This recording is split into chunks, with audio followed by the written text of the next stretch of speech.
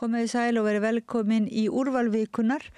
Þá tínum við saman svona nokkra þætti úr liðinni viku og kynnum aðeins á milli. Mér langar að kynna fyrst til sögunar spjall sem að Gunnar Smári átti við Friðrik Þór, kvikmyndagerðarmann.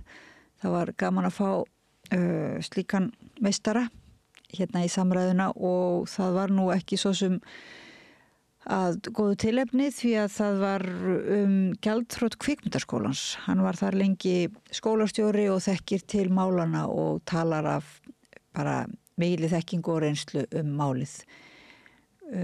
Og spjallið skemmtilegt. Við skulum byrja úrvalið á þessu spjalli Gunnars Smára við Friðrik Þór. Gjörðu svo vel.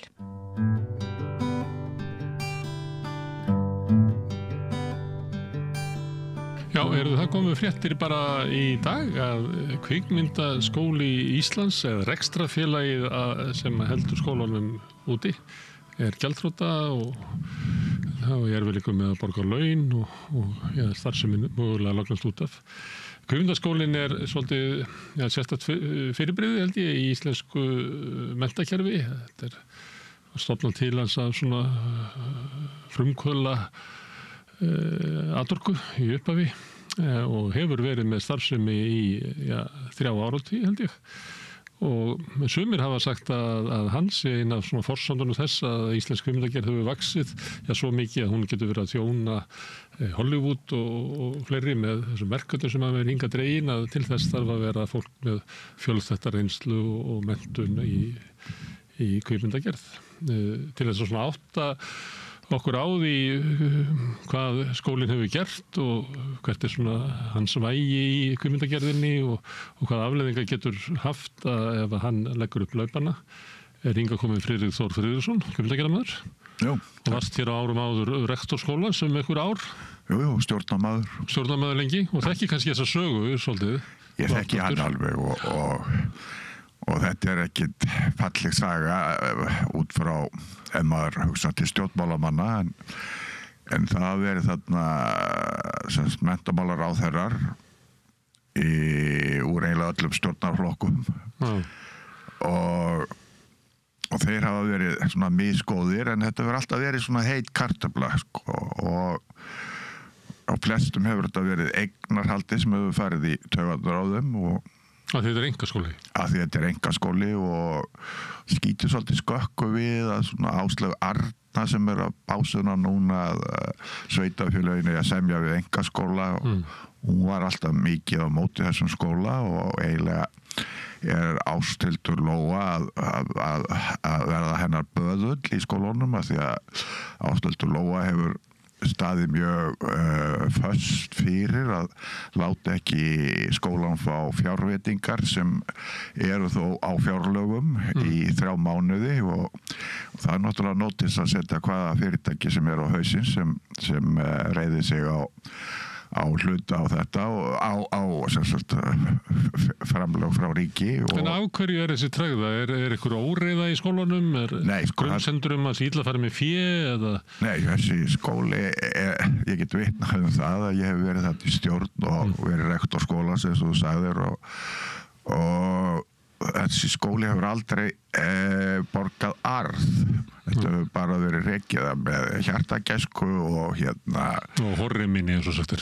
Já, sko á alltaf horriminni eða svona barmi gjaldþrots en svona þetta verður nú alltaf reddast ég meina þessi ráðherrar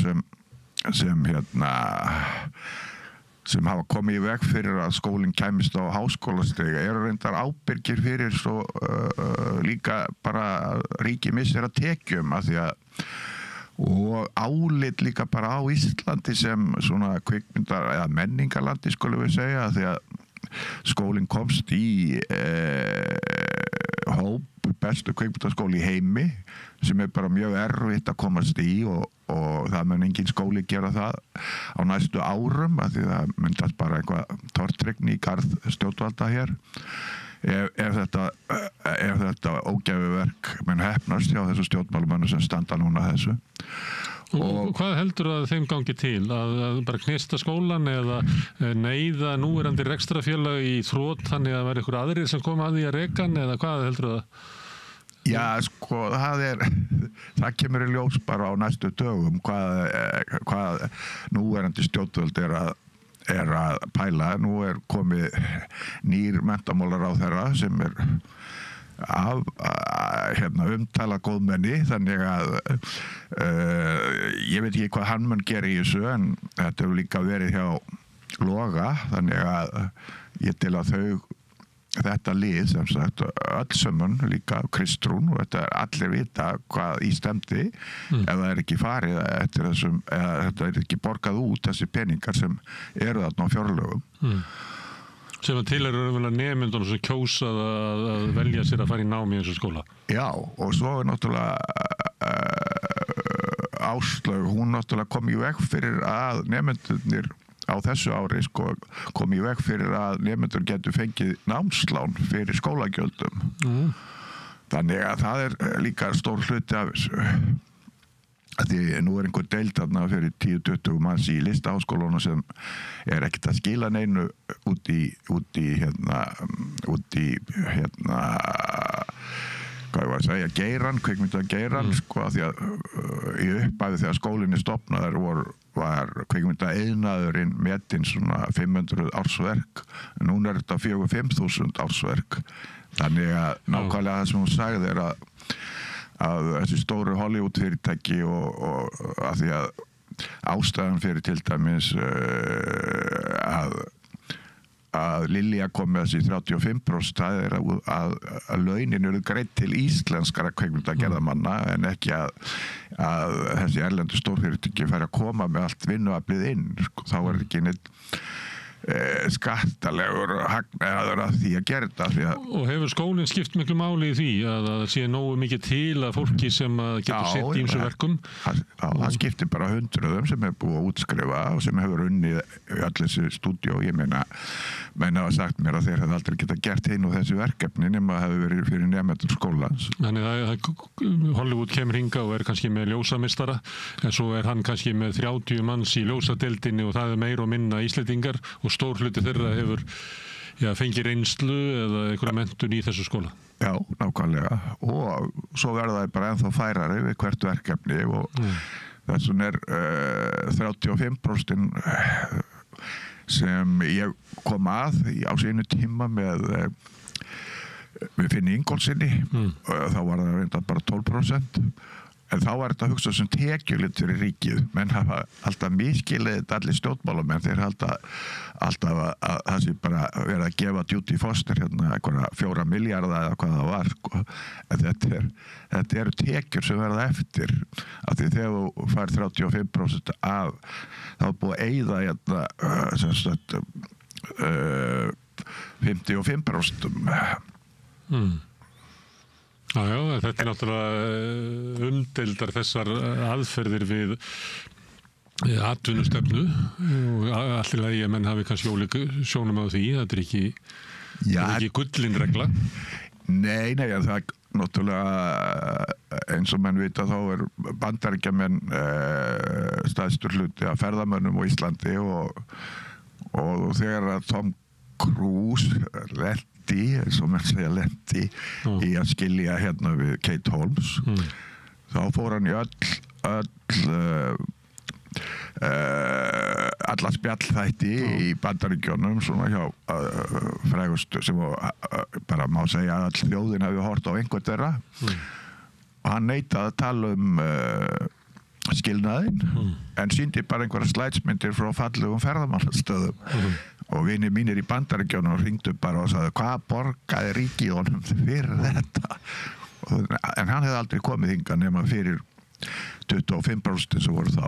Já, og Judy Foster talar fallega land og þjóð. Já, en það eru margar myndir sem hafa gert miklu meira heldur en Judy Foster því að hún átti náttúrulega að gerast í Alaska. Já, Ben Stiller myndin og fleiri sem var nú svo postkort af Íslandi.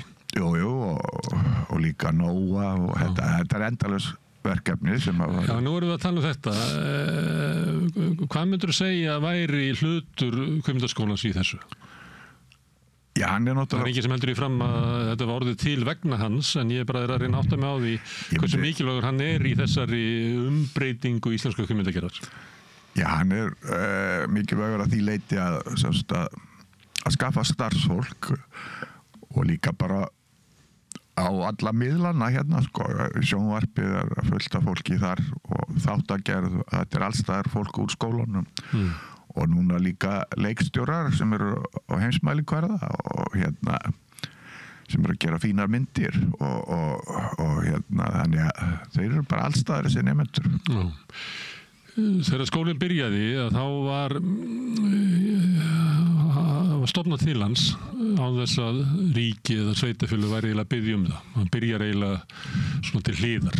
Þannig að hann aldrei verið hluti af svona skipulagðri menntastefnum sem svona sett á. Og hann hefur svona þurft að berjast fyrir tilvissinni og maður fá að vera til eiginlega alla tíð, það ekki ofsögum sagt.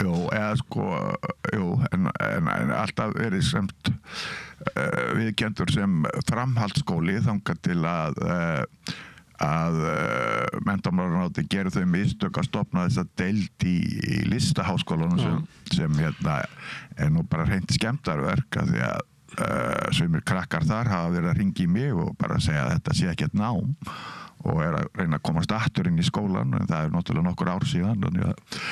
En þá varst þú ekki rektor á þeim tíma þegar svona fyrir okkur sem stóðum fyrir utan það leit út eins og að stjórnvöld væri að taka ákvörðun það hvort að kvikmyndanám á háskólastigi yrði á vegum kvikmyndaskólans eða yrði sem deildin í listaháskólanum. Já, sko, það er búið að bjóða sem sagt ráðuneytinu hvað þetta annað að bara sjá þessa deild, hvort sem það heitir listaháskóli eða hvað sem sko. Það þá bæði framhaldsskóli og háskóli. Og háskóli, sko, já. Og viðurkenningin á framhaldsskóla náttúrulega inn í kvikmynda áætlunni sem Lilja Alfreðs gerði. Og sem var þá sömu stöð og iðnskóli. Já, eða meira, sko, þetta aldrei hugsað til þaula því að þarna var hugsað 10 nemendur sem áttu að vera einhverjir leikstjórar og handritshöfundar. Það nákvæmlega eins og að búa til einhverja yfirstétt og svo var smælki sett í kvikmyndaskólan. Og líka hugsa... Þú vitnaði Björgvin Halldórsson að hér eru bara höfðingjar en engir indjánar. Þannig að það er að hafa líka indjánana, ekki bara höfðingjana. Já, og svo bara kemur þetta út að þau misreiknuðu sig þessi reynsla sem komin upp í kvikmyndaskóla. Hún ekkert búin til þarna í listaháskóladeild fyrir einhverja 10 nemendur eða 12 eða hvað það er og svo bara mjög hátt dropp þaðan líka, sko. Þannig að þetta eru allt mistök sem ég til að stjórnmálamenn sko eigi bara axla ábyrgð á og þess vegna ég setja bara þennan kvikmyndaskóla strax á háskólastig í sambandi og svo náttúrulega bara... Nei, mér aðeins að spyrja því að ég bara var að hlusta á viðtal við Herzog í 60 mínútur þar sem hann talar ekki vel kvikmyndaskóla segist sjálfur að farið þar inn og stólið einni myndavél og tekið hana, ekki stólið, heldur tekið hana til handragags og þannig og nýtt hana mjög vel. Hann var að svona mæla gegn því að fólk væri í svona langskólanám og vildi að kenna fólki að dýrka upp lása og annað slíkt ef þau þurftu að ná sér í eitthvað sem þá þurftu að halda. Þú kannast við þessar sögur hans. Já, þetta er í viðtali sem birtist í svart og hvítu, fyrst á tölvublaði og ég var ritstjóri. Já, ég ætla ekki að fara að taka hann en það er samt þarna í kvikmyndaskólanum hefur verið að kenna klippingu, hljóðupptöku og eitthvað fleira sem að fyrir okkur sem eru utan bransan finnst kannski skrítið að ég vera að lyfta upp á háskólastiga en fólk hefur verið að BA í klippingu eða MA og taka doktorsnám í hljóðupptöku hluti af kvikmyndagerð er náttúrulega líkara iðnnámi, eða ekki? Það tel ég, jú þetta er bara ég ætla ekki að blóta hérna en það er bara helvítið snopp að vera alltaf að tala kvikmyndalist því að eins og við vitum bara þá er eina hverjum 100 kvikmyndum sem eru framleiddar í heiminum er list eða getur flokkast sem list þetta er bara hrein afþreying og bara miðað við sko, sem margir hafa sagt þetta er munurinn á tígulgossanum og bókmenntum sko. og það er svona þetta listasnobb sem hefur svona já, bara orðið í skólanum þessum að falli ef hann fellur en það sem er sko sorglegast í þessu er að það var svo lítið mál sko fyrir til dæmis Háskóla Íslands að gera þetta að deild í háskólunum. En af hverju myndirðu vilja freka fá þig í háskólan heldur en listaháskólan? Af því að þeir eru með sko, þú þarft ekki að taka meira en þessi 2 ár í nákvæmlega svo við erum að tala klipparana.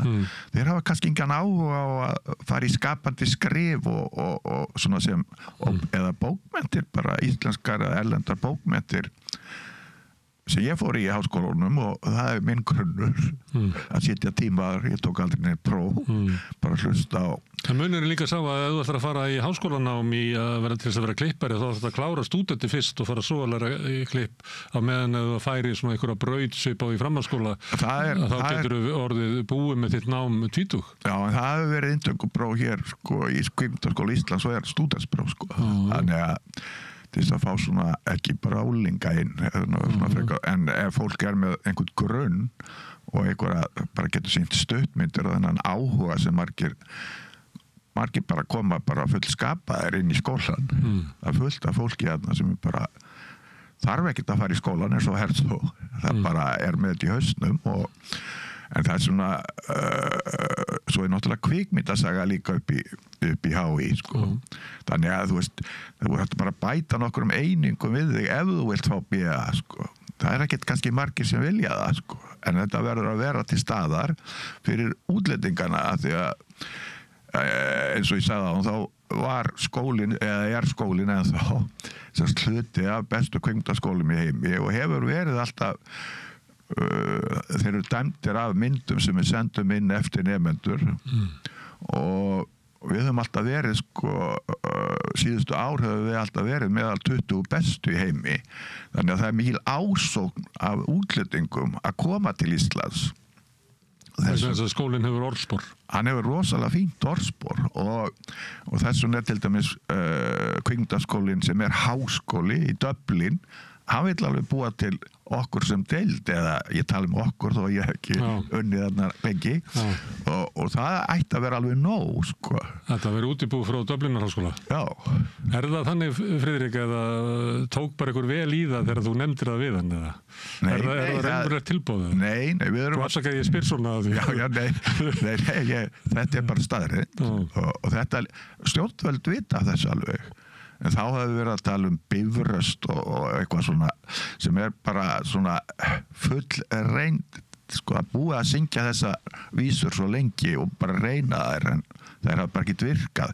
Fólk heldur að það getur bara lappað þarna og tekið þetta hræ sem kvikmyndaskólinn verður þá ef hann fer á hausinn og ætla sér að fara bara að halda áfram með þetta en það er bara ekkert það sem er til dæmis öll þessi vinna við til dæmis samstarf við Columbia sem er nú líka virtuskóli í New York og þetta dettur allt út sko. Ef hvað gerist? Ef skólinn fer á hausinn. Og er það persónulega tengsl hérna Böðvar Bjarka sem stofnaði skólan? Nei, það eru bara myndirnar sem skólastjórar sjá eftir þá hafa komið og sagt við erum hérna með bestu tólistadeild í heimi það sem að John Williams og allir þessi stóru hvað segir maður bara höfundar kvikmynda tólistar koma frá og eru sumir að kenna þarna þeir Djúlart sem er hluti af Columbia og þegar þeir sjá myndirnar sko þá vilja endilega bara sjá að láta sína nemendur gera tónlistina við þetta til dæmis og þetta myndi allt eyðileggjast þannig að ég held að það sem að stjórnvöld er að gera í dag ef þeir hissi ekki upp sig þá þeir bara með hrein skemmtaverk á fyrirbæri. Nú tek ég fram að ég hef ekkert verið að undanfarin ár, en einu framsagnasta listaskóla landsins. Nú skóli, nú það rekstrafélagið sem að fara á hausinn. Skóli náttúrulega meira heldur en bara rekstrafélagið og það einhver kultúr sem hefur skapast, það einhver hefðir og það eru bæði kennarar og fyrrverandi nemendur og tengs þeirra sem að hægt og bítandi byggja upp skóla sem að þú ert að vísa til. En maður geti ætlað að svona séð úr fjarska að það skiptir lengur máli þótt að ef þetta rekstrafélag fyrir þrot eða verður rent öðru rekstrafélagi undir, það gerist oft þegar rekstur, ég tala ekki svona fyrirbyrgða í menningu og við þekkjum dæmi þessi í fjölmiðlum og eitthvað öðru, að þá tekst ofta að bjarga kultúrverðmætunum sem að byggja eru innbyggð inn í samfélagi sem að skólinn Eða telur þú það vera ófrávíkjalegt að þetta rekstrafélag sem núna komið í þrot, að það haldi áfram að reka skólan? Já, ég held að það sé langeðlilegast. Ég meina, hitt bara rán. Það ekkert öðruvísi. Ég meina, ekki verslunarskólinn einkaskóli. Ég meina, ætlið að fara að leggja hann niður og fara að bjóða það út. Tekniskólinn? Já, ég meina, þetta bara absúrt og svo þetta á fjárlögum. Þetta eiginlega bara ólýsanlegt skemmtarverk og ástæðan greinilega einhver pólitík en nú eins og ég sagði fyrst þá þá verið þarna ráðherrar frá Framsókn, Vinstri grænum, Sjálfstæðisflokki og ég meina Björn Bjarnason var til dæmis alltaf mikill stuðningsmaður skólans þegar hann var menntamálaráðherra og var mjög hissa á öllum morðtilraunum á honum. Eftir það? Já, en samt var nú að styðja Áslaugu Örnu til formans, þannig að svo skrítið að fólk sem talar gegn frumkvöðlum og einkaframtaki sé allt í einu næstu orðin formaður stærsta flokk sem hefur einkennt sig við einkaframtak og frumkvöðlastarf. Eitt við þetta því að skólinn skilgreindur sem framhaldsskóli, þó að sé krafa að það svona ruglaðist ég aðeins í því að það veri krafa stúdentspróf til þess að komast inn í framhaldsskóla, það svolítið sérstakt. En hann líklega dettur þá á milli tveggja ráðuneyta. Það annars menntamálaráðuneytið sem að Ásta Lóa var að segja sig frá núna og Guðmundur Ingi komin inn í. Já. Og hins vegar háskólaráðuneytið sem Áslaug Arna var í og Logi situr núna í. Já, rétt. Undir hvort ráðuneyti tilheyrir þessi skóli? Já, hann tilheyrir undir Guðmund eða sem sagt. Já. En það var von okkar, hefur alltaf verið að hún færi í hitt, sko. En það skiptir ekki máli ykkur vonin að þið eru... Nei, og það hefur líka verið tekið vel í það á fundum skils mér á núverandi rektor Hlín. Já. Jóhannesdóttir sem núverandi rektor og hún hefur verið á fundum með þessu fólki og ég líklega að funda með þeim as we speak og þetta bara þetta svo furðulegt að þetta hefur alltaf verið þessi heita kartefla og enginn þora að taka að skarið, sko, en það hefur alltaf verið gerðið samningar en allt í einu núna kemur þessi ráðherra Ásthildur Lóa og svolítið þver, sko. Hinar Lilja gerði samning við okkur og Katrín Jak gerði samning við okkur og Þorgerður Katrín gerði samning þú veist það, í ríkisstjórninni alveg þekking á skólanum. Þannig að ég tel þetta sé ábyrgð bara allra stjórnarinnar ef þetta að fara í svona einhver óhæfu. Hvað gerist ef svo verður? Þú talar ekki vel þessa deild í Listaháskólanum sem að Ég tel hana bara... Kannski ertu bara ósáttur við það hvernig námið skipulagt, en líka að þetta sé í þessu formi að því að þarna verið að ala upp svona yfirstéttina í kvikmyndagerðinni. Þetta er svo svipað við hefðum bara arkitektaskóla en enga iðnskóla fyrir trésmiði og pípara og múrara og þá sem eiga byggja húsin. Er það rétt skiljið að mér? Já, og svo ef þú ferð ekki, sko, það voru 36 nemendur sem sóttu inn í skólan. Já. Með því skilir að þeir fengju námslán en þeim var hafnað að fá námslán, samt gætu farið inn í listaháskólan og ekki þurft að borga neinn skólagjöld. Þarna þurfa að borga skólagjöld, en þau bara vita, það er bara orðið á götunni eins og sagt að þetta miklu betri menntun. Í kvikmyndaskólanum? Já, í kvikmyndaskólanum. Því það hefur ekki reynt á hitt námið. Já, sko... Ég veit að þú hefur ekki trúið því, en ég er bara að segja að þetta er sanngjarnt. Ég hef bara ekki séð neitt sem kemur frá þeim skóla sem réttlætir það að ég held að þessi sama, þetta eru 100 milljónir sem þessi deild kostaði, ég held að þessi sama var skorið niður í kvikmyndasjóð. Þannig að ég teldi bara mistök. Það var búið til þess að deild. Já. Að það hefði átt að vera annars vera að efla kvikmyndanám í háskólanum fyrir þá sem að það vilja og svo að efla kvikmyndaskólan. Já, sko, það sameina þetta þeir sem vilja verða að fara með BA, sko. En þetta er líka eina af forsendunum að við getum boðið erlendum nemendum að koma hingað í nám. Sko, þá er ég að tala sko 200, jafnvel 300 nemendur og þetta er stór útgerð þegar fólki þarf að leigja sér hús og allt svoleiðis og húsnæði og borga þessi skólagjöld. Þetta eru tekjur upp á kannski 6 milljarðar fyrir samfélagið staðin fyrir að þannig verða hendum einhverjum 100 miljóna í eitthvað nám sem er bara rusl. En það hafi ekki verið 200-300 nemar erlendis frá sem hafi verið þarna. Þú telja að gæti þróast í þátt, eða ekki? Það er bara, sko, það kom alltaf umsóknir inn í skólan á þess að hann auglýsi mikið, alveg frá öllum landum, Sri Lanka, Indlandi, allstaðar, Japan og meira svo Norðurlöndunum.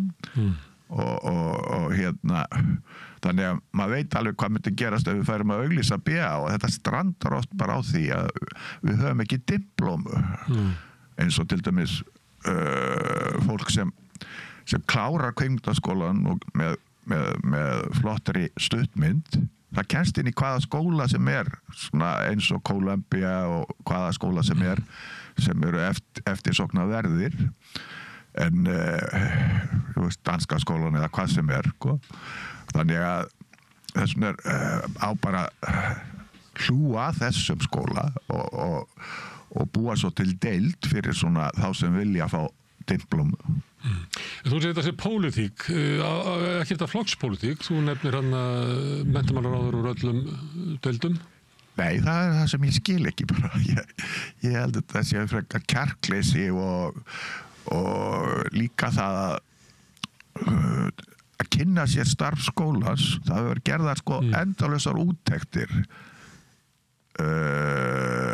sko ég hef fengið menntamálaráðherra á mig sko sem þóttist vera mikill vinur minn og hérna hringdi í mig persónulega hvað þetta er annað og sagði mér að forða mér frá þessar starfsemi af því að það væri svo mikil skuld á vörslusköttum og dóti og svo kom bara ljós að þetta var allt bara lygi og þessi lygi, hún kemur innan úr menntamálaráðuneytinu því síðan fer menntamálaráðuneytið margir ráðherrar hafa farið fram á þessa skýrslur á úttekt á skólanum og þá einbeitt sér sérstaklega fjárhagsstöðans og skólinn er alltaf staðist þetta með glans. Þangað til núna? Og þú segir ástæðan fyrir stendst þetta ekki núna er það að það hafi verið haldið eftir fjárveitingum sem hafi verið samþykktar á Alþingi, það hafi verið haldið eftir í ráðuneytinu og raunverulega skólanum komið á kné með því. Nákvæmlega og plús það að meina nemendum að sækja námslán. Þetta eru stóri hlutirnir og 36 nemendur eru allir að tala allir í jafnrétti til náms sko. Þetta er bara bull af því að þetta væri eiginlega bara fyrir nemendur sem ættu ríka foreldra að borga þessi skólagjöld okkar eða ég tala alltaf okkar þó ég sé ekki að það lengur. En eitt að þú vísar hérna til einkaskóla eins og Verslunarskólan sem er rekið að viðskiptaráði sem er einhvers konar, ég segi ekki þessi lýðræðislegt félag, ég held að sá sem að borgar mest ráð þar mestu og það á sama við Iðnskólann og Tækniskólann En við erum náttúrulega með eins og hjallastefnuna þar sem að stofnandinn ennþá sko langstæðsti eigandinn og það á við þennan skóla líka. Það Böðvar Bjarki sem stofnaði skólan og hans fjölskylda sem eiga skólan eiginlega. Já, hann allavega stærsti eigandinn, já. Heldur þetta trufli að það sé munur á því að sé ykkur félagasamtök sem eru að reka skóla eða þetta sé bara ykkur einn kall út í bæ eins og maður getur orðað? Já,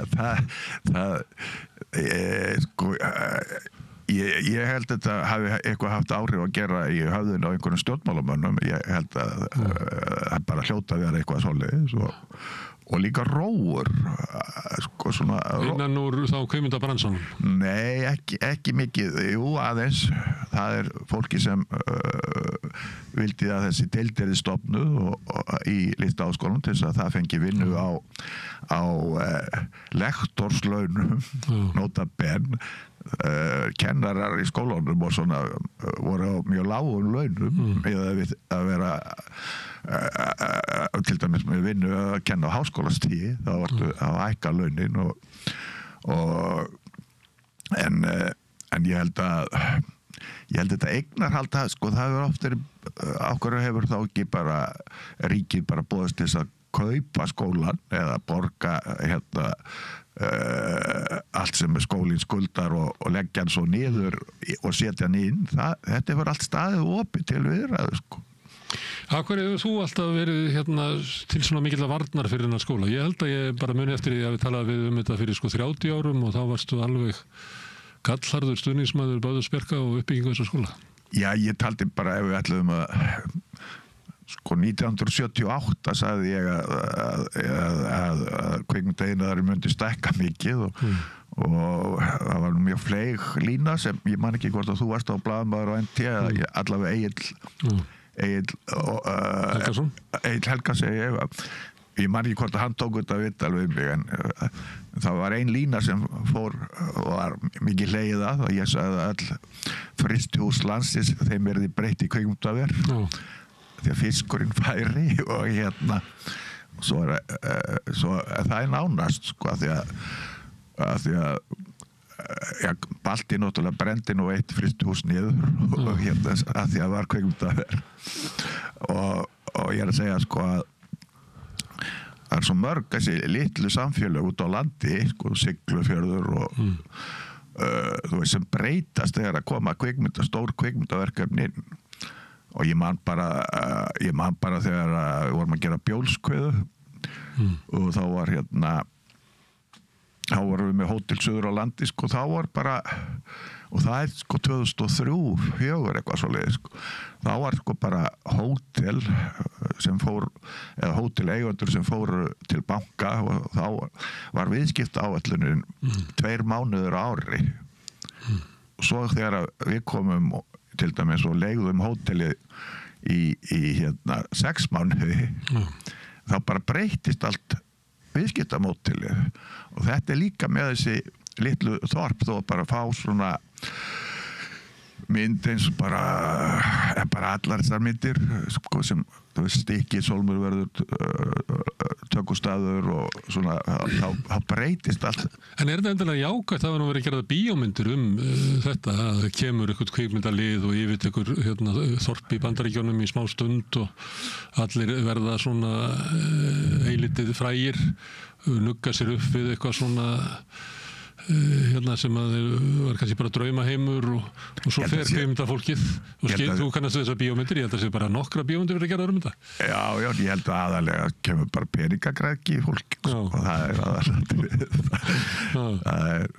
Nei, þetta náttúrulega allt gamanmyndir þannig að það er fyndið hlið á þessu líka sko, þannig að en ég held samt að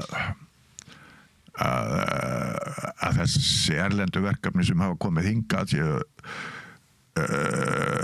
kvikmyndagerðinni og bara í Íslandi og sérstaklega ferðamannabransunum ferðamannaiðnaðinum til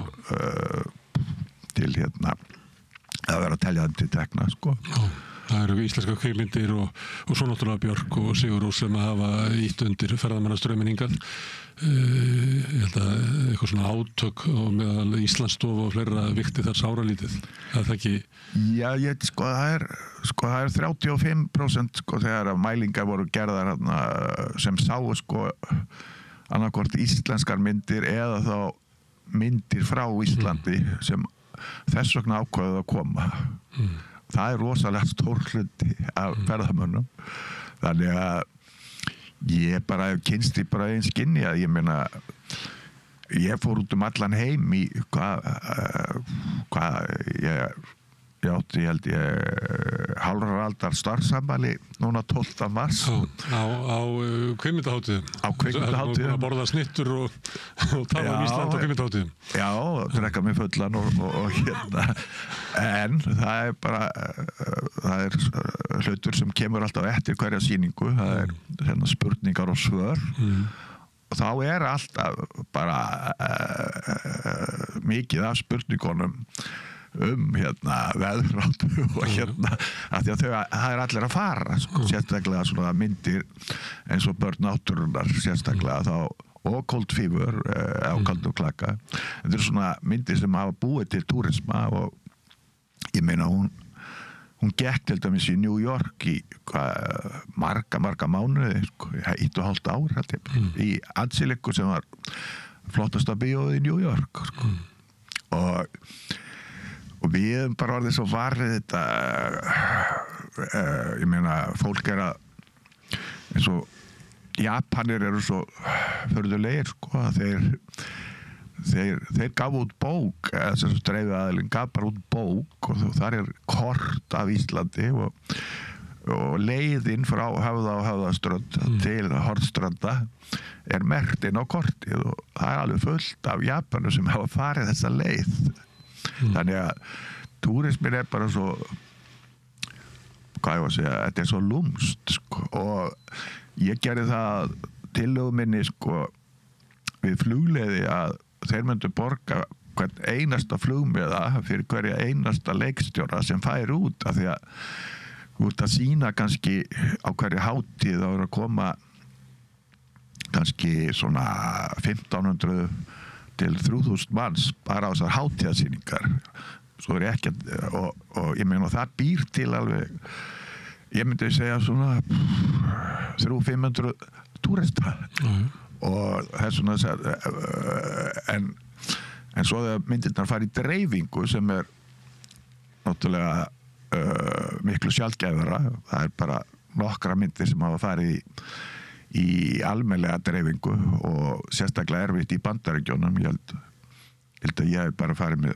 4 eða 5 eða eitthvað svolítið en það hefur alveg gríðarlega mikið að segja að sjá þetta upp á tjaldi það er svo stór upplifun ef það er eitthvað landslag svo allt í einu eru allir kvikmyndagerðar menn skítræddir við landslag því að það var svona eitthvað sveitalegt við það Það er alltaf að svona selja líkið á ömmu sinni eins og James Joyce sagði Rómverja að það er alltaf verið að flagga landslæginu okkar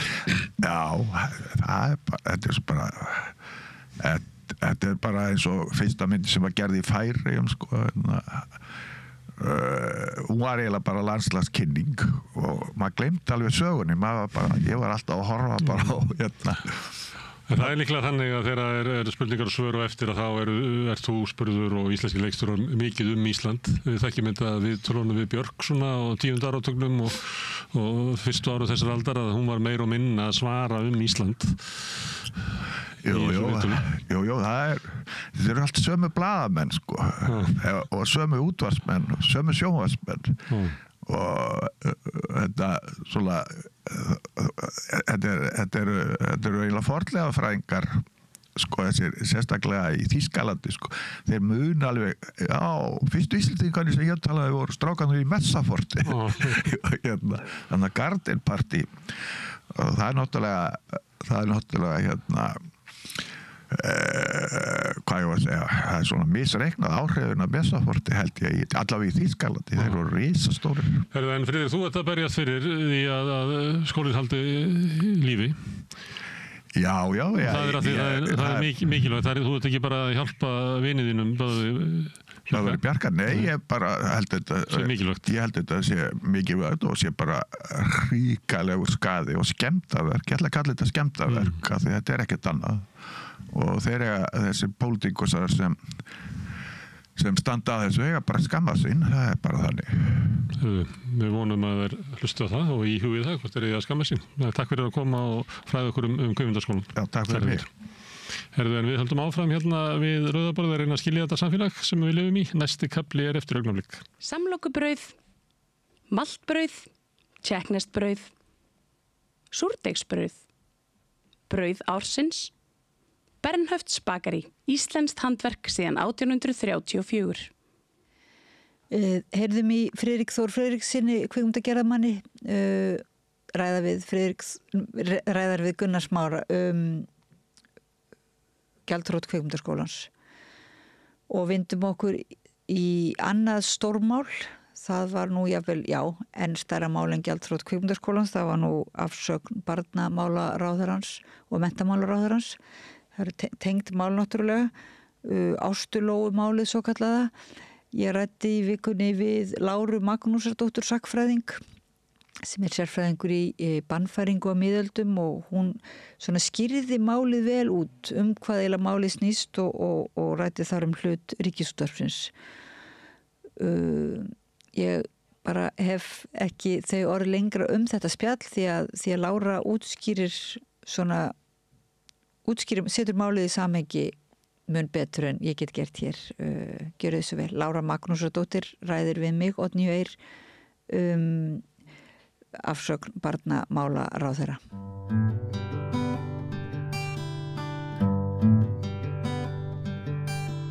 Komið sæl, verið velkomin að Rauðaborðinu.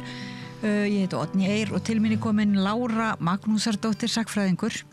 Velkomin og takk fyrir að koma til að tala málana svona sem að sumir segja samt að sé eiginlega bara málana í gær og sé eiginlega ekki ástæða til að ræða mikið meir. Nú sé bara búið að skipta ráðherra og við getum bara, það var svolítið sá tónn í fréttunum í gær hjá samráðherrum, bara nú er þetta bara búið en okkur á samstöðinu allavega finnst þetta að vera mál sem er áhugavert að ræða út frá ýmsum sjónarhornum og ég bað þig að koma til að ræða, bara segja mér hvað þér finnst þetta mál, að því ég veit að þú setur oft mál í svolítið áhugavert samhengi og ert með sjónarhornin sem að eiginlega nær alveg frá miðöldum, skrifað bannfæringar á miðöldum og forsendur bannfæringa og þannig að mér langaði að spyrja þig svona, hvað fannst þér þetta barnamála ráðherramál? Ég náttúrulega að rétt hjá þér bara ég get tekið undir það fyrst ég er sagnfræðingur og ég hef verið að rannsaka náttúrulega ég skrifaði bók bannfæringu fyrir mörgum árum en ég hef verið að rannsaka bara sakamál í Íslandssögu og sérstaklega svona alvarlegustu sakamál og er orðin sæmilega vel að mér að því leitina ég held ég hef lesið ótrúlega mörg skjöl og alls konar mál og ég hef sérstakann áhuga á málum sem eru nálagt hinu persónulega og eru þá oft kynferðismálin og þess sem að kirkjan stjórnaði á miðöldum og reyndar miklu lengur og ég hef bara fylgst með þessu máli núna með ég held að þegar þú talaði mig þá hafði talað mál Ásthildar Lóu og ég bara núna efast að þetta sé mál Ásthildar Lóu, ég veit ekki eiginlega hvaða mál þetta er, maður hefur ekki getað fylgst með öllu sem er sagt þetta mál, það hafa mjög margir verið að tjá sig bæði í blöðum og náttúrulega á Facebook og allt þetta. Þú veist, þá er málið bara búið, var þetta bara smámál, er þetta stórt mál, er þetta lítið mál og ég held að kannski það þurfa að gera það upp við sér nákvæmlega hvaða mál þetta er og þetta tiltekna mál er eins og mjög mörg mál af þessum toga og hafa alltaf tíð verið að blandast óslega mörg önnur mál inn í, það eru eins og það hefur verið rætt og er nú að vera að ræða enn varð trúnaðarbrestur hjá forsætisráðuneytinu það er verið að tala það að hvort að hún hafi framið eitthvað afbrot með því að eiga í sambandi við tiltekinn mann á tilteknum tíma, en svo líka sem sagt farið að blanda alveg strax frá fyrstu tíð sko umgengnismálum með og hinn og þessu, þannig að maður þarf að svona segja hvaða hluta málsins ætli ég að tala og svo sumir sem segja þetta sé bara lítið mál og þú veist þetta sé skiptingumáli og ég setti niður hérna hjá mér nokkra punkta áður en ég kom til þín út frá því sem ég hefur að skoða og ég sem sagt ég segi þetta stórt mál, þetta ekki bara lítið mál. En má ég skjóta aðeins inn í að því þú segir að þetta flókið hvað þetta máli og allt svo leiðis að manni fannst, kom mér svolítið óvart hvað voru margir sem að einmitt óhikað lögðu orð í belg mjög bara fljótlega eftir sko sem sagt eftir fyrstu fréttir og vitandi að þeir vissu ekki eiginlega neitt sko og jáfnvel siðfræðingur og hérna kemur í hádegisfréttinar minni mig til þess að bara lýsa yfir að alveg án efa eigi sem sagt manneskjana segja af sér og svoleiðis. Mér finnst það eitthvað svo sérstakt hvað einhvern veginn uppróparandi voru miklar eins og þetta væri alveg visst hvað máli væri. Já, einmitt. Mér finnst þetta hafa verið merkilegt og það væri bara, kannski ætti bara að draga lærdóm af þessu eins og í tísku að segja og ég meina raunverulega sko en sem sagt þetta mál sem að hefur bara bein áhrif á ríkisstjórn landsins hvorki meira en minna sem bara dálítið stórt en svo snýst þetta líka og það kannski það sem ég hef mestan áhuga á að þarna bara nafngreind persóna sökuð glæpsamlegt athæfi og þegar þetta kemur þarna síðdegis á fimmtudag þá byrja fréttirnar að koma svona en þetta gerir samt alveg rosalega hratt og eiginlega finnst mér að ég hef verið dregin á asnareyrunum vegna þess að sko maður bara einhvern veginn mótar sér strax skoðun en hún byggðist á röngum forsendum vegna þess að fyrstu fréttirnar voru rangar og þetta finnst mér standa eftir sem aðalatriði þegar að sem sagt bara núna eins og málin standa núna en það sem sagt koma fréttir það að barnamálaráðherra hefði eignast barn með 15 ára pilti og það gefið skinn að hún hafi verið umsjónamaður eða jafnvel sálusorgari hans, það stendur í fréttunum að hún hafi leitt unglingastarf í söfnuð þar sem hann leitaði sko í af því að það voru aðstæður voru heima fyrir erfiðar hjá honum, þetta stendur í fyrstu frétt og í þessu eru 3 rangfærslur. Öll aðalatrið málsins kemur síðan í ljós að standast ekki vegna þess að það sem stendur núna eftir að árið 1989 þegar að atburðirnir eiga sér stað þá þessi maður fulltíða einstaklingur 16 ára gamall það þýðir það að hann heyrir ekki undir barnavernd foreldra valdið nær ekki til hans, þetta bara maður sem ákveða sjálfur hvað hann vill gera og það þýðir það að það má enginn skipta sér af því sem að hann gerir skilur, hans ákvarðanir eru hans eigin ákvarðanir en þannig að í raun og veru það mál bara úr sögunni skilur, hún var ekki umsjónamaður hans og hann var nógu gamall og það ekki það að segja, fólk getur haft alls konar skoðun á því að það sé skrítið og óspennandi ástarsambandi eða eitthvað en það bara, manni kemur það bara ekkert við og það bara mjög óviðeigandi að vera að ræða það. Þetta bara formlega hliðin á málinu og hún getur ekki verið neitt annað en formlega skilur. En það kom ekki beinleinis svona formleg afsökun frá fjölmiðlum að hafa flutt rangt mál? Nei. En sem sagt, ég ætla bara að halda þessu áfram aðeins þessari röksendaferðslu sem ég reyna að koma í gegn. En það eina sem skiptir máli sem stendur eftir, eða stendur ekki eftir, en það eina sem skiptir þá raunverulega máli í fréttinni samband konu og karls, hvað sem þau voru gömul, þá voru bæði sjálfráða og svoleiðis. Það eina sem skiptir máli hvort hún hafi borið ábyrgð á honum á einhvern hátt. Það það eina sem skiptir máli. Og ástæðan fyrir því að það eina sem skiptir máli sko, þetta sem sagt, þetta ekki siðferðislegu spurningarnar í þessu máli bara hluti sem okkur kemur ekki við annað fólk sko. En ef að þetta væri sem sagt sko, lögin eru þannig að það stendur, má ég bara lesa hérna grein úr lögunum, úr almennu hegningarlögunum og það stendur hver sem hefur samræði eða önnur kynferðismök við barn á aldrinum 15, 16 eða 17 ára. Þetta er lögin eins og eru núna, hérna áður var sem maður ekki barn eftir maður var hann 16 ára, sem er kjörbarn hans, stjúbarn, fósturbarn, sambúðarbarn eða barn sem er tengt honum þannig fjölskylduböndum í beinanlegg. Semst, það má ekki, en svo líka eða sem sagt, hver sem hefur kynferðismök við barn sem honum hefur verið trúað fyrir til kennslu eða uppbyldis skal sæta fangelsi alltaf 12 árum.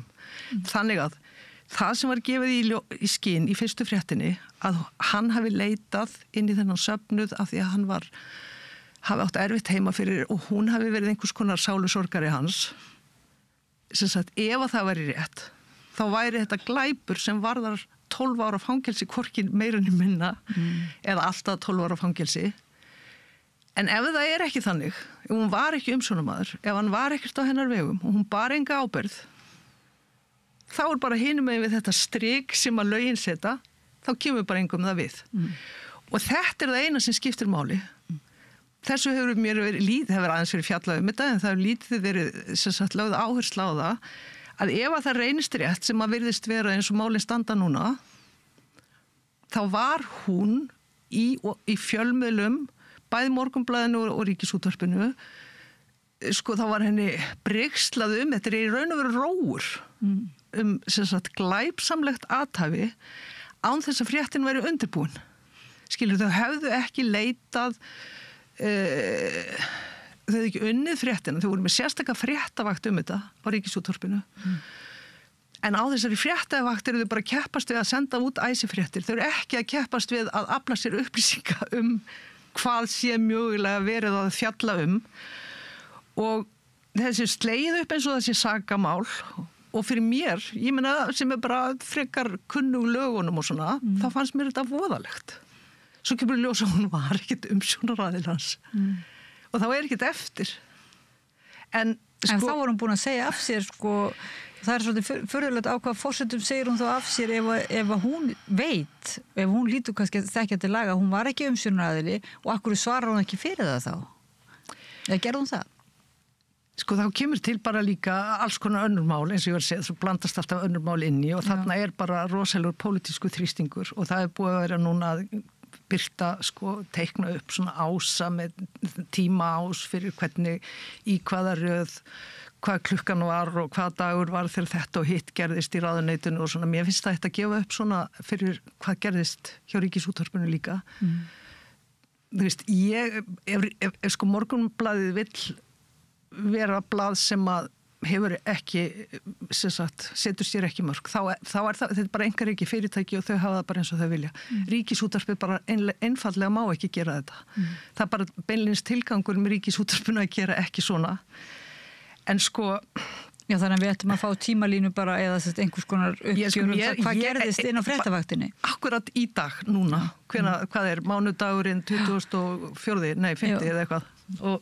En sem sagt, þá bara lítur málið svona út frá mér séð, kannski er þetta úrelt á eftir, ég veit ekki hvað gerist næst, en sem sagt, ef að það er grunur leikur á glæpsamlegu athæfi, þá er bara á að bera slíkar ávinningar upp við rétta aðila með formlegum hætti og svona, þá ekki bara æpa það í útvarpinu. En sem sagt, þessi málflutningur sem þarna kemur fram og reyndist rangur, þetta er allt saman byggt á því eftir því sem mann skilst núna að fyrrverandi tengdamóðir hins meinta fórnarlambs, manneskja sem á enga aðild að þessum málu á nokkurn hátt, hún segir, og þetta er haft eftir henni í viðtölum og það bara birtist, henni var ofboðið að Ásthildur væri í sæti menntamálaráðherra og nú var ég að vitna beint í einhverjar fréttir og sem sagt, það er búið að segja okkur það og það er alveg skýrt og kannski var það skýrt frá upp ég veit ekki hvað lengi það var skýrt að þessar, sem sagt, markmiðið hjá þessari konu var bara að koma illu til leiðar. skilur, það hennar eina markmið var að bola ráðherra úr embætti og þetta tekst þessari konu bara á einhverjum undraskömmum tíma á þess að sko með því að beita alls konar þrýstingi sem að eins og ég segi, ég veit ekki hvernig það var, kannski hefur það komið í ljós, en ég meina hún segir ég meina það hefur komið í ljós að það var ekki ljóstrað upp nokkurn skapaðan hlut. Ríkisútvarpið nýlega búið að kalla þessa konu uppljóstrara og það til lögum uppljóstrara og Ríkisútvarpið þar með að reyna sko setja hana í eitthvað sérstakt samhengi sko sem að en ég menna að hún ljóstraði engu upp en það hins vegar komið í ljós að þessi kona hafði hótunum við ráðuneytið eða við ríkisstjórnina, ég veit ekki hvernig að orða það því hún sendir það búið að byrta núna tölvupósta og svona og þar stendur og hún ætla að láti sér heyra ef það verður ekkert gert í þessu máli. Ég menna þetta bara hún bara að setja einhverja afarkosti og hvað getur hún gert? Nú ég bara að skálda og sjá fyrir mér. Það eina sem hún getur gert að hafa samband við blöðin og hún hefur sennilega verið komin í samband við blöðin og þannig að það sem sagt pressa blöðin, hvernig hefði blöðin annars átt að vita af þessu? Blöðinum pressu á æðstu stjórnmálamenn landsins að svara strax málum sem að eiga að fara í farveg. Þau á ekki að svara þeim strax, skilur við. Og bara klukkan að verða 6 og fréttin að byrtast. Og eins og ég segi, ég finnst bara eiginlega ekki þurfi síður að byrta atburðarásinu og skýra þessa atburðarásin heldur en sko hjá forsætisráðuneytinu með einhvern, með þennan hvað heitir það trúnaðarbrest sem haldið fram að hafi verið þarna. En sko eins og ég segja þig áðan, þá þessi fjölmiðlar að beita þessum þrýstingi á stjórnvöld að þér virðist í gegnum það að vera með upplýsingar frá þessari konu og þau verja ekki tíma sínum í það að vinna fréttina, heldur bara sko, þú veist, þetta bara eins og lélegur tengdamömmu brandari einhvern veginn sem að bara eins og má alveg ímynda sér núna og ég vil ekki segja það beinlínis en sko að hve miklu leyti var þetta undirlagi fjölmiðla að þetta mál var svona en sko það stendur eftir úr þessu að þessast eins og ég sé þetta að fjölmiðlarnir hafi látið eftir tengdamömmunni að setja þjóðfélagið uppnám með því að væna nafngreindan aðila glæpsamlegt athæfi og það í sjálfu sér líka óhæfa. En ekki líka forsvarsmenn það óhæfa að hafa mannorðið af fólki? Jú, en ekki allir þetta sem leika láta sem sagt, hóta sér og núna til dæmis Jón Gunnarsson skrifar það á netinu að það sé nú bara ríkisstjórnin með vara sig, ég man ekki hvernig hann orðar það, að það séu ýmsir aðrir sem að það séu beinagrindur í skápum eða ég man ekki hvernig það orðar, það allavega svona hugsunum þessi að það sé hægt að afhjúpa fleiri sko. Já. Og Þórður Snær var hann gat ekki haldið áfram að því hann var, kom upp gamalt mál og svona þetta svolítið sérstakt þá eins og þú ert að segja að það kannski bara auðvitað má segja að það jákvætt að þessi meðvitund siðferði þeirra sem að fara með æðstu völd í landinu. Já.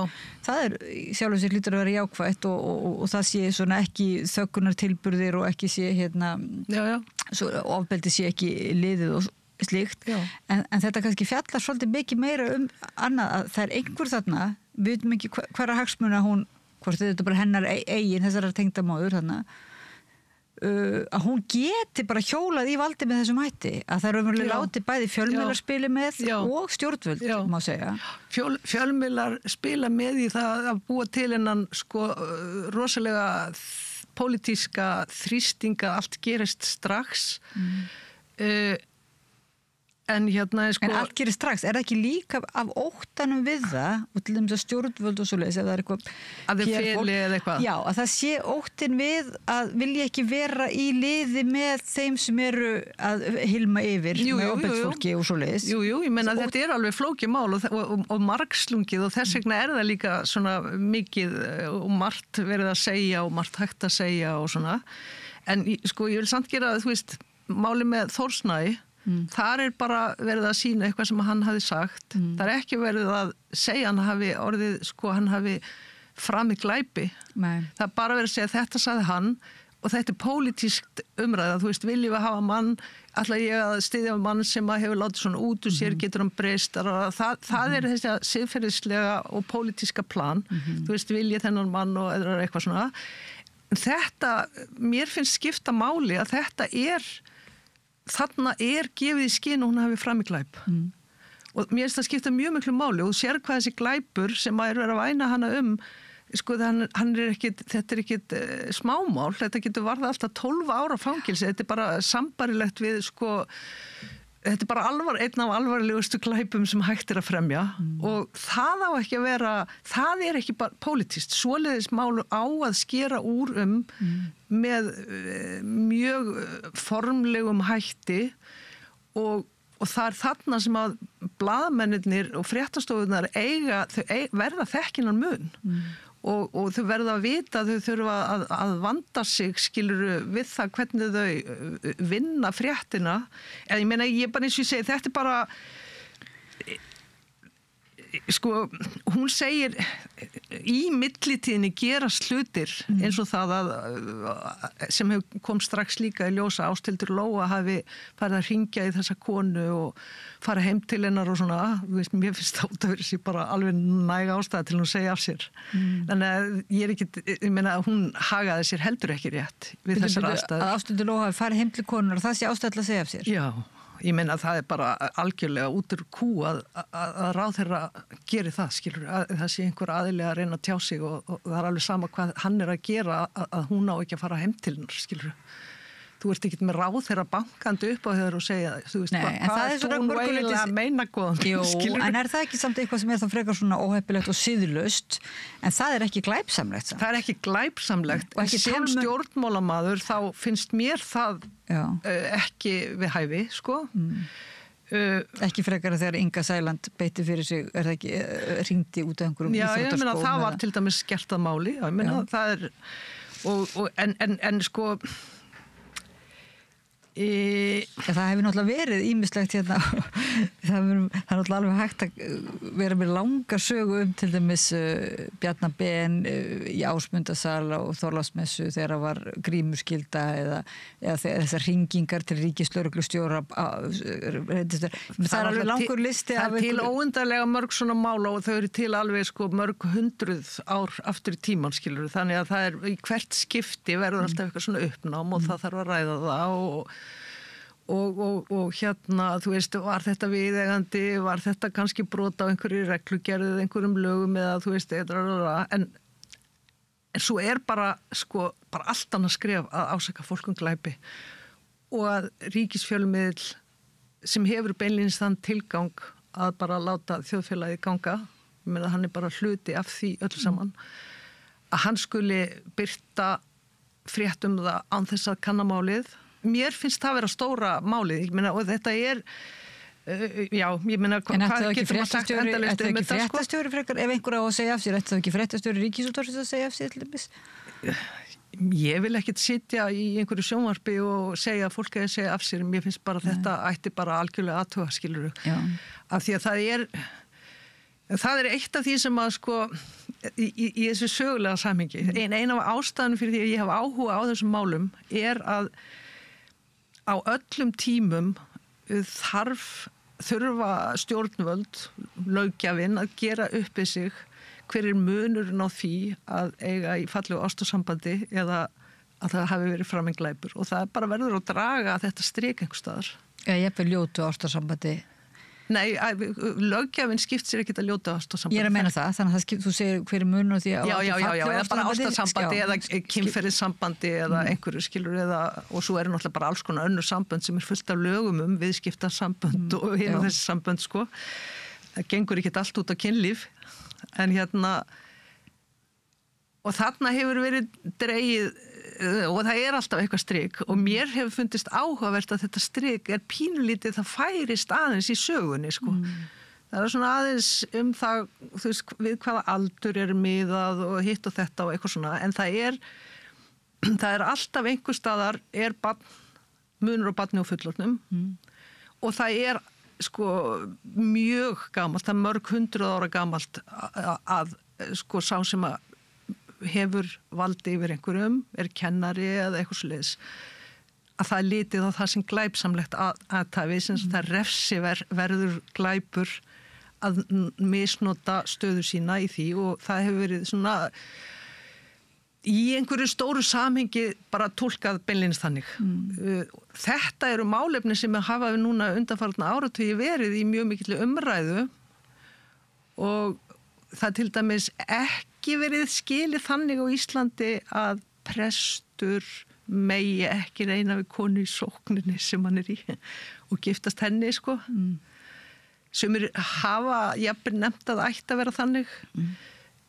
Þannig það hafa alveg verið einhverjar túlkanir á þessu, en það má ekki vera barnakennari. Menntaskólakennarar hafa komist upp með þetta á þess að nokkur geri við það athugasemdir, enda var það þannig að menntaskólakrakkar voru alltaf orðnir sjálfráða. Þannig að það getur hreyfst sem sagt eftir að 1997 var sjálfræði fært upp í 18 ár, og það sko, það eða, hvað heitir það, heitir ekki bara sjálfræði, það eins og mörg hugtök á bakvið þennan aldur sem að núna bara skýrt 18 ára, barn þá til 18 ára og þá koma fullt af réttindum, en það var þannig að sem sagt, ungmenni fengur réttindi smám saman. Og það ennþá aðeins þannig, það ekki til dæmis má ekki kaupa áfengi 18 ára þótt maður sé orðin. En það sem að lagarafinu hefur nú aðeins breyst kannski, en þá kannski ekki skrýta þessi ákveðin ringulreið kannski umræðinni, þar sem að líka hefur bara verið gagnrýnt eins og til dæmis í MeToo-hreyfingunni, eða má tala það sem hreyfingu, eða bara á okkur svona síðustu árum, að það sé ekki nóg að hafa lagarema þegar það ekki kannski dæmt eftir honum, eða þegar það eitthvað svona kerfi í kring sem að það orðin ákveðin hefð fyrir því að telja eitthvað bara eðlilegt eða svona ósaknæmt sem að samkvæmt lögum kannski saknæmt, og þess vegna þurfi að koma af stað svona eins og vakning og þess vegna þurfi að beita þrýstingi og umræðu bæði, og þá fara menn í gegnum fjölmiðla náttúrulega. Ákveðni þrýstihópar til að minna á réttlæti og gæta rétta barna. Þetta eru umræðefni sem ég hef komist að eru bara búin að vera í gangi í mörg hundruð ár, og ég meina bara eðlilegt að sé verið það, og það að ræða það, og það hefur verið eins og ég myndi bara alveg orða þessum hreyfingu undanfarin ár, ekkert bara hér á landi heldur mjög víða, en það líka sko hefur komið fram núna í sambandi við þetta mál sem við erum að tala með Ásthildi Lóu og hennar barneign þarna fyrir á árum, að sko að þótt að lögin hafi verið öðruvísi hugsað hlutina, þá hafi sem sagt, þá sé fórnarlambinu jafn mikill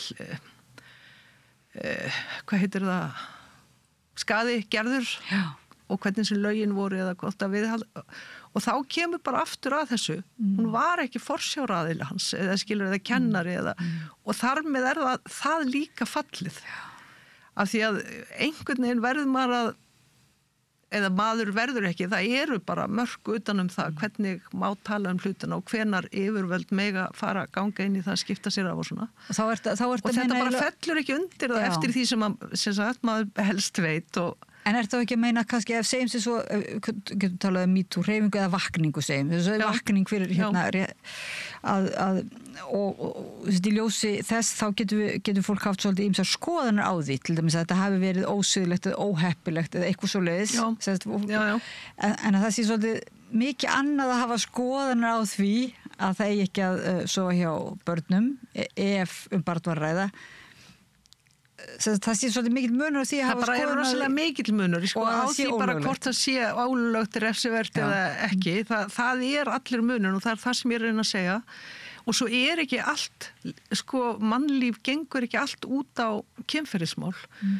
Það sem ég líka reyna að koma hérna á framfærið, það að væna manneskju opinberlega alvarlegan glæp bara ekkert síður alvarlegt heldur en að beita hann líkamlegu ofbeldi.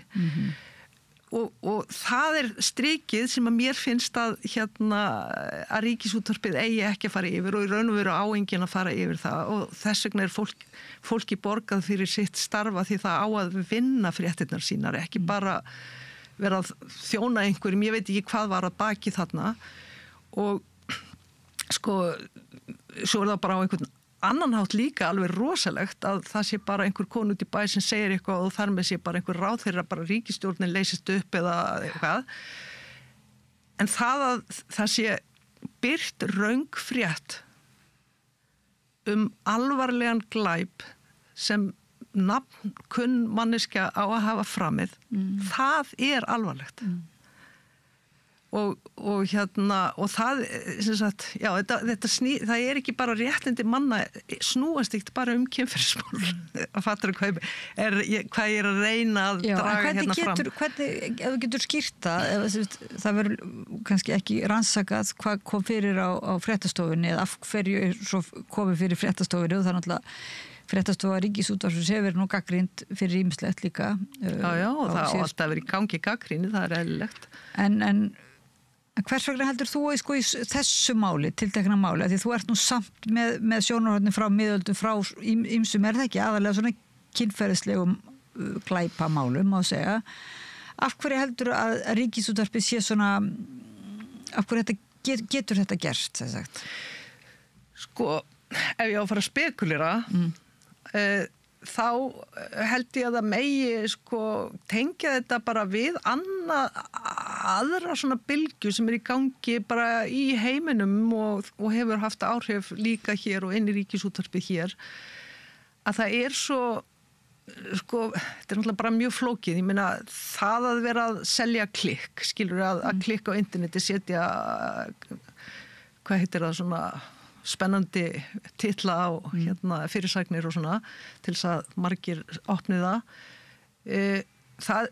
náttúrulega bara eitt sem farið að stjórna ótrúlega mörgum hlutum og hafa áhrif á það hvernig þeir þróast en það líka þessi áhugi á þessum svokölluðu sönnu sakamálum sem hefur gert að verkum að það hefur borist til Íslands þar sem að hefur verið að gera að fólki þykir rosa skemmtilegt að búa til vera að fjalla sakamál og jafnvel möguleg sakamál og mér hefur blöskrað líka sumt af því sem hefur verið gert þar sem verið að tala alvarlega glæpi eins og manndráp og það verið að nefna fólk í því samhengi en það ekkert á bakvið annað heldur en spekulasjónir hjá einhverjum þáttagerðamanni skilurðu og þetta hefur kannski smám saman svona tekið broddinn af því sem var algjört tabú að segja opinberlega að einhver hafi framið glæp á þess að vita nokkuð það á þess að vera sá aðili sem að myndi kæra það til lögreglu ef að það væri eitthvað hæft í því skilur eða væri ástæða til þess eða eitthvað þannig að hinn og þessi farin að koma núna fram og segja kannski var þessi maður drepinn og það geti alveg verið að þessi þarna maður hafi bara drepið hann og það verið að nefna nöfn og oftast þetta fólk sem fallið frá og oft fyrir löngu en þetta bara ágiskuna því hér eru við bara í einhverju svona frekara almennu spjalli en ég held þetta sé mjög varhugavert vegna þess að ég meina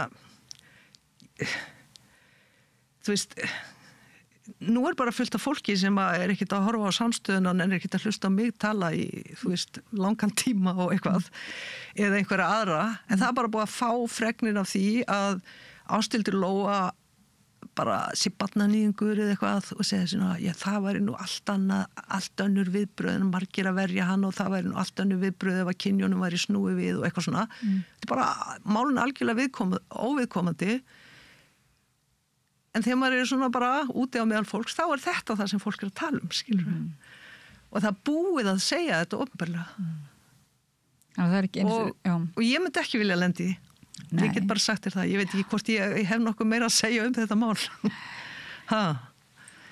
Nei, en svo kom að gátunar einmitt hvað henni gekk til konunni sem fór að tala þetta og af hverju henni var ekki bara vísað þá til lögreglunar þú veist, það ýmsar getgátur, en getur þú sagt okkur, sko, takk fyrir að setja þetta í samhengi miðaldana og það nú stuttu tíma eftir. Og ekki bara miðaldir, ég hef alveg líka verið að lesa mála alveg fram á 20. öld, sko. Jú, ég veit, ég bara svona, það hljóma svo vel svona, fyrir ekki,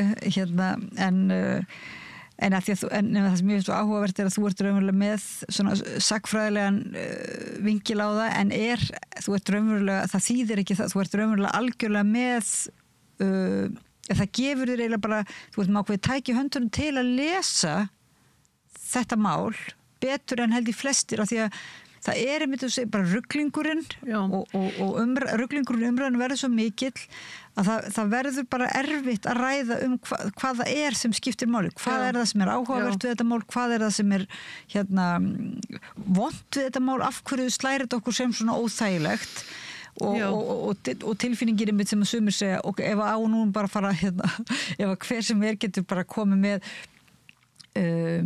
grafið upp eitthvað mál. Já, ekki einu sinni, skilur þetta var rámt. Það eiginlega það sem hryllilegast við þetta. Já, og ég vil bara tala eitthvað sem sem einhver flugufótur fyrir. Það er alltaf erfiðustu málið. Þegar þú kemur einhverja kjaftasög, þannig nú flest mannorðsmorðin. Þegar það einhver flugufótur, það eitthvað sem til í þessu, sko, en svo kemur lygin eða skekkjan inn í það og þá væri hægt að kannski að búa til ýmis mál ýmsa, til dæmis aðra og þá það ekki svolítið svona varnarleysi. Hvað getum við þá, hvers megum við þá vænta, hver það þá sem fyrir hönd okkar, almennings, sem hugsa með sér, sko, fyrst þetta fyrir ekki dómstöðina, hver þá þarna sem athugar og tjekkar, býtum við, þessi fréttastofa, hver getur tjekkað fréttastofu Ríkisútvarpsins af, ekki fréttastofa Morgunblaðsins, hvað með hinar fréttastofunar, hvernig eru fjölmiðlarnir á Íslandi? Já. Ég hef náttúrulega verið að gagnrýna það að Ríkisútvarpið sé ekki faglega, því sé ekki stjórnað fagmennsku og ég hef ekki fjallað fréttastofuna, en mér finnst þetta mál sýna það að það ekki fagmennska endilega þar inni, en mér finnst í svona stóru sögulegu samhengi þá finnst mér augljóst að það einhverjir múrar einhverjir veggir sem hafa brostið þar sem að menn vissu hvar lá takmörk þess sem maður getur sagt aðra opinberlega en kannski bara að því ég hérna þá get ég kannski sagt, sko, það sem að ég veit ekki hvort ég lesi þetta endilega betur en ég hef, eins og segir, samt ákveðnar aðferðir við að skoða svona mál og þar sem sagt það sem ég finnst mjög oft gleymast í umfjöllunum, bara til dæmis alls konar söguleg málefni að sem sagt báðir aðilar hafa rétt, sá sem að brotið var á og hinn sem braut á honum og í raunum veru hann ekki formlega sá sem braut á honum fyrir en það búið að dæma það og þannig að það sem sagt réttur beggja og hann jafn gildur og það ástæðan fyrir því að alveg eins og það má ekki ráðast að mann og lemjan, það má ekki heldur segja hann sem morðingi af því þá verið að þú veist, ganga inn á bara mannhelgin eða svið sem að, sko, þetta verður kannski ekki aftur tekið, alveg sem menn geta bara mist fótinn í ofbeldi eða verið af því afleiðingar og þá geta líka orðið afleiðingar og svona málum. Það komið náttúrulega samfélagsmiðlunum. Þarf að taka þetta alvarlega. Já, þú veist, mér finnst bara skipta mjög miklu máli hvort að þetta stofnun eða hvort það bara einhver almenningur að segja eitthvað, sko. Ég átta með því, en hvað finnst þér, að því nú voru, sko, engir í gegnum söguna hefur ekki verið þessi vettfangur, tjáningar þar sem fólk raunverulega sýnir, sko, mikla dómhörku eins og í þessu máli og eins og segi kannski margir gerður að fíblum voru við yfirlýsingar og héldu þau verið að tala eitthvað allt annað mál, sko, og margir einmitt bara eiginlega tóku allir baka og sögðu ég vissi bara ekki þetta en enga síður, að þú segir það farið yfir þetta svið og það eitthvað svona, þú veist, í staðin fyrir að fara út og berja eitthvað þá á sér stað alveg óbærslega harka á og samfélagsumræðinni og það ekki hægt að fara og segja við eitthvað vendarlega, akkur sagður þetta en ef maður bara fari í þetta debatt þar sko og það alveg utan við allt sem það kannski þátt í því að sko mörkin að mást út en það þýðir ekki það að stofnanir eigi eða opinber fyrirtæki eins og Ríkisútvarpið eigi að slaka á vinnubröðunum. Ég meina bara alveg svo það hefur verið að selja fullt af drasli út allt sem á að lækna krabbamenn og ég veit ekki hvað og hvað en þú veist vísindamennir eiga bara áfram að halda að þeir verða að viðhafa vinnubröðin rétt fattaru það þetta bara rosalega stór mál og mikið að gerast í þessum málum en ég ætla bara að segja það aftur sem ég sagði hérna í byrjun eins og málin standa núna nokkrum dögum eftir að þetta uppnám verður með barnamálaráðherrann að það sem eftir stendur að fréttirnar sem birtust þarna á 50-dagskvöldið voru í megin atriðum rangar og það er það sem ég hef áhuga á í þessu pólitíska samhengi núna að því bara það er mitt áhugasvið og mér finnst það bara mjög alvarlegt. Já, það er mjög alvarlegt en mér finnst líka skrítið allir konan sem meintur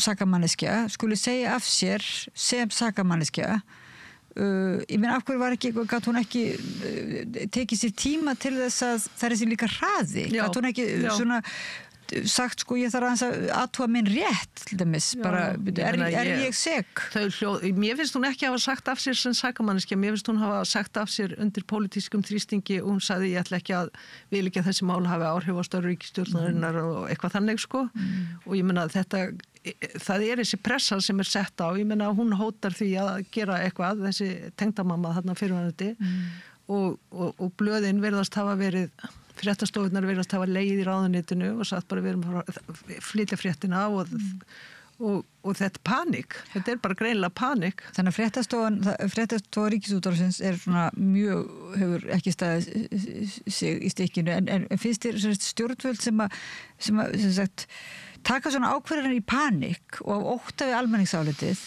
er það ekki líka eitthvað sem má svona spyrja sig og þá er það kannski ekki endilega pólitískt í hvaða flokki en bara þegar að stjórnvöld eru farin einhvern veginn að hugsa sko hvað fólk segir á netinu eða Þetta samt ekki bara fólk á netinu, þetta var Ríkisútvarpið, skilurðu nei en ég bara alveg hugsa yfir því líka og ég ímynda mér að fólk hafi sagt eitthvað svona sko þetta verður aldrei hægt að þurrka af það bara búið að gera þetta og það náttúrulega þeir sem gera það vita líka að þeir hafa það vald og ættu að vita það og ættu að taka tillit til þess þeir eru að vinna fréttirnar sínar og ég meina ég held að þau hafa ég meina ráðherrarnir hafa örugglega talað saman Ásthildur Lóa gerir þetta örugglega ekki bara alveg ég veit það ekki Nei, það kom nú fram að þær Kristrún hafði talið saman en ég bara mjög hugsa yfir því líka að þessi panik hafi orðið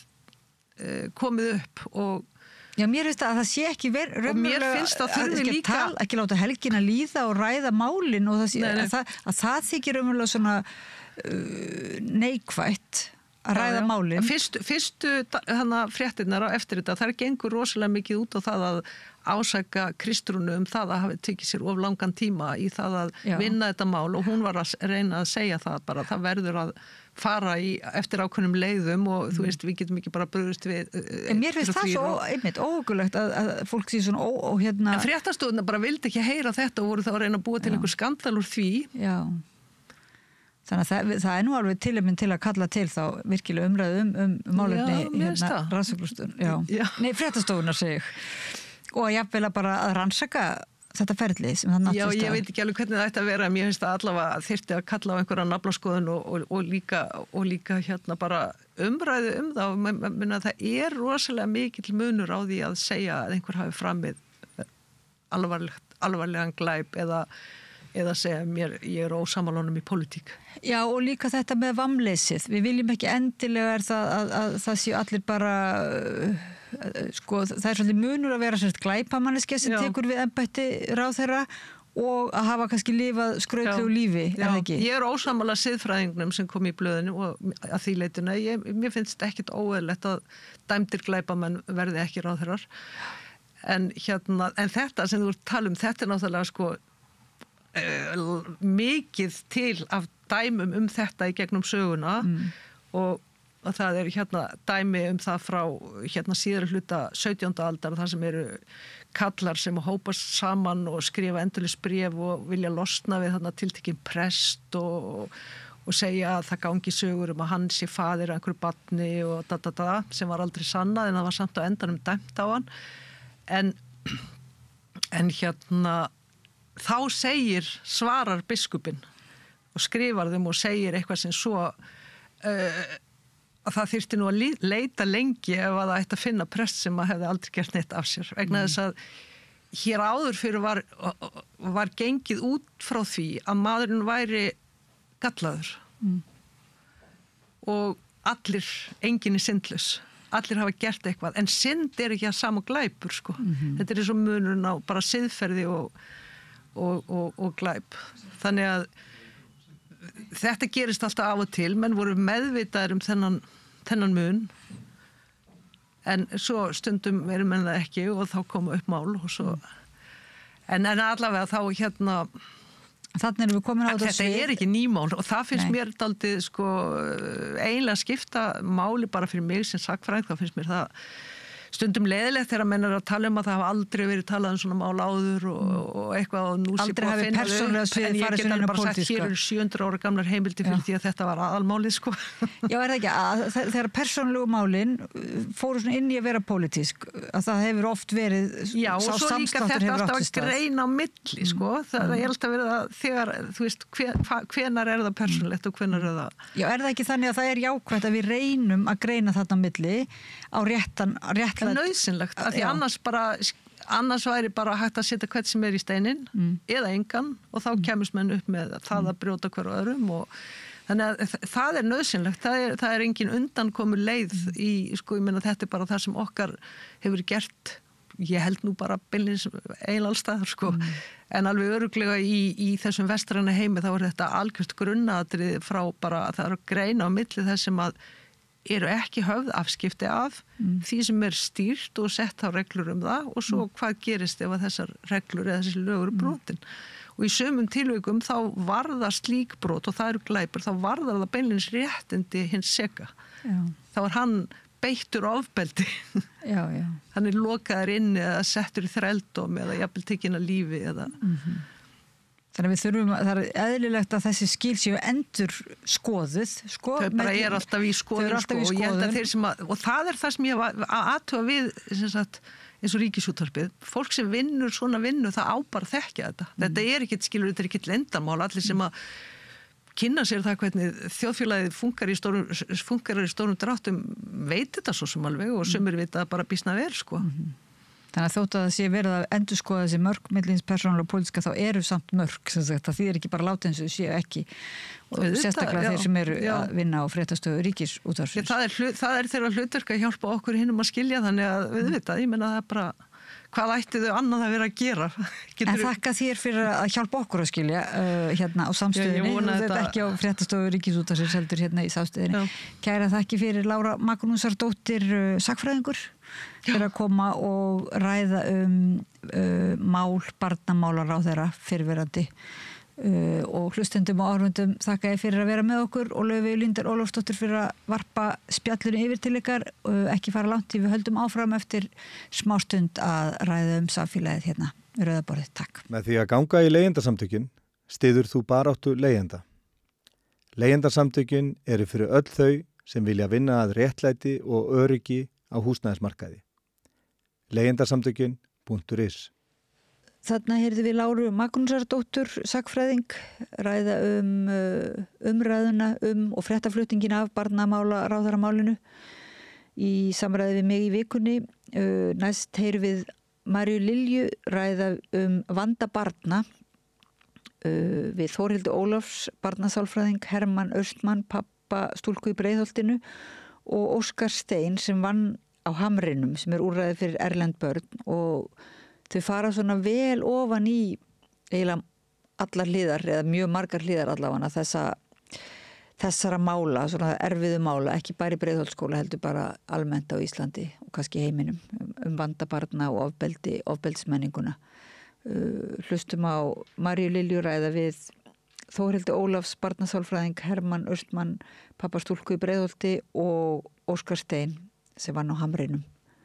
Gjörið svo vel.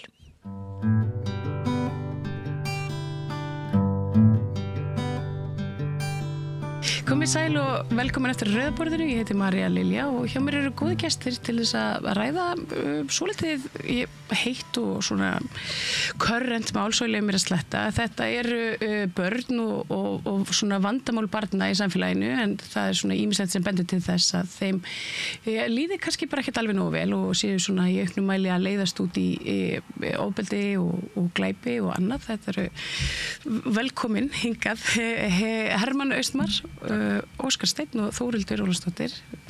Gott að fá okkur. Takk fyrir þessu.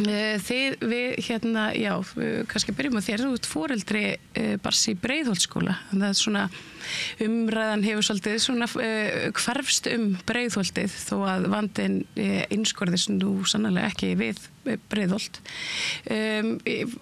Þú kannski segir okkur aðeins svona bara frá þér og þinni stöðu. Minn stöðu, já. Takk fyrir að bjóða mér. Já. Þetta náttúrulega snýr kannski aðalega bara hver staða barnanum mér, myndir ekki segja það? Jú. Að við náttúrulega fluttuðu bara skóla. Tókuðu upp úr Breiðholtsskóla, settuðu hann á skóla. Það er alltaf bara svona neyðar. Er það nýtt? Það gerðist með gríðarlegum hraða. Já. Það var bara það tók bara nokkra daga sko. Já. Ég var búin að athuga það áður sko, hvort það var í möguleiki. Ég var búin að fá mikið bara nei, bara glemdu þessu, þetta er ekki hægt í Öldusarskóla og fleiri skólum. Þannig að þannig ég var mjög fegin að geta að þetta var mögulegt sko. Því miður. Þetta er ekkert eitthvað sem að manni langar endilega til að gera, að rífa börnin sín upp. Þau eiga tengslanett. Það er ekki bara sko vinir, það er líka foreldrar sem þekki börnin og sem er í skólanum. Þannig að þetta var ekki, þetta var bara því miður nauðsynlegt. Þín börn eru voru tilhörðu bekk eða árgangi þar sem að hefur verið ákveðið svona vandamál. Það hefur verið ofbeldi og annað tengt ákveðnum hópi. Þú er komið hingað og rætt það áður við mig. Finnur eitthvað mun á þínum krökkum? Ég finn strax mun á dóttur minni. Já. Það er bara það er eiginlega bara allt annað að sjá hana. Hún til dæmis, það er rosa skrítið, hún var farin að draga sig tilbaka og taka ekki þátt í verkefnum sem að hún sko elskaði að taka þátt í áður fyrr. Og hún er bara að koma tilbaka. Ég hljóma svolítið skringilega, þetta er svo stuttur tími, en allt í henni er hún tilbúin að takast á við verkefni sem hún algjörlega hafnaði bara fyrir vetur sko. Þannig að það er mjög gaman að sjá það. Þú hefur verið svolítið svona harðorður í garð bara yfirvalda reynlega, skólayfirvalda og þetta svona ákveðna úrræðaleysi sem virðist blasa við þegar börn eru í vanda. Já, það bara mætir þeim ekki neitt, fyrir ekki að grípið fram mér. Já, nei, bara ekki svo vel. Það bara mætir þeim rosalega lítið og eiginlega ekki neitt. Og ég var fyrir gríðarlegum vonbrigðum bara þegar ég komst að því sjálfur að það var ekki þarna.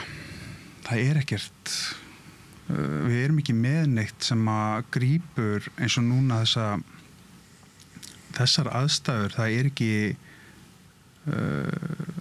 ég talaði þetta henni pallborun að vísi yfir nokkur dögum og það var sko, það er ekki einu sinni sálfræði þjónusta fyrir börn sem eru búin að lenda í gríðarlegu áfalli og það er sko áföll fyrir börn,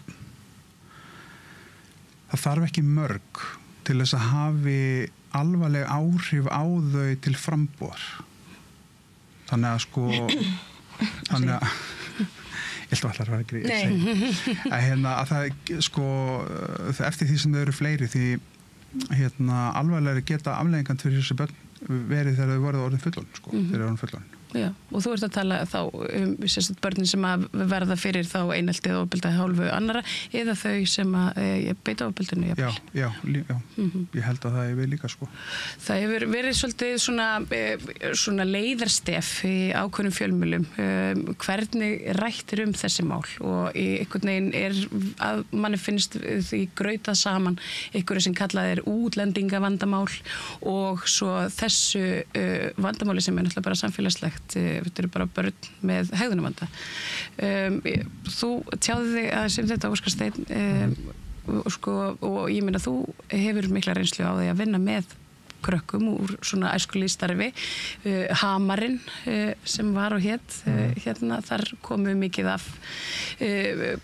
ungmennum sem sagt frá bara alls konar uppruna. En þú bentir sérst á það að það væri ákveðin munur í því hvernig fjallað börn annars vegar þegar þau eru fædd og uppalin á Íslandi og svo þegar þau koma kannski eða hafa annan bakgrunn. Já, ég held að þetta einskorðist ekki endilega við þessa tilteknu umræðu en þetta birtist okkur svolítið í henni að það hafa náttúrulega, kannski ákveðni fjölmiðlar svolítið viljandi verið að leggja áherslu á það einhvern veginn að þarna eru börn af erlendum uppruna og frá kannski ákveðnum menningarheimum og eitthvað svona. Og þetta hefur náttúrulega svolítið æst upp í kommentarkerfunum. Og við eigum það svolítið til að vilja mála heiminn með svolítið svona breiðum strókum og vilja svona einfalda hlutina og þarna svolítið auðvelt kannski að detta í þá gryfju að ætla að afgreiða þetta með einhverjum svona hugmyndum að þessi tilteknu börn séu af einhverjum ólíkum menningarheimi komi úr einhverjum öðrum heimsluta sem eru önnur gildi og þau þess vegna séu þau að beita ofbeldi og séu og að þau erfitt með að aðlagast og eitthvað svona en svo einhvern veginn eigum við miklu auðveldara með að setja okkur í spor og finna svona harminn í því þegar að ræða okkar eigin börn skilur innfædd börn sem að lít út eins og okkar eitthvað svona þannig að mér fannst þetta svolítið birtast í þessari umfjöllun sem búin að vera og það sem að einhvern veginn menn hafa verið að velta sér upp úr uppruna þessara barna og svo umfjöllunarinnar núna í vikunni það sem að móðir var að segja frá raunum sinnar fjölskyldu og sinnar dóttur og mér finnst þetta bara endurspegla, svolítið svona skakt kannski. Sú stúlka var úr Garðabænum og svona leiddist út í slæman félagskapi eða einhvers konar fór að sýna einhverja áhættu hegðun svona þegar hún fór í verkfall. Þetta var fréttir sem að voru fluttar bara síðustu helgi. Þetta var svona, þetta var áhugaverður munur. Þetta var svolítið svona, það samt einhvern veginn, í báðum frásögnunum þá mjög augljóst að við erum ekki að horfast í augu við að þetta eru bara börn í einhvers konar vanda hvort að vandinn sé foreldravandi eða hvort það sé bara eitthvað annað sem spilar inn í heldur erum við einhvern veginn svona að finna eitthvað svona sökudólk, við fyrir aldrei í grunninn það verkalýðshreyfingin verkfall kennara og svo það bara ólíkir menningarheimar en Þórhildur, þú náttúrulega vinnur mjög mikið og náum með börnum sem að koma allstaðar og eru með svona ólíkan vanda sem barnasálfræðingur og skiptir einhverju máli í rauninni hvaðan börn koma ef að vandamálið til staðar ég meina ef þau eru farin að þróa með sig frá áhættu hegðun. Varandi þá þjónustu sem börn fá þá myndi ég segja að eftir minni bestu vitund og ég get náttúrulega aðeins tala bara út frá mínu starfi þar sem ég starfa en minni bestu vitund þá fá þau þá þjónustu sem íslensk börn fá líka. En það samt kannski ákveðin munur og ég var að ræða þetta við hann Óskar Stein líka en aðeins áður við byrjum. Það svona ákveðin munur í hvers konar þjónustu sóst eftir og þá ég að meina sko ekki endilega til dæmis þau vísaðlum til okkar eins og kannski munur á hvað þjónustu fjölskyldan hefur áhuga á að þiggja eða eftirfylgni að þjónustunni eða hvað börnin hafa áhuga á að þiggja líka, það skiptir miklu máli en þeim öllum boðin sama þjónustan hvort sem að munurinn menningarlegur eða þau eru með aðlaga sig eða hvað það nú þá það samt sem áður eitthvað sem þarf líka að tala að því ef það vandinn að það eitthvað menningamunur eða einhver aðlögunarvandi sem að valda því að þessi börn eiga í aukinni áhættu á að lenda í hegðunarvanda eða bara sína hegðunarvanda þá það eitthvað sem þarf náttúrulega að ræða líka bara þá eru strax komið með ákveðin þátt sem valdandi þess að þau eru útsettari fyrir því að fara ákveðin farveg sem önnur börn gera ekki En varðandi þá þjónustu sem börn fá, þá hugsa ég sé ekki mikill munur á hvort sé innflytjandi eða íslenskt barn. Þeim vísa sama veginn í raun og veru. En það vantar ýmislegt upp á þjónustustigið og svona þjónustun og ég meina það bara, við vitum það eru litli fjármunir og einhvern veginn að móða, það ekki mikið í boði fyrir fólk svo sem. Nei og það kannski freka vandamáli eins og þú myndist á áðan, kannski, þetta kerfislægari vandi en að það sé hægt að setja bara beint á, innflytjenda þau fá minna en barn í Garðabænum. Það fer náttúrulega líka svolítið eftir hver hefur frumkvæðið því að hafa samband við fjölmiðla og ræða barnið sitt og koma sér þangað og ég ekki pun intended heldur meira að því vorum að tala þessa fréttu í Morgunblaðinu en líka að það erfitt að komast að fá þjónustu til dæmis á heilsugæslunni eða það eru bara langir biðlistar og úrræðin eru því miður ekki það mörg og það ekki hlaupið andlaði að komast í þau úrræði sem eru til staðar nú þegar. Þannig að það eru mörg börn að bíða mjög lengi að fá aðstoð og meðan þau bíða þá kannski ekki mikið gert og þá verður vandinn verri. Þannig að það myndi ég segja var fyrst og fremst kannski það sem ég myndi vilja fókusa á þegar kemur að börnum hvað erum við að gera á meðan við erum að bíða og hvernig getum við nálgast þessi börn á meðan þessum bara þess að grípa inn í sem fyrst. En eins og þú segir, sko, þetta veldur fyrst og fremst á foreldrum og foreldrar álíta svo að barnið þeirra þurfi ekki ykkur á þjónustu þó að það gæti mögulega verið eða það einhvern veginn foreldrar eru rægir við að leita sér opinberri þjónustu eitthvað svoleiðis þá er þetta bara ekkert í boði. Má ég? Að því ég var að sesta málþingi í gær barnana réttafærslu sem að umbóðsmaður barna var að kynna og það var ung kona þar sem var að koma með sjónarmið barna og eitt af því sem að hún sagði var akkurat að sko það voru aðilar búin að tjá sig að þú veist ef þetta væri svona hinsegin og þá getur foreldrar þessar barna sótt skaðabætur eitthvað svona og ég held bara við sem að hugsa þetta rámt. Við þurfum að gefa börnum möguleika að sækja þessa þjónustu sjálf. Bara mér finnst það. Mér finnst það ætti að vera þannig. Vegna þess að það töluvert örugglega af foreldrum sem að ekkert endilega að fara að sækja þjónustu fyrir barnið sitt. Ekkert endilega. Þau þurfa líka að vita af að þessi þjónustu standi hreinlega til boða. Og ég held að ég skil alveg sjónarmið að við eigum að gera þetta fyrir börnun okkar. Ég væri til í að sjá það var hægt að prófa það. Að það væri barn gæti bara sótt sko, bara, til dæmis sjálft greiningu. Sorry, mér finnst fyrir mér, þegar ég hugsa það og reyna að setja mig í spor barna sem að til dæmis fá ekki ADHD greiningu af því að foreldrar eru trú ekki á það. Já.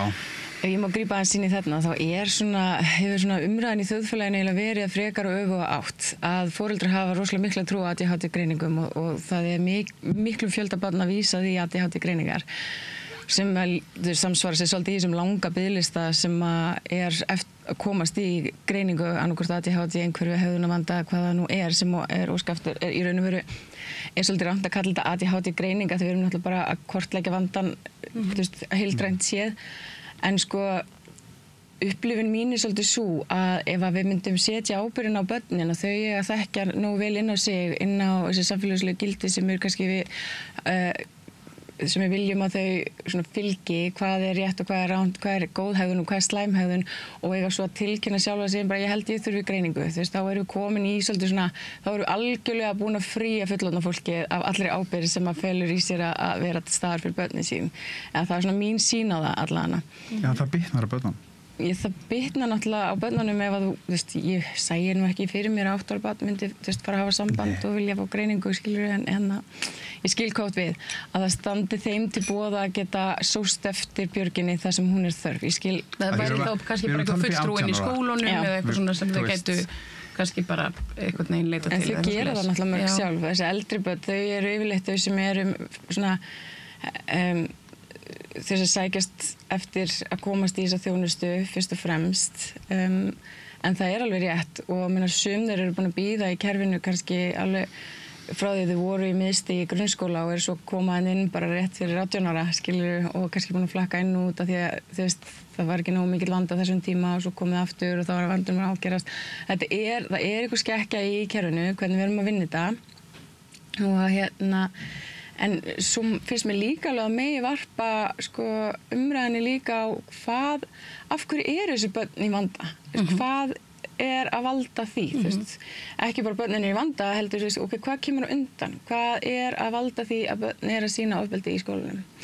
Hvað er að valda því að það er aukinn vopnaburður hjá börnum? Hvað er að valda því að nýlegar niðurstöður verða til að börn eru að mæta með vopn eitthvað af því þau vilja verja sjálfa sig. Við hvað eru þau hrædd?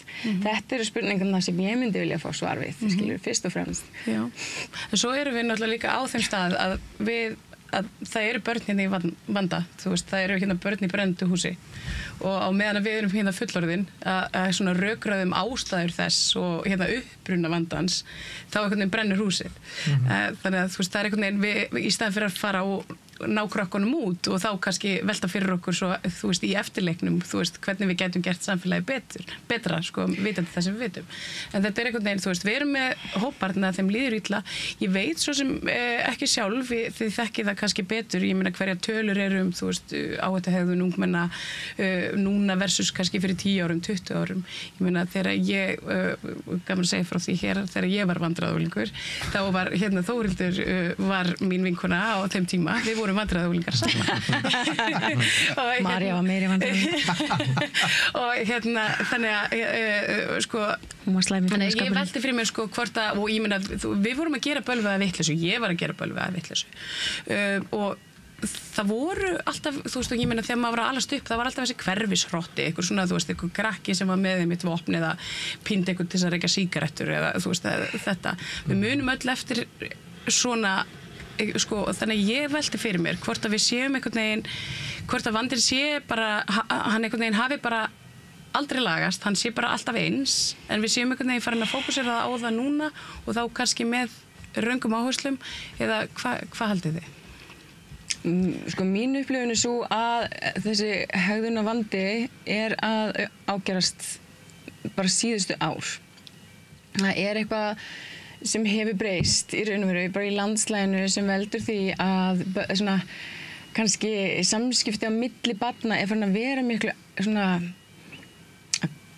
aggressívar, eitthvað meira svona aggressív heldur en það var áður, það kom meiri svona heift í samskiptin, ég man þegar við vorum unglingar, jú, það var náttúrulega, það hefur bara alltaf verið til eitthvað svona vandræðagemsar og krakkar lenda í slagsmálum og svo framvegis, en nú líka kannski með tilkomi samfélagsmiðla og einhvern veginn öðruvísi landslag í bara Reykjavík, þá hefur einhvern veginn komið meiri svona þungi og alvarleiki í þennan hegðunarvanda. Það er mitt svona mín upplifun bara út frá mínu starfi. Við erum að sjá til dæmis það er verið ykkur konar slagsmál að vera að setja það á samfélagsmiðla, skilur við, hópast saman á einhverjum ákveðnum stöðum og taka ykkur sérstaka fyrir og þú veist, og þá vera að elta ekki bara, þú veist, innan hverfisins heldur líka á samfélagsmiðlum og þú veist, og svo ertu eltur upp í hverfinu og fundið og skilur við, þannig að það einmitt bara svona samfélagsgerðin, einhvern veginn hún hefur svona magnað svo litið upp þennan vanda. En hvað getum við gert til þess að börnum líði betur, bara hreinlega? Ég meina, við hljótum að geta, þú veist, við erum fullarinn, við erum samfélagi og það eiginlega okkar skylda að hér líði öllum börnum vel. Hvað til ráða? Já, sko ég held að ég er sammála, sko, ég held að það sé alveg svona á hreinu að að þessi vandi hafi aukist, börn að sýna ofbeldishegðun, sífellt yngri börn,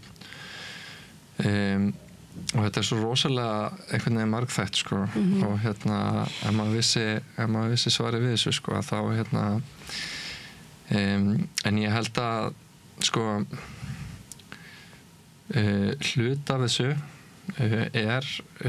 það hvernig samskipti eru bara á heimilinu og ég held að allir foreldrar þyrftu að sýna svolítið ábyrgð í því hvernig þeir tala aðra við börnin fyrir framan börnin börn heyra allt og ef þau, þú veist, alast upp við það að það sé bara í lagi að tala illa fólk, þá held ég að þau séu líklegri til þess að gera það sjálf og þá jafnvel ganga skrifinu lengra. Þannig að ég held að það þurfi svona meiri áherslu á samkennd og þú veist, og maður einhvern veginn sér, sko, þessi myndbönd sem verið að dreifa og börn, sko, horfa á þetta og virðast ekki einhvern veginn upplifa neina tilfinningar, sko, eða þú veist, það einhvern veginn, það svolítið svona óveikjandi, finnst mér að þú veist, erum við að ala upp bara kynslóð sem bara einhvern veginn aftengd við bara einhvern veginn samfélagi og hvort annað og einhvern veginn hefur ekki sans fyrir þessari svona samkennd. Þetta náttúrulega ekki algilt en þarna gætur líka samfélagsmiðlar að spila inn í að þú veist, veröldin þeirra einhvern veginn í skjánum og þá kannski rofnar eitthvað samband. En já, þetta flókið. Þetta mjög flókið. Við tölum það þegar þú komst síðast að þú sagðir við mig, mér þykir rosalega vænt þessa krakka sem eru eiga við þennan vanda í Breiðholtsskóla sem alveg, þú veist, komin á það stig að þú ert búin að taka þín eigin börn úr skólanum og þú sagðir við mig að þú veist, mér þykir rosalega vænt þessa krakka. Ég er búin að fylgjast með þeim vaks og grasi síðan þau voru bara 6-7 ára og þú veist, og átta mig á því að þú veist, það ekki allt í lagi. En ég meina, hvernig ég bara svona hvernig finnst þér umræðan einhvern veginn, þú veist, út frá ég meina, frá því að þú stígur fram í fyrsta sinn og svona, hvernig finnst þér hún hafa þróast? Finnst þér hún hafa farið í rétta átt eða eru við einhvern veginn að einblína á einhverju aukaatriði þegar, eins og ég segi, þegar húsið að brenna? Vá, herðu, ég held, sko, ég var kannski ekki sérstaklega sáttur með þetta útlendingahliðarspor. Nei. Mér fannst það vera í raun og veru óþarfi. Mér fannst þú einmitt vera mjög skýr með það hér í viðtali við mig að þú veist að það væri ekki það sem að þú værir einhvern veginn svona að setja fram. Þetta hefði eitthvað með það að gera. Nei, það eru sko 65% eða eitthvað í þessum árgangi Breiðholtsskóla sem eru erlend eða sko erlenda foreldra og og ég held sko ég var alveg sáttur við hvernig þetta fór að mestu leyti sko. Ég held að þetta snýst náttúrulega hversu það lítur út fyrir að þetta hafi bara verið vísvitandi rifið niður þessi kerfi fyrir börn. Og það rosa erfitt að sko átta sig á því hvers vegna það var farin svo leið. Og hvaða kerfi þá, ef ég má spyrja? Bara svona eins og úrræði fyrir börn, sko. Ég meina, eftir því sem ég las þá var búið að loka einhverjum 59 úrræðum. Hamarinn náttúrulega verandi eitt svona ungmenna úrræði sem var lokað. Já, bara síðasta ári. Og það, já, fyrir ekki alltaf ekki trufla, en það var sett ungmennahús sem hafi verið starfað í mörg ár í Hafnarfirði. Og við höfum náð alveg sérstökum árangri í þess að því að ná til ungmenna af erlendum uppruna. Og það við vorum bara öfunduð af því af ungmennahúsum öðrum hér á landi og líka í Evrópu, þar sem við höfum farið oft í samskiptum við önnur ungmennahús. Það sem vandinn einmitt að þau ekki að ná þeim ungmennum inn. Og þá eru þau að lenda einmitt í áhættu á að verða svona utanveldu. En við höfum náð góðum árangri að ná til þeirra, svo góðum að meirihlutanum í bæjarstjórn Hafnarfjarðar fannst við bara alltaf mikið verið að þjónusta ungmenni af erlendum uppruna og ekki nógu mikið að þjónusta íslensku ungmenni. Og þó að þetta hefði ekki verið sagt opinberlega sem ástæðan, þá hefur þetta svona verið, maður hefur heyrt þetta, út undan sér. Og bæjarstjóri Hafnarfjarðar þáverandi sagði reyndar á bæjarstjórnarfundi þegar að vera að ræða þessa lokun, að það væri nú kannski frekar ríkisins að þjónusta þessi útlensku ungmenni og við ættum að fókusera á okkar, eitthvað svoleiðis. Þannig að sko það að loka ungmennahúsi bara í fyrra sko, í þessu umhverfi sem við erum að tala um hér sko, það er náttúrulega galið. Akkurat, já, ég er ekki alveg inn í þessum málum sko, en ef þetta er rétt þá finnst mér það að vera gjörsamlega galið, því að við erum nú þegar búin að segja já, komið hér inn í landið, verið íslenskir ríkisborgarar, við tökum á móti ykkur, þá ætti náttúrulega ekki þessi greinamunur að vera á milli hvað litur er á húðinni, hvað þjónusta þér stendur til boða.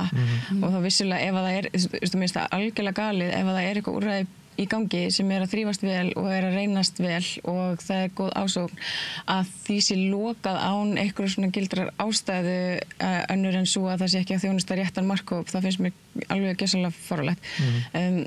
Það er nefnilega málið sko, þetta fer alltaf út í einhverju svona pólitík og ég held að það sé kannski svona mörguleiti vandinn sem við stöndum framfyrir, þetta er við einhvern veginn okkur er búið að takast að gera sko bara vanlíðan barna að einhverju pólitísku bitbeini sem er náttúrulega bara inngildingu barna af erlendum uppruna og svona, þú veist, ég meina okkur á í rauninni, við eigum öll að vera sammála um það bara hreinlega að það sé mikilvægt að börnum líði vel í samfélaginu. Það er bara svona, ætti að vera bara okkar grunnstef.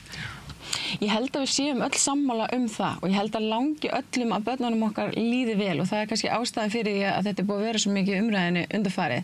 Hins vegar er ég búin að velta þessu svolítið fyrir mér og sérstaklega áður en ég komin í dag að því ég var að velta fyrir mér svona hvað útgangspunktur er þið á þessu hérna. Og bara raun og verið búin að velta málunum svona svolítið fyrir mig líka. Nú erum við komið með, þú veist, eins og í umfjöllunum mál dóttur þinnar, þú veist, þá kemur eitthvað svona ákveðin útlendingavingill á það og svo kemur frá þér svona umræða að kannski fái íslensk börn meiri athygli þegar kemur að líðan og hegðun umfram þau sem að börn innflytjenda fá.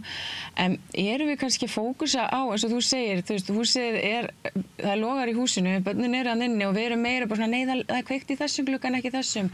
Við þurfum að nota hérna þessa slöngan, ekki þessa. Þú veist, málið er það að við þurfum að vinna út hvernig slökkum við þetta hús, eða þennan eld og björgum þessum börnum. En fyrst þurfum við að vita hvar eru börnin, þú veist, hvar eru þessi krakkar og hvað er að valda því að þú veist, það er vandi til staðar. Við þurfum að ráðast á rót vandans. Og í staðin fyrir að horfa á bara nei, þessi sagði þetta og þessi sagði hitt og ég tek það fram að það er ekki alls ekki mynd eitthvað í áttina ykkur heldur meira bara svona hvernig umræðin í samfélaginu er í heildina. Já, af því að þetta er svo mikið tal einhvern veginn og svo einhvern veginn verður rosalega mikið tal. En ég held að talið endurspegli einmitt bara vilja fólksins í landinu, almennings sem að er og og ber hag barna fyrir brjósti og bara samfélagsins alls kannski, en svo versus þá bara stjórnvöld eða kerfi. Ég hugsa að þetta sé bara svona kerfislægur vandi sem búin að vera ágerast í nokkur ár. Þetta ekki eitthvað eitt sem að valda því að börnum líður verð. Við erum að tala að Reykjavík að stækka. Svona umhverfi í Reykjavík að breytast aðeins.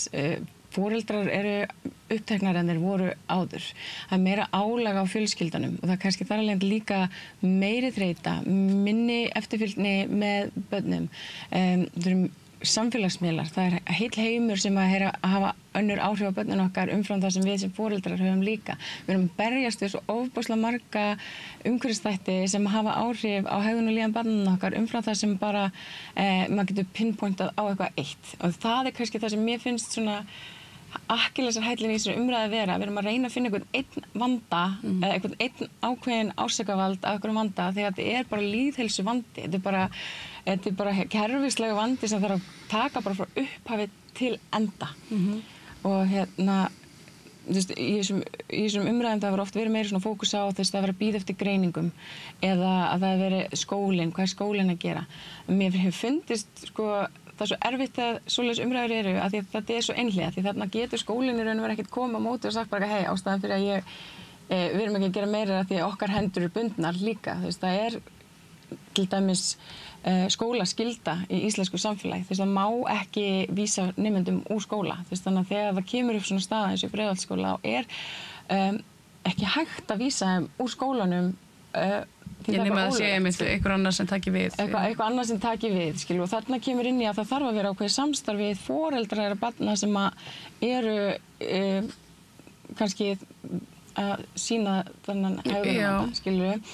Og mér finnst sá vinkill svolítið, nú er ég krossfest, en mér sá vinkill samt alveg, það er svolítið svona heit kartafla sem enginn í raun og veru þorir að tala Hvar er ábyrgð líka fjölskyldunar og hvar er ábyrgð skólans? Hvað í raun og veru ætlum við að fá þegar við erum búin að fá greininguna? Eins og þú sagðir áðan, það er ekkert þarna við endan. Það er búið að leggja svo mikla áherslu á og ég upplifði þetta mikið í bara mínu starfi. Það er allir að bíða eftir þessa greiningu. En hvað svo? Greining er bara nafn á einhverju röskun sem þú ert að sem þú varst með fyrir greiningunum. Já, og vandinn er búin að vera til staðar allan tíman. Af hverju er ekki fókus á að koma með þessi inngrip löngu fyrr inn í mál barnanna og það er náttúrulega það sem er búið að vera að reyna að koma til móts við með til dæmis farsæld barna þar sem að barni á að vera útlitaður málstjóri bara mjög snemma í ferlinu sem á að vera eins og millilið foreldra og barns inn í kerfið og geta svona handleitt í gegnum þau úrræði sem barninu stendur til boða en svo er það önnur spurning, hvað úrræði eru í boði, hvað er raun og veru hægt að gera, við erum með hann hegðunarvanda eða hvort sem það er ástæðan sé að ADHD einhverfa hegðunarvandi yfir höfuð, þá er rosalega tökumörku svona, að það er engin töfralausn, það er kannski máli. Það er sérstaklega ekki eins og þú segir ef að vandinn liggur heima fyrir, þú veist, ef að það er vandræðagangur ykkur á heimilinu, það getur verið af alls konar toga, það getur verið bara fátækt,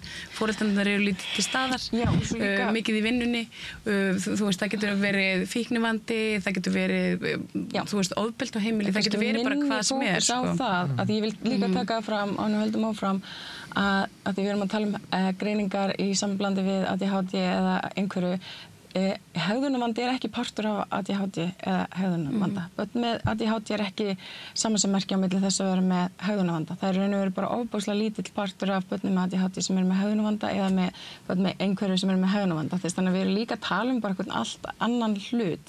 Og hvað ætlum við þá að greina? Ætlum við þá bara að setja eitthvað nafn á börnin sem eru með hegðunarvanda? Þú ert með ADHD og þá ert þú orðin vandamálið, en ekki kannski þættirnir í kringum. Og við erum alltaf að gera börnin ábyrg. Þú ert vandinn, ég get fríað mig ábyrg, þetta er ekki mér að kenna, skilju, og því þú ert með ADHD eða þú ert með einhverfu eða þú ert útlendingur, skilju, þú ert vandamálið, ekki ég sem einhver utanakomandi þáttur sem að geti haft áhrif á hegðun eða líðan barna með einhverjum hætti, þess að meina, Guð forði. Það finnst mér líka að vera partur sem þarf að ræða aðeins meira líka. Þú sammála þessu? Which part? Þetta var náttúrulega bara þetta var svo margt sko. Ég ætla að núna eftir reynslunum mína af skólakerfinu að ég átta mig alveg á skólaskildunni eins og þú fórst að tala en það náttúrulega sko skólan stendur alveg til boða að grípa til ýmsa aðgerða þegar kemur það þarf ekki endilega að víkja börnum úr skóla það var gripið til ákveðna aðgerða til dæmis í Breiðholtsskóla sem að virkuðu mjög vel vandamáli við það var bara að það hefði þurft að grípa í það fyrir svona 5 árum síðan það meira svona það var því miður eiginlega ekkert gert sko sem að hafði raunverulega áhrif á stöðinni fyrir ég labbaði út í skóla það náttúrulega bara gengur ekki við getum ekki haft á þannig að það þurfi eitthvað foreldri til utan að koma og labba inn til þess að það verði einhver breyting það bara gengur ekki ég vil ekki gera það sko Nei. Ég vil alls ekki þurfa að skipta með neitt að menntun dóttur minnar eða svona mín skilur í þessu bara alls ekki það eru sérfræðingar til að gera þetta ég vil sjá þetta og hann var að tala um hérna áðan sko, ég alveg sammála við þurfum sem foreldrar að hérna ég hef búið að ræða þetta áður sko en við þurfum ég er sammála, við þurfum að treysta skólunum og hérna við þurfum að í raun og veru bara foreldrar fara aðeins að bara standa okkur betur en til þess sko eins og bara í mínu tilfelli að því að það er eina sem ég þekki bara sorry að þá þarf ég að geta treyst skólan það þarf að vera trausti staðar og það þarf að vera samtal það þarf að vera samfélag við þurfum að skapa samfélag utan hópinn og utan börnin og það þarf að ná til miklu fleiri þátta það þarf til dæmis það þarf að ná inn í tómstundir, íþróttir það þarf að við þurfum að virka fjölskylduna bara búið til samfélag í kringu börnin þannig að þú veist það séu allir saman og samtaka í þessu og ég held að við höfum mist svona tapa þræðinum hvað þetta varðar undanfarið og það þarf að svona skerpa á þessu takes a village takes a village og fyrir utan sko það líka hefur gríðarlega jákvæð áhrif á börn að fá sko ef að segja fyrirmyndir sem eru ekki partur af fjölskyldunni eins og þjálfara og annað og ég er bara foreldri sko, ég veit ekki hvernig það á síðan að breyta þessu en þetta er gaman að sjá það sko Ég er sammála því ég var alveg velti fyrir mig sko, stundum hefur fundist eins og að hafi ákveðið rof myndast að milli til dæmis skólakerfisins og svo kannski foreldra og allir benda í raun og veru ákveðin annan og núna undanfarið hefur verið að koma fram greinar á Vísi þar sem að kennarar hafa vísað til þess bara foreldra þeir þurfu að fara að stíghælana núna varandi börnin og svo á móti eru foreldrar bara en kennarar, þú veist, hvað með ykkur, þú veist, barninu mín líður illa í skólanum og ég skil þetta, þú veist, og ég líka bara, þú veist, ég vinn í þessu en ég er líka foreldri og ég skil báðar hliðar af því að ég hef verið báðum megin við borðið þú veist, á einum fætinum þá vilja við líka tökum bara smá ábyrgð á okkur, menna ég held að mesti vandinn er sá og það sem ég upplifu svolítið í mínu starfi er þegar foreldrar hafa reynt að taka á málunum, þú veist, ef það barnið er lagt í einelti og það er að reyna að taka á málunum að ræða við hina foreldrarna og það kemur andstæða þar, þú veist, nei, bara barnið mitt gerir þetta ekki, þú veist, þetta er stundum viðmót sem getur verið óbúslega erfitt og það er kannski það sem við þurfum að horfast í og það er engin skömm fólkin í því að barnið þetta er að sýna einhvers konar hegðun sem er að valda öðrum erfiðleikum og það er fyrsta skrefið, að taka smá ábyrgð, að geta tekið ábyrgð á sínu eigin barni og það hefur ekkert með þig sem foreldri að segja, þú veist, og ef eitthvað er þá bara byrja miklu meiri virðingu fyrir þér ef þú ert bara, já, hörðu, bara við tökum á þessu saman, skilur við bara, af því að barnið sem er að sýna erfiða hegðun, það er barnið sem líður líka ógeðslega illa, þú veist, það er enginn, bara barnið að fullarinn sem sýnir erfiða hegðun og líður ógeðslega vel. Það er enginn ógeðslega hamingjusamur og mætur og ákveður bara, ég ætla núna að leggja því einelti og segja ógeðslega ljóta hluti við þig. Það bara gengur ekki upp.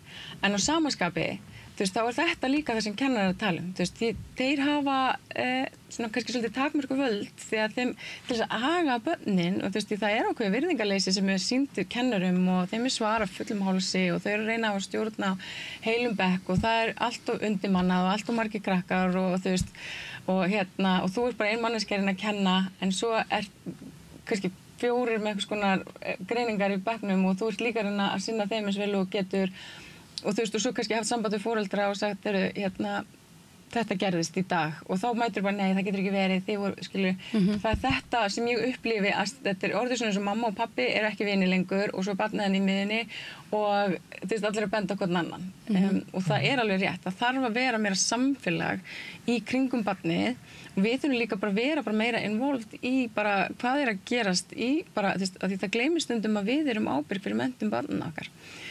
Við þurfum að fylgja því eftir og við megum alveg stíga inn í og vita hvað gangi í skólanum, hvernig hegðunin, hvernig líðanin, hvernig samskiptin, hvernig stendur hann í starffræði, á hvað blaðsíður hann, bara maður þarf að fylgja þessu eftir og skapa þetta samtal milli skóla og heimilis. En hvernig getum við fengið, hvernig getum við kannski þetta bara svona búið til þessi tæki fyrir foreldra? Ég meina það kannski ekki allir sem átt að sjá þessu sem þú ert að segja. Ég meina að þeir þurfi einhvern veginn að standa svolítið í lappirnar gagnvart því sem gerist í skólanum og vera svolítið inn í öllu, vera í samskiptum við nærumhverfi barnanna sinna og allt það.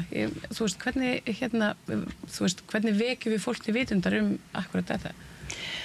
Og ég bara eiginlega veit ekki það kannski ykkur aðri sem geta svarað því. Ég held að kannski þeir sem að ég held að veri sterkt að fá eins og til dæmis í skólanum að skólastjórnir séu svolítið leiðtogar umhverfisins að fá með sér þjálfara, kennara í tómstundum og það sé svona að byrja þar. Ég held að það væri og félagsmiðstöðar, ég til dæmis veit að mér finnst það minnst til dæmis í Reykjavík allt og lítill tími fyrir miðstig í félagsmiðstöðum. Ég held sé 90 mínútur á viku. Oft fá þau ekki eins og niður pláss því það ekki nóg mannað. Já, það bara ekki nóg Þetta er bara svona þáttur sem að við verðum að styrkja Það er bara Þetta er einmitt, þetta er bara velferðarmál. Já. Algjörlega og að því við erum að tala þetta það er náttúrulega þá hefur þáttaka til dæmis bara í foreldrafélögum hefur minnkað og það er náttúrulega hluti af þessu að búa til þetta samfélag, að vera í samskiptum við aðra foreldra vera í samskipti við skólan og þannig að vonandi fer þátt ekki foreldrafélögum að komast í tísku aftur en að því hún nefndir félagsmiðstöðunar þá finnst mér áhugavert að því að nú verið að setja pening í að fjölga stöðugildum hjá lögreglunni 50 og það er alveg ég meina, þeim hefur ekki fjölgað í takt við fólksfjölda og það er örugglega alveg komið tími til þess að fjölga í lögreglunni og samfélagslögreglan til dæmis að gera góða hluti vona hún haldi áfram að setja eflast en ímyndið ykkur hvað við getum gert fyrir ef við myndum fjölga félagsráðgjöfum 50 fjölga barnasálfræðingum inn í skólunum fjölga námsráðgjöfum fjölga í félagsmiðstöðum það er svona hríslaðist ykkur öll svona gleði tilfinning við tilhugsununa þetta er svo flott tala 50 einhvern veginn og ég bara ég einhvern veginn sé það ekki fyrir mér að þetta myndi gerast en ég meina þannig þannig verið að taka ákvörðum að fjölga í einnig stéttum 50 bara hvað myndi gera ég er ekki að segja að þetta myndi leysa öll vandamál eitthvað að fara að fjölga starfsfólki alls þar en en við erum ríkt samfélag og eins og að segja með skorta þjónustu í miðstíðinu það væri hægt að fjölga í hérna félagsmiðstöðunum, þú veist, og hérna efla fagmennsku, afsakið, og það vantar líka svolítið tengingu á milli félagsmiðstöðuna og skólana. Þú veist, það vantar svolítið svona upplýsingaflæði þar á milli. Þannig að þessir aðilar þurfa líka að vinna miklu betur saman, að þú veist að tala alla þessar aðilar sem þurfa að tala saman. Bara það að félagsmiðstöðuna myndi tala við, þú veist, kennarana og Já, fólk bara vera með á fundum og svoleiðis, sko, því það eru dýrmætar upplýsingar sem að félagsmiðstöðvarnar geta veitt, þú veist, hegðun og vinasambönd og svoleiðis sem kannski ekki eins mikið, eins augljóst í skólanum, því það náttúrulega ertu bara í kennslustundum og svoleiðis og kennar ofta ekki út í frímínútum, þú veist, að fylgjast með öllum bönnunum. Þau sjá þetta miklu skýrar í frístundi eða félagsmiðstöðvarnar. Akkurat. Ég meina, ef við horfum á þannig, nú stoppar það. Já. Af því að ég var að hugsa þetta. Haltu bara fram. Mér finnst þetta svo góður punktur. Já. Að eins og ég fagnaði að lögreglan sé að fá þessi 50 stöðugildi, alls ekki að draga úr því. Þú veist, hvað snýst samfélag? Það snýst að við búum öll saman, skilju, og hvað það sem skiptir mestu máli í samfélaginu okkar? Jú, það eru væntanlega börnin okkar og okkur líður vel, við megum ekki gleyma af hverju við erum öll að þessu til þess að byrja með, en samt virðist, það er allir með áhyggjur af börnunum okkar, en enginn er tilbúinn að gera það sem þarf til þess að leysa hana vanda sem með það að auka fjármagn í þær starfsstéttir sem virkilega geta gert gagn og þú veist, allar tala það er engin úrræði. Þá getum við fækka lögreglumönnum, hugsanlega í daginn. Já, þú veist, minnst þetta samt bara svo típist. Við erum alltaf að eldast við endan, þú veist, útkomuna af vandanum í staðin fyrir að reyna að berjast við rót vandans, skilur við. Ég er alveg sammála. Mér finnst bara að lögreglan ætti ekki verið í þessu hlutverki. Það ætti bara að nota þessu lögregluþjóna í verkefni sem lögregla sinnir. Þetta ætti að vera einhvers staðar annars staðar. Já. Það er bara, hér með er bara kallað eftir auknu fjármagni og já, svona að jafnt verði farið allar stéttir sem að snúa að samfélaginu og velferðinni. Það hlýtur að vera svona bara mjög raunhæf krafa í velferðarsamfélagi. En það ekki bara. Hermann Austmar foreldri, Breiðholti, Óskar Steinn Ómarsson, æskulýðs starfsmaður og Þórhildur Ólafsdóttir sálfræðingur, þakka ykkur kærlega fyrir að vera hérna við rauðaborðið. Það var virkilega gaman og áhugavert að spjalla við ykkur og ég er bara hlakka til að fá okkur næst. Takk sem leys. Takk fyrir leys. Og tókið við, það er meira hér handan við hlið. Hjálpið okkur að byggja upp dreifikerfi samstöðvarinnar með því að læka síður samstöðvarinnar á YouTube og Facebook. Við heyrðum Marju Lilju ræða við Þórhildi Ólafs, barnasálfræðing, Hermann Austmann og Óskar Steinn vanda barna og ofbeldismenningu.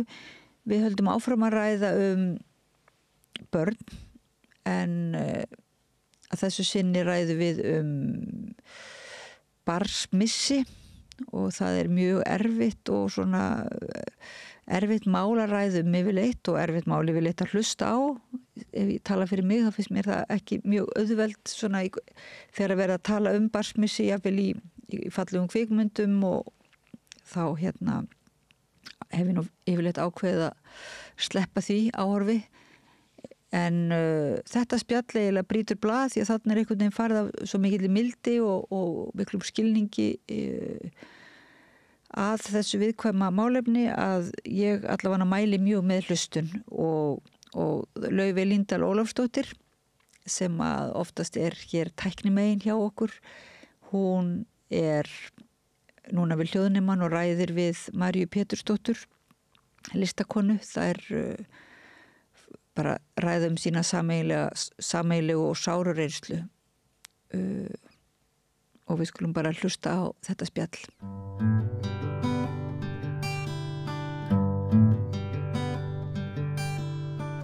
Já, komið sæl og verið velkomin aftur á rauðaborðinu. Við ætlum núna að fjalla málefni sem er mörgum erfitt og þetta er barsmissir sem við ætlum að fjalla En á morgun, 25. mars, eru 26 ár síðan ég sjálf fæddi í heiminn unga stúlku sem að lifði ekki út daginn. Og ég hef nú oft skrifað einhverja statusa á svona í þessu tilefni en ákvað að þessu sinni að hefja umræðu þetta málefni við fólk. Þetta verður fyrsta innslag af vonandi fleirum við fólk sem að hefur þessa sömu reynslu og svolítið með það að leiðarljósi að fá umræðuna á svolítið svona það plan sem að við sem höfum þessa reynslu viljum sjá það á og fyrsti viðmælandi minn mættur hér, það hún María Pétursdóttir, listakona. Ekki satt, María? Jú. Já. Nú hitti ég þau fyrst í gegnum starf Sósíalistaflokksins fyrir mörgum árum og við komumst fljótt að því að við deildum þessari reynslu að hafa mist barn. Vilt þú kannski byrja að segja mér svona aðeins frá þinni reynslu? Minni reynslu, já. Svo treysti þið til. Já, ég skal gera það. Ég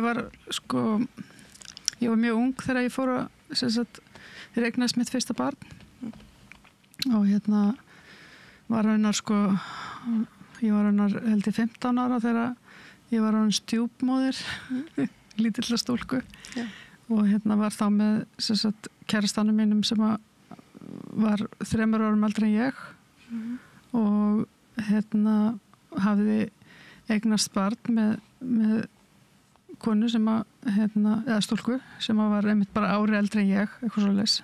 Þannig að við vorum svona úlingar að eignast barn þannig á þessum tíma. Og svo eignast ég mitt fyrsta barn er hún ófrísk 16 ára og næ að verða 17 ára og nokkra mánaða þegar barni fæðist og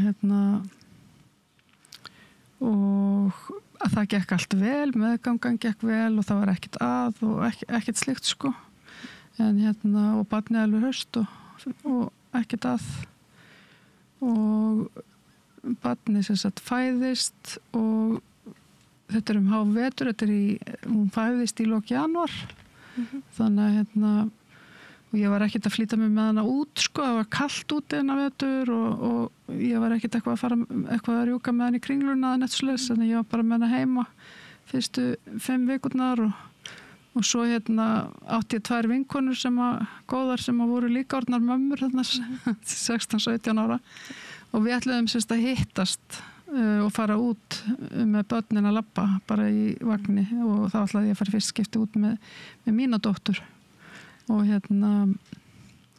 og þá morgunin kem ég bara að barninu í rauninni þannig að þær hringja í mig eldsnemma og dóttir mín var að venna að sofa hún svaf alveg eins og engill alla nætur og var bara að vakna snemma mótnana kannski 9 leitið ég vel eða eitthvað og ég man ekki hvað klukkan var orðin þarna hún eitthvað svona 8-9 þegar þær hringja og ég ætla bara að fara og vekja barnið því barnið var ekki vaknað að ég hélt en þá var hún látin í vöggunni og og þannig að þær gengu einhvern veginn í gegnum þessa reynslu með mér bara á símalínunni og og já og svo náttúrulega bara fer auðvitað, kemur sjúkrabíll, mér fannst eins og þetta í minningunni þetta svona, mann náttúrulega bara einhvern veginn blokkar rosalega það verður líka rosalega móða þetta verður svo mikið til móðu og jarðaförun og svona og allt tengt þessu ég ætla mjög ung en það er sama, þetta er bara allt í móðu voðalega mikið eftir á og maður er bara í einhverju áfalli og ég á svona glimt ég á svona og ég man þegar það kom hjúkrunarfræðingur af heilsugæslunni heim til þess að stoppa mjólkurframleiðsluna, reyra mig og gefa mér einhverju töflu þannig að ég var ekki að mjólka og ég man að mér fannst það alveg rosalega sárt og eitthvað svona og svo var þetta spurning líka bara hvað maður að gera af sér hvað maður að gera við sig þannig að fyrstu sólarhringana maður náttúrulega rosalega mikið bara eitthvað allir grátandi í kringum hann og maður fer svona kannski til skiptis í það að vera sjálfur sko þannig að niðri bara alveg yfir í það að vera að hugga alla ég gerði það sko, ég tók mig það hlutverk að vera eitthvað neginn að hugga mömmu mína og fólki í kringum mig sko og barsfæði minn fór alveg sko flekk sko hann bara fór í alveg djúpt þunglindi kjálfarið og já, þannig að þetta var bara mjög erfiðu tími í rauninni og sem að maður man svona í bútum mjög slitrótt. Þetta hefur verið, hvaða ár var þetta? Þetta er 1990, já. Einmitt. Það er svo satt. Og örugglega mikið breyst síðan var þetta svona viðbröð því sko eins og þarna, ég meina þarna ég man ekkert hvernig ferlið var, ég man að sko það kemur náttúrulega sjúkrabíll heim og í kjölfari kemur sem sagt lögreglan eða svona rannsóknarlögreglan eiginlega sko og ég man hann á spítala þegar hún lögð til og eitthvað svona og við fáum fjölskyldan að vera með henni og kveðja hana og eitthvað svona og og svo er maður tekin í eitthvað svona viðtali á rannsóknarlögreglunni að því þetta er ekki svona instantly þetta er bara dauðsfall skilur og það er kannski ekki búið úrskurða á heimili og ekki búið úrskurða hvað gerðist sko og en það er margt í þessu sko mér fannst það rosalega erfitt að þetta kryfja hana þannig fyrst fannst mér rosalega bara fyrsta þegar sjúkrabíllinn kemur og tekur hana og ég veit að hún er búin að vera látin í einhvern smá tíma skilur allavega meðan ég beði eftir sjúkrabílnum og allt það og og það voru gerðar lífgunartilraunir á henni alveg bara í svolítinn tíma því að hún var heit ennþá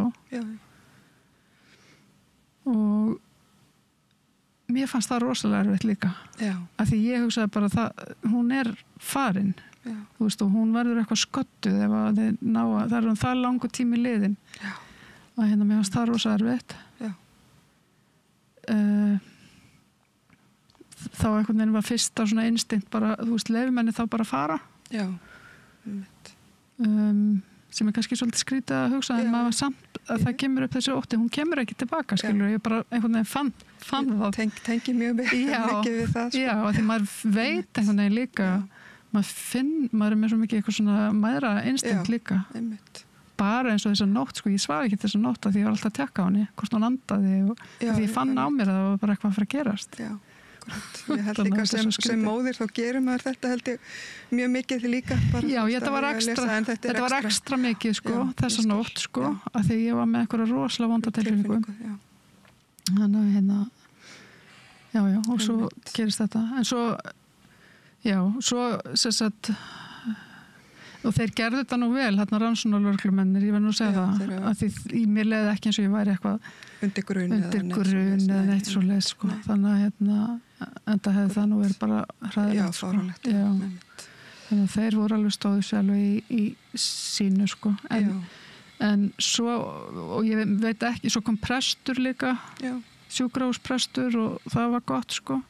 En svo veit ég ekkert hvernig, ég man ekkert hvort að móður mín eða eitthvað hringdi upp á heilsugæslu eða hvernig tengingin við hjúkkuna þar var en hún kom allavega heim eða hvort að lögreglan lætu vita, ég veit það ekki.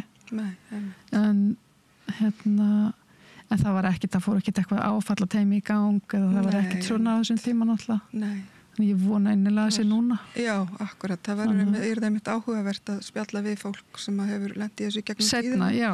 Bara að sjá hvað hefur breyst eða hvað hefur verið á hverjum tíma hver viðbröðin hafa verið á hverjum tíma. Akkurat, af því ég veit ekki hvernig þín upplifun er en þegar að ég lendi þessu, ég náttúrulega mína kringumstæður eru þær að þetta gerist allt á spítalanum. Ég náttúrulega tek hann aldrei heim á spítalanum að hún er raun og veru og ég var út í London á þessum tíma og hún fór á eitt besta sjúkrahús bara sem að finnst í heiminum sem er Great Ormond Street Hospital og þannig að þú veist, ég hef ekki þá upplifun að vera einhvern veginn að fara með hana heim og allt það sko, þannig ég er raun og veru kynnist henni aldrei henni séð sko.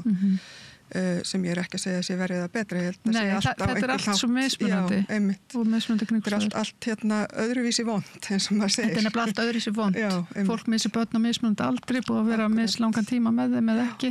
Akkurat. Og þetta er bara mjög mismunandi. Einmitt, að því ég tengi mitt við þetta líka, þú veist, að því ég er náttúrulega nýbúin að, þú veist, komin í heiminn. Já. Og þú veist að horfa einhvern veginn á líkamann sem allir ber merki, þú veist, og þetta með brjóstakjöfina, þó ég hef aldrei, hún hef aldrei farið í gang, þá þurfti að, þú veist, stoppa mjólkinu og allt það, en ég tengi mjög mikið við það, sko, þó að hérna, en hérna, ég er einmitt að spá í þessu með, hérna, eftir, hérna, það sem gerist eftir á, því að nú, til dæmis ég fæ, þegar fólk veit að ég hef þessa reynslu, þá komu fullt af konum sem ég hefði þekkt lengi sem komu allt í einu með sínar sögur eftir að ég opna mig.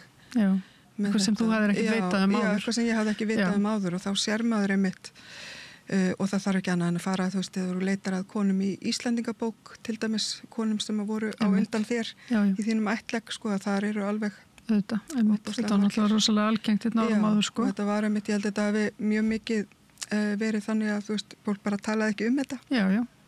Og það kannski eimir svolítið eftir af því. Það gerir það, sko. Og hérna, nú veit ég að þú varst að gera meistaraverkefni, til hamingju með það. Það er afrek. En hérna, þar sem þetta kom eitthvað til umfjöllunar. Þetta kom aðeins til tals í því, sko. Já, já. Viltu aðeins segja frá? Já, ég skal aðeins útskýra það. Ég er að útskrifast á tónlistdeildinni og er að vinna sýningu núna sem ég ætla að opna 12. apríl og er að skrifa hluta til það verkefni og svona námsferilinn. Ég er að vinna verkefni sem heitir Identity Sound Portrait og þar er ég að taka viðtöl við konur og ég er að fjalla svona hluti eins og bara hvernig sjálfsmyndin þróast og hvernig hún þróast. Þetta er allt konur sem hafa gengið í gegnum áföll og af ýmsum toga og hvernig svona sjálfsmyndin þróast bara frá blötu barnsbeini, hvernig það eru upplifana og hvernig einmitt mæðurnar hafa áhrif líka. Þannig að ég svolítið að taka hana líka mæðravingil og þá og í gegnum alla þessa vinnu þá er ég líka svolítið að horfa á mína eigin sjálfsmynd og velta fyrir mér náttúrulega bara hvernig sjálfsmyndin, já ég hef svolítið gegnum tíðin að velta þessu fyrir mér líka hvaða áhrif þetta hefur á sjálfsmyndina og sjálfstraustið og allt þetta.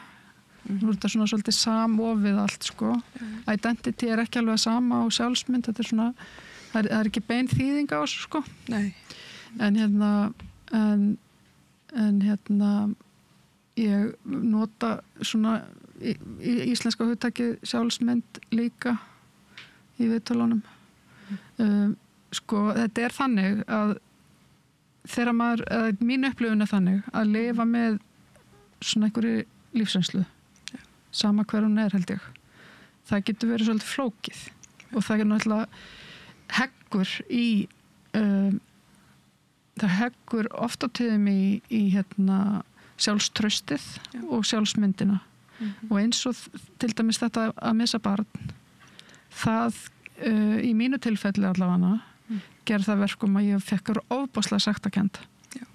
Mér fannst þetta að vera mér að kenna. Ég hef ekki verið nógu góð móðir og barnið mitt hefði ekki viljað vera hjá mér.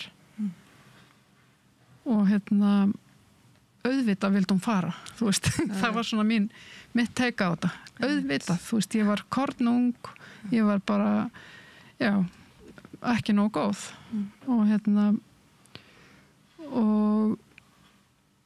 Og maður er alveg bara lengi að svona vinna einhvern veginn á þessu kannski og kannski aldrei almennilega. Nei. Og finnst þú alltaf bara eitthvað vafasum móðir. Já. Og þó að þú vitir alveg rökrétt að þú gerðir ekkit rangt eða þetta var ekki þér að kenna. Það fannst engin skýring, skilurðu. Þetta er bara skilgreint sem vöggudauði. en þá ertu samt einhvern veginn alltaf með eitthvað í bakhöfðinu, þú gerir eitthvað ránt. Og svo þetta spurning sko, þegar að þú ert að tala sjálfan þig eða segja frá þér eða að tala eitthvað við einhvern, að þá ertu svona þú ert alltaf að ritskoða þig. Já. Þú ert stöðugt að ritskoða hvaða mynd þú vilt birta af þér. Já. Eða hvaða mynd þú vilt varpa. Vil ég vera þessi? Já. Þú veist, ætla ég að vera þessi sem að misti barnið sitt? Já. Ætla ég að fara að láta alla vorkenna mér? Eða þú veist, ætla ég að fara í eitthvað djúpt samtal og ætla ég að treysta þessu fólki eitthvað fyrir mínum tilfinningum. Þannig að þú veist, að koma alls konar svona hugsanir. Og þetta bara svona, og þetta svo auðvelt að fara í þetta, sérstaklega eins og með barsmissi, þetta svona mismunandi eftir hvað þú gengur í gegnum, hvar þú lendir í þessari skörun. Að hvort þú varst í eiturlyfjaneyslu eða hvort að þú misti barn eða hvað það var sem að þú gekkst í gegnum. Að þá eins og með þetta, ég menn þú ert svo oft spurð að því sem kona, hvað áttu mörg börn? Og ég menna, hvað á maður að segja? Já, ég á 2 en ég fæddi 3. Já. Eða á maður að segja bara, nei, ég á 2 börn. Já. En mín upplifun alltaf að ég á hana líka. Já, þetta. Og mér finnst ég vera að ljúga ef ég tel hana ekki með. Og stundum fólki jafnvel að spyrja mann út frá því hvað þú hefur fætt mörg börn. Já. Hvað hefur átt margar fæðingar eða meðgangur eða annað. Já. Eða einhvern veginn út frá einhverju líkamlegu sjónarmiði eða eitthvað svoleið sko. Já. Og þá maður líka alveg bara býta að ég fara að segja frá þessu. Já. Og svo bara eitthvað svona, já, okkur ætti ég ekki að segja frá þessu. Þetta á ekki að vera nett feimnismál. En þá alveg svona bara, já, en þetta kannski ekki feimnismál, en þú veist, nenni ég að standa í því að fara að ræða þetta núna. Eða vil ég að þetta liti það hvernig viðkomandi horfir á mig. Vil ég fá vorkun? Eða vil ég, skilur, þú lendir í alls konar svona, þannig að þú ert alltaf eitthvað að ritskoða þig. Já.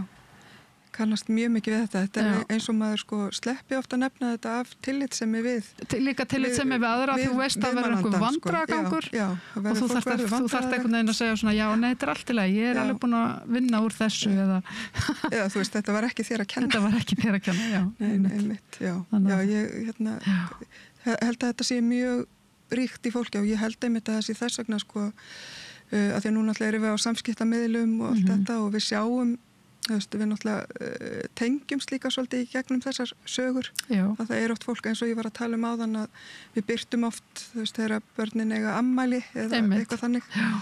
Og að því okkur finnst einhvern veginn, ég heldur strögglum líka svolítið allt okkar líf einhvern veginn að gefa þeim svolítið sama rými og við gefum hinum börnum sem svolítið sásökafullt líka að einhvern veginn get ekki sko. Já, en svo þetta líka það að sko það mismunandi, mér finnst til dæmis ég hafði ekki postað neinu dóttur mína sko á Facebook fyrir bara kannski fyrir 2-3 árum síðan. Já.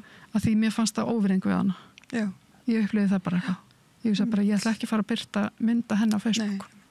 Hún á ekki skilja að vera þá. Já, þannig að það er alls konar svona líka. Já. Og svo var líka þannig að þú veist, mér langaði ekkert eitthvað til þess að endilega til þess að muna alltaf eftir dánadeginum hennar eða afmælisdeginum hennar. Mér fannst eiginlega bara svolítið gott að ég pældi ekki og glemdi því og myndi ekki hvað dagur ég svolítið þenn típa, ég veit ekki hvað dagur í dag hvað er 23. eða 24.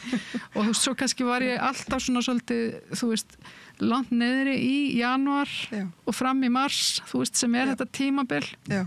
Að því líka með ná svo mikið bara tilfinningalegt minni. Þú veist, þannig að bara það að einhver tíman á lífsleginu þú gengur í gegnum risa áfall á þessum árstíma að þá bara fer eitthvað í gangi líkamannum á þessum árstíma alltaf. Einmitt, algjörlega. Þannig að en svo var ef að ég var ekki sjálf bara með að muna eftir þessum degi þá fekk ég móral yfir að hafa glemt honum.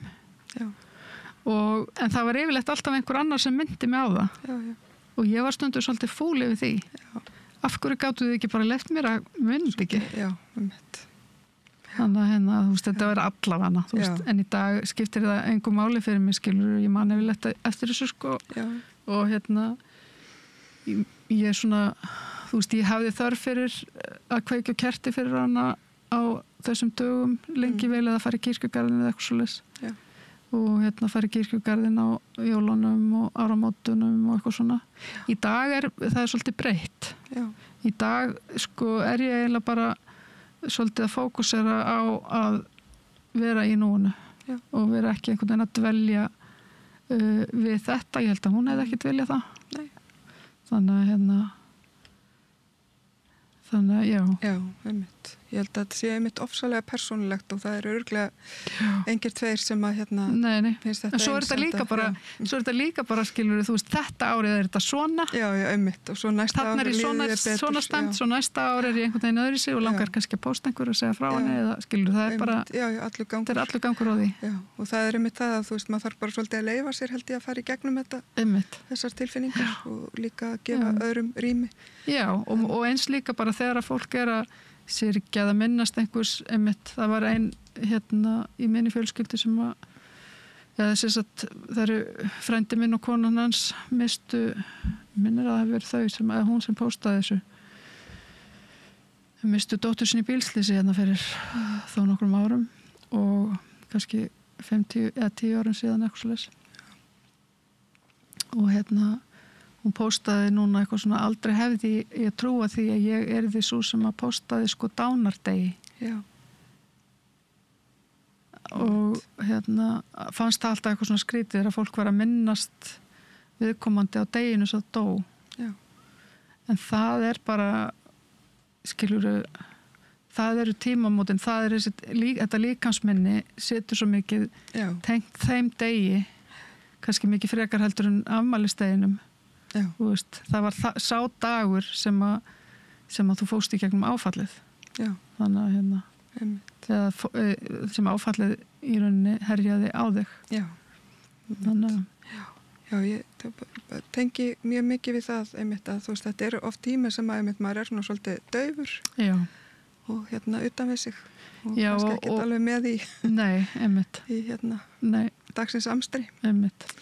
En já eins og ég segi, þetta alls konar og mér fannst einmitt annað sem ég staldraði við sem þú sagðir að það að þeir sem fylgja manni í gegnum þetta náttúrulega með manni í þessu og þetta markar þau líka algjörlega, fjölskylduna og bara vini og aðra sem kom gegnum þetta ég man eftir ég að það var vinkonu mín sem fór með mér í gegnum þetta og hún einmitt mætti á spítalan rétt eftir fæðinguna sko.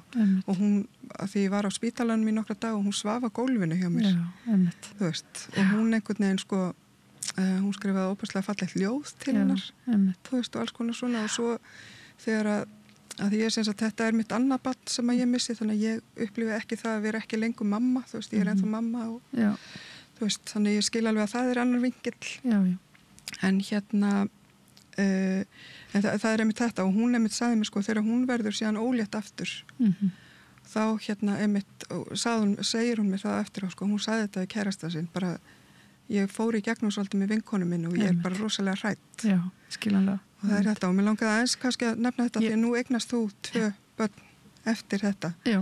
Hvernig fannst þér meðgöngurnar vera svona sko, ég eignast sko, það sem gerist sko, þetta nú svo skrítið sko, ég var að vinna í stórmarkaði og ég stend með að því að vera bara og ég fór mjög fljótt að vinna aftur eftir þetta, kannski ofljótt og ég veit það ekki, það erfitt að segja ég var bara í erfiðri vinnu því svo stóð ég með því að vera að brjóta saman barnafötin í barnafatadeildinni og bara og ég hrundi saman og þurfti að fara heim hana daginn held ég af því að ég bara gatt ekki þá upplýði ég bara býtu ég á að vera að gera þetta heima hjá mér af hverju ég hér og þó að ég sé svona ung á þessum tíma sko, ég fekk bara þessa tilfinningu því ég bara, þú veist það vantar eitthvað stórkostlegt í líf mitt ég á að vera heima að brjóta saman barnaföt þannig að við eignuðumst annað barn bara mjög fljótt og þannig að árið seinna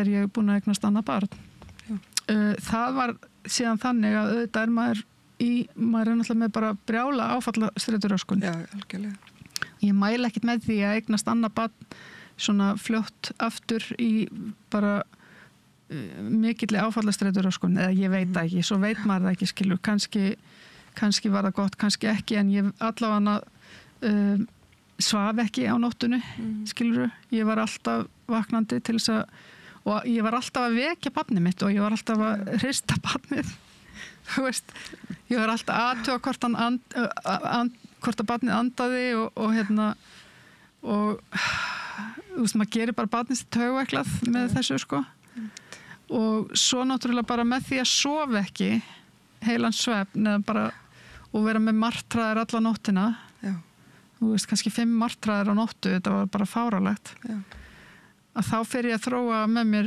svona vefjagektaeinkenni og og ég veit að þú ert örugglega með þessa reynslu líka mögulega eða einhverja svona sambarilega þú veist, maður er það er alveg búið að sanna það að með því að trufla djúpsvefn þá verða til svona einkenni í líkamannum og það er klárlega það sem gerðist í mínu tilfelli að því ég var síðan hann að 20 var ég komið með vefjagektargreiningu og þannig að ég og eins og ég segi örugglega að gera sko barnið mitt taugvæklað en þetta er samt svo, þú veist, hvað á maður að gera hvað á maður að gera og hvað er að rétta og allt þetta sérstaklega þegar það er einhver skýringar ég veit það eitthvað sem getur bara gerst á þess að maður þetta er svona eins og ég upplýði svolítið með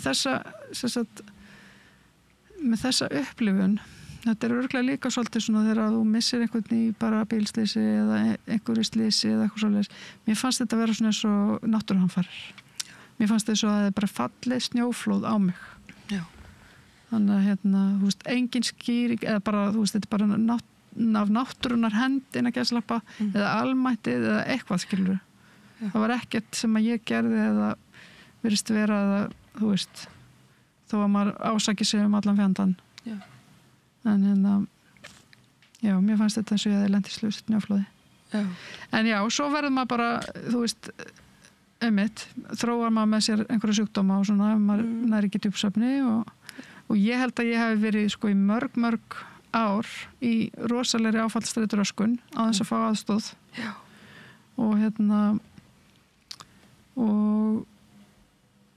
og fjölskylda mín örugglega líka sko örugglega móðir mín líka og fjölskyldan þannig og pottet basvaði minn líka þannig og ég held að við höfum sko og svo er maður einhvern veginn alla ævina bara að vinna úr þessu eins og ég er ennþá að vinna úr þessu bara í gegnum núna mastersritgerðina mína þú veist, þar tekið þetta inn í þú veist, sem er kannski ákveðin úrvinnsla líka og ég með því að taka þessi viðtal þannig að þetta er svona svolítið eilífðarverkefni þetta er bara eilífðarverkefni sko eins og með flest áföll og þetta er eins og sumir hafa sagt sko varandi missa barn eitthvað svona þú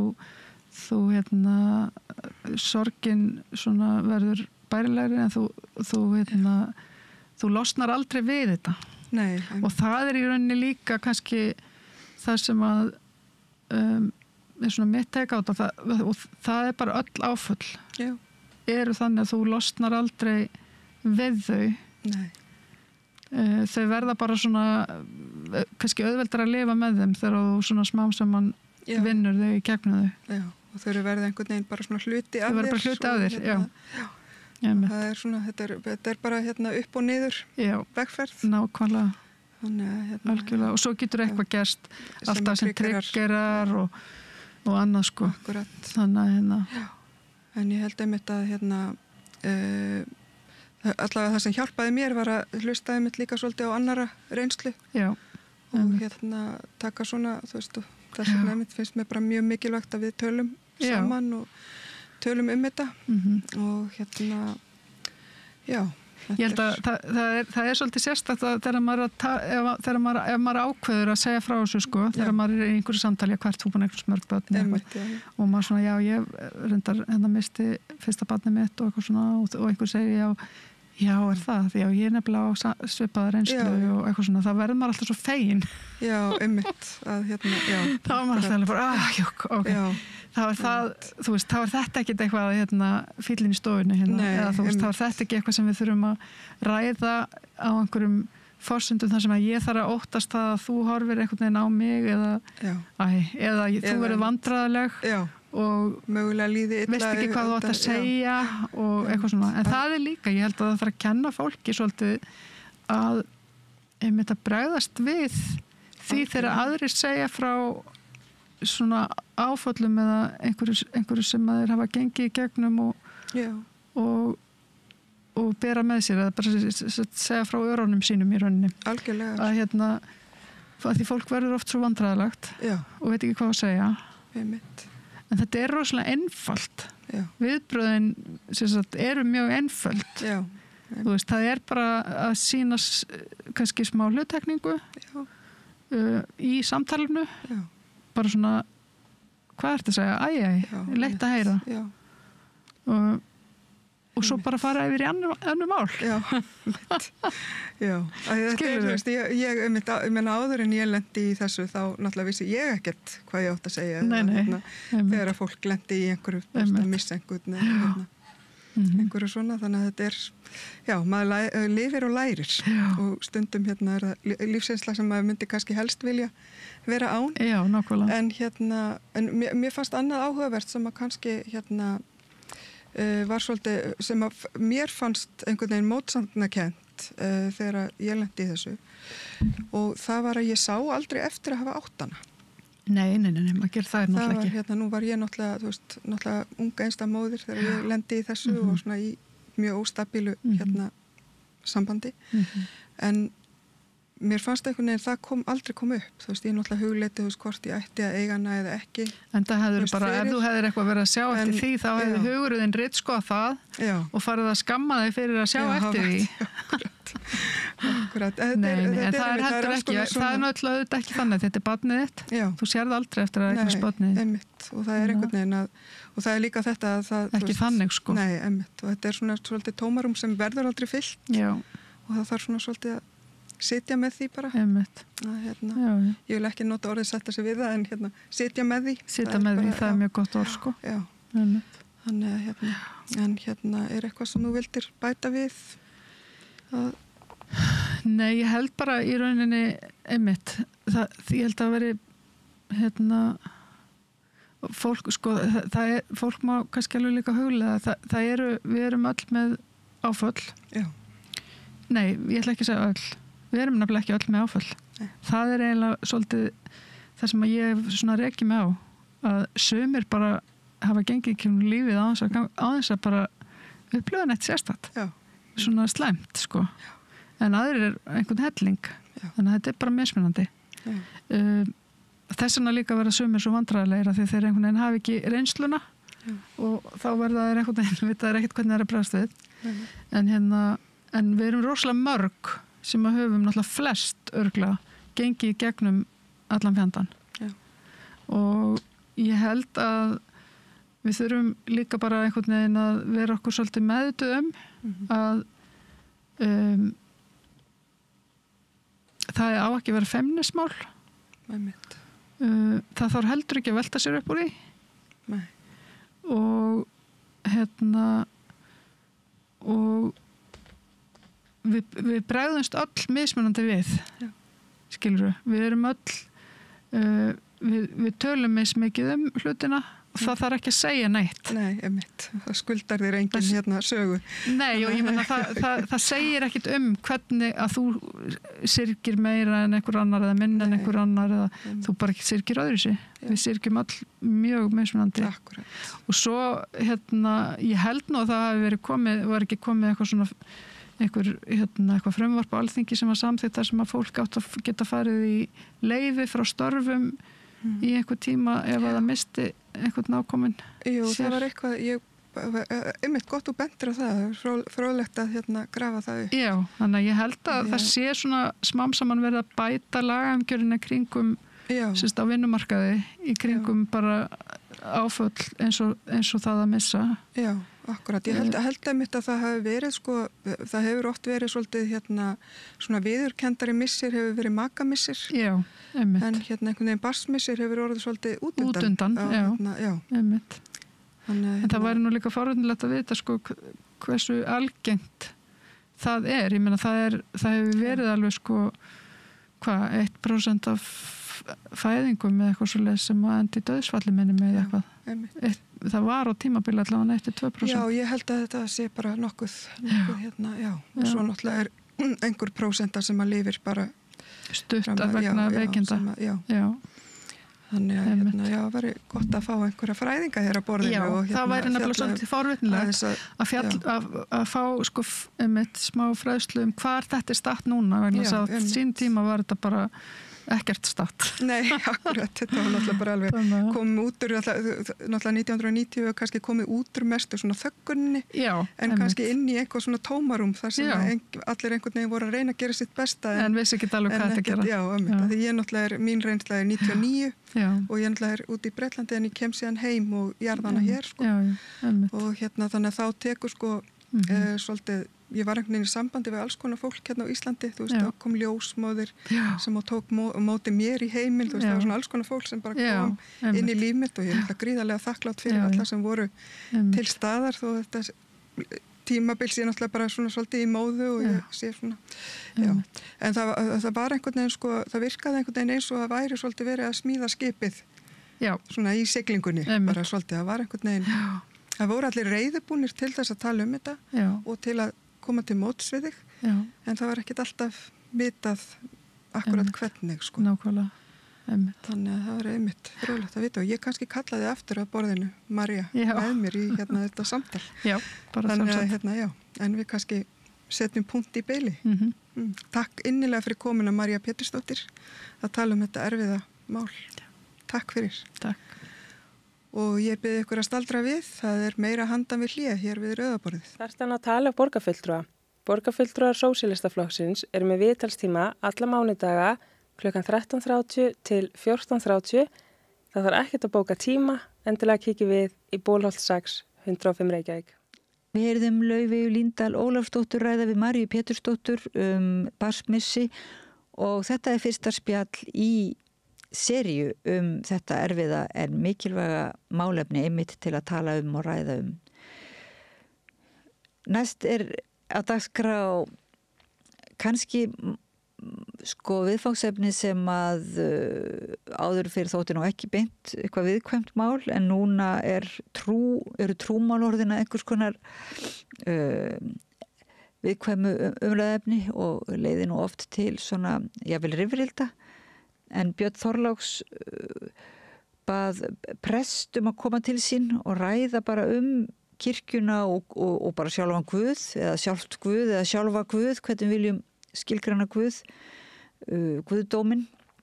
Hann ræðir við Örnu Ýr Sigurðardóttur prest í Grafarvogskirkju mannúð og skort á henni í tilefni að því að hún var að tala Elon Musk og Trump í predikun hjá sér og hann velti fyrir sig hvernig þeir fjandar hefðu ratað inn í Guðs blessunarmessuna. Þannig að við skulum hlusta bara á, þetta ekki messa, þetta samræða Biblíuna líka, svona þessa texta, symbolísku texta, hvernig þeir geta hjálpað. Þetta Arna Ýr Sigurðardóttir prestur í Grafarvogskirkju, ræðir við Björn Þorláksson. Allir þættir samstæðvarinnar eru fáanlegir á öllum helstu hlaðvarpsveitum.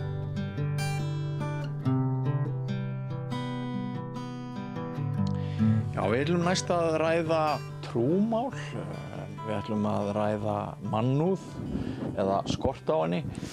Við ætlum að ræða hvort hættu ástand í heiminum sem menn rekja til dæmis bandarískra stjórnvalda, breytinga sem hafa orðið á stjórnarfari vestra. Við ætlum að ræða hvort viðsjáin í veröldinni komin inn í kirkju landsins.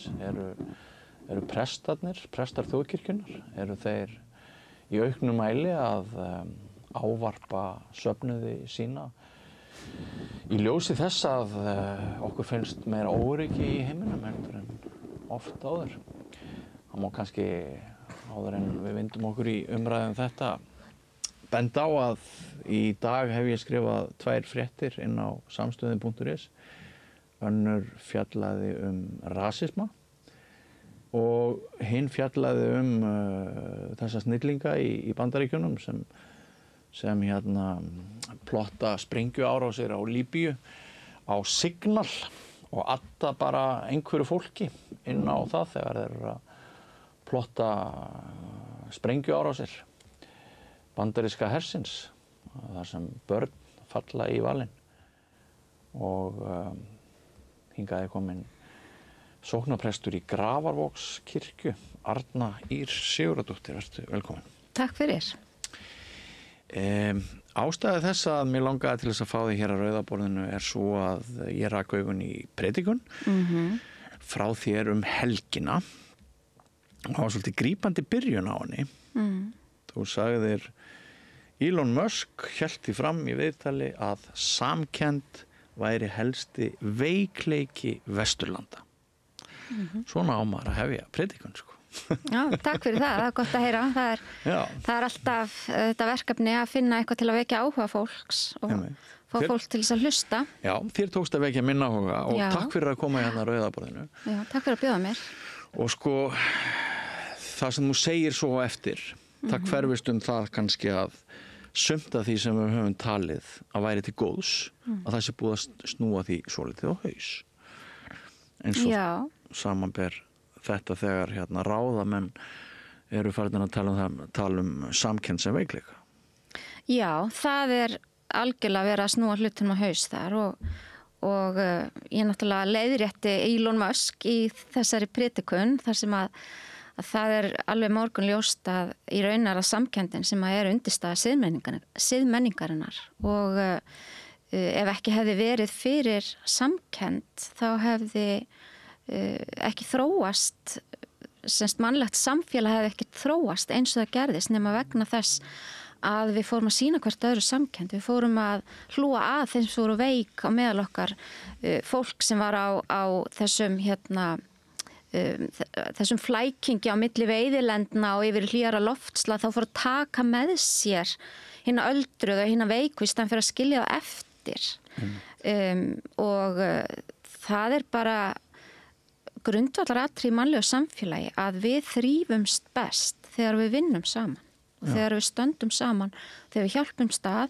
og þegar við nýtum hæfileika allra í samfélaginu, ekki bara þeirra sterkustu og þeirra sem að geta þeirra sem beita ofríki og jafnvel ofbeldi. Má ekki alveg segja að samkenndin sé eitt af því sem skilgreinir okkur sem mennsk? Ég myndi algjörlega halda því fram, klárlega. Ég er ekki viss að samkenndin sé það eina sem greinir okkur að eða gerir okkur mennsk, en hún er klárlega eitt af því. Það hefur líka komið fram að til dæmis ákveðna dýrategundir hafa þróast einmitt vegna þess að þær hafa samkennd, til dæmis hundar, sem að eru náttúrulega besti vinur mannsins vegna þess að þeir hafa einhverja svona tilfinningalega tengingu við manneskjuna. Þannig að þetta er einskorast ekki kannski bara um manneskjur en er svo sannarlega held ég eitt af grundvallar atriðum í mannlegu eðli. Já, ástæða þess að ég nefndi nú hérna í inngangnum þessar 2 fréttir sem ég skrifaði í dag, annars vegar rasisma og hins vegar þessa ömurð og þetta þennan skort á virðingu og fagmennsku getur maður sagt hvað hitt var þar er að þetta er náttúrulega til marks að það er ekki samkennd, það er ekki nægileg samkennd, við erum rasismi er náttúrulega í einhvers konar hólfa skipting það er eftir með selektífa samkennd og nú erum við svolítið að óttast að heimurinn hann sé í einhverjum skilningi að fara til helvítis. Ef ekki huglægt, þá í bókstaflegum skilningi. Og hvernig eru þið prestar landsins eða eru þið eitthvað að fjalla um þetta? Eru þið eitthvað að taka á þessari tilfinningu sem við mörg höfum að nú séu erfiðari tímar en mjög langt skeið. Sko heimurinn hefur alltaf verið að fara til helvitis. Já. Það kannski svona eitthvað sem við þurfum bara að ganga út frá sem núlpunkti og það eru alltaf blikur á lofti og það eru alltaf viðsjárverðir tímar.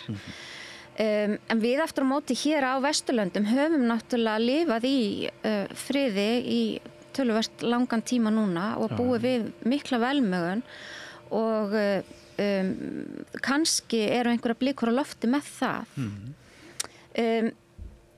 Það er náttúrulega hlutverk, ég lít á það sem mitt hlutverk sem prestur að ávarpa veruleika fólksins sem að kemur í mína kirkju og ávarpa veruleika mín safnaðar og einhvern veginn er það svo ótrúlegt til dæmis bara við biblíuna að sko allir textar sem þú lest þeir einhvern veginn kristallast alltaf í umhverfinu og ég man til dæmis bara þegar ég var prestur á árunum eftir hrunið að það fannst mér allir biblíutextar fjalla hrunið, fjalla græðgi, fjalla hvað gerist þegar að við ofmetnumst, þegar við teljum okkur, við erum alltaf hreinu og fyllumst bara af drambi og allt í einu fór það bara allir biblíutextar að fjalla það. Núna finnst mér allir biblíutextar fjalla svona veröldina og ástandi í heiminum og það sem er að gerast í kringum okkur. Já. Og ég held að þetta hvíli alveg töluvert á fólk er áhyggjufullt og okkur fellur það ekki, við viljum vera vinir, við viljum að allir í skóginu séu vinir, alltaf, okkur fellur það ekki þegar að það er sundrung og ósætti, en leið kannski erum við samt líka svolítið ginnkeft fyrir því og það var auðvelt að kannski telja okkur trúum að okkur stafi ógn af alls konar hlutum. Til dæmis útlendingum eða einhverju slíku. Það kemur fram í ræðuðinni að Musk sprettur upp úr aðskilnaðarstefnunni í Suður-Afríku. Það kann að hafa mótað einhverju leyti hans afstöðu til lífsins eða hvað? Það er alveg ábyggilega rétt. Hann er náttúrulega alinn upp í samfélagi sem að það sem ríkir mikil sundrung. Og ég held að það geti nú það sé alveg óhætt að segja aðskilnaðarstefnan eins og hún birtist í Suður-Afríku var mjög mannfjandsamleg og var mjög særandi og ýtti mjög undir ójöfnuð, undir ofbeldi, undir brot á mannréttindum og allt það sem að til dæmis kristintrú eða ég legg áherslu á í minni predikun að ég er ekki hluti af því ef þú vilt vera kristin manneskja. Það tekur ekki þátt í slíku. Sko er ekki mannúðin og samkenndin undirstöður í kristinni trú? Það myndi ég segja, algjörlega. Já, og þess vegna er það fyrir okkur með þessar rætur hér á Íslandi þetta er mjög sláandi að sko við sáum Trump komast í valda í fyrra skiptið með því að sparka ansi mikið niður fyrir sig í þá sem að minna mega sinn og svo kemst hann aftur til valda og þá er hann undirbúinn, þá er hann miklu meira betur undirbúinn með alla þessa ríku gæja og það er sko, mér liggur við að segja að það er hatur gagnvart lítil magnanum og þannig erum við komin svo rosalega langt frá því sem við teljum góðan heim og góða stjórnsýslu, góðu Bandaríkin sem alltaf pappi framsóknarmaður bóndi í Mývatnssveitinni. Bandaríkin stóðu alltaf fyrir alltaf besta í hans huga. Bara blessu sem minning pappa, mér skott að hann sé ekki að lifa sko þann paradísamissi sem að margir er að upplifa þarna. En hvaða áhrif hefur þetta á íslensk sóknarbörn í dag, þetta ástand? Ég held að íslensk sóknarbörn, íslenskir meðlimi þjóðkirkjunar eru svo sannarlega áhyggjufullir og ég held að sé mjög mikilvægt að við leggjum áherslu á þennan kærleiksboðskap sem að kristin trú stendur fyrir og er í grunninn kjarni biblíunar, kjarni kristinnar trúar og það er það að elska náungan eins og okkur sjálf. Og að fylgja gullnu reglunni, allt sem þú vilt að aðri gera þér, það skal þú líka gera þeim. Og þetta er bara, kjarnin í boðskap Jesú Krists og þarf alltaf að hafa í huga að við megum aldrei missa sjónar á þeim grundvelli í okkar samfélagi og ég held að það sé svona, já, mínu sóknarbörnum bara töluvert hugleikið. Já. Eru börn áhyggjufyllri en verið hefur? Ég veit það ekki. Heimsenda, kvíði? Já, það er góð spurning. Nú á ég ekki sjálf lítil börn, þannig að, en ég ræði þetta við syni mína sem eru ungir karlmenn og þeir sjá auðvitað þessa þróun í heiminum. Þeir sjá líka uppgang eitrara karlmennsku og svona þessa kynjabaráttu sem að er orðin miklu pólariserari heldur en hún var og það er ákveð bakslag í jafnréttsmálum og það blasir líka mjög vel við. Heldur það með að einhverju leyti skýra af hæpnum fyrirmyndum eins og þeim sem við höfum verið að ræða hér í stjórnarfari vestra?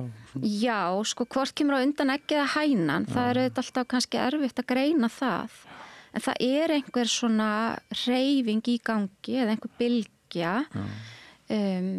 sem að ég veit ekki hvað veldur beint.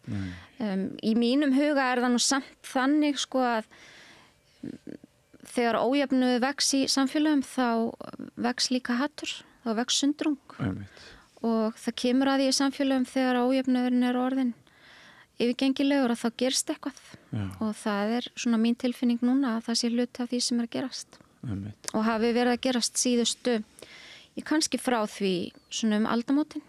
Já.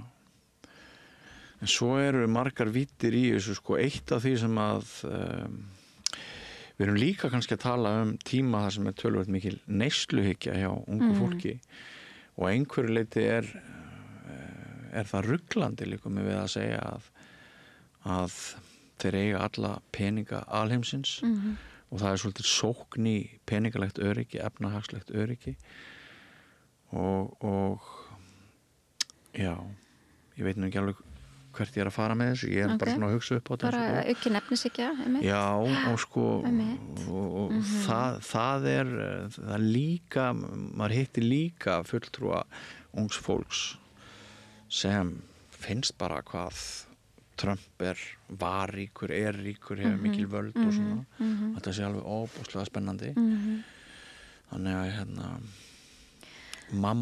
Biblían sem þú nefndir áðan, hún náttúrulega fjallar mikið átök hinna snauðu og ríku, mammons dýrkun og fleira þannig að það er ein vítin sem að kannski kirkjurnar eru að fást við núna eða eitthvað. Já, og erum alltaf að fást við við erum alltaf að fást við það að þegar fólk fyrir að dýrka eitthvað annað heldur en hinn æðsta mátt, kærleika og sköpunar að þá ná svona hjá guðir yfir eins og mammon eða Bakkus og þá náttúrulega bara veldur það sundrungu, það veldur því að við völdum yfir hvert annað og við misnotum hvert annað við komum ekki vel fram við hvert annað og sumir verða ákveðin græðgjabráð og kannski er græðgin fyrst og fremst svona uppspretta eða uppsprottin í óttanum að hafa ekki nóg, óttanum að hafa einmitt ekki þetta öryggi og fólk fær einhvern veginn ekki nóg en svo virðist líka náttúrulega bara eins og fólk ánetjast ákveðnum hlutum eins og til dæmis peningum og efnislegum gæðum og þá hættir maður stundum að sjá skóginn fyrir trjánum kannski getur maður ímynda sér að eins og ungt fólk í dag það hefur svo góðan aðgang að þessum lífstíl sem að ríka fólki lifir og það er einhvern veginn svo kannski rík áhersla á að leika hann eftir og þegar við sjáum að einhver nýtur einhverja gæða þá viljum við að sjálfsögðu fá að njóta þeirra líka og það er bara líka hluti á okkar réttlætiskennd sem manneskjur að ef einhver nýtur gæða þá vil ég líka njóta þeirra þannig að kannski má segja að efnishyggjan sé það er svona þessi aðgangur okkar að upplýsingum, aðgangur okkur að lífi annars fólks. Kannski til að einhver leiti undir það vegna þess að auðvitað líka samfélagsmiðlar og annað. Já, af því það er náttúrulega líka fólki sem að koma sínu lífstíl á framfæri til þess að selja okkur hinnum allt sem að það vil selja. Ég líka velta fyrir mér sko maður er alltaf að velta fyrir sér erindi kirkjunar. Ég upplifði þetta þannig að fyrir einhverjum x árum þá urðu þjóðfélagsbreytingar og sem leiddu til þess að hér hefur verið minni umræða dygðir og inntak lífsins. Það hefur kannski skort svolítið upp á umræðu það hjá ungu fólki. Heimsóknir í kirkjur voru sums staðar bannaðar á aðventu og eitthvað svona og kirkjan sem hafi verið svona þetta sameiningarafl eða hvað maður að segja. Hún hrakti svolítið út í hot sko. Svo er mín upplifun. En svo heyrir maður núna að það sé eitthvað að breytast. Finnur þú það? Algjörlega, það er mjög mikið að breytast. Það er mikið að breytast. Það voru náttúrulega þarna svona ákveðnu umbrota tímar þar sem að kirkjunni var, já, það var svona svolítið átaka íta kirkjunni út úr almannaríminu sem að var tölvert sársaukafullt fyrir kirkjufólk og kirkjufólk er mjög margt á Íslandi. En leið kannski setti þetta okkur í þá stöðu í kirkjunni að fara í ákveðna sjálfskoðun og það hefur orðið mjög mikil breyting á því hvernig kirkjan sér sjálfa sig í samfélaginu og sem að hefur kristallast bara niður í löggjöf kirkjuna og svona nýju umhverfi fyrir okkur og ég held svona sjálfsmynd okkar svona minnar kynslóðar presta og svona þeirra sem eru yngri byggist ekki á þessum embættismannaskilningi og þessum nánu tengslum við ríkisvaldið sem var náttúrulega mjög sko brýnt að slíta eða skilja á milli. Að því að tala dygðirnar, það var náttúrulega mjög mikil umræða hér í samfélaginu upp úr hruninu dygðir. Og við fórum mjög mikið bara Íslands samfélag í naflaskoðun dygðir og það var haldinn stór þjóðmálafundur bara dygðirnar og það var svo margt sem við ætlum að gera. Algjörlega, og nú ætlum við aldils að læra reynslunni og við ætlum sko aldils ekki að lenda aftur í sömu fórarpittunum og öllu því sko. Og ég man að tíma var ég bara rosa bjartsýnn á að þetta myndi allt ganga eftir. Já, og kannski gerði það einhverju leyti. Vonandi. Ég meina, ég held sko allt það sem við gerum til að skoða okkur sjálf og okkar svona breyskleika og að vinna með okkar veikleika og allt það skilar alltaf einhverju góðu og við eigum náttúrulega bara alltaf að vera að vinna í því. Og það er náttúrulega til dæmis bara það sem að kirkjan gerði tölvert mikið núna á þessum svona árum frá hruni og þangað til núna og það hefur bara orðið mjög mikil andleg vakning í samfélaginu og það er mjög... En svo stundum verður til þegar kreppir að skó, er það ekki? Já, það má kannski segja það svona ein afleiðing efnishyggjunar birtist kannski ákveðni yfirborðsmennsku og auðvitað eru náttúrulega líka bara miðlarnir sem við erum að vinna með í dag þeir íta undir það vegna þess að við erum auðvitað alltaf að birta yfirborð.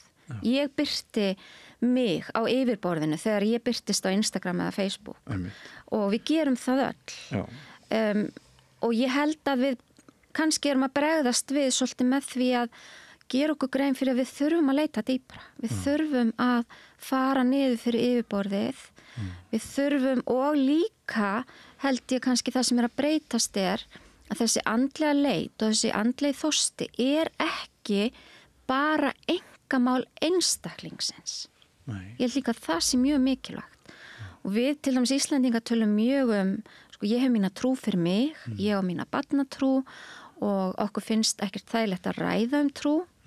En núna er að koma upp sko kynslóð fólk sem vill bara tala trú og það vill tala og það má tala trú og það á að gera. Ég hef sannlega ekki tekið þetta viðtal fyrir 5 árum Það er ekki víst að mér dotti það í huga, því þá hefði mér sjálfum fundist, í besta falli hallærislegt að tala trú og í versta falli bara alveg fáránlega vond hugmynd. Þannig að já, þetta hefur breyst mjög mikið á síðustu árum og ég ætla að leyfa mér að halda þið fram að alls ekki eina ástæðan en kannski hluti af því að þjóðkirkjan sem slík einhvern veginn svona eflast og fá stærri sess eða meiri viðurkenningu í samfélaginu að hluta til vegna þess að kannski starf þjóðkirkjunar orðið á einhvern hátt faglegra heldur en það var. Já, svo sagði þér áðan að þið fóruð í naflaskoðun. Fórum í naflaskoðun. Ég held að við búum í meiri auðmýkt og séum tilbúnar að læra af mistökum og við höfum bara aldeilis þurft að gera það. Ég held líka það sé alveg komin tími til að vestræn kirkja, mótmælendakirkja, mótmælendatrú horfist í augu við það að við kostum svolítið barnin út með baðvatninu þegar að við lögum áherslu á rökhyggju og skynsemi að þá týndust ákveðni hlutir sem að mjög mikilvægir hlutir á trúarupplifun fólks, ákveðin mystík. Já, við teldum rökhyggjuna fram gegn trúnni kannski á einhvern tímapunkti. Nei, í rauninni það sem ég að segja að trúin var gegn sýrð af rökhyggju í mótmælendatrúnni. Já, út að tala það, já. Og þá var til dæmis farið að líta á hvað ég segja svona ákveðin tegund trúar iðkunar var litið mjög miklu hotnauga og það náttúrulega auðvitað tengdist líka ákveðnum menningar árekstrum þegar að vestrænir landnemar og landkönnuðir og kristnibóðar fóru með sína menningu yfir í aðra menningarheima og þá var náttúrulega urðu miklu árekstrar þar og þar með var lögð lína að kristintrú svona og hún alls ekki eins og þessi frumstæðu trúarbrögð og allt mögulegt sem þar gert bara demonist og bannað. Ég man bara þegar ég var unglingur sjálf það þótti bara næstum því djöfladýrkun að spila á trommur í ákveðnum kreðsum þannig að en við erum við erum að færast aftur meira inn í þann skilning að það hægt að tjá trú á margvíslegan hátt, það hægt að iðka trú á margvíslegan hátt og við sem kristin mótmælendakirkja þurfum að endur uppgötva ýmsa hliði á andlegri iðkun. Til dæmis erum við að gera það með öllum þessum vinsælu jóga bænastundum í kirkjum. Þetta bara ein leið sem að... kirkjurnar fullar að jóga bænastundum núna? Nú skaltu ekki fara að setja það í einhverja fyrirsagnir, það ekki, en við erum alveg farin að horfast í augu það að okkar andlega iðkun hefur alveg gott af því að læra líka af öðrum trúarbrögðum. Það bara ekkert að því. En í einhvern kirkjum jógadínur og fólk kemur bara á daginn? Já, víða. Víða? Ég bara mista þessu. En svo náttúrulega að þegar við byrjum á því að ræða þá félaga Doll og Dodda, Musk og Trump og svona og ég var að ræðum ræðuna þína þá maður hefur líka fundið það svolítið að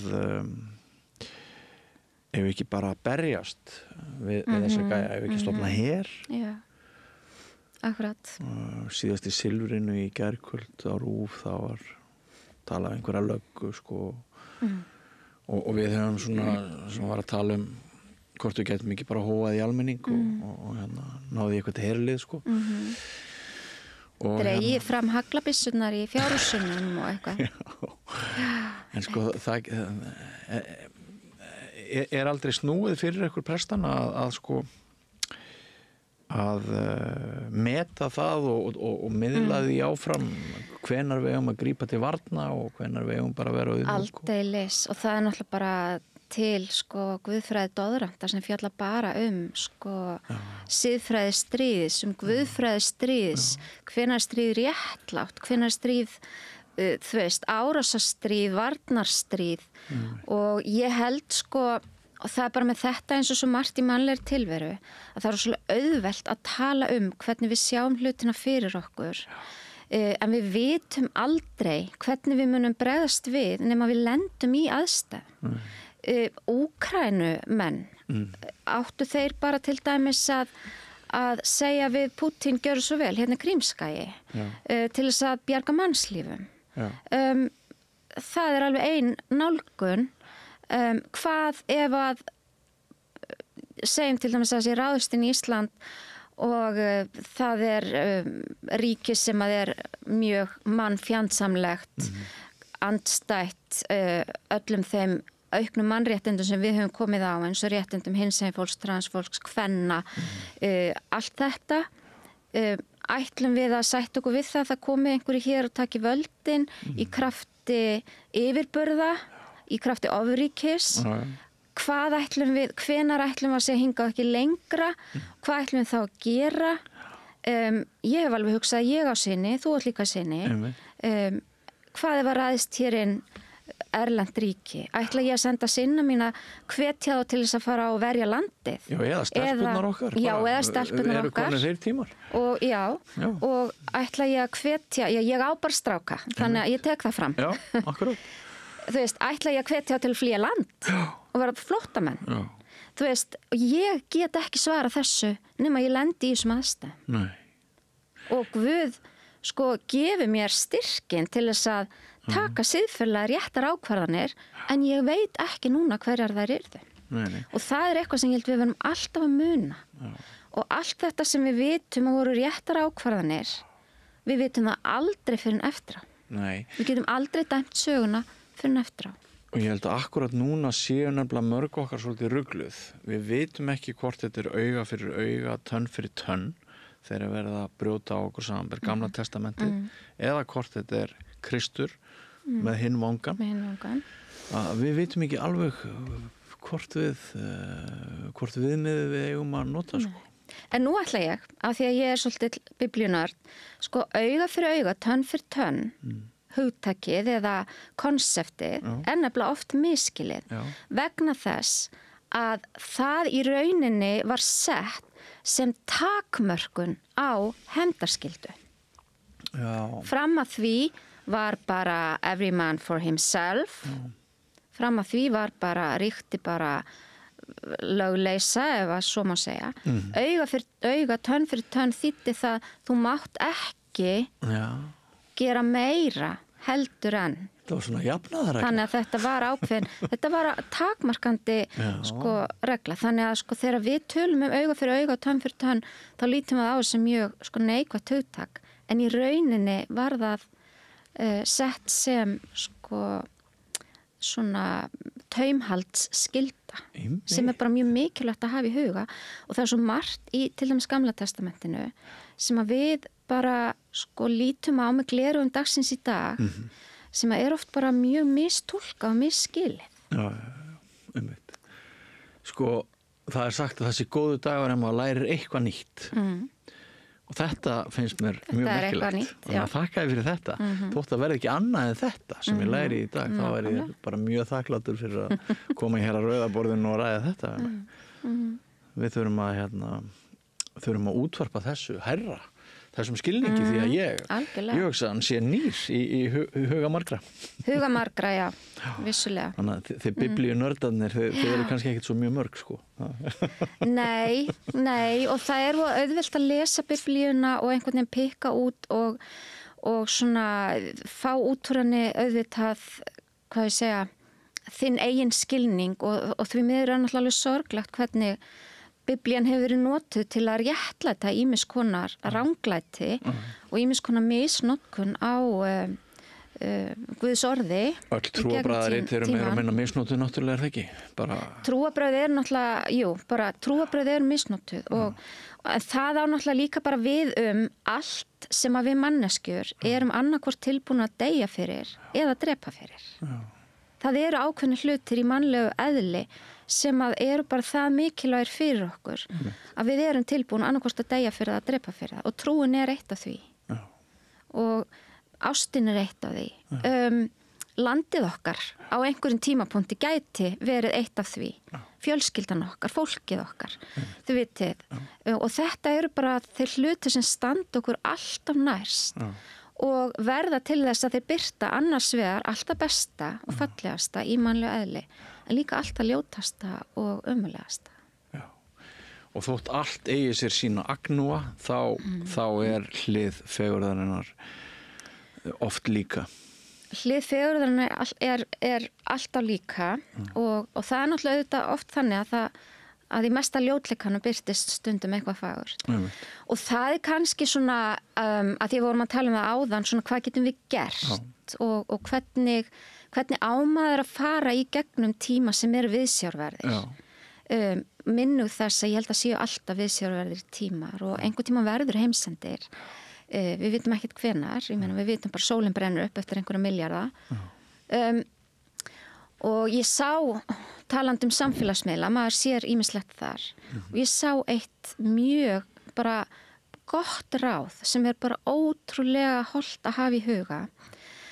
Og það þetta með að þú þarft að horfast í augu við illskuna. Þú þarft að gera það og þú átt að gera það. En þú mátt ekki missa þig í því að horfast í augu við illskuna. Þú mátt ekki láta illskuna gleypa þig og þú mátt ekki týna þér. Þegar þú ert búin að horfast í augu við illskuna í einhverja stund, farðu þá og gerðu eitthvað sem að eykur á hamingjunni í heiminum. Þú veist. Þetta ekkert flóknar en það. Þú veist, við verðum að geta horfst í augu við það hræðilega sem gerist í heiminum. En við verðum líka hvert og eitt okkar að gera eitthvað til að auka hamingjuna í heiminum. Eins og Nietzsche orðaði að hann sagði að þú værir að stara of lengi í hyldýpi þá yrður þú sjálf hyldýpi. Og ég hef einmitt fundið fyrir því það umræðum það innan minnar fjölskyldu núna að aktíft lyfta gleðinni. Einmitt. Að bara aktíft. Bara leið og vöknum reyna að muna það að við eigum kannski kost á því að fara úr mólnum upp í dúr ef það þannig að það svona ég held að mörg okkar tengi við það núna einhver svona leit að einhverju bústi og það drungi og það eru áhyggjur en með því að bara aktíft reyna að setja gleðina, bjartsýnina þórið kjarkin og þetta á dagskrá þá nú sennilega hægt að flytja fjöll svo vitna sér til bókarinnar. Já, og við breytum alltaf einhverju kringum okkur, jáfnvel þó að við gerum okkur ekki grein fyrir því sjálf og kannski bara með því einmitt að gera þetta í dag, aktíft að auka gleði og hamingju í heiminum, þá erum við kannski bara að breyta atburðarás sem okkur óar ekkert fyrir, sem okkur óar ekki fyrir, jáfnvel í stóru samhengi. Hvað sagði í daglega textanum, ég löggiltur hálfviti hlusta á HLA og bylgjuna. Stundum það bara það besta sem það geti gert. Það að vera löggiltur hálfviti og hlusta á daglega músík og fara aðeins úr alvörunni, þessari stríðu alvöru. Já, Jesús talar að við eigum að vera eins og börnin.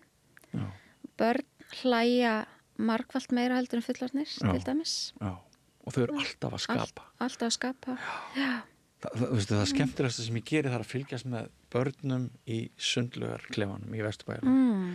Þetta algjört bíó, þetta stórkostlegt. Það meiri snilld sem rennur upp úr barkanum á 3 ára barni á 10 mínútum í búningsklefa heldur en maður finnur í lífi fullorðnu eða í rauðaborðið jafnvel kannski við sem ekki fara alveg svo miður en ég veit að spurningarnar voru sundurleitar og við erum svolítið sundurleit við erum samt leitandi sem ég held að sé ágætt en ég biðst afsökunar á því að fókusinn var kannski ekki svo rammaður mikið inn í þessu spjalli. Mér fannst það bara frábært. Við fórum bara víðan völl. Við fórum víðan völl. Það mjög skemmtilegt. Frábært að heyra það. Þakka þér fyrir að koma hérna, Arna Ýr Sigurðardóttir, sóknarprestur í Grafvogskirkju og svona hugsa upphátt með mér. Það var mjög skemmtilegt. Við verðum að halda því áfram, ekki satt? Gerum það. Einmitt. Takk fyrir að bjóða mér. Takk fyrir komuna. Samlokubrauð, maltbrauð, tjekknestbrauð, súrdeigsbrauð, brauð ársins, Bernhöfts bakari, íslenskt handverk síðan 1834. Við heyrðum Björn Þorláksson ræða við prest í Grafarvogskirkju Örnu Ýr Sigurðardóttur. Við svona vindum okkar kvæði í kross, ef svo má segja. Sumir segja nú að stjórnmál getur orðið svona svolítið trúarleg ef að það er kretta í því og það er einmitt til umræðu ákveðin kretta í sósíalismanum og vandi sósíalismans og eiginlega vinstri hreyfingarinnar og vinstri hugsunar og umræðunar vinstri málin og pólitíkina. Ég ræði við Pétur Tyrfingsson, sálfræðing og vinstrimann, kemur í ljósuna undir lok viðtals hvernig hann eiginlega skilgreinir sig og ég segi ekki við tökumst á marxismann eða sósíalismann en allavega þá reyndum við okkar besta að fara svona djúpt ofan í saumana þessu hvar vinstri þarf eiginlega að hissa upp sig og við komum líka inn í svona ágreining innan Sósíalistaflokks Íslands og Pétur reynir að setja hann skona í samhengi. Hlusta á Pétur Tyrfingsson, sálfræðing, ræða við mig sósíalismann. Gjörðu þessu vel. Gerist áskrifendur á Samstöðinni og taki þátt í að byggja upp öfluga og róttæka samfélagsumræðu.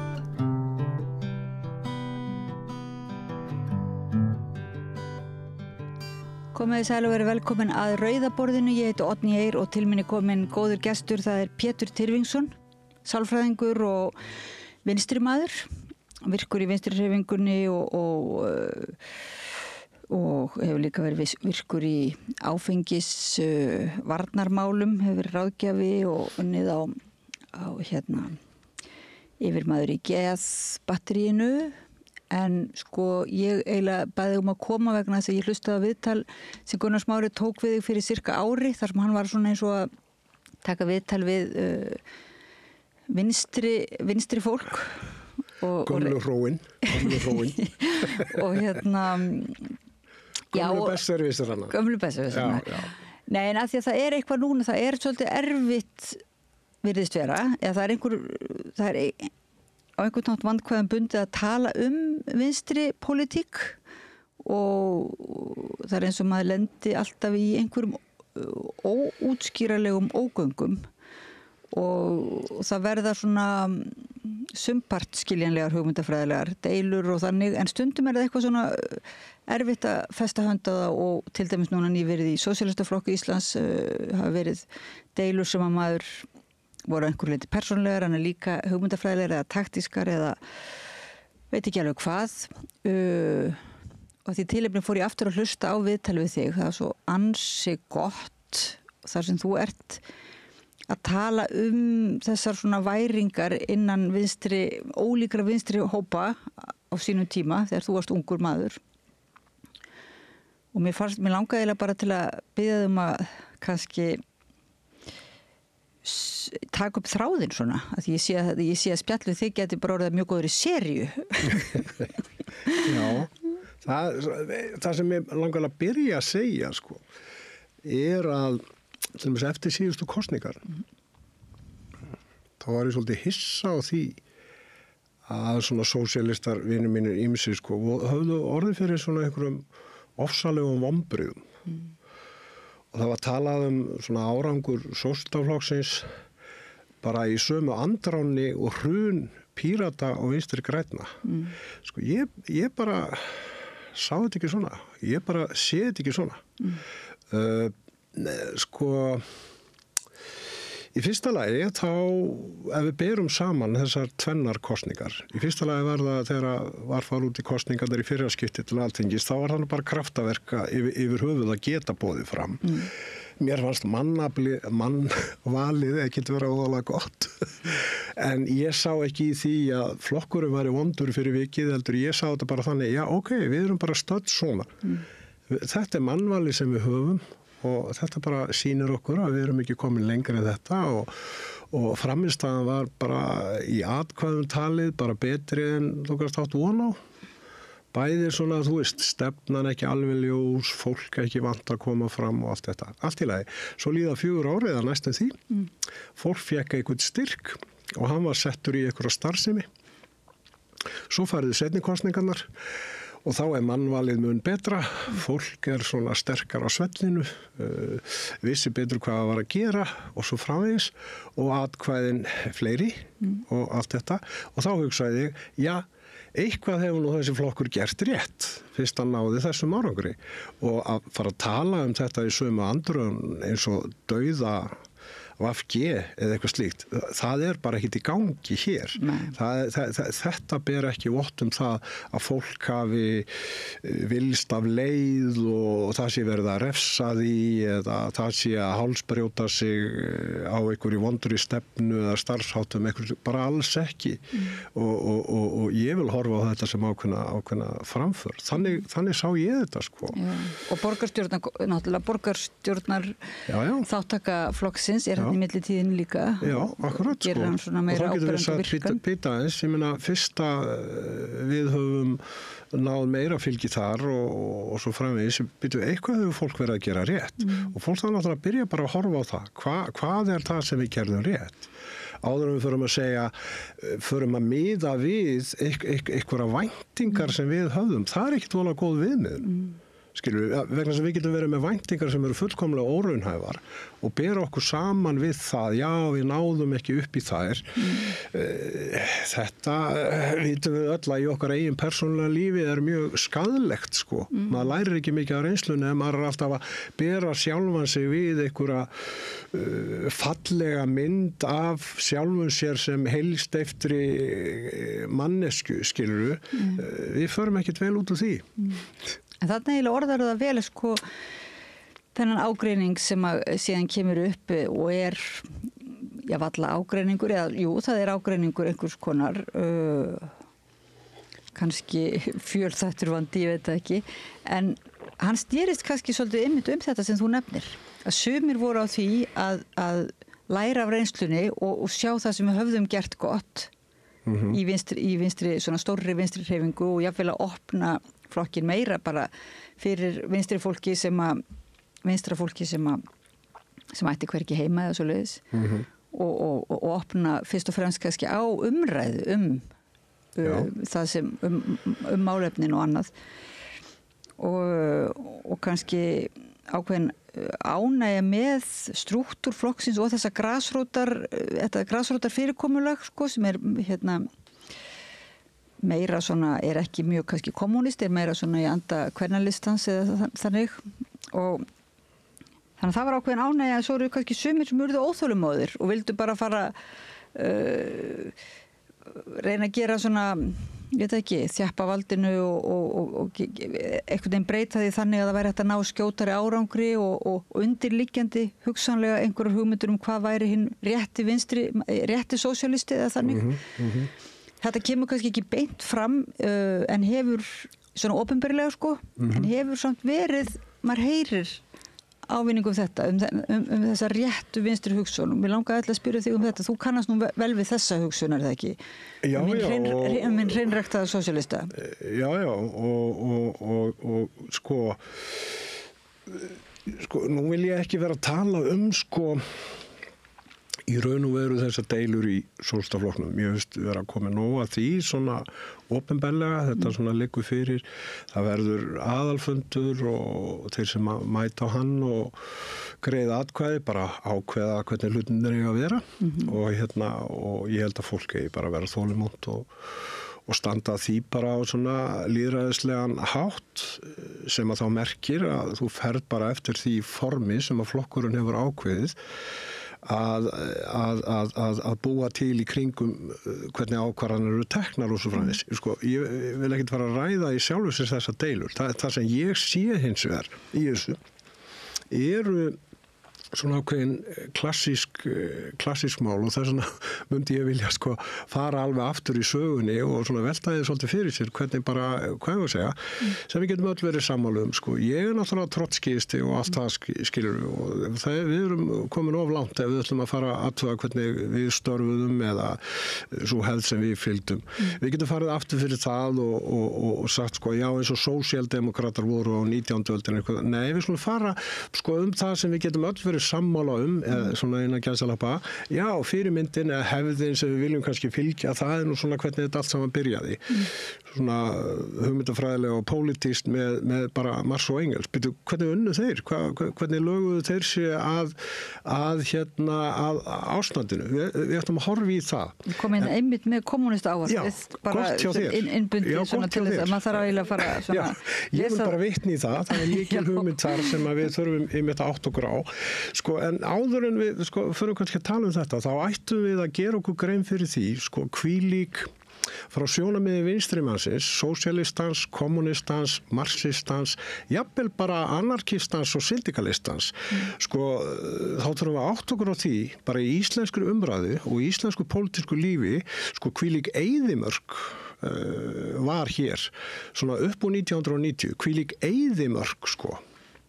Sem að kemur síðan í ljós sko, hvað gerist í hruninu 2008 sko, þá myndi maður hugsa sem svo, sko, ég meina semst upp úr 90, sko, þá ekki þetta að tala stéttabaráttu, það ekki að tala herin og NATO, það ekki að minnast á sósíalisma, jafnvel sko vinstri, sko allir, já þetta vinstri, hægri og svona, þetta úrelt og eitthvað slíkt, sko, fólk þarna, þannig að allt sem að maður sagði var bara gamaldags og það var bara, fólk fór bara eða eitthvað svoleiðis, eða þú fórst að tala þessa hluti. Og flokkarnir sem að töldust til vinstri áður að sem sagt að það verða algjört rof milli verkalýðshreyfingarinnar og bara annara félagasamtaka alþýðunnar í landinu og þessara stjórnmálaflokka og það allt í einu farin að tala stjórnmálamenn eins og það sé eitthvað fag sko það sé eitthvað starfsgrein eða eitthvað í svona umræðu þáttum og eitthvað slíkt. Ok, sko, svo kemur hrunið allt í lagi og hvað sprettur upp úr hruninu? Þú skildir ætla það að við slíkt áfall og það sem gerist að svona, það myndi spretta upp eitthvað svona vinstri, eitthvað svona sósíalismi, eitthvað svona verkalýðs eitthvað. Það var ekki það sem gerist. Við fengum svona einhverja undarlega pólitíska vegferð með svona bjartri framtíð og jóniknar. Þú sér nú hvernig hann endar, NATO maður í nýfrjálshyggju flokki, sko, ok, en sko, þú fær borgarhreyfinguna og þú fær alla þessa hluti, menn standa á Austurvelli og veifa, sko, Evrópusambandsfánanum, svona eins og það sé lausnin á þessu. Ég meina, ef við hefðum verið í Evrópusambandinu þegar hrunið var, hvernig heldur að Ísland væri í dag? Ég meina, hvernig fór Grikkland út úr því? Ég meina, fólk gleymir þessu. En stjórnarskrármálið, hvar kemur það inn í? Já, sko, ég gef ekki krónu fyrir það, en það allt önnur umræða.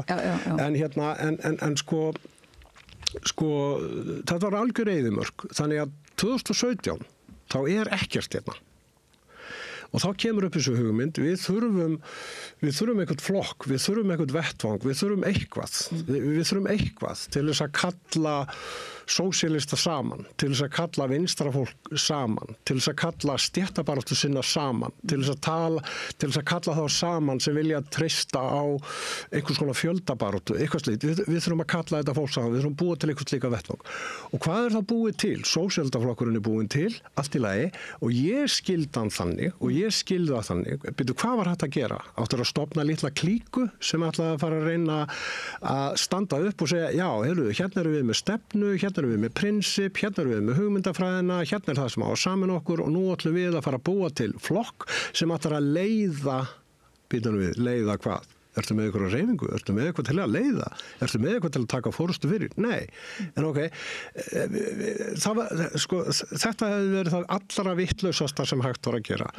Staðan var einfallega þessi að við getum sagt sem svo, ég skildi hugmyndan á sósíalistaflokknum í raun og veru þannig, já, hörðu, við ætlum að búa til eitthvað vettvang þar sem pláss fyrir alla og allt. Við búum til einhvern veginn á vettvang að þeir sem vilja vera virkir, vilja gera eitthvað pólitískt, það sé pláss fyrir þá. Þeir geti gert það einhvern veginn tengslu við flokkin, inn í flokknum og vegum flokksins eða hvað eina. Og þannig pláss fyrir allt og pláss fyrir alla, það sé svona eitthvað rými fyrir það. Svo bjögum menn náttúrulega til einhvern strúktúr skilur í kringu þetta og þegar þú lest þetta að þá þetta náttúrulega einhvern veginn þannig að þetta ber þess keim sko að menn að búa sko fólki sem skrifa þetta að búast við öllu. Það að reyna að búa til form utanum allt sem því datt í hug að gæti nú komið upp.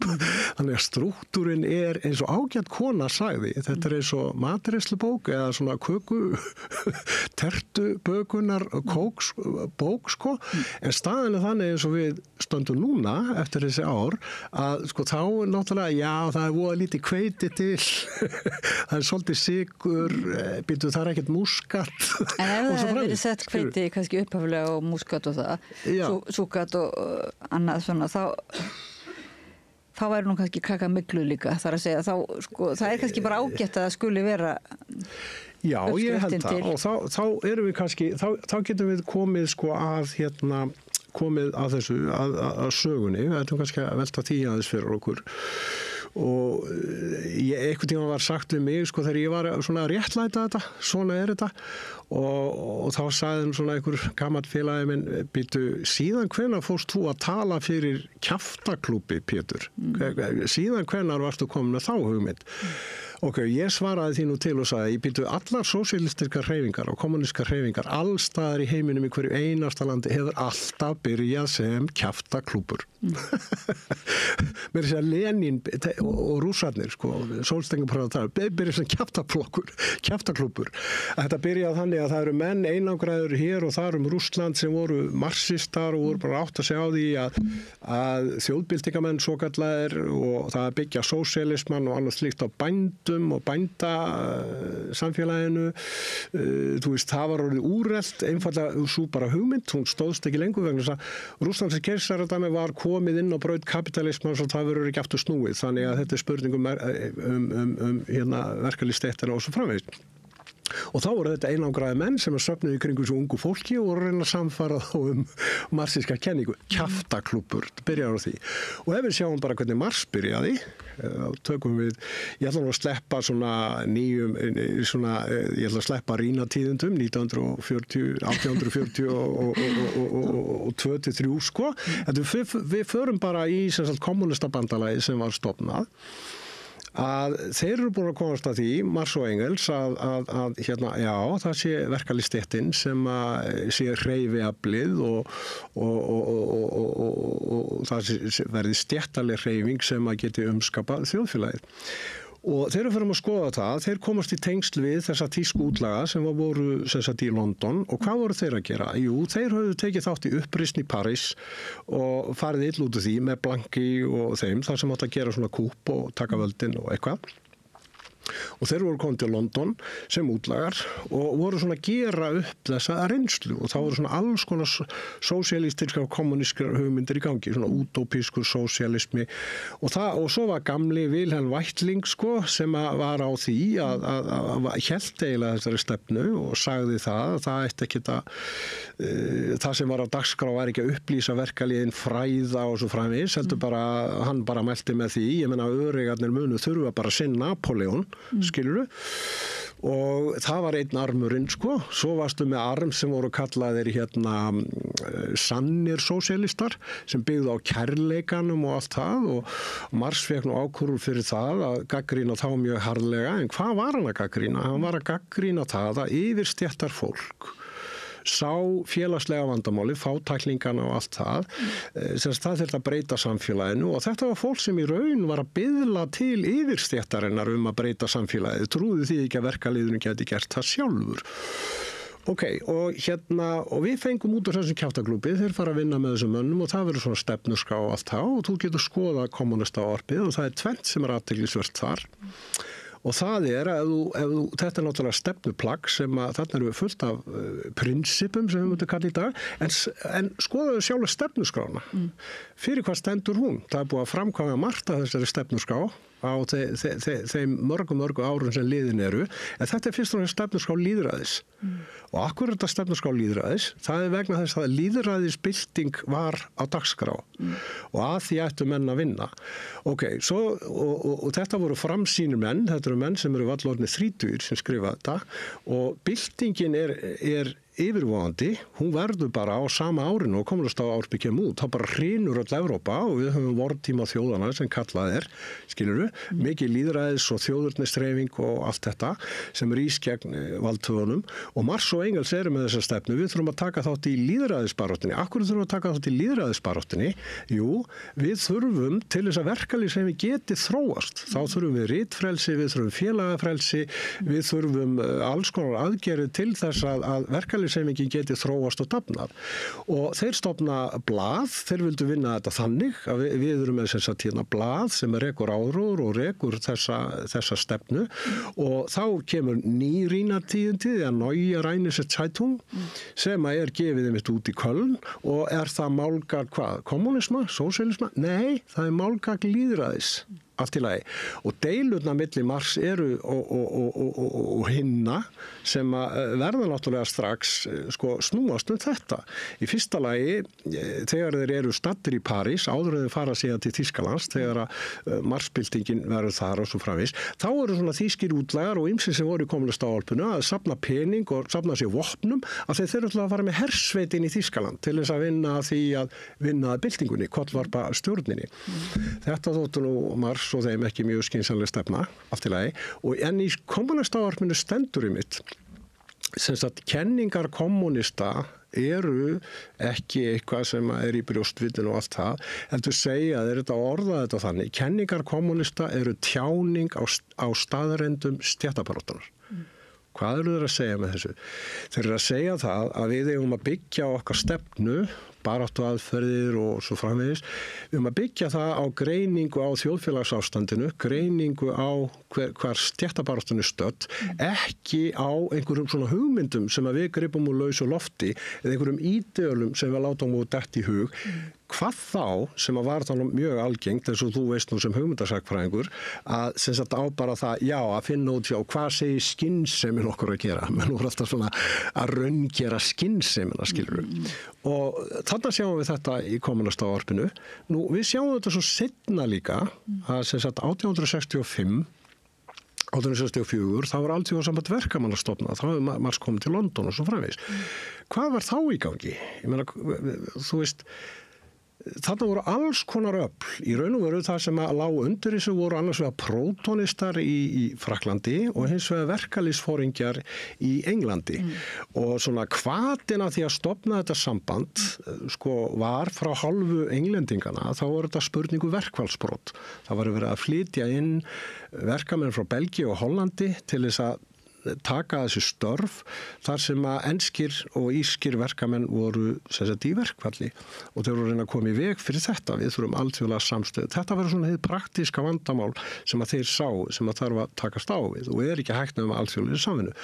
Prótonistanir, þeir, og það má ekki gleyma því, þetta voru menn sem voru á móti verkalýðsfélögum, þetta voru menn sem voru á móti verkfallum, þetta voru svona smáborgaralega öfl, handverksmenn og svo framvegis, sem að töldu peningana vera upphafins illa og sem sagt vildu koma upp einhvers konar lánastarfsemi, einhvers svona banka, einhvers svona alþýðubanka, þannig að handverksmennir gætu svona starfað eitthvað því. Þetta er svona alveg dæmigert að þannig eru svona einyrkjar að berjast fyrir lífi sínu. Ekkert að því í sjálfu sér.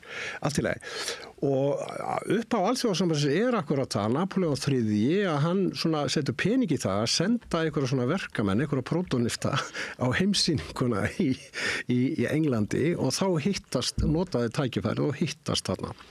Og svo eins og menn störfuðu, menn sendum hvor öðrum svona ávarp og eitthvað og allt það, og svo verður þetta alþjóðasamband til með þáttöku úr náttúrulega mörgum löndum. Þar á meðal eru sem sagt kallaði til þýsku útlagarnir í Englandi skilur til þess að þið þurfum að vera með og eitthvað svoleiðis. Þetta voru fyrrum meðlimir kommunistabandalagsins í fræðslufélagi verkamanna og þá sjáum við að starf kommunistabandalagsins hafði nú skilað sér til næstu kynslóðar þannig að þeir komu þarna inn og það eru þjóðverðir sem draga marsinn.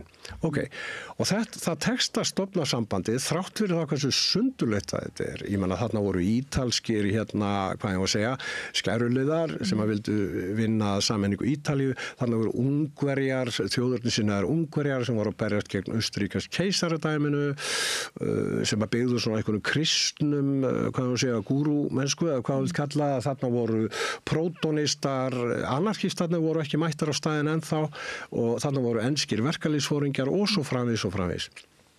Og hvernig óskomanum mátti að koma þessu saman? Menn höfðu svona alltaf að stofna svona sambönd, samtök svona lengi eða af einhverju tagi og Mars hafði aldrei viljað vera með eftir 1851 eitthvað svoleiðis, af því að honum fannst útlaga umhverfið vera svo mikil pest. Það var að segja að það var svo mikil læti þar og persónulegar átök og eitthvað slíkt. Það var ekkert svona pólitískt að gera. En hann segir í bréfi til Engels, ég skynjaði það að það er eitthvað hreyfing í gangi, það er eitthvað öflaverki, ég varð að vera með. Og semst hann skrifar þarna stefnuskrá sem að einhvern veginn öllum tókst að sameinast öllum þessum ólíku öflum. Og hann starfaði þannig í alþjóðasambandinu að hann beiti sig fyrir því að það sé einungis gerðar samþykktur verkefni sem eru sannarlega á dagskrá, praktísk verkefni sem verkalýðshreyfingi stendur fram fyrir og þú ferð ekki lengra en það og þú gerir ekki samþykktir einhverja hugmyndafræðilega hluti sem hafa enga praktíska merkingu. Og hans sjónarmið var þetta, við störfum hér og erum þá með strúktúr bara eins og hægt er að hafa og svo lærir hreyfingin af reynslunni.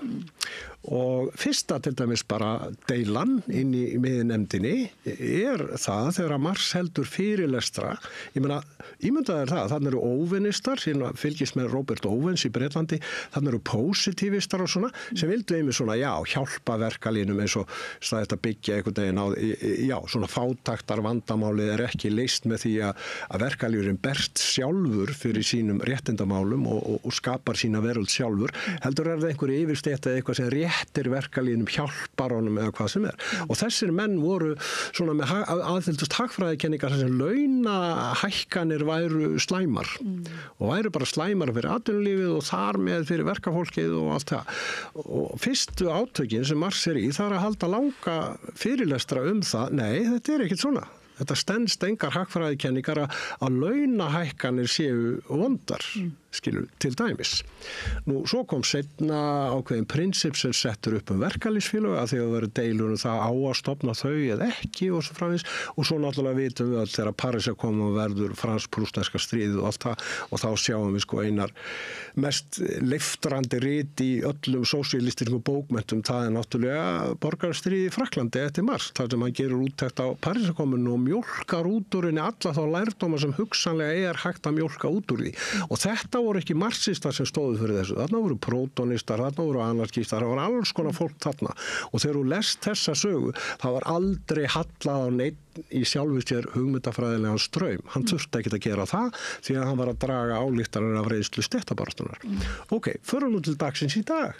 Skilur, stórt stökk svona? Já, ansi stórt stökk. Býtu á Íslandi í dag, þessum litla hreppi og þú ert með sósíaldaflokkin eins og hann er og svo framvegis. Hvernig eigum við að hugsa?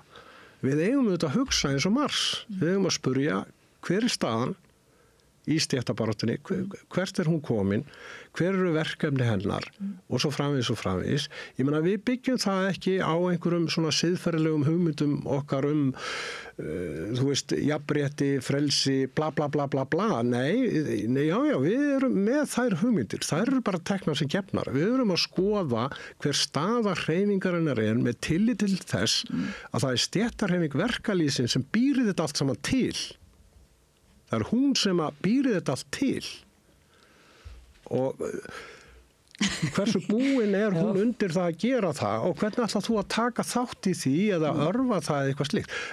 Það snýst þetta. En sko, má ég spyrja, má ég aðeins skjóta inn hérna á truflaði? Sko, að því að þú segir hérna upphálega þetta spurning lýðræði og sko í svona sósíalískri og kommunískri og marxískri og hvernig, hvað má segja, hreyfingu, að þá að þessi tendens í að vilja raunverulega fá einhvern leiðtoga, einhvern Napóleon eins og þú segir, fá sinn Napóleon, fá einhvern sem getur og her og vill og svo náttúrulega vitum við með söguna að sósíalismin var það var svolítið illa farið með hann þegar hann raunverulega dettur úr tengslum við einmitt stéttabaráttuna þegar hérna í Sovétríkjunum, þegar raunverulega undir yfirskinni því að vera að virkja og gera vel við hérna verkafólk að þá raunverulega bara algjört alræði sem sett á, þannig að það algjör andstæða lýðræðis, þannig að ef eitthvað sem við getum lært þá það einmitt að lýðræðishugsunin verður að vera mjög til grundvallar í sósíalískri hugsun, finnst manni maður geti lært,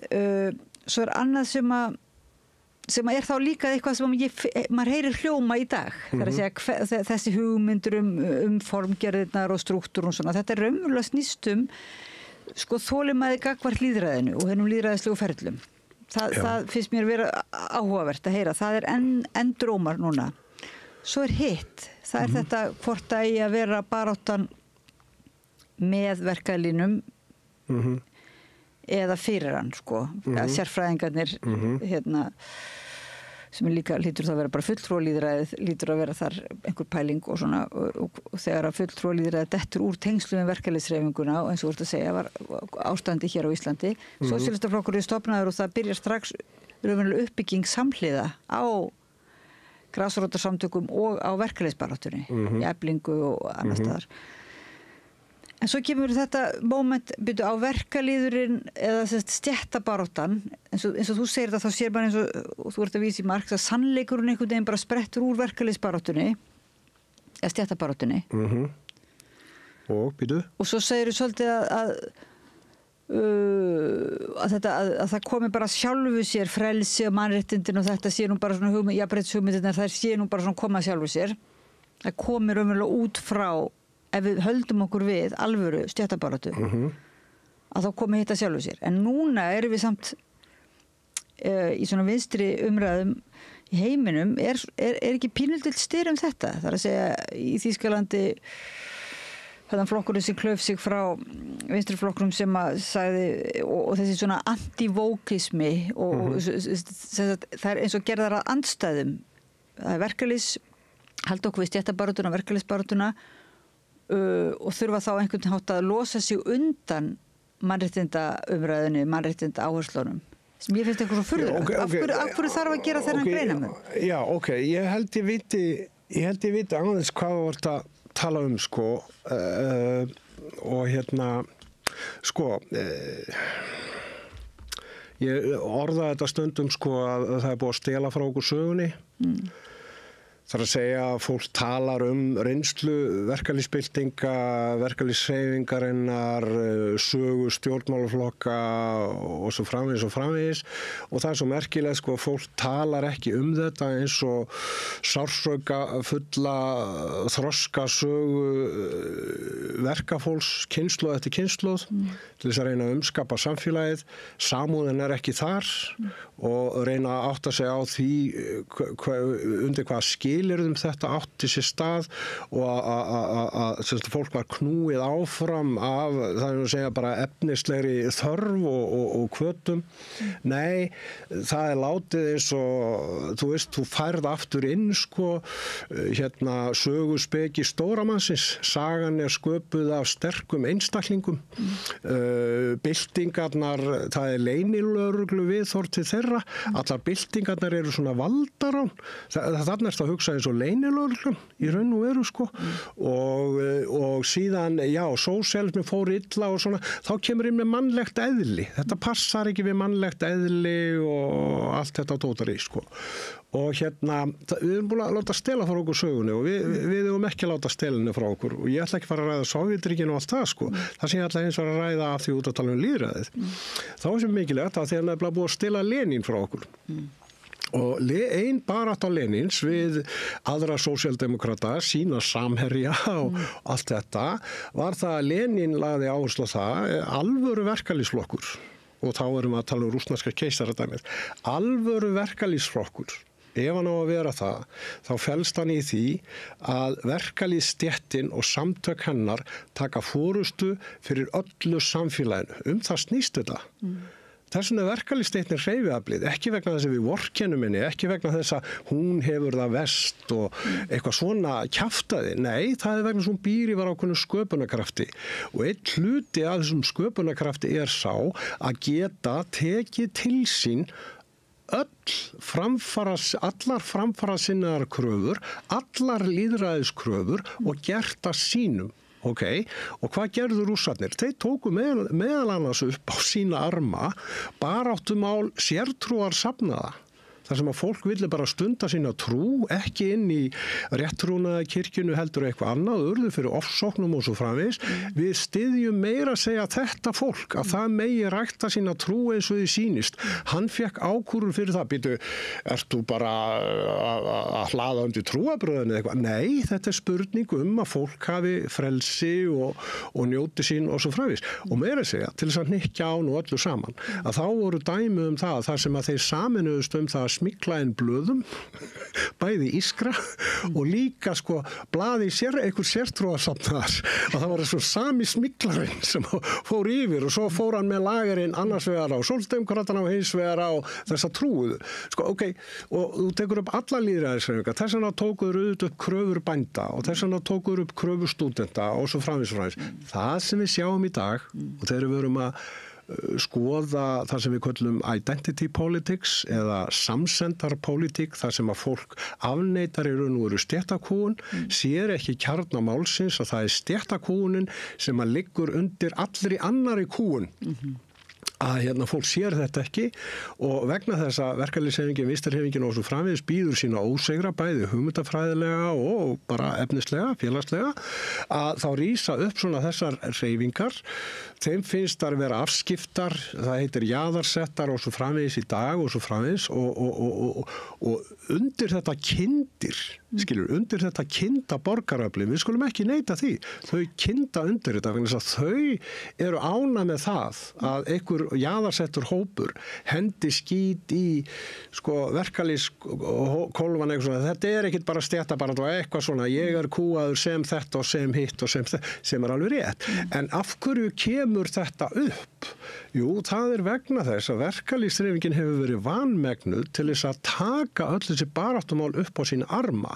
Og ef að henni tekst ekki að gera það, þá hún ekki það forystulab fyrir þjóðinni sem að verkalýðshreyfingin þarf að vera. Þetta snýst málið. Þess vegna eigum við ekki að vera að henda skíti eitthvað vók eða eitthvað identitetspólitík og eitthvað svoleiðis. Við eigum að benda á það að ég meina ef að þessir hópar alltaf ná einhverjum árangri, þá verður það ekki fyrir þeirra eigið afl, því að þeirra hafa ekki þá stöðu í þjóðfélaginu að geta að vera í raunverulega eitthvað þjóðfélagsafl. Þeir eru eitthvað umræðuafl, hugmyndafræðilegt afl, þetta eru vanmáttugir minni hluta hópar, áttaðu á því. Ég meina, þeir þurfa að treysta á þá sem að geta stoppað þjóðfélagið. En hugsaður þetta eins og verkalýðin, ef hann mætir ekki vinnuna þá hrynur þjóðfélagið. Jú, en það bara þessi furðulega, einmitt hverjum þjónar það, þetta rofi, þessi aðgreining á milli til dæmis hins íslenska verkamanns, íslensku verkakonu og svo hinnar innfluttu verkakonu. Eða, ég meina það eins og það þetta hefur alltaf verið vandamál. Já, og það þessi aðgreiningur og eins og þú segir, ef einhverju jaðarsettir sjá ekki mikilvægi stéttabaráttu í sinni baráttu, þá finnst manni ekki þar með sagt að þeir sem standa í stéttabaráttu eigi hafna, það eigi að vera hafna hinum líka. Að sjálfsögðu ekki. En það nú kannski það sem svolítið virðist vera í gangi. Já, við getum líka veltið fyrir okkur og ég skil það, þetta ákveðin pirringur. Ég meina, ég man bara eftir því þegar það var ákveðin þróun í feministarhefingunum og kona mín Sáluga, hún var mjög virk í rauðsukarhefingunni og allt það. þannig að manni var nú kennt ýmislegt þegar maður var ungur, að ég man alveg eftir þessari senu þegar var eitthvað að tala um það, þetta væri nú, þetta var, að kvenfrelsishreyfingin væri að fara í einhverja átt sem að sumar konur sem voru í kringum mig voru ekki alveg ánægðar með. Og ég man alltaf þegar að kona mín sálega sagði þessa setningu, ég ríf hana bara á samhengi, þetta er alveg skelfilegt, það hefur engin lengur áhuga á vöðvabólgu verkakvenna. Hvað var hún að tala um þarna?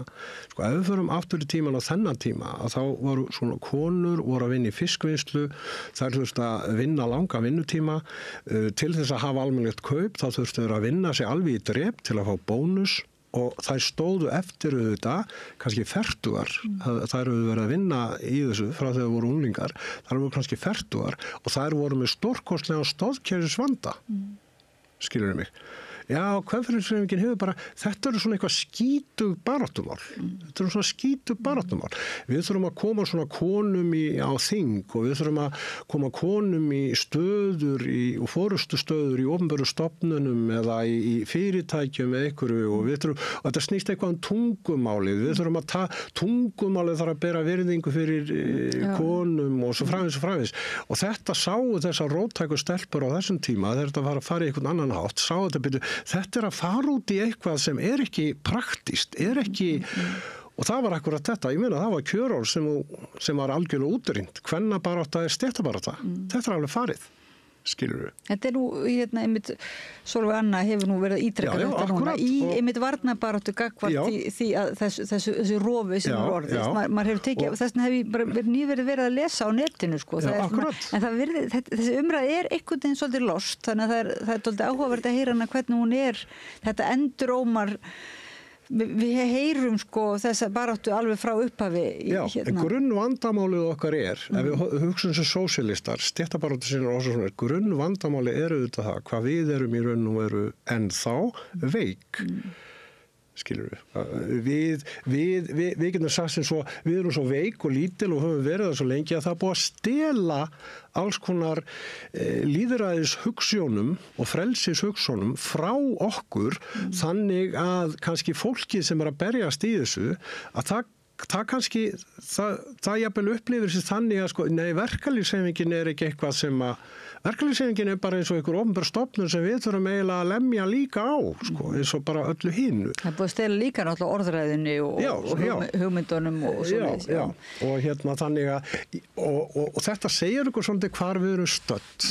Þannig að ef við erum að fara að búa til strúktúr sósíaldemókrataflokkin eins og hann er nákvæmlega staddur núna, þá þurfum við að bara horfast í augu við það. Við erum ekkert ofsalega mörg, skilurðu? Og það ýmsir hlutir sem kannski ekkert endilega komnir á dagskrá. Sko, við erum ekki, það er ekkert á neinni dagskrá og sósíaldemókrataflokkurinn hafi liðsafla á að skipa þar sem að við getum í fjölbreytilegri starfsemi tekið að okkur eða ætlað okkur að fara og leiða einhverja baráttu eða hafa forystu fyrir einhverju út í samfélaginu. Ég meina, verkalýðurinn og allar hreyfingar eru alltaf undir einhverju forystu. Og ef að verkalýðsflokkur og sósíaldemókrataflokkur á að vera eitthvað vit í honum, þá hefur hann það hlutverk að reyna að leiða hvers kyns baráttu. Allt í lagi.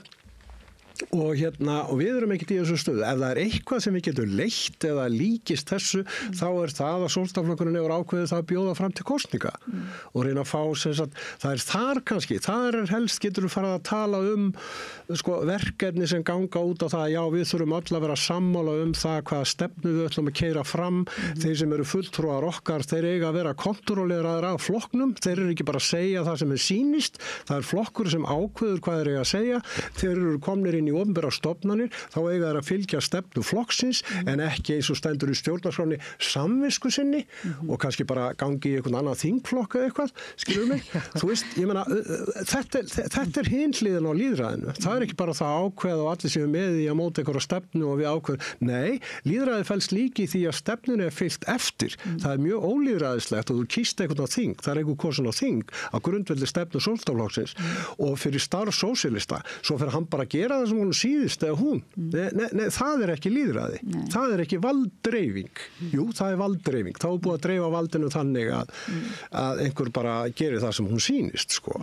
Og hérna, en þetta er eini staðurinn þar sem að þú getur sagt, sko, já, það er bara einn hluti á starfi Sjálfstæðisflokksins sem þú getur hugsað svona. Við erum með stefnu, við erum með einhverja sem eiga fylginni fram, við förum út og bjóðum fram og við höfum okkur eins og samstiltur flokkur. Við tölum svona sirka bát með einni rödd sem hefur alltaf þessa niðurstöðu. Þú ert að kjósa Sjálfstæðisflokkin, skilur mig. En það er náttúrulega bara lítill hluti af starfi flokksins. Já, það er bara lítill hluti. Hreyfingar hitt er náttúrulega bara að efla svona grasrótar. Já, hitt er bara kjafta klúpur í bestu merkingu þess orðs. Já, virkja. Já, bestu merkingu þess orðs. Í bestu merkingu, já.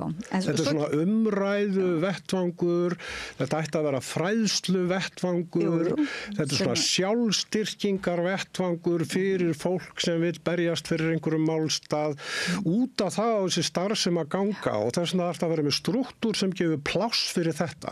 Og eins og segir pláss fyrir allar allir, því að til dæmis núna er alþjóðlegi kvárdagur og margir voru, sum einstaka voru kannski ósáttur við það að væri konur og kvár í feminismanum eitthvað svolítið. Alltaf þessi raunverulega aðskilnaðar stefna, sko. Við höfum ekki bolmagn sem við verðum bara að einbeita okkur að hverréttindum, við getum ekki verið að taka alla hina borð eða við getum ekki eins og muni dreifa fókusnum sem mér finnst það vera eiginlega, sko, það að við séum í slíkum vanda finnst mér vera allir marks eins og þú ert að segja að tungumálinu hefur verið stólið dálítið af okkur. Að við skulum lenda í þvílíkum ógöngum en ekki sjá máttin, raunverulega samtakamáttin, að það þurfi ekki þar með sagt að slitna, sko, þótt við tengjum okkur við einhverja jaðarhópa, að þá er ekki þar með sagt að við slitnum úr tengslum við stéttabaráttunar, sko. Nei, þarf ekki vera. Áttaðu nú á hvað þú ert að segja, Árný. Þú ert að segja, sko, við verðum að fylgja stefnu Lenins í þessum málum. Þú ert að segja það. Já, ég veit það ekki, Pétur. Jú, þú ert að segja það. Þú ert að segja það. Þú ert að taka bara samstöðuna eins og hún er. Miðað við núverandi aðstæður, ok, ef maður hefði verið svona einhver fullur sekterískur marxisti eða eitthvað þínlít, sko, alveg svona upptekin af þess að svona, ég þekki þetta fólk, ég var svona sjálfur að sumu leyti en ekki miklu leyti, sko, við tökum samstöðuna og þá segum við, já, við erum með Sjálfstæðisflokkinn, við erum með Sjálfstæðishreyfingu og svo framvegis við þurfum málgagn, ok, og við ætlum að segja að samstaðan sé málgagn, allt í lagi. Og þá er spurning svo, við þær núverandi aðstæður, hvernig á þetta málgagn að vera? Getur þetta málgagn verið þannig? Við getum farið aftur í tíma, sko, og þá er þetta sambarlegt við eitthvað tímarit eða blað eða eitthvað þvílíkt og hvernig á blaðið að vera? Hvernig á málgagn að vera? Á það að vera svona málgagn flokksins? Ok, já, segjum já, ok, og hvernig á það þá að vera? Jú, þetta er málgagn sem við höfum, þarna skrifum við greinarnar, þarna komum við slagorðin, þarna komum við með stefnuna og félagarnir fara út með blaðið, þeir selja það, blaðið þjónar þeim inn í verkalýðsfélagi, samvinnufélagi eða hvar sem það nú er, svo bakkar upp þeirra málflutning og allt þetta. Eru aðstæðurnar svona? Nei, aðstæðurnar eru ekki svona. Þannig að málgagnið, í þessu tilviki samstöðin, getur ekki voru svona. Hver er staðan á Íslandi? Ok, við getum komið inn hérna með þennan fjölmiðl sem er hér. Þú kemur inn á Ísland þar sem er algjör ördeyða í sko pólitískri umræðu. Sjónvarpsþættir, útvarpsþættir og eitthvað. Þetta er alveg skelfilegir þættir sem ganga allir út af það að þú safnar saman nógu mörgu fólki og ekki rétta fólkinu. Þá gengur þetta aðalega út af það að þáttastjórnin er að stoppa fólk. Það tali nú ekki of lengi. Geti nú ekki útskýrt fyrir áheyrendum raunverulega meiningu sína. Og þá er þetta svona eitthvað gjamm eða fólk fer með svona almennt tíðindi eða eitthvað sem maður hefur engan áhuga og það kemur ekkert út úr þessu. Ok, við þessar aðstæður, hvernig ætti þessi fjölmiðl? Já, hörðu, við búum til, í fyrsta lagi erum við með fjölmiðl, það sem er umræða, byrjar sem er svona podcast og eitthvað, svo verður þetta svona bara einhver svona sjónvarpi. þar sem að við bara erum með betri umræðuþætti en hafa þekkst á Íslandi sem ganga út á það að þeir sem koma, þeir fá að segja allt sem þeir þurfa að segja og ef þeir komast ekki yfir þetta í einu þætti þá koma þeir í næsta þætti og klára máli. Það er ekki þakkað niður í einum eða neinum, ok? Og síðan er þetta ákveðin snildi í þessu að þú kemur inn með fólk sem kemur á öðrum pólitískum flokkum og ég hef heyrt sko, hvað er verið að gera hérna með Bergþór. Ég ætla ekki að segja hvað ég uppnefni hann alltaf, Bergþór í miðflokknum eða einhverjum, og ég sagði, eitt flottasta viðtal bara, þú veist, bara á Íslandi í lengri tíma segi ég, heyrið, það var akkurat viðtal Gunnar Smáras við Bergþór í miðflokknum. Af hverju? Af því að hann bara fékk að tala endalaust og þar með afhjúpaði sig sjálfur. Svona eru þeir í raun og veru. Með öðrum orðum, marga borgaraflum sem komu hérna inn, þeir eru bara klæddur úr fötunum hérna í þáttunum. Þetta er eitt parturinn af þessu. Svo þau tala við alls konar fólk, þetta er vettvangur fyrir einhverja ungi sósíalistar fá að vaða hér á súðum eins og þau sýnist, einhverja konur sem eru feministar fá að vaða hér á súðum og fólk kemur hér og er að tala um borgarmálefni. Hvenær hefur verið talað um borgarmálefni í einhverjum fjölmiðli þar sem að þú færði einhverjar upplýsingar? Bara aldrei. Og hvað erum við að gera með þessu? Við erum að byggja upp lýðræðishreyfingu, við erum að byggja upp valkost og hvað er það? Samstöðu nýtur virðingar sko allaleið inn í sjálfstæðisflokkin. Það er bara sjálfstæðismenn margir bara viðurkenna það að sko þetta sé bara menningar auki. En ágreiningurinn einmitt sem við byrjum að tala sem við ætlum ekki að tala beint en svona höfum bara til liðsjónar í þessum sósíalistaflokki kannski snýst einmitt svolítið samstöðuna.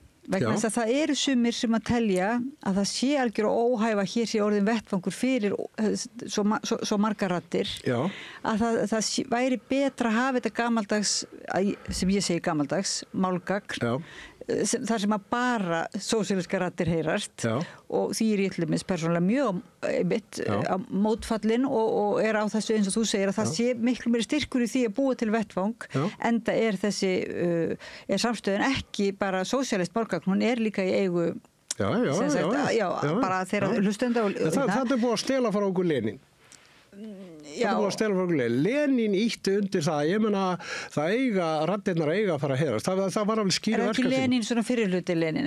Nei, bara allan tíman. En hann var nú líka með heyrðu, það var alls konar menn sem að gátu bara gefið út bækurnar sínar og blöðin sín og ég veit ekki hvað og hvað þetta 1917. Við erum búin alltaf að stela þessari sögu frá okkur.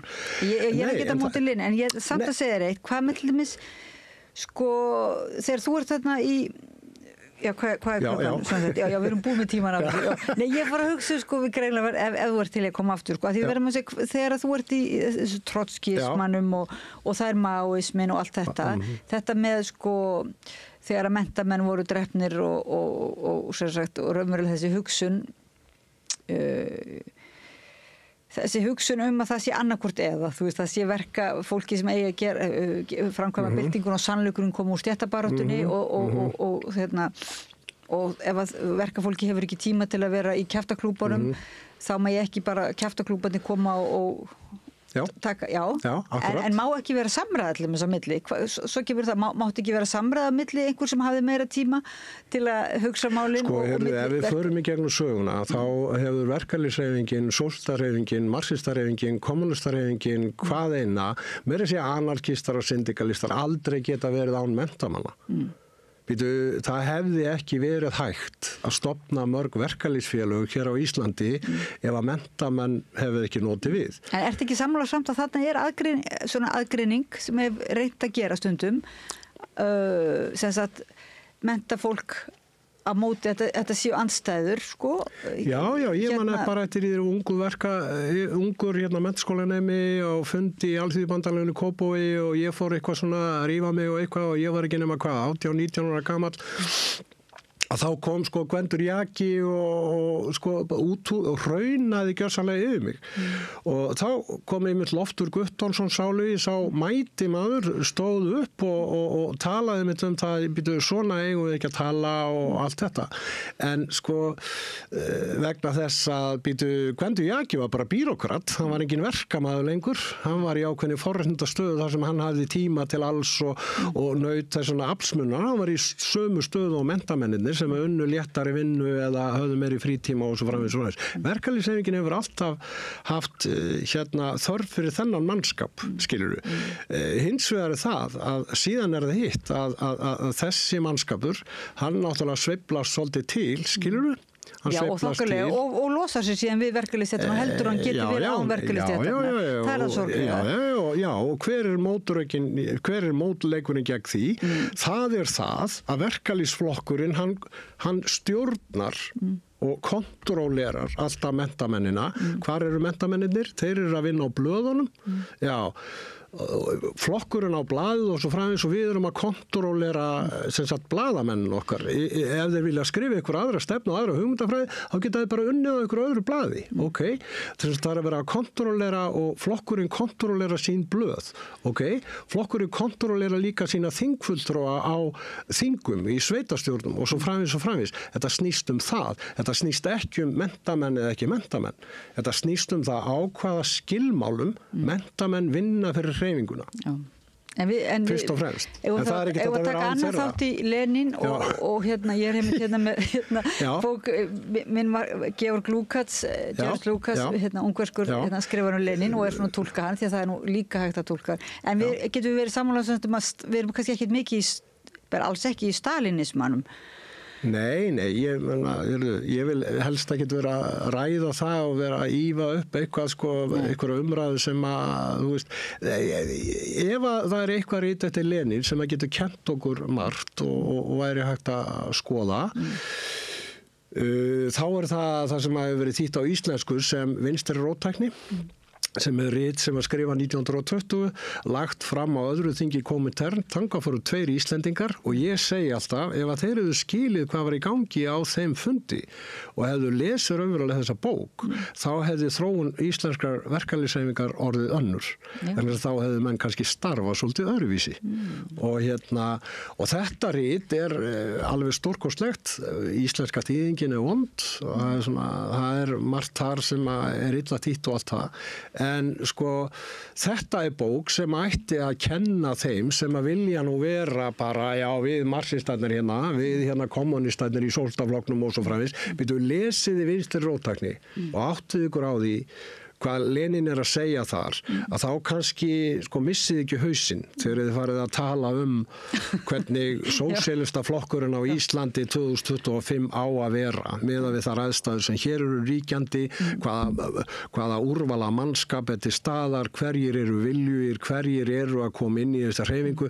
Lestu vinstri róttækni eftir Lenin. Vertu nú bara almennlegu leninisti, Það er mitt ráð.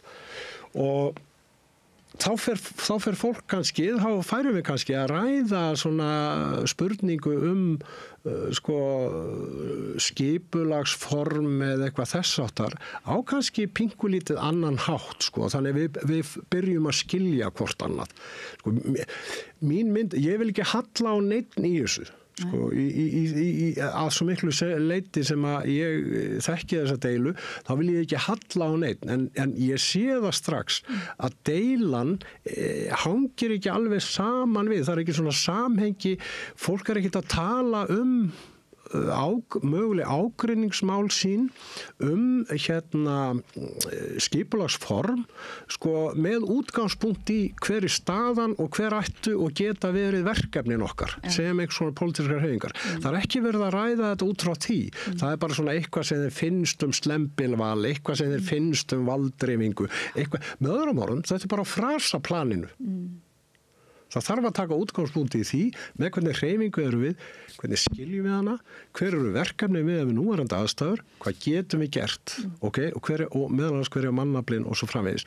Allt í lagi, við erum sammála það, erum með greiningum þetta, við getum verið með mismunandi greiningum þetta og ef við erum með mismunandi greiningum þetta, þá áttum við okkur á því hvað ágreiningur einhvern skipulagsform snýst. En erum við ekki þá svolítið góða málum að við séum allavega með umræðu vettvanginn og ef við getum reynt að ræða saman, þá erum við nú svolítið. Já, ég meina, það er eins gott. Góðum málum, já. Og svo náttúrulega þarf fólk stundum að gera upp við sig.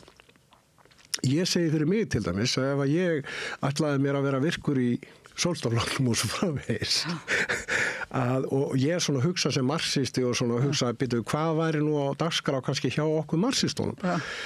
Já, það var nú að búa til bara einhvern svona marxískan klúbb, svona klúbb Mars, þar sem þetta að ræða söguna Mars, hvað þetta í raun og veru og eitthvað slíkt og hverjir eru kannski kringum okkur í næstu löndum sem eru kannski marxistar og hafa eitthvað að segja, eru með versiður, benda á það og kannski einhverju fundir og þing og fræðslu og svona flokkskólar sem við getum farið á og kynnt okkur þessa hluti.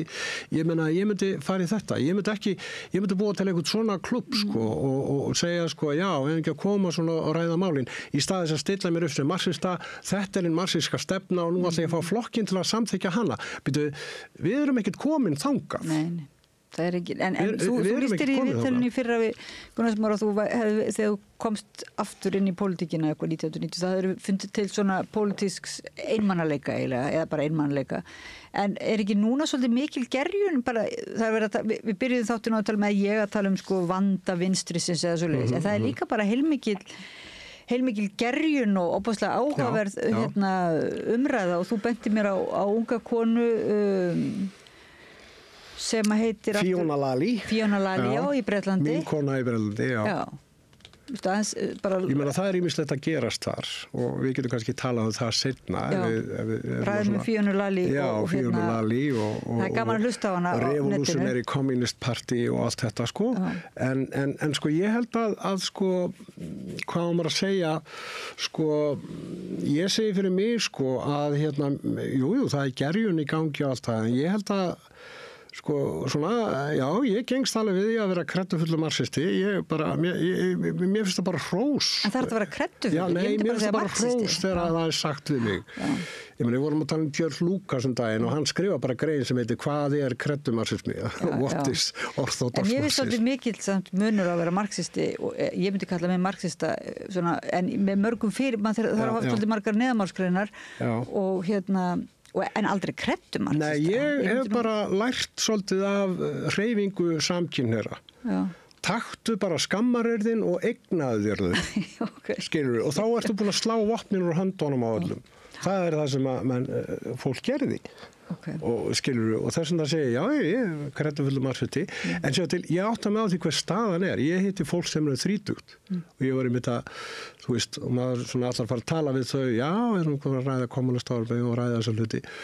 Og ég svona tala við fólk með 30 sem eru sósíalistar og frá og ég hugsa betur, það hefur ofsalega mikið kynslóðurnar hafa alist uppi bara mjög ólíka hluti. Sko, ég hitti fólk sem er 30 í dag og það bara veit ekki neitt. Það veit ekki kommunistarfi, hvenær það var til, við hvað aðstæður það var til eða eitthvað slíkt og það er alls konar hluti sem þetta veit ekki og ég fer að hugsa, sko, hörðu, já, ok, 30, Pétur, hvað varstu búin að lesa? Pétur, ég var búin að lesa öll 3 bindi Kapitalsins til dæmis og það fyrsta 2 sinnum. Plús síðan einhverja bækur, sko, á háum fræðilegum standard, ég er ekki að segja að við skiljið þetta allt saman, en maður var þarna. Ég var búin að lesa sögur rússnesku byltingarinnar, ég var búin að lesa ævisögur Stalins, Lenins og Trotskís og allt þetta, ég var búin að lesa sögu alþjóðasambandana allra og þar handu götunum, skilur, löngu áður ég var 30 og fullt af átti bara allan Trotski í enskri þýðingu, ég var einn af þeim fyrstu sem eignuðust 45 bindi á heldaverku Lenins og nefnt að lesa þau og þar handu götunum, skilur mig og ég er að hugsa, sko, þetta er ekki að því að ég var svona eitthvað merkilegur eitthvað, nei, alls ekki, það er kynslóðamunur þarna, skilur, það er bara kynslóðamunur þarna. En núna var heldur Netflix-seríu Stalin. Þú veist, það er náttúrulega bara kannski, þú þyrftir að skrifa handrit að svona orthodox Netflix-seríu Marx til þess að ná kannski svona samræðu grundvelli. Nei, menn er nú eitthvað að lesa samt. En það er kannski bara búið að, það er ákveðin áhrif sem hefur verið í gangi að þetta séu löngu úreldrit. Já, akkurat, það er búið að stela þessari sögu frá okkur og svo finnst mér oft fólk fara einhverja svona vitlausa leið í þessu. Það grípur einhverja ævisögu Mars og eitthvað. Þú átt að lesa standardævisögunar sem eru byggðar á almennri sagnfræði, ekki einhverju djöfisins blaðamennsku. Já, en ekki vera að lesa einhverja blaðamennsku sem er meira og minna sko, bjöguð og eitthvað. Ég meina, hvað eru alvöru bókmenntirnar í okkar hefð? Hvar eru þær? Auðvitað á maður að lesa það. Ekki einhverja útleggingar einhverja manna, seinni tíma manna eftir að búið að stela frá okkur sögunni sko mörgum sinnum sko og þannig að þannig ég að tala kannski svona klassískar bókmenntir sko og ég myndi segja sko ef að maður ætlaði að fara að vera virkur eða gera eitthvað sem marxisti þá væri þetta einhvern veginn svona, maður svona sæti og væri svona að reyna að fá fólk til að kannski taka þátt í bara einhverjum ofsalega gamaldags lesring sko, eins og þeir voru bara í gamla daga, þar sem eitt sem að vissi kannski meir en hinnir eða ég meina ég satt til dæmis í lesring og svona fræðslufundum með Einari Olgesinni. Svo ungur menntaskólanemi, margir fundir í röð og þetta bara opnaði fyrir manni nýjan heim. Ég meina maður vissi náttúrulega hvaðan Einar kom og hvaðan stóð fyrir og allt það. En hann var slíku fróðleiksbrunnur og það var þetta að spurja hann allt fyrir nú utan hvað þetta var bara dásamleg persóna, skilurðu. Og hvað hann var boðinn og búinn. Hann bauð manni heim til sín og syndi manni gömul rit og svona maður var alveg heillaður af þessu öllu saman og aldrei var hann að segja manni í sjálfsögur hvaða skoðun maður ætti að hafa eða þið að gera þetta krakkar, farið nú og gerið þetta, gangið nú í alþýðubandalega hann var ekkert í þessu hann bara hitta ungt fólk og tala við það og örfa og þessi samræða hluti af stéttabaráttunni og þetta það sem að til dæmis að marxistar ættu ef að þeir vilja finna sér eitthvað að gera á vettvangi sósíaldemókrata þá var það eitthvað svona og sá vettvangur ætti að rúma Já, þeir eru ekki að koma fram og segja hei, sem náttúrulega inntakið í því sem að marga langa til að segja þetta eitthvað rugl með hennar djöfisins flokk við þurfum að koma okkur upp lýðræðislegu miðstjórnarvaldi Ég fylgist maður lýðræðislegs miðstjórnarafl það bara á ekkert við hvaða flokk sem eða hvaða hreyfingu sem þú veist Hér á frekar að vera þessi vettvangur samræði Já, ég meina verkefnin segja það Þú ert líka sálfræðingur þannig að þú veist að það kannski Já, svo kemur bara upp þetta svona hópefli eins og í öllum flokkum öllum samtökum ég meina mér bara líknafélagi á bakvið að reka áfangahús fyrir alkohólista það kemur alltaf upp eitthvað að fólk vil gera hlutinu öðruvísi og eitthvað og það kemur alltaf upp þessi dýnamik sko að einhverjir eru með tillögur að breyta einhverju skipulagsformi eða eitthvað af því að bara fólki langar voðalega mikið til að gera bara það sem það langar að gera og finnst ekki vera pláss fyrir það og eitthvað og maður getur alveg skilið þetta En ekki bara að því að við erum búin með tíma núna maður getur átt skilning á þessu skilur þó maður þurfi ekki vera sammála því Nei, já, skilning á því og samræðan ákveðin líka í sálfræðinni. Það bæði í pólitíkinu og stéttabaráttunni og sálfræðinni þá samræðan svona svolítið mikilvæg. Já, en svo það líka þannig í sálfræðinni eins og ég vil halda fram. Ef við tökum sállækningar eða psykoterapíu, hvað góð psykoterapía? Það þegar að ég sem psykoterapistinn hjálpa annari mannesku að skapa sér lífsreynslu þar sem hún lærir það sem hún þarf að læra til þess að komast yfir vandamáli sitt. Ok? Og ef við horfum á bara unga fólkið okkar í dag og svona, hvað þurfum við að gera? Við þurfum að eiga samræðu við það, þannig að þetta fólk skapi sér einhvers svona lífsreynslu í pólitísku starfi sem þau geta lært eitthvað gagnlegt af. Pétur Tyrfingsson, sálfræðingur og hvað ég var að segja, leninisti, marxisti, vinstri maður, sósíalisti, segi bara sósíalisti. Já, trotskiisti og leninisti og marxisti og engelsisti og hvað sem þú vilt, sko. Kæra þakki fyrir að koma að rauðaborðinu og ræða bara sósíalismann og samræðina. Ég þakka hlustendum og áhorfendum kærlega fyrir að vera með okkur í þessari samræðu og eiginlega bara virðist mér sem að við þurfum að halda þessari samræðu áfram ef að Pétur til í að koma aftur og ég hugsa að sé nú fleiri sem eru til í að leggja orð í belg. Ég þakka Laufey Líndal Ólafsdóttur fyrir að varpa samræðinu yfir til ykkar og ég segi bara ekki fara langt, það eru frímínútur við rauðaborðið og við höldum áfram hérna að ræða málin. Þarftan að tala borgarfulltrúa. Borgarfulltrúar Sósíalistaflokksins eru með viðtalstíma alla mánudaga klukkan 13:30 til 14:30.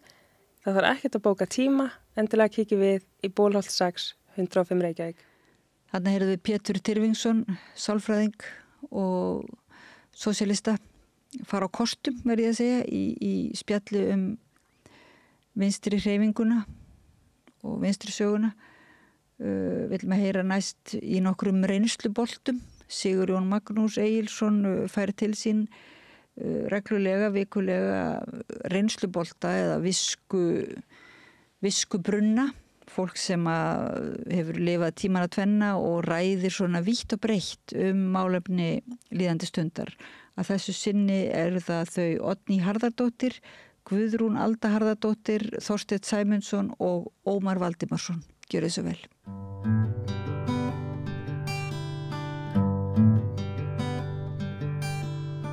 Komið sæl, það eru reynsluboltarnir sem að heilsa. Ég með góða gesti núna og það Guðrún Alda Harðardóttir, leikskóla og háskólakennari. Það ekki? Jú. Já. Ómar Aldursson blaðamaður. Já. Oddný Harðardóttir, fyrrverandi þingmaður og ráðherra og Þorsteinn Sæmundsson, fyrrverandi alþingismaður. Við erum allir velkomin. Takk. Mér finnst að við þurfum að byrja á máli Ásthildar Lóu Þórsdóttur. Þetta svona mál sem að fer mjög hátt núna. Ég var á móti því að kalla konuna undir morgunblaðsklukkunni uppljóstrara. Hvað segir þú um það? Finnst þér? Mér finnst þetta allt saman alveg stórundarlegt. Ég sé ekki hvaða máli það skiptir með hverjum hún átti barnið eða hjá hverjum hún svaf þegar hún var ungkona. Ég bara sé ekki að þetta manni komið þetta yfirleitt við. Nei. Já, og það ekki vont að finna því. Það eitthvað sem varðar mann bara ekki dum. Já, mér kemur þetta ekkert við. Nei. En hún hefur sjálfsagt átt í ýmsum svona sálarvanda miklu fyrr á ævin fyrir 35-40 árum eða hvernig þetta var. Já. Og það bara ekki ágætt. Hún bara, þetta hennar mál algjörlega. Já, ég mikið samræður. Mér var það ekkert með þetta. En það sem mér finnst alvarlegt í málinu, það meðferð hvernig Ríkisútvarpið sem sagt, ef við segjum í Speglinum fyrsta fréttin að þá þarna ráðherra nafngreindur og hún sem sagt vænd að hafa framið glæp sem ekki fótu fyrir. Þetta finnst mér mjög alvarlegt sem Ríkisútvarpið þarf að horfast augu við. En við erum ekki alltaf að gera það. Við sáum Silfrinu í fyrrakvöld. Nákvæmlega. Og þá Helgi Seljan sagði þarna, í Silfrinu fannst mér nú falla mjög á Silfrið. Það var bara alveg svart. Já, það voru nokkri sem segja það, já.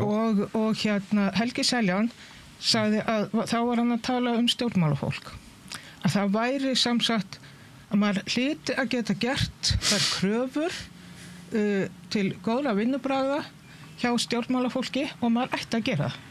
En ég segi þetta varðandi fjölmiðla. Já. Maður á að geta gert kröfur. Já. Og mér skilst að í síðanefnd blaðamanna að þar sé ekki hægt að taka fyrir svona mál nema að það kæri sem sagt einhver hlutaðeigandi kæri. Já, það hún sem sagt Ásthildur Lóu. Já, hún eða sonur hennar og ég ætla bara að vona að þau geri það. Það vona ég. Þarna mistum við góðan ráðherra. Já, þetta mjög töff og gerist hratt. Já. En ég þeirra skoðunar að það hafi verið hárrétt ákvörðun hjá henni að segja af sér. Af því hún fór vegna þess að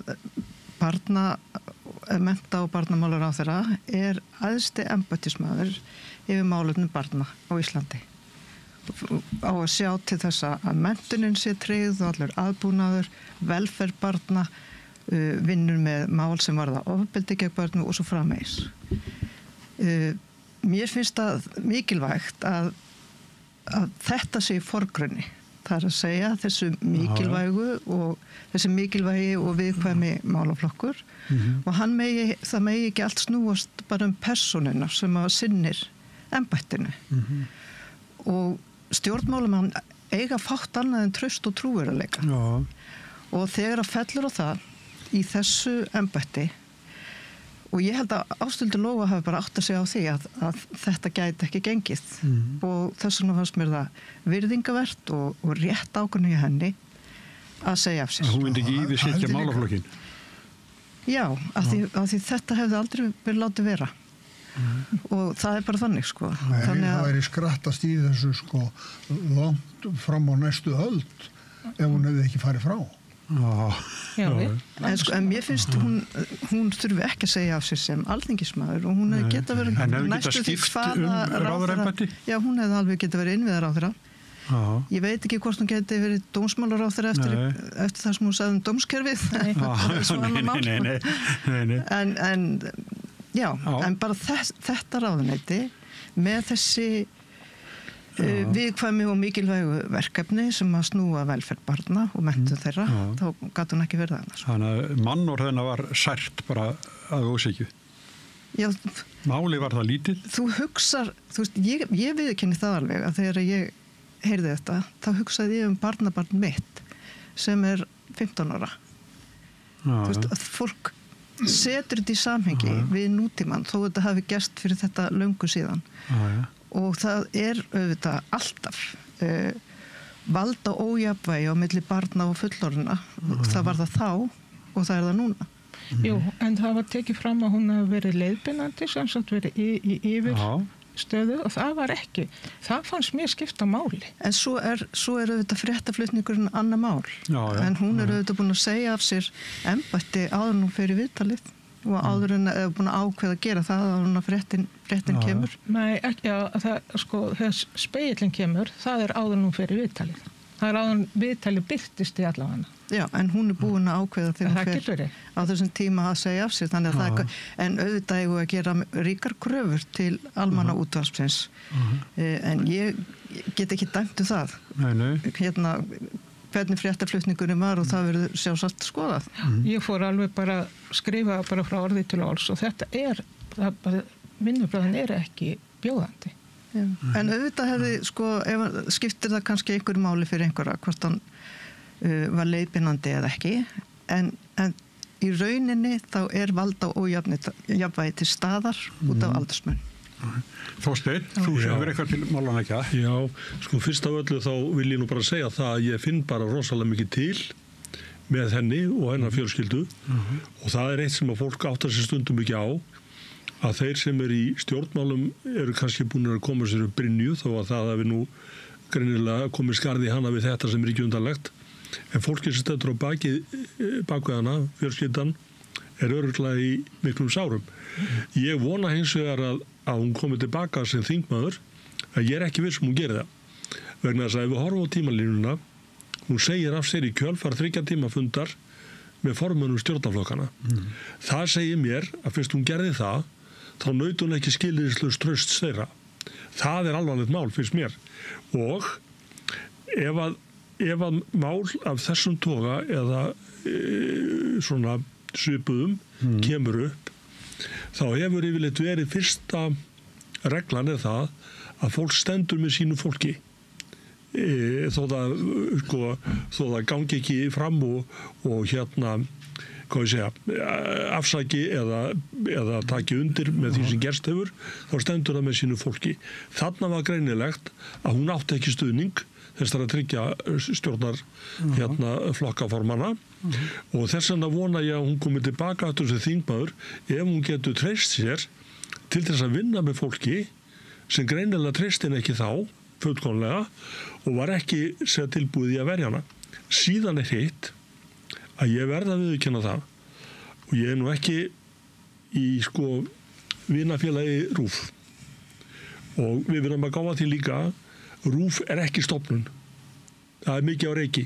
RÚV opinbert hlutafélag, stjórnskipulegu bastarður og við höfum fleiri slíka, Ísafía, Póstinn og svo framvegis. Virkar alls ekki. Og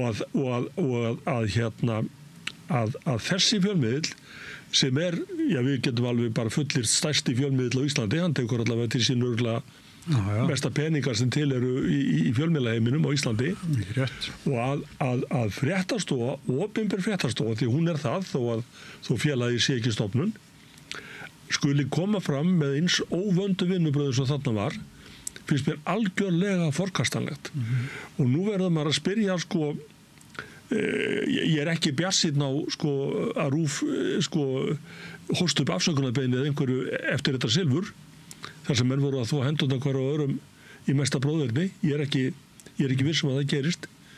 Ég hins vegar er forvitin að vita hvort að þetta mál og eins og það var sett fram hafi einhverjar afleiðingar fyrir til dæmis þá fréttamenn sem stóðu að því að byggja fréttina.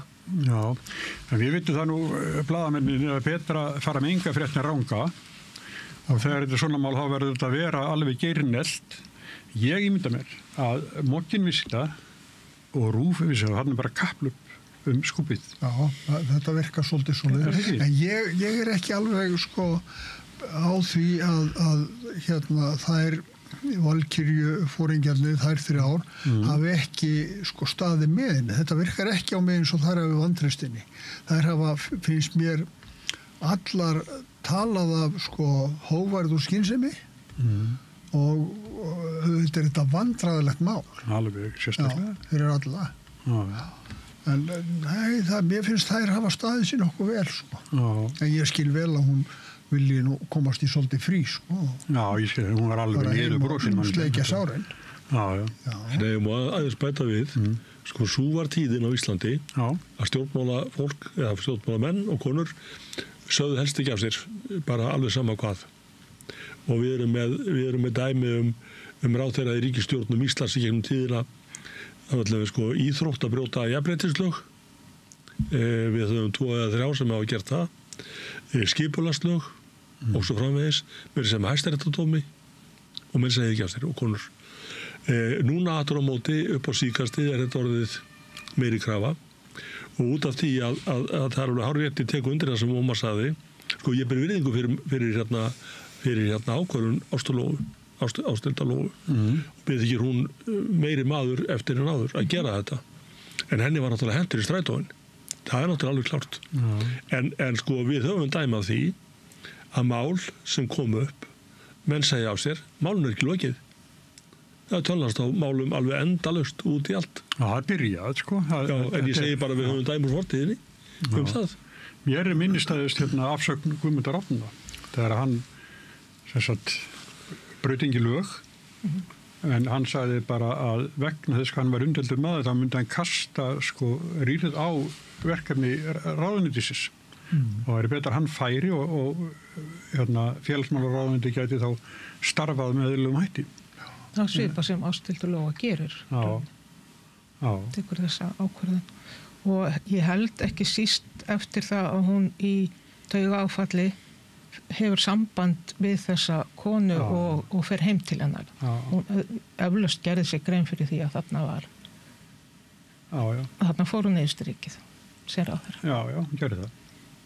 Jó, hún hefur eflaust gerði sig grein fyrir því það er hvað gerir fólk í örvæntingu. Er ég að gefa henni það aðeins, það er svona hartaðinni sótt og hún reynir að verjast meðan að hún taldi það hægt. En svo er það sko, þríminningarna, Valkyrjurnar, það er þetta rétt hjá þeim að láta þetta spila svona, áttu þær ekki að koma fram bara meðinn eða hvað? Ég má byrja, mér finnst það og ég segi Jú, þær töluða yfirvögun og allt það, en það var, ég leitaði eftir því í öllum þeirra yfirlýsingum sem komu fram, eftir einhverjum stuðningi við Ásthildur-Lóu, sem kom ekki. Inga sagði að hún væri niðurbrotin út af þessu og þetta er dægilega leitt og eitthvað svona, og sagði eftir henni. Jú, og bæri virðingu fyrir ákvörðun. Jú, rétt, en það kom hvergi fram sem sagt, fannst mér einhver svona stuðningur við hana, þú veist. Já, ég er sammála. Og ég tek undir allt sem að þú sagði ráðan, Guðrún, að þetta er sko, þetta er svona röð af hlutum. Það er búið að fella, sko, íta öllu út það sem að henni var brygslaðum að hafa brotið lög.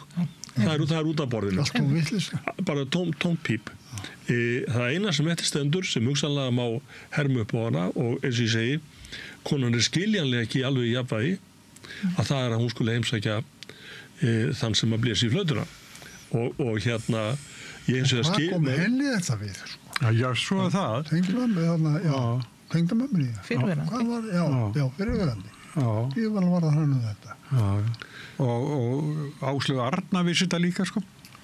Já, sko, þá byrja mér náttúrulega að búa til sko samsæðiskenningar. Já, það engin vandu þessu. Nei, ég segi það. Nei, þau erum ekki leika okkur bara til þess, það bara, en við skulum sleppa því.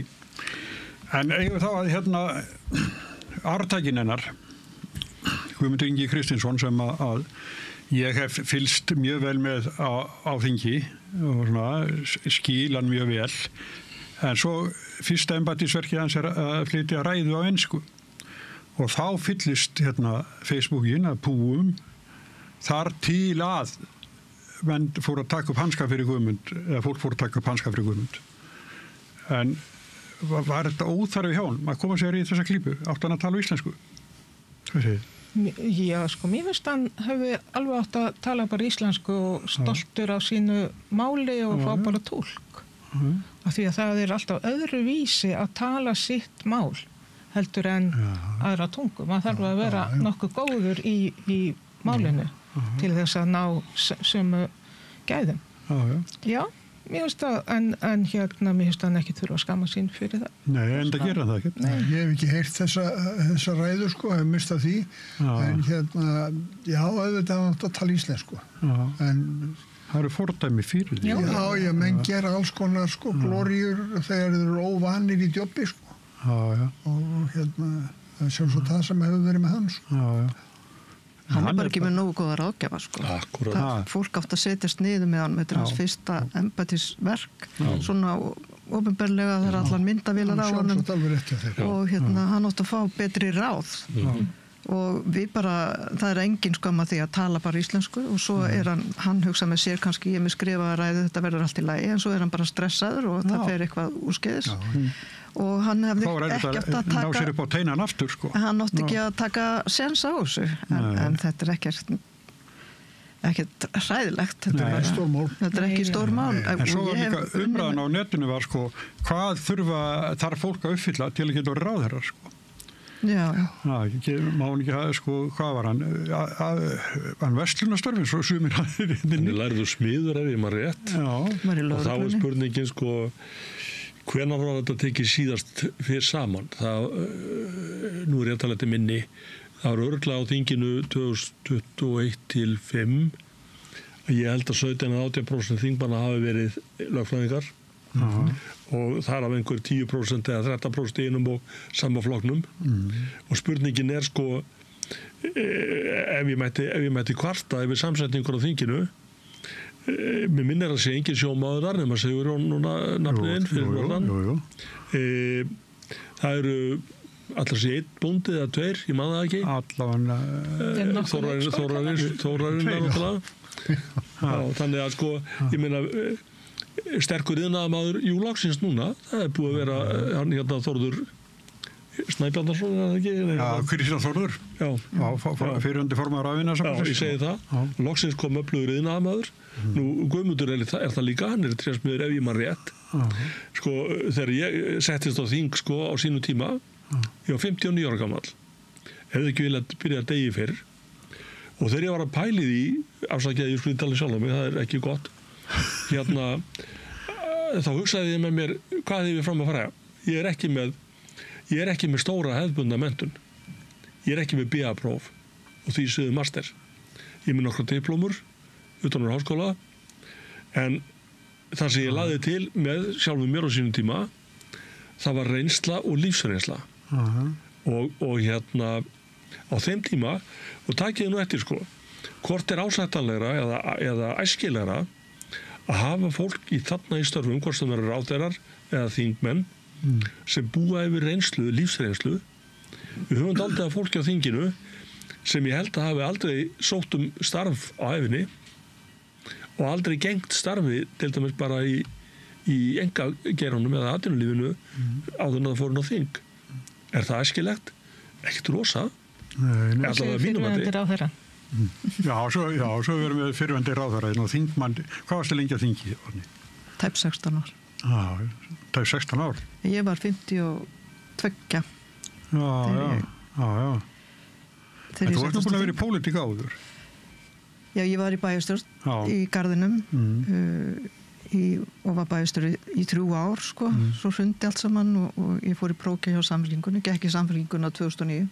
Er ekki svona eiginlega lágmarka fólk sé einhvers þar í kringum 50 þegar það fer inn á því? Það svona hefur það... Nei, yngri mig nú eiga málsara. Það er gott að hafa góða blöndu. Ég held það. Það skiptir mála að vera með góða blöndu. Já. En það er engin gaman sem er komin á eftirlaunaldur eitthvað. Núna, það var talað einhverja konu í flokki fólksins í mann ekki hvað heitir. Hún væri elsti þingmaður. Ég sé það fyrir mér, já. Hún hefur líklega, að því ég komst ekki inn þá hefur hún líklega haft það af mér. Já. En bara gott hana. En hérna, ég er sammála Ómarið að þarf að vera blanda og góð blanda en hérna, það var þú sem sagði það, var það ekki, við ekki að hérna, og ekki er ég á móti því að ungt fólk hafi ábyrgð, það síðan er svo, en hérna, ég held að það sé augljós kostur að fólk hafi einhverja reynslu úr atvinnulífi og bara einhverja lífsreynslu, ég meina að maður er ekki sami maður en 50 og 30. Nei. Þá var eitthvað sagði Muhammad Ali, ef maður er á samastað 50 og 30. Ekki frekar en ástalóða. Ekki að það segja. Akkurat. Sko, málmálanar núna, það eru veiðigjöldin. Já. Og ný. Þetta er hérna tvöföldun frá því í fyrra. Já, þetta er í rauninni, þetta er engin kerfisbreyting. Það er bara viðmiðunarverðið sem er tengt við markað, annars vegar í Noregi og hins vegar hér. Og ég held að það sé bara leiðrétting sem var nauðsynleg. Það hefur engin svona utanakomandi held ég, eða fáir verið sáttir við það að miða væri við verð sem að útgerðarmennirnir ákveða sjálfur sín á milli. Með beinni sölu. Til sjálfsins. Já, og þannig að þetta er bara, það er engin kerfisbreyting, það er ekki breyting á formúlunni sem að undir er. Það er bara verið að miða við markaðsverð og mér finnst það gott skref. En núna þegar þeir verjast og segja bara vinnslan fer úr landi, það hlýtur þetta takmarka hvað mikið á óunni fiski megi var úr landi. Já, og Íslendingar eiga fiskvinnslur bæði í Pólland og Þýskalandi og þegar ég veit ekki hvort þeir hafa farið út af þessum veiðigjaldi sem nú er, ég efast það. En hérna, ég held að það sé ekkert meiri hætta á því við þetta og það er ágætlega farið yfir þetta mál í greinargerð með frumvarpinu. Farið bara yfir hver staðan er í sjávarútvegi og stórútgerðirnar bara mala gull og þannig er það. Það er græða alveg nóg eins og þetta er. Það munum gera eftir þessa breytingu. Minka kannski bara arðin svolítið. En arðurinn hann fer niður í 20%, það sem er svona venjulegt fyrirtæki er í 9% hlutfallið. Þannig að eins og ég held að það hafi verið atvinnuvegaráðherrann sem sagði þeir fara úr 95 milljörðum í 85. Hræðilegt. Það var ebitan. Já, ebitan. Þannig að en mér langar samt að því að ég segi þetta er skref. Ég held að verði aldrei sátt þetta stjórnunarkerfi allt saman og útreikninga fyrir en við bjóðum út. Tökum afturköllum, innköllum bara hóflegan hluta og bjóðum út á hverju ári og gerum tímabundna samninga.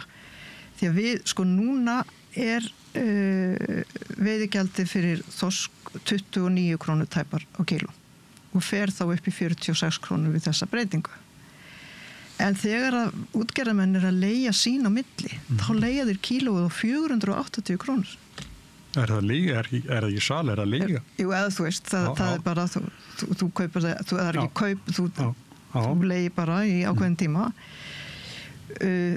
Landssamband smábáta eigenda hefur boðist til að borga 100 kall á þorskílóið bara til að fá að komast inn og auka nýluðin í kerfinu. Kerfið er náttúrulega lokað í dag.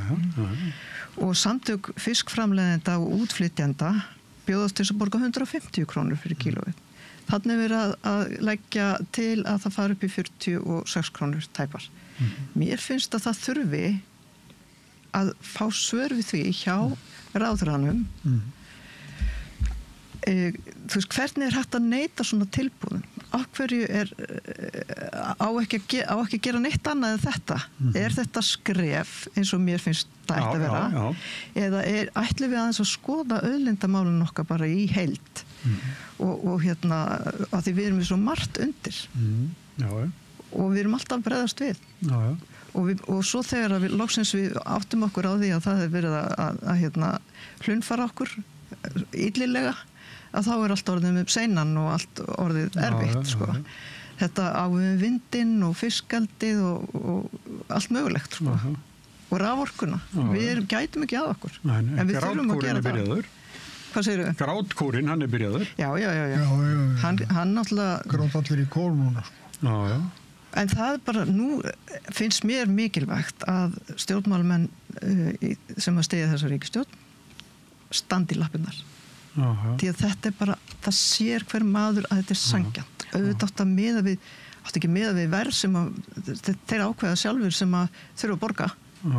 Þannig að það lágmark að miða við markaðsverð, en síðan held ég að það verði áfram deilt hvort þetta voru 33% eða þetta hitt á að vera inn í reikniformúlunni. Hefur þú trú á því að stjórnarliðið standi við þetta, standa baki sínu ráðherra í þessu? Það vona ég. Og ég held þessi skilningur meðal almennings á þessu. Það að hefjast íslensk páskastríð. Við fórum náttúrulega í gegnum þetta þegar við hækkuðum veiðigjaldið þegar í ríkisstjórn Jóhannu Sigurðardóttur.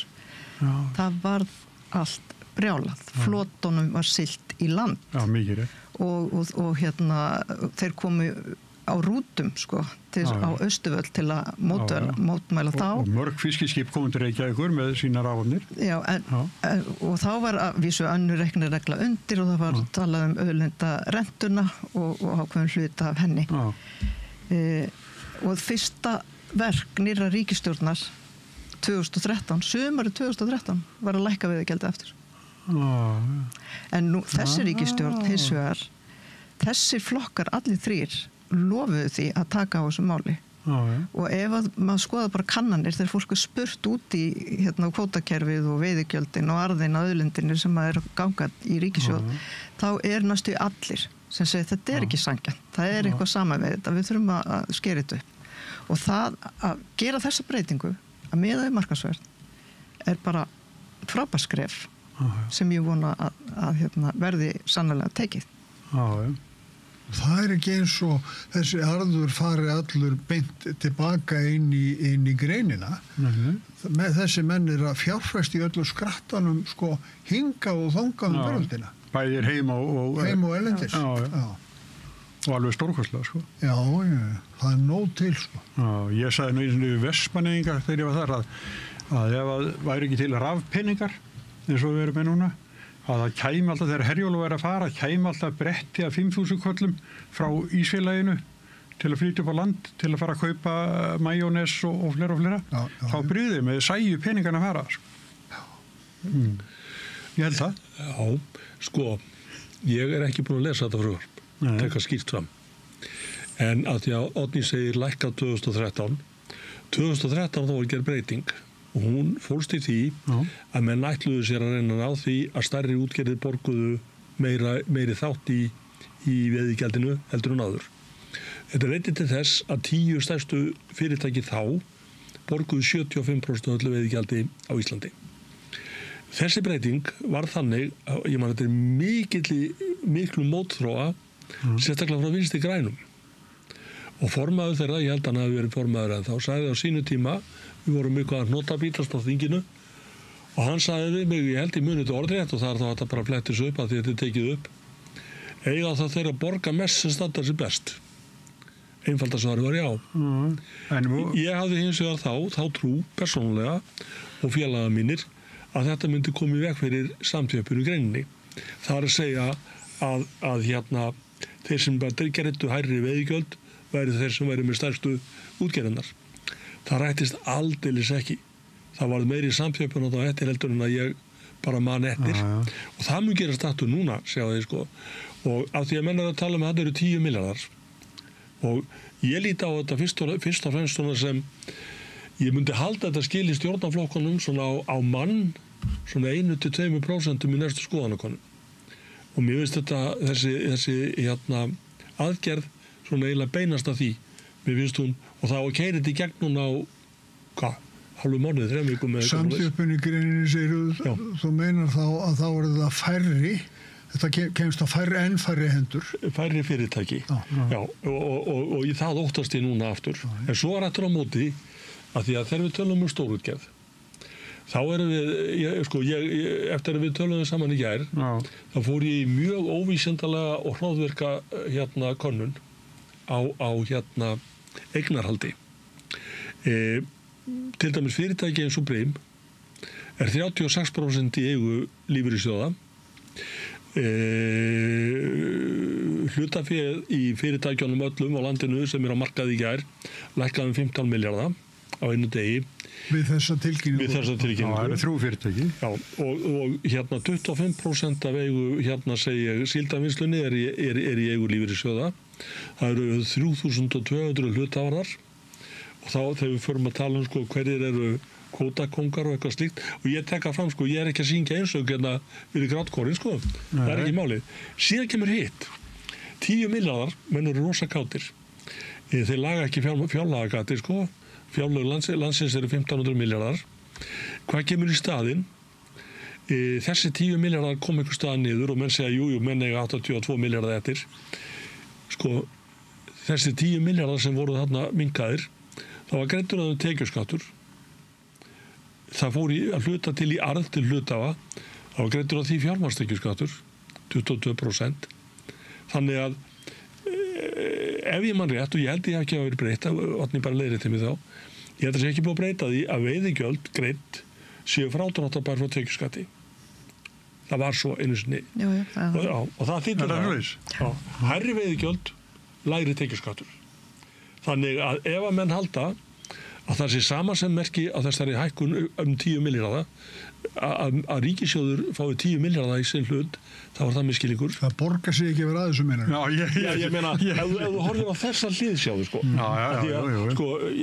í eldgamla daga þá sagði Steingrímur Hermannsson þegar það var erfitt hjá honum þá skammaði hann bankana og það alveg ruku vinsældir hans upp bara eins og ég veit ekki hvað og það er náttúrulega mjög vinsælt á Íslandi að ráðast að þessari starfsgrein og málið er bara það að útgerð er ekki það sama og svo ég veit aftur í þess að 2013 reynslu þá var þetta þannig að það voru svona fjölskyldufyrirtæki stöndu fjölskyldufyrirtæki og ég man eftir að við hittum nokkra eftir á búið að samþekja þetta og eins og ég segi, við heldum að við verðum búin að láta stóru kallana bera byrðarnar og hinn eru léttar undu og þeir byrjuðu strax og sagði við lifum þetta ekki af maður var náttúrulega bara hissa eins og ég segi stöndu fyrirtæki með kannski svona 2-3 báta í rekstri þessi fyrirtæki sem við hittum hann á voru á Suðurströndinni, Snæfellsnesi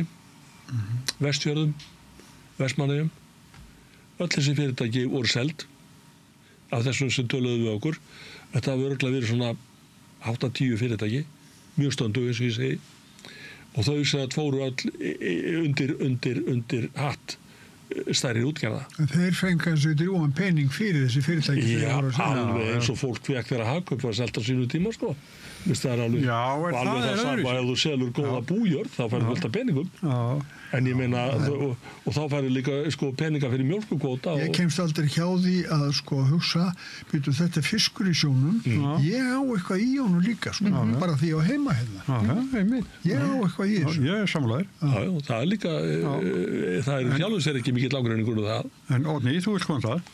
Já, það er alveg rétt að vera orðið mikið samþjöppun í greininni og við höfum lögfest kvótaþak uppi 12%, það megi engin eiga meira en 12% og þess vegna skiptir svo miklu og það hefur ekki verið gegnsætt og Fiskistofa hefur bara sagt við getum ekki fundið þetta út hver og hvað og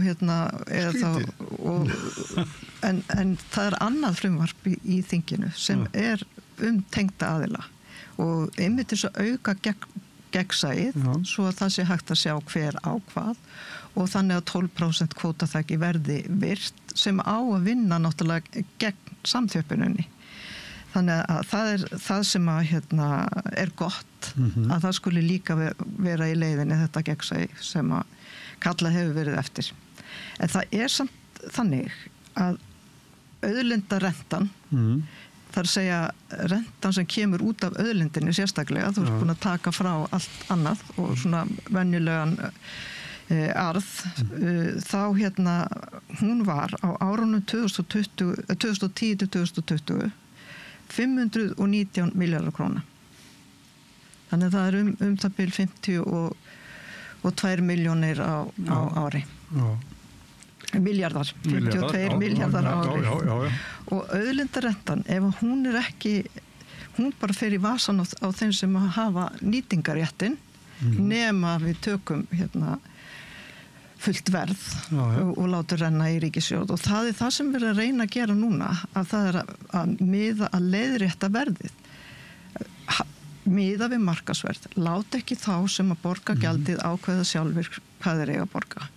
Þannig að og það er sanngjarnt, og þess vegna finnst mér þetta sanngjarnt skref, og það er auðvitað hægt að fara alls konar reikni aðferðir sem ég hef líka mjög gaman af, og rekna út hver fær hvað þegar upp staðið, en það sem að skiptir líka máli er að almenningur hafi það á tilfinningunni að það sé verið að stíga réttlátt og ég held að það sé það sem við verðum að gera núna, og jafnvel þó að þó það verði ekki nákvæmlega 10 miljardar eða 8 miljardar sem að ganga í ríkissjóð, þá er það gott.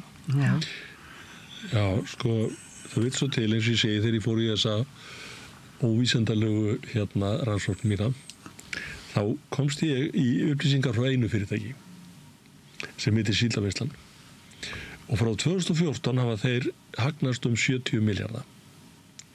Skattsporið á sama tíma eru 65 miljardar. Fjárfesting 80 í skipum og búnaði. Þeir fjárfesti ekki í öðru utan greinarinnar. Þeir greitt út arð á þessum tíma á 2014 21 miljard, 22% af því eru 4,5 miljardur í tekjuskatt í ríkissjóð, bara svo það sé sagt. Þannig er eitt fyrirtæki í dreifðri eigu, 3200 hluthafar, og eins og ég segi aftur, það er til nefnilega félagslegt kerfi í sjávarútvegi sem ekki sér ekki alveg grein fyrir. Það er þessi svokölluðu byggðapottar og svo framvegis. Og það er náttúrulega út af því að við erum held í öll sammála það að við viljum hafa allt landið í byggð eins og hægt er, en á einhverjum tímapunkti fyrir nokkrum árum síðan þá reiknuðum við út kostnaðin eða veðmæti þessari byggðapotta sem ríkið heldur í. Það voru rúmir 8 miljardar sem kostaði til þess að lappa upp á, og nú segi ég, nú erum menn að fá þarna 10 miljardar í aukin veiðigjöld. Ég óttast að hluti af því fé farið til þess að bæta öðrum sem að fara að halloka, fara á hausinn eða selja sig út eða eitthvað, atvinnuleysi og eitthvað svona. Ég meina, sko, bara ég ætla að nefna einn stað eða 2 ár sem eru í nágrenni við mig núna, því ég er daldið vestur á landi stundu núna, og ég hef farið mikið norður á strandir, og Hólmavík til dæmis er núna orðin útvörður byggðar. Sko, hún var það ekki, hún er núna útvörður byggðar, og þar eru vegurinn er ekki lengra, meinar þú? Já, nei, ég meina, sko, þú veist, sko, fyrir norðan Hólmavík búa hugsanlega 100 manns, eða maður rétt. Þar af 36 í Árneshreppi. En Drangsnes er ekki? Drangsnes, jú, það er Drangsnes 200 manns. Á þessum tveim stöðum eru líklega 3 fyrirtæki sem halda uppi atvinnulífi. Og það varð uppi Fótur og Fit til dæmis á Hólmavík, af því að menn lokuðu rækjuverksmiðjunni sem þar var. Og sem betur fer, þá fóru menn til og settu þar upp saltfiskvinnslu, þannig að vinna einhverja 20 manna í þessu 300 manna byggðarlagi, hún fór ekki. En ég segi sko, þetta sko, staðin eins og þessi tveir eru til út alland. Norðausturlandi, allstaðar. Já, en sko, þetta kvótakerfið og skiptingin á aflánum er ekki bara Excel-skjal. Þetta er líka sko tilfinning. Við höfum öll hérna geta nefnt dæmi eitthvað svona óhóf í sölu út úr kerfinu. Eitthvað stjarnfræðilegt. Og bara í gær, ef það er ekki gær, sem að lögreglan, húsækulögreglan keyrir austur á Kópasker að því að grásleppubátur var búinn að fara yfir kvóta sér, nú búið sér til kvóta og mikið minni heldur. Nú sér í þrefaldan sko afla. Já, eitthvað sem hann hafði alltaf veitt sko, en núna má hann bara veiða þriðjunga því sem hann áður gerði og þá bara blá blikkandi ljós á bryggjunni þegar hann kom í land. Drónar yfir trillum á sömrin. Já, okkur finnst þetta skrítið sko, hann maður með úthald sko á Kópaskeri, það er svona ekki burðugt atvinnulíf kannski, og hann að gera þetta út, en nú má hann bara fá einhvern hluta því sem hann fekk áður og hann hlýðir ekki og þá bara löggan kom inn með blá ljós og tekin af skýrsla og stungi í steinin. En það er bara út að sækja netin sko, eins og ég segi, þetta kerfi sem við búum við núna, höfum búið við, það er sko langt í frá gallarlaust, alveg langt í frá, en sko þess vegna held ég að það þú svolítið að verja kerfið samt. Já, ég að segja sko, tökum okkur kannski meira en 3 vikur til að gera grundvallar breytingar á því. Og nú segi ég aftur, ég sko, ég viðurkenni það bara persónulega, að ég óttast svolítið sömu afleiðingar á 2013 þegar að menn heldu voru bara í góðri trúum það að þeir væru að koma í veg fyrir samþjöppun, að þeir væru að láta þá sem veri burðugastir bera mestan kostnað eða þess að greiða hæstu gjöldin og þetta var þannig sett upp eins og ég segi 10 fyrirtæki sem greiða 75% á bæðinni en það duði ekki til sjáði. Þannig að það er svona það sem ég svona aðeins hræðist. Ég eins og alveg sammálað þessu fyrirgjöðu Oddný mín, ég alveg sammálað þessu elementið milliverðlagningu og allt þetta, ég alveg sammálað því skelfileg. Oddný nú bara glemdi ég hvað ég ætlaði að segja þegar hann sagði Oddný mín, það var ég bara stilt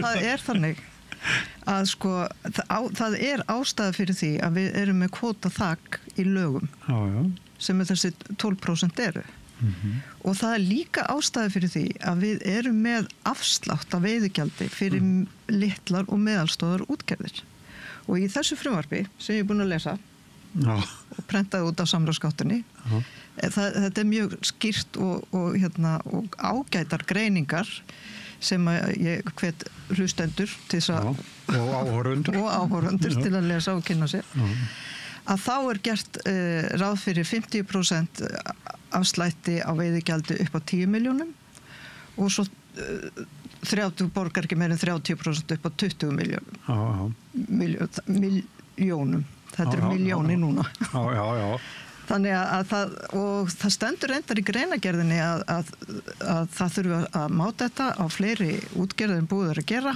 og það gæti verið að þau myndu hnika þessu frítekjumarki eitthvað til þannig að það er í rauninni verið að leggja þyngstu byrðarnar á þá sem að geta borið þær. Ég heyrði hérna í Guðmundi Kristjánssoni, ég held í Hálftíðsfréttum, fórstjóra í Brimi.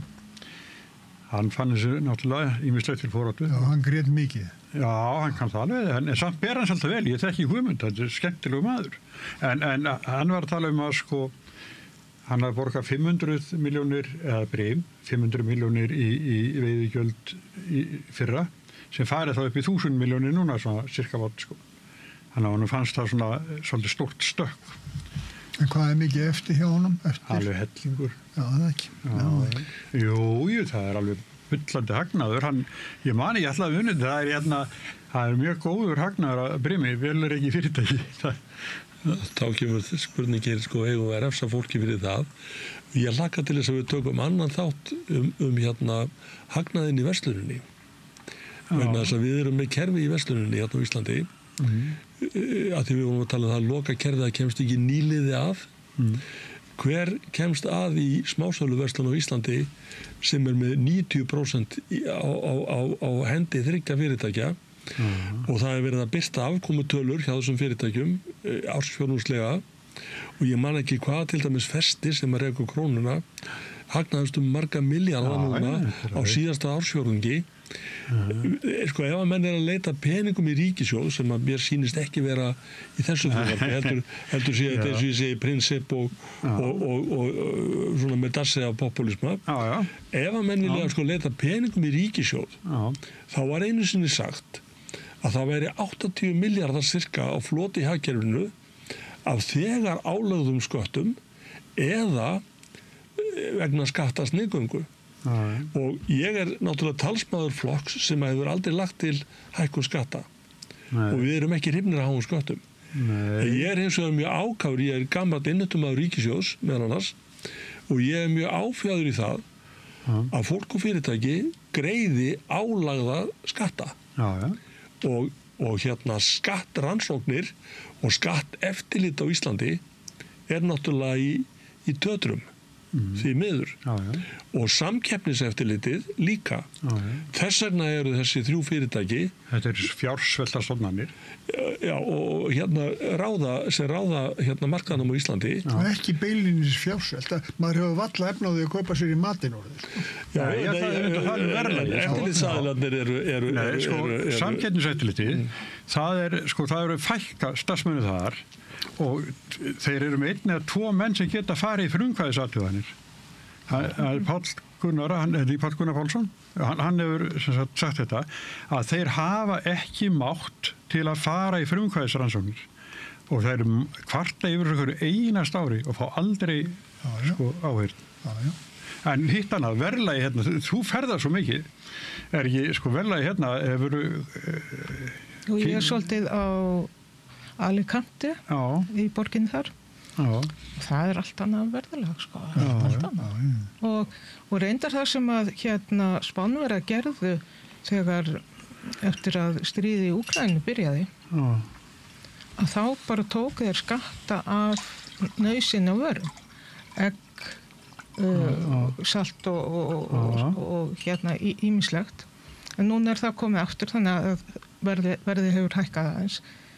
En þetta maður fær bara alltaf sjokk í fyrstu búðaferðinni hérna. Já, þú kemur heim. Já, við þekkjum þetta öll.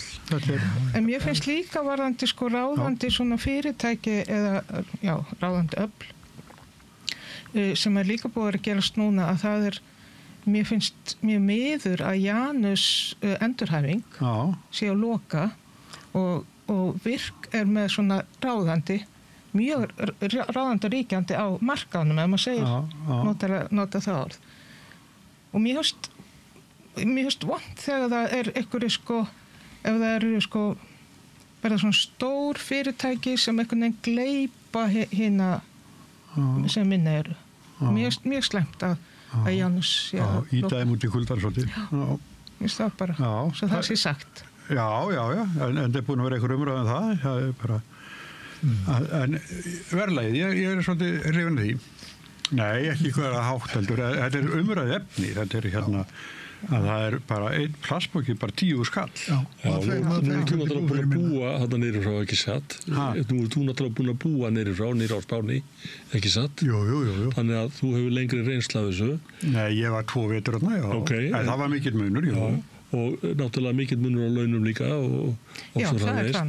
Ég hins vegar gerir minn samanburði yfirleitt þannig að ég á fjölskyldu í Danmörku þannig ég fer þangað 23 ári og gerir minn samanburð þar og hann virkilega sláandi en hann ekki bara í matvöru alla græjur sem ég kaupi í eldhúsið mitt og þá ég að tala um eitthvað sem maður getur borið með sér eru keyptar í Danmörku eða í Ameríku og bara einn eldhúsnýfur í Danmörku kostar 3 og ég að tala um góðan eldhúsnýf hann kostar 3 af því sem hann kostar hér og ekki það út af landbúnaði eða einhver öðru sjáði sem menn benda alltaf á þegar við tölum hátt vöruverð en beriði líka bara saman vörur svo bara þvottalög þú veist, af því að hér á Íslandi eru engir tollar á matvöru nema þessir tollar sem eru á landbúnaðarvörunum sem eru náttúrulega gagnkvæmir því þeir eru líka í Evrópusambandinu en bara pókja hrísgrjónum, þú veist, hér á í Danmörku. Það kannski eitthvað sem við ættum að skoða því að Jú, auðvitað á þetta bæði við mat og aðrar vörur og húsnæði, tala nú ekki það, leigu. Þar kemur og eftirlaunin, ég veit alveg hvað það er lág upphæð og við kannski fleiri að ég skil ekki hvernig fólk sem komin á eftirlaun og eru á leigumarkanum, hvernig þau bara ná að lifa af. Ég bara skil það ekki. Samála. Þetta fólk margbúið að tala það bara gengur ekki upp. Það gengur ekki upp. Nei. Þetta er skömm. En ég vil spyrja hvernig, eru hærri skattar alltaf vondir? Ef að við erum stórskuldu þjóð, innviðinir allir að hrynja hérna og það vantar peninga, þá hærri skattar alltaf vondir eða eitthvað? Nei. Fyrir eftir í hvað peningarnir eru sett. Já. Ekki. Og hverjir eru skatlaðir? Já, hverjir eru skatlaðir? Og hverjir eru ekki skatlaðir? Já, svo það. Og hverjir eru ekki skatlaðir? Þannig að það verður líka verið réttlæti í því, sko. Já. En við þurfum að afla tekna. Já, ef við ætlum að reka gott samfélag. Já, þannig er það, sko. Ríkið Ísland er vanfjármagnað. Það breytir ekki því að við höfum það betra hérna. Jafnvel þó ég kom alltaf hérna þunglindur heim úr búðinni þess að ég er búin að kaupa í matinn. Við höfum það betra hérna en víðast hvar annars staðar. Lifistandard hér er mjög hár. Og fólk hefur það gegnum sneitt mjög gott, það eru hópar fullorðið fólk til dæmis sem hefur það ekkert sérstaklega gott. Nei. Þannig að það á að vera viðránlegt að laga þetta. Velferðin á að beinast á þeim sem þarf á henni að halda. Við eigum að gefa eftir getu og þykja eftir þörfum. Það ætti að vera mottóið, sko. En sko það að svona auðlinda drifið hagkerfi eins og er hér á Íslandi það er einhvern veginn sko við höfum fullt af auðlindum en við bara kunnum ekki að afla tekna af þeim og við eigum að byrja þar, sko. Þess vegna er ég ánægð með þetta skref sem að ríkisstjórnin er að taka. Það eru nokkrir kallar sem kunna alveg að afla tekna af þeim en þeir vil ekki hleypa okkur í peningin. Nei, þeir vil náttúrulega fá að fénýta auðlindina. En að því við sögðum húsnæði á þann og það er endar ég er endar skil ekki að svo umræða hér skuli ekki vera háværari heldur hún er vegna þess að kannski vegna þess að ég er að þvælast í Danmörku 3 ári þá fæ ég inn á neti til mín sem að náttúrulega njóstar hann alls staðar auglýsingar fasteignir í Danmörku og undanfarandi mín fjölskylda, danska fjölskylda býr í Álaborg þannig að ég veit cirka hvernig verðið er þar getur þú keypt til dæmis svona 180 fermetra einbýlishús á einni hæð fyrir 50 til 60 milljónir sem er eins og 2 herbergi íbúð í Vesturbænum reyndar sem er aðeins hærri og það sem er kannski hérna núna ég held að við þurfum að taka þetta kerfi alveg niður fyrir grunn vegna þess að það verður orðið norm núna ef þú kaupir íbúð í Reykjavík svona af 100 fermetra stærð eða eitthvað slíkt þá eru fyrstu 40 milljónirnar sem þú borgar það er lóðin og þetta er svo mikil geggjun og þetta er vegna þess að til dæmis eins og í Reykjavík menn hafa bara afsalað sér skipulagsvaldi til hérna fjárfesta og byggingaræðila og hérna hvaða íbúðir eru í boði hérna af því ég býð út á Nesi þá keyri ég framhjá þessu á hverjum degi það er það sem er verið að byggja á Héðins reitnum Steindórsreitnum inn við Glæsibæ það skiptir ekki máli hvar þú rekur niður þetta er allt saman íbúðir sem kosta svona verð frá 75 fyrir 2 herbergi íbúð sem er kannski 60 fermetrar upp í einhverjar 100 milljóna sem að menn fatt ekki. Og hvað er þetta í för með sér? Til dæmis eins og niður í Borgartúni veit ég að þar kannski hálfar blokkir í Airbnb. Já, nú erum við að taka á því. Ríkisstjórnin ætlar að gera það. Það er bara Airbnb. Maður á eftir að sjá það. Já, en þeir segja þetta, það sem bara á lögheimilinu, það er ekki. Það verður að taka þessu. Ég trúi því alveg að þau takja það. Ég barðist fyrir 6 ára þegar ég voru á þinginu. Fyrir mjög döðum meirum. Já, það var ekki rétt ríkisstjórn við völd. Og það var náttúrulega sama borgarstjórnin og ég sagði, býttu, akkur hafið þið ekki í grunninn, akkur hafa bara búið að skipta þú veist, en akkur hafið þið ekki eftirlit með þessu, sagði ég við einhvern í borgarstjórninni, af því að þið vitið að fasteignagjöld af atvinnurrekstri eru allt önnur heldur en á heimili og einhver borgarfulltrúi sagði mig þá, þetta bara tillingaskítur. Kom reyndar í ljós seinna að viðkomandi tók þátt í að leigja Airbnb Þannig að ég veit ekki hvort að það allir áhugaleysinu. Nú sé ég manneskinu fyrir mér. En aftur á móti fyrir austan fjall veit ég að sveitarstjórinn ók Selfoss þá og aðeins upp í Grafning til þess að fylgjast með hvort það væri ekki örugglega eins og maður segir hefðbundin búseta. Ef ekki, þá sendum en bara reikning. Fyrir hverju? Fyrir hærri fasteignagjöldum. Já. Og létu eigendur fasteignanna, ég er ekki endilega að mæla með þessu, og létu þá eigendur fasteignanna færa sönnar á það að þetta væri ekki til útleigu í atvinnuskyni. Ég myndi ekki mæla með því í Reykjavík, Hversun ekki? Það er svolítið erfitt. Það er svolítið erfitt. Þegar maður heyrir að einn og sami aðilin sem er 50 íbúðir í útleigu á Airbnb, þá hrekkum maður við. Já, og þá fara að taka á því, að mér skilst. Já. 50 íbúð? Já. Bara heilu blokkin. Á sínu tíma man ég eftir ég laði til að eftirlitið með þessu í höndum lögreglunnar. Lögreglunar? Já. Alveg svo mikið grásleppu við hérna. Já, ég hef búin að tala um það. Ég hef búin að tala um það við félaga mína í löggunni, gömlu, að hvort þið getur bara ekki tekið þetta á eftirlitssakstri, á patróli. Og banka á 3-4 hurðir og spyrja, ertu með leyfi? Ef ekki, sekt 50 skall, skráðu þið núna. Það er bara yfirborðið. Það sem er undir, miklu alvarlegra, þeir sem eru kannski að leigja svona, þeir eru ekki fæðið í gegnum tekja á eldvarnartillitinu, til dæmis. Það er alvarlegi hluturinn. Fyrir utan að skattundar skotin. Við erum nú með ömulega verbúður hér og þar fyrir ellum. Já, ég hef komið inn í svolítið, það er alveg hrikalegt. Ég hef búið í Afríku, þetta er verra en þar.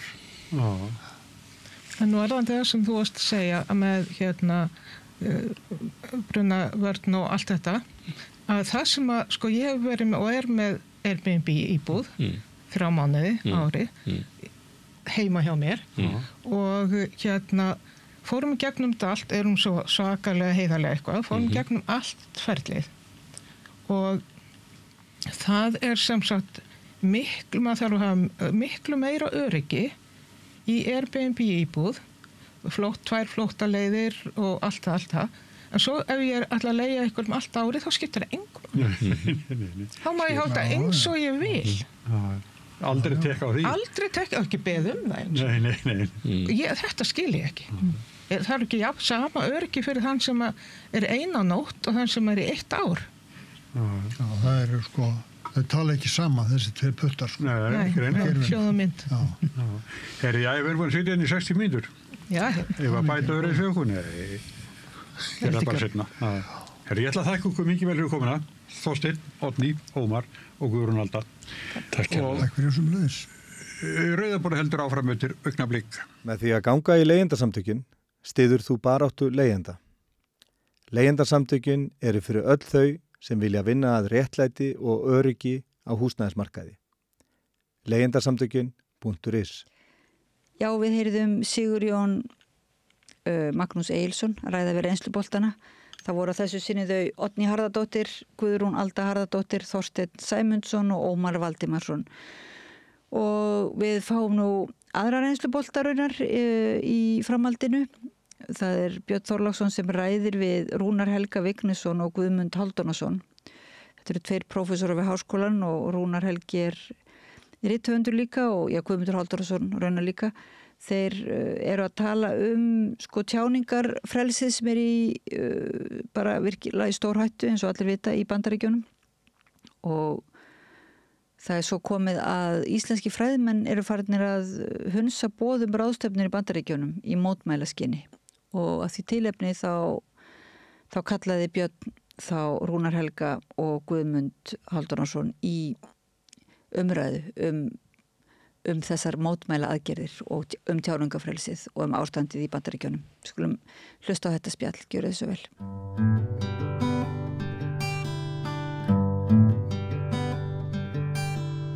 Já, við ætlum aðeins að ræða Bandaríkin sem oftar hér við Rauðaborðið. Vatnaskil. Við höfum upplýsingar það að ég held ég geti sagt að fleiri Íslendingar kjósa að sniðganga Bandaríkin kemur að fyrirhuguðum ferðalögum. Það kannski ekki skrítið því við erum ekki öll velkomin til Bandaríkjana og þetta eitt af því sem hefur sett stóra spurningar frelsi og 2 herramenn eru komnir hingað, báðir fræðimenn úr Háskóla Íslands hér á Rauðaborðinu. Þeir eru báðir fyrrverandi nemendur í Bandaríkjunum, báðir prófessorar.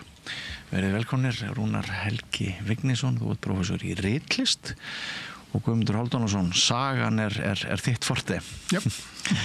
Sælir. Já.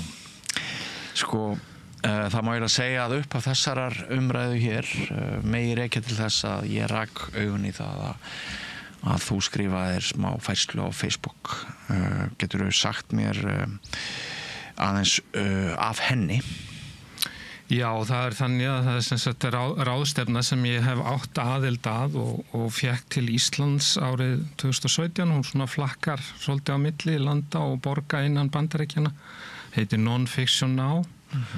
Og hún verður haldin núna miðjan júní næst í Notre Dame háskóla í Bandaríkjanum. Og eftir að mér langaði auðvitað til þess að fara, þetta átt mikla aðild að þessu eins og ég segi, þannig að en þegar ég sá þessa fréttir á netinu að frönskum vísindamanni hefði verið snúið við og síminn hans skoðaður og fundist þar einhver samtöl sem að Bandaríkjastjórn hugnaðist ekki, sem voru gagnrýnin á Trump-stjórnina. Þá fór nú renna á með 2 grímur hvort ég ætti að fara að standa í þessu og svo í kjölfarið þá fór að koma fleiri sögur sambarilegar frá Bandaríkjanum og sumar enn svæsnari þar sem menn voru bara teknir og settir í einhverja búðir jafnvel í nokkrar vikur og fengu ekki að kalla í lögfræðing eða það var engin í rauninni ekkert ferli til þess að losna úr þeim búðum þannig að það var nú ekki spennandi og ég vissi náttúrulega þegar ég var búin að skrifa þessa færslu sem var gagnrýnin að þá var þarna náttúrulega komið kannski tilefni fyrir landamæraverði til þess að sýna vald sitt þegar ég kæmi og ég var nú ekkert spenntur fyrir því að risikera andlegri og líkamlegri heilsu minni í þetta maður náttúrulega partur af hinnum skrifandi stéttum og það alltaf sérstakt eftirlit með þeim og það getur verið hættulegt fyrir rithöfund að fara til sumra landa þannig að það má alveg búast við því að það sé skoðað enn betur hjá rithöfundum. Þetta eru hættulegt fólk sem getur slysast til þess að segja eitthvað satt eða varpa einhverju ljósi á sannleikann sem menn vilja ekki sjá og þannig að mér finnst líka ég vildi bara gefa út ákveðna yfirlýsingu sem að þá kollega mínir líka í Bandaríkjanum sæju að ég ætlaði að sniðganga þetta og beita þarna þessum litlu efnahagsþvingunum af minni hálfu. Þetta sniðganga? Já, þetta eins konar sniðganga. Mér líkar ekki það sem ég sé þetta viðhorf gagnvart öðrum. Það svona svolítið búið að stilla þessu upp eins og Bandaríkin á móti heiminum einhvern veginn, við erum hinn og mér líkar það ekki og svo náttúrulega hefur við séð hvað verið að gera við sannleikann í Bandaríkjunum, hvernig hann orðin eiginlega bara söluvara og sá sterkasti og ríkasti ræður yfir sannleikanum einhvern veginn og þetta er svona eiginlega sannsagna ráðstefna sem er svolítið hlálegt sko þetta er kannski ekki auðvitað þörf á að segja sannleikan í Bandaríkjunum og ég hvet mína kollega til dáða en þetta er samt allt mjög tvíbent sannsagna ráðstefna í Bandaríkjunum núna. Hefur fengið viðbröð frá kollegum þínum í Bandaríkjunum? Já, ég hef rætt þetta sérstaklega við einn sko sem var reyndar að kenna hjá okkur í haust og er stofnandi þessari ráðstefnu og hann skilur mjög vel mína afstöðu og í rauninni hvatti mig bara til þess að stilla þessu svona upp og vera heima. Og væntanlega margir Bandaríkjamenn miður sín vegna ástandsins? Já, ábyggilega helmingur þjóðarinnar hefur ekki meira miður sín yfir þessu og það er ekki allir repúblíkanar heldur sáttir þeir eru að púa niður sína eigin þingmenn ofta á fundum þannig þetta er sérstakt ástand og svo náttúrulega tengjast háskólarnir inn í þetta og það hefur verið gripið til ákveðna aðgerða gagnvart háskólum, þeim hótað það er alltaf aðferðin sem er notuð af þessari stjórn að það er alltaf hótað og það er því miður mjög öflug leið til þess að fá fólk til þess að hlýða Columbia háskóla, þeim þekkta háskóla var hótað að draga af þeim eða halda eftir $400 milljónum sem ég held að sé eitthvað 55 miljardar íslenskra króna. Þetta er allavega stórar upphæðir og ef þeir gerðu ekki ákveðna hluti þarna tækju til í sínum ranni og svo áttur að setja sem sagt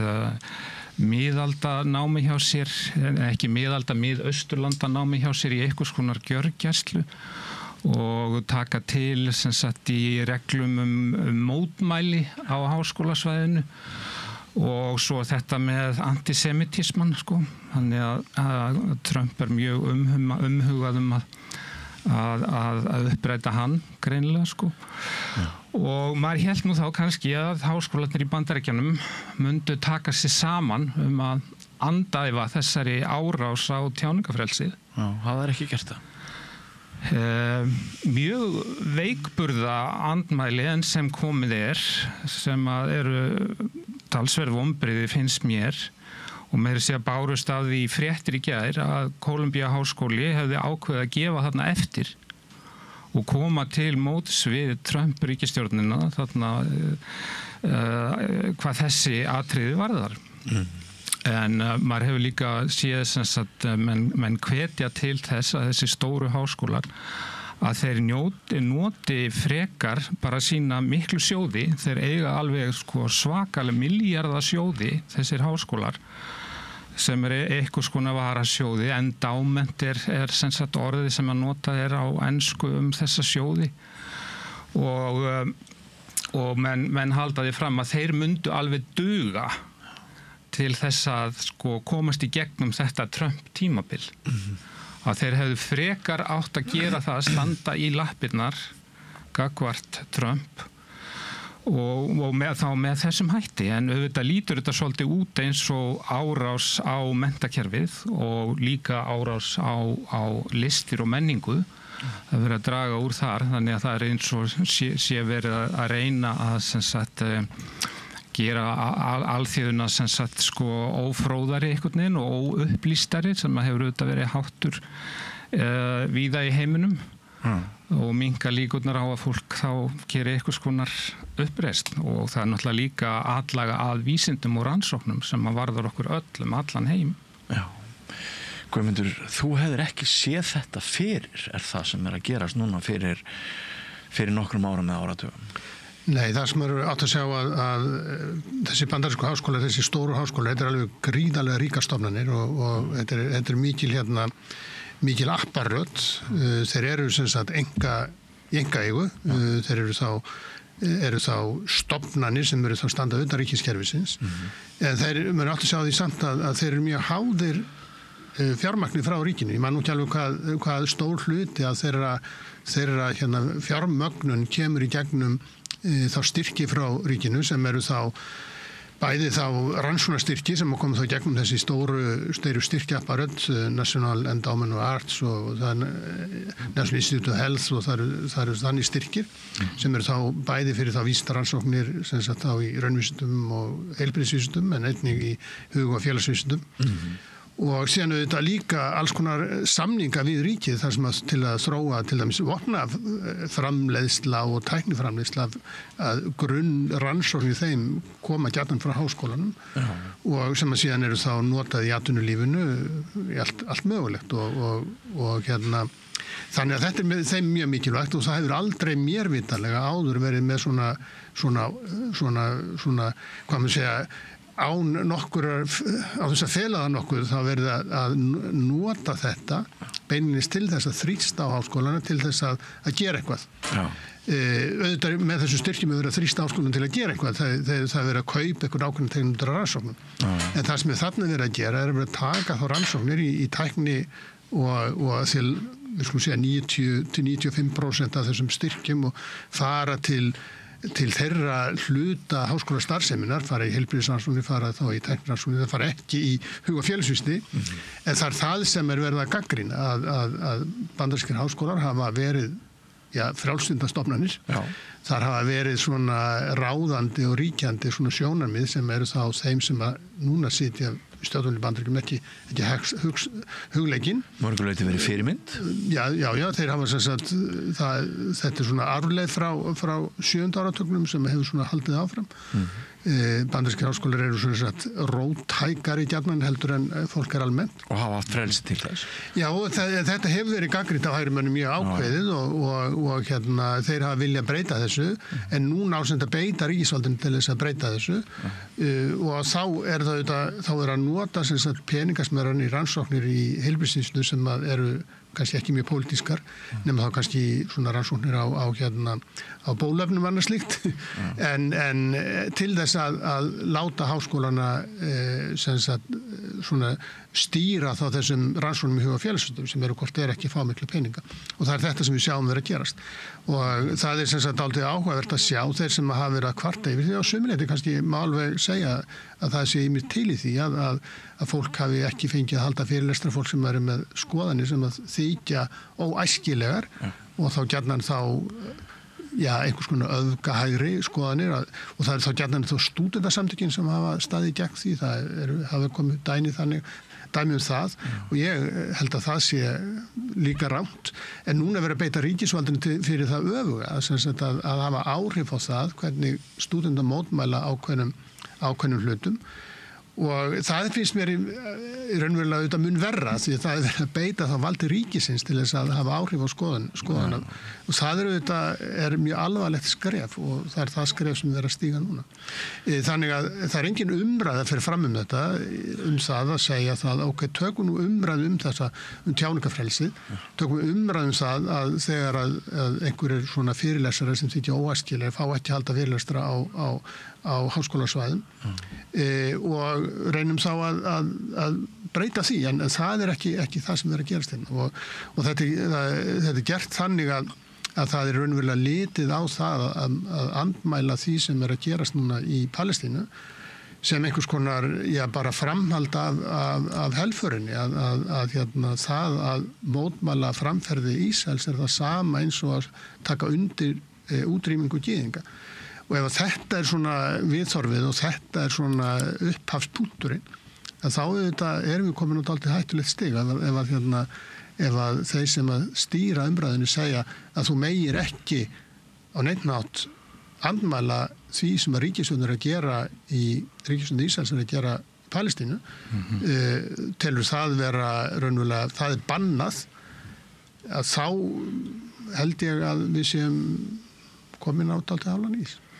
Þetta það er náttúrulega munur á því hvort að þessi þrýstingur kemur frá ríkisvaldinu eða er einhvern veginn sjálfsprottin upp úr samfélaginu og þetta hafa menn eins og segir verið mjög uppteknir af þessum þrýstingi sem að hefur verið beittur og fólk, háskólar hafa verið beittir og háskólakennarar jafnvel reknir úr störfum fyrir að vera ekki á réttri línu en það kemur þá eins og ég segi utan að það er Það slaufunarmenningin sem hefur verið beitt, þannig að það kannski ekki nýtt eins og segir að það sé þrýstingur á háskólafólk og þeim mun meiri ástæða til þess að spá svolítið í akademískt frelsi og hvers virði það og fólk nú reyndar að spá í það líka hérna á Norðurlöndum. Það bara gerð skýrsla í fyrra sem kom út í fyrra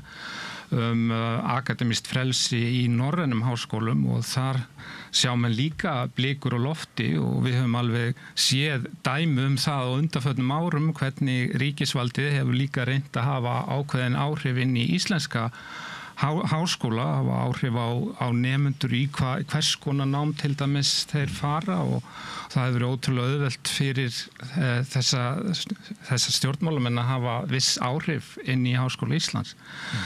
Þannig að við þurfum að taka þá umræðu hérna líka á hvers virði þetta akademíska frelsi. Ýmsir kollega mínir hafa kínokað sér við til dæmis að tjá sig ýmis mál á undanförnum árum þegar þessi slaufunarmenning hefur geisað þegar við má nota og ef við má skjóta inn í það eru til kannanir sem hafa mælt svona rétt 50 háskólakennara hefur sagt að þau taki ekki þátt í opinberri umræðu af ótta við afleiðingarnar. Já og það bara mjög alvarlegt þannig að það þá ákveðin ritskoðun og bæling sem á sér stað og menn þor ekki að fara fram með rannsóknir og niðurstöður sem eru kannski eitthvað á skjön við annarkvort áherslur ríkisvaldsins eða áherslurnar í samfélaginu á hverjum tíma. En á sama tíma erum við markvisst hvött innan Háskóla Íslands til þess að taka þátt í samfélagsumræðunni. Gagnrýnu umræðu. Já, gagnrýnu umræðu og það auðvitað mjög mikilvægt fyrir íslenska þjóð sem fjármagnar þetta menntakerfi og það gerir það meðal annars til þess að svona sjónarmið komist á framfæri. Já, hér hefur setið fólk, fræðifólk, fólk með doktorsgráðu sem heldur því fram að svo stund sé runnin upp að ef nemandi fær hugmynd að rannsóknar spurningu í lokaverkefni sem geti verið mjög óþægileg þá ráðleggi leiðbeinandi honum að finna nýja rannsóknarspurningu ef hún viðkvæm þessi spurning vegna þess að það getur orðið erfitt fyrir hann að fá vinnu ef hann ætla að leita svara við þessu. Þetta svona sjálfsritskoðun sem og þetta hefur áhrif á alls konar vegu ég hætti við að fara á ráðstefnu Það það sem við getum gert. Það tækið sem við búum yfir það að mótmæla með þessum hætti. Já, borgaralegu óhlýðni við þurfum að dusta rykið af þeirri frægu ritgerð eftir Thoreau þar sem hann talar miðja 19. öld talar borgaralega óhlýðni og hvað hún sé mikilvæg. Ég tek nú alveg undir það. En af því að þú ert svo mikil sérfræðingur í sögunni þetta sem við erum að ræða núna þessi upptaktur, hann kunnulegur sem undanfari hræðilegra tíma.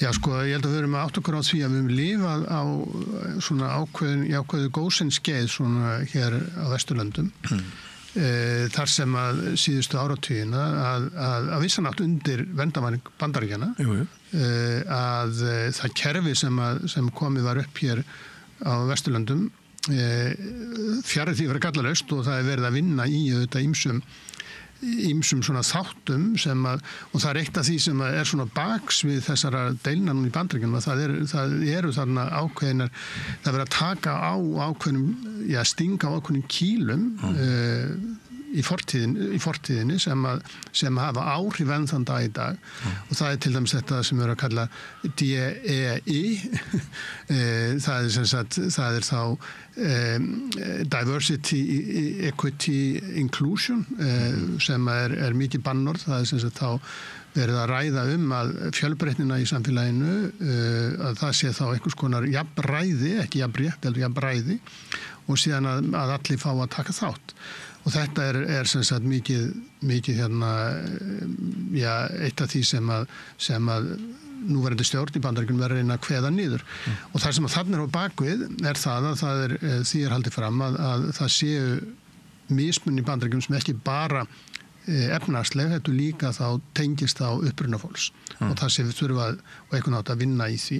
Þetta alltaf viðkvæmt mál. Ég meina það alveg ljóst að það það, eins og til dæmis það sem að kalla affirmative action í Bandaríkjunum, sem sagt það að fólk var ráðið til starfa og fekk ákveðin forskot að það var af kynþáttum sem að voru svona hefðu svona hallað á í fortíðinni. Þetta er alltaf viðkvæmt og það alveg sjálfsagt að ræða þetta sko, en eins og þetta núna sem sagt má ekki ræða það að ákveðin hópar í Bandaríkjunum hafa þolað misrétti.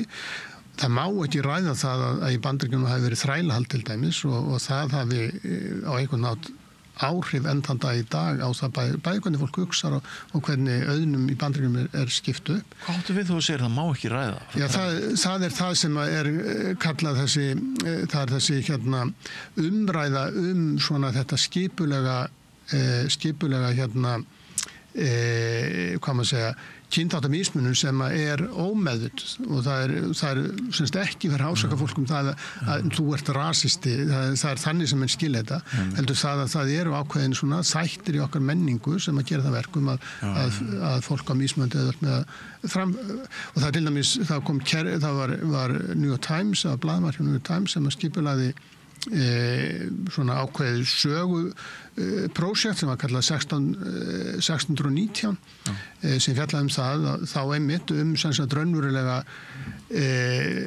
svona mikilvægi þrælahalds í efnahagslegri uppbyggingu Bandaríkjanna alveg frá upphafi þangað til að fyrstu þrælinu koma 1619 þangað til að þrælahald afnumið í borgarastríðinu 1860 og ég man ekki hvernig 65 sem að því líkur og þetta er eitt af því sem að núna er verið að þetta var svo tekið upp sem kennsluefni víða í bandarískum skólum en núna er þetta algjörlega banna þetta þykir vera vók og þetta má ekki ræða þannig að það má ekki og það er sem sagt lagt áherslu á það að ræða þrælahald að skapi svona ákveði samviskubit og hvíti nemendur verði fyrir óþægindum.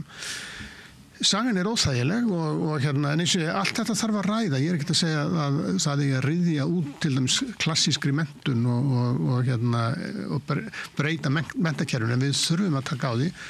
Það er alveg ljóst að í Bandaríkjunum eiga þeir sem eru afrískum uppruna, þeir eiga erfiðar uppdráttar í bandarísku þjóðlífi almennt. Þeir eru fátækari, þeir lifa skemur og þeir eru minna menntaðir heldur en þeir sem eru öðrum uppruna. Og hversin er það? Er það vegna þess að þeir eru, það er eiginlega bara tvær skýringar, annarkvort eru það þá einhver svona samfélagslega, undirliggjandi samfélagslega kerfi sem að gera það verkum að þeir eiga erfiðar uppdráttar eða þeir eru bara svona heimskir að eðlinu.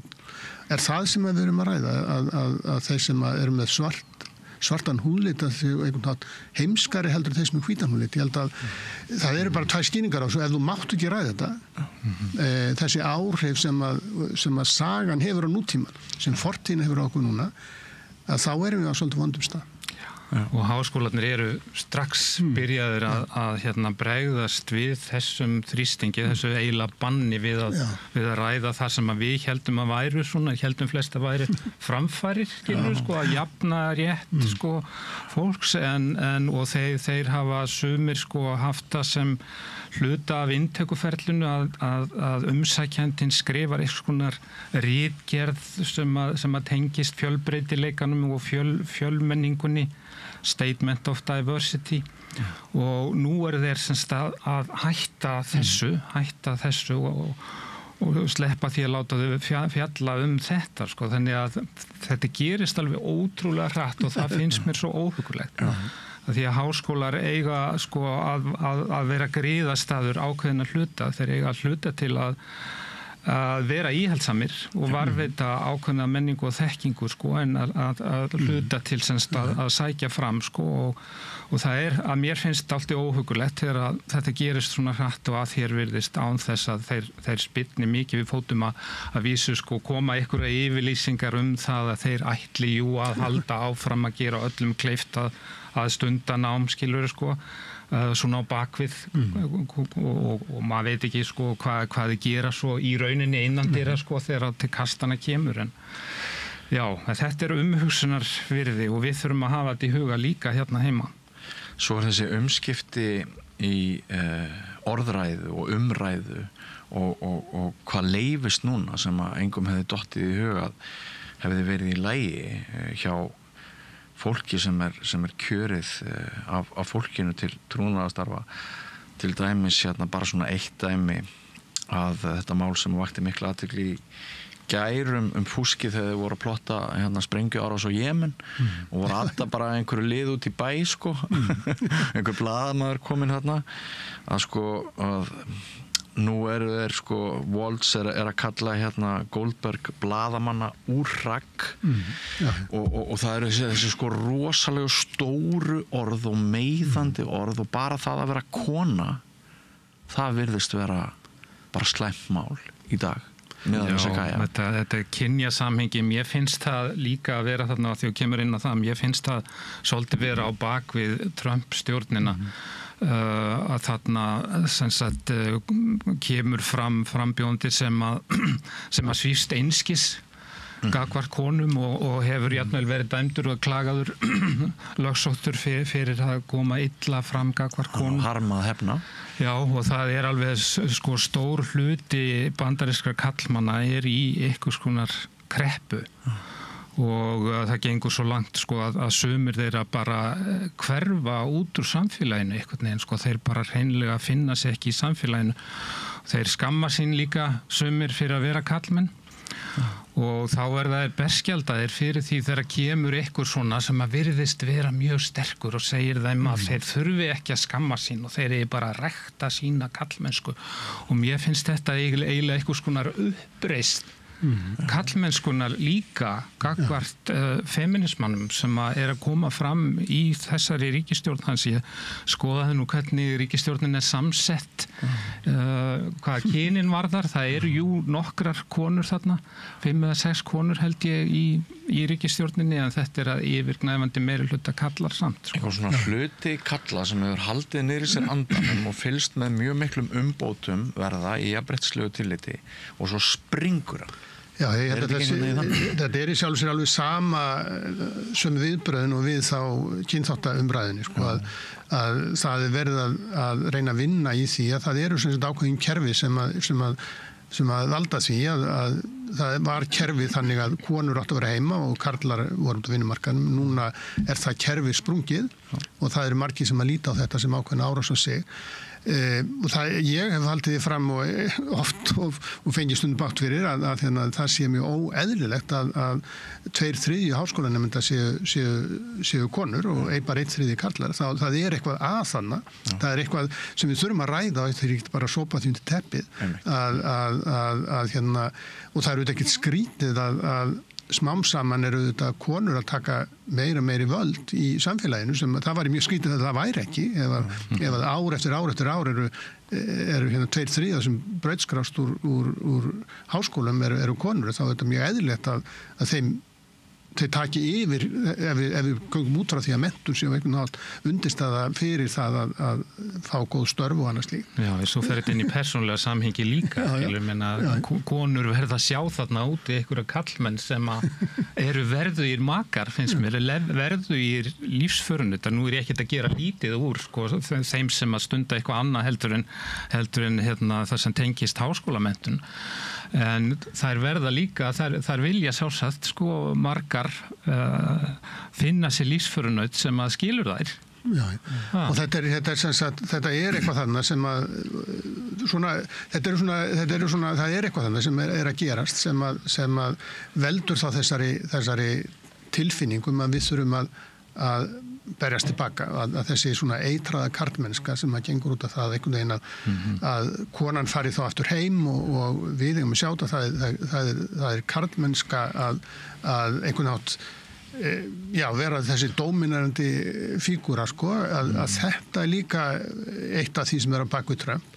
og þannig að það verður fyrir honum verður það sem sagt ákveðin svona meðmæli að tala það að grípa kynfæri kvenna þetta sé eitthvað sem að það vilji og þetta verður hjá sumum að þessum og maður sér þetta meira og meira þetta svona farið að verða í umræðinu hérna á Íslandi líka þar sem að það verið að ráðast gegn feminisma og ráðast gegn öðru slíku með þessum sjónarmiðum að við þurfum að snúa aftur en það segir Trump, hans kjörorð Make America Great Again og það verður aldrei alveg verið ljóst það er komið betur og betur í ljós hvað þetta tímabil að segja again þýðir þá að þeir mögum að fara aftur til einhvers ákveðin tíma í fortíðinni þar sem allt var í lagi og það greinildi svona í stjórnmálum og þá var hann að líta til tímas í lok 19. aldarinnar þar sem það mikið útæslu tímabil hjá Bandaríkjunum, einangrunna tímabil, tollatímabil og það það svona sem hann sér svona sem eitthvað blómaskeið í Bandaríkjunum en það eru ekki blómaskeið fyrir nema hluta Bandaríkjumanna og þetta eins og ég segi, sko, það þarf að ræða þessu hluti, við þurfum að þora að horfast í augun við það að það er að gerast breytingar og sem að hafa áhrif á fólk og í lýðræðissamfélagi þá ef einhver stórir hópa fólks finnst þeir vera settir utangarðs að þá kemur það fram í kosningum og Trump nýti sér þessar svona óanægju, það sést til dæmis að því að republikanar undanfarin ár og áratugi hafa fengið mjög lítið fylgi hjá fólki af afrískum uppruna en það jókst ekkert fylgið kvenna í síðustu kosningum en það var mjög mikil aukning á því að svarti karlmenn kjósi sérstaklega ungi karlmenn og það er svona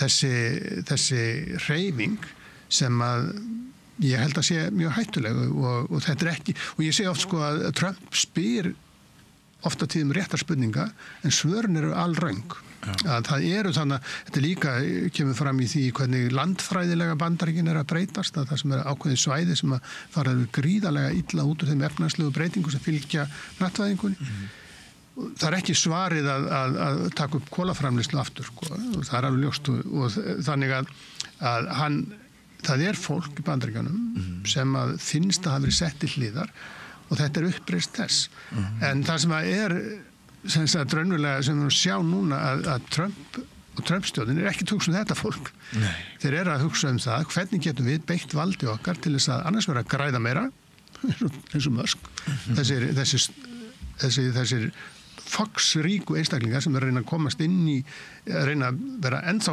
ríkari og kveða niður samkeppnina og hins vegar að beita ríkisvaldinu til þess að breyta því hvernig fólk hvernig þessar stofnanir starfa. Til dæmis þá núna Trump var að beita ríkisvaldinu til þess að fá lögfræðiskrifstofur til þess að neita að taka að sér mál sem að eru gegn ríkinu. Og það látt undan það lögfræðiskrifstofu sem hefur til dæmis og eitthvað nála því að þessum lögsóknum gegn Trump þeim hengt þetta svakalega og þannig verið að beita ríkisvaldinu til þess að gera þetta sko. Og það auðvitað býstna stórskref og þannig þú spurður á þetta eitthvað upptaktur eitthvað sem þekkjum þetta auðvitað mjög og þeir ekkert að fela það hverju þeirra svona helsta ídeól í Evrópu það Viktor Orbán og þetta Bandaríkin miklu flóknara samfélag heldur en Ungverjaland en Ungverjaland þannig að þar ekki lýðræði lengur það búið að kveða það niður með tökum ákveðin stjórnmála afls yfir ríkisvaldinu og þá því bara einfallega beitt til þess að stýra skoðun. Þetta það sem að menn eins og Trump vilja en eins og segi þetta svolítið flóknara. Við erum að sjá, núna sem sagt bara það eru svona 3 armar þessu ríkisvaldi sem eru kallar co-equal, það eru sem sagt réttháir, það er sem sagt framkvæmdavaldið og það er löggjafarvaldið og síðan dómsvaldið og löggjafarvaldið núna algjörlega bara stýrt af framkvæmdavaldinu sem að stundum vilja bara á Íslandi. Það er stundum rætt þeir að reyna að ná tökum á dómsvaldinu líka, sko. Það er spurning hvort hann ætlar eitthvað að hlíta því eða hvort hann fer yfir það. Og svo ráðast þeir á fjölmiðla sem aldrei fyrr.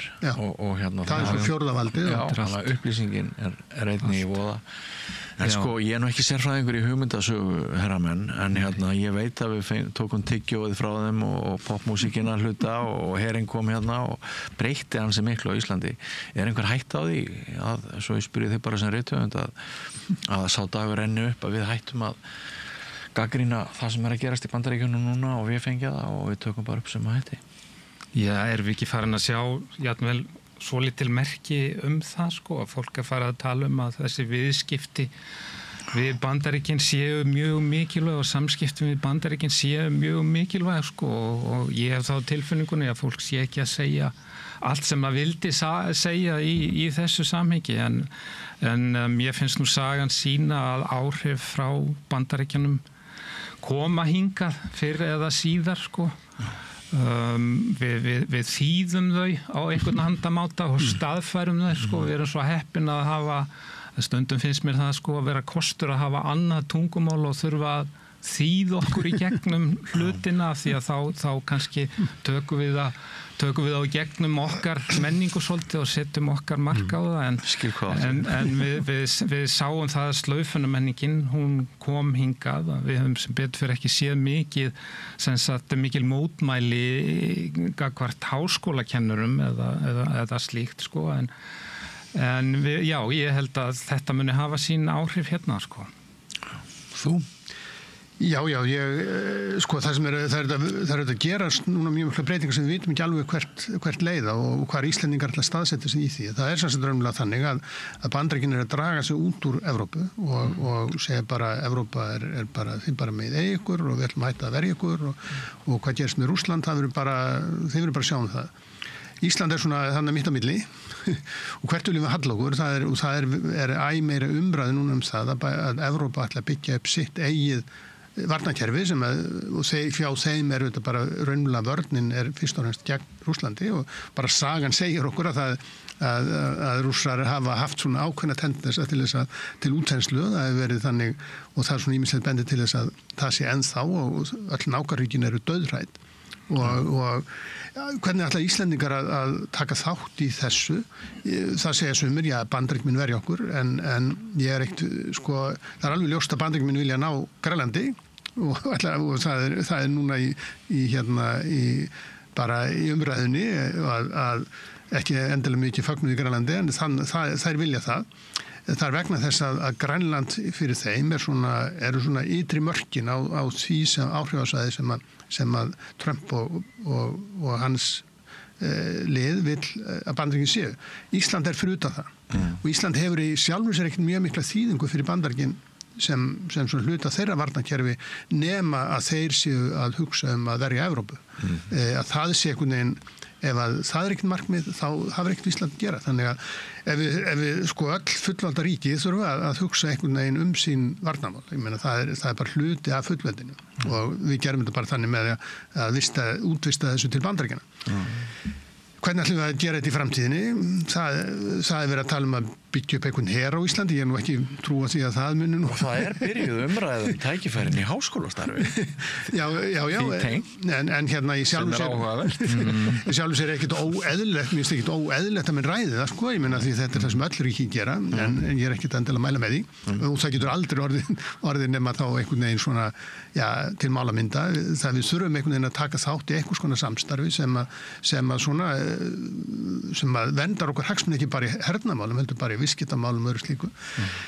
Evrópa er svona þar er að verða mikla breytingar og það var auðvitað mjög slæmt fyrir þá að Bretar og Bretar sjá mikið eftir því núna að hvernig þeir taka þátt í því, þetta verður þá eitthvað svona kannski tvíhliða þróun, annars verður þá efnahagslega samstarf sem við tökum þátt í og síðan auki þá einhvers konar hernaðarsamstarf sem að, við þurfum mjög skoðst að íhuga og þetta verður umræðan í framtíðinni að eiga Íslandingar að halla sér meira að Evrópu eða eiga að halla sér að Bandaríkjunum ég sé ekki endilega mikla framtíð því að standa hér einir. Við neyðumst til þess að einhvern nátt að taka þátt í þessum umræðum hvað sem okkur finnst þar.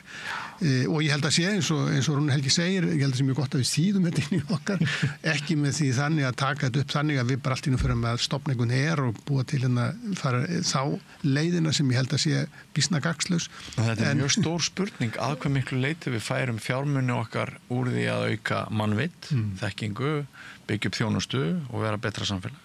Já, sko, ég er ekki alveg samferður að þetta sé svona einfalt vegna þess að hernaðaruppbygging sem sér í Bandaríkjunum getur verið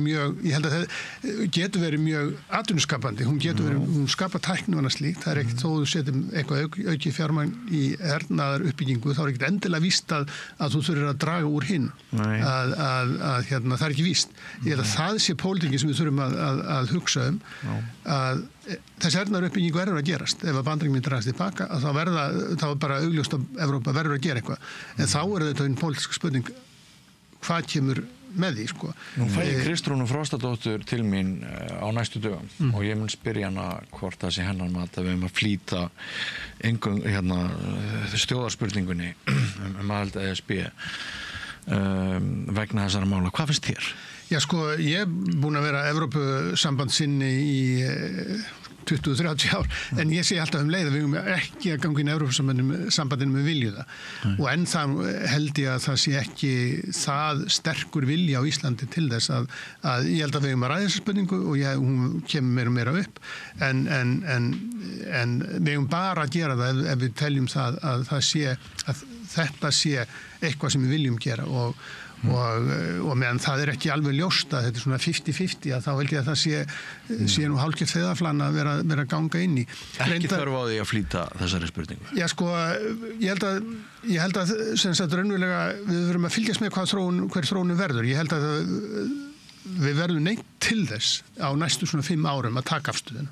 Og ég held að við höfum að taka hana afstöðuna þá í samhengi við þær breyting sem að verða. Ef að þetta bara gengur yfir sem við höfum að gera þá hefur EES-samningurinn sjálfur sér alveg henda okkur ákveðlega. Við höfum ekki verið neitt sem að þrýstir á okkur neitt rosalega að ganga í Evrópusambandi. Þó svo að eins og segja ég sé fylgjandi því þá er það ekki þannig að við búum í lýðræðissamfélagi, það er bara meirihluti sem að ræður og þannig er það. En ég held að spurningin komi til með að verða óhjákvæmileg á næstu 5 árum ef þetta heldur áfram sem horfir. En nú getur vel verið þetta sé bara eftir 2 ár verða kosningar í þingin og þá getur vel verið þetta í Bandaríkjunum og það getur vel verið að Trump-planar springi, sko, við veit það. Þeir að flýta sér að koma sem flestu í gegna áður en að almenningsálitið breytist, sko, þannig að en við erum náttúrulega einhvern veginn föst þarna mitt á milli þessara stórvelda núna og við vitum eiginlega ekki á þessari stundu hvernig þetta mun þróast að því við höfum þurft á báðum að halda og hver er okkar nánasti bandamaður? Er stór spurning samt þegar upp staði, sko.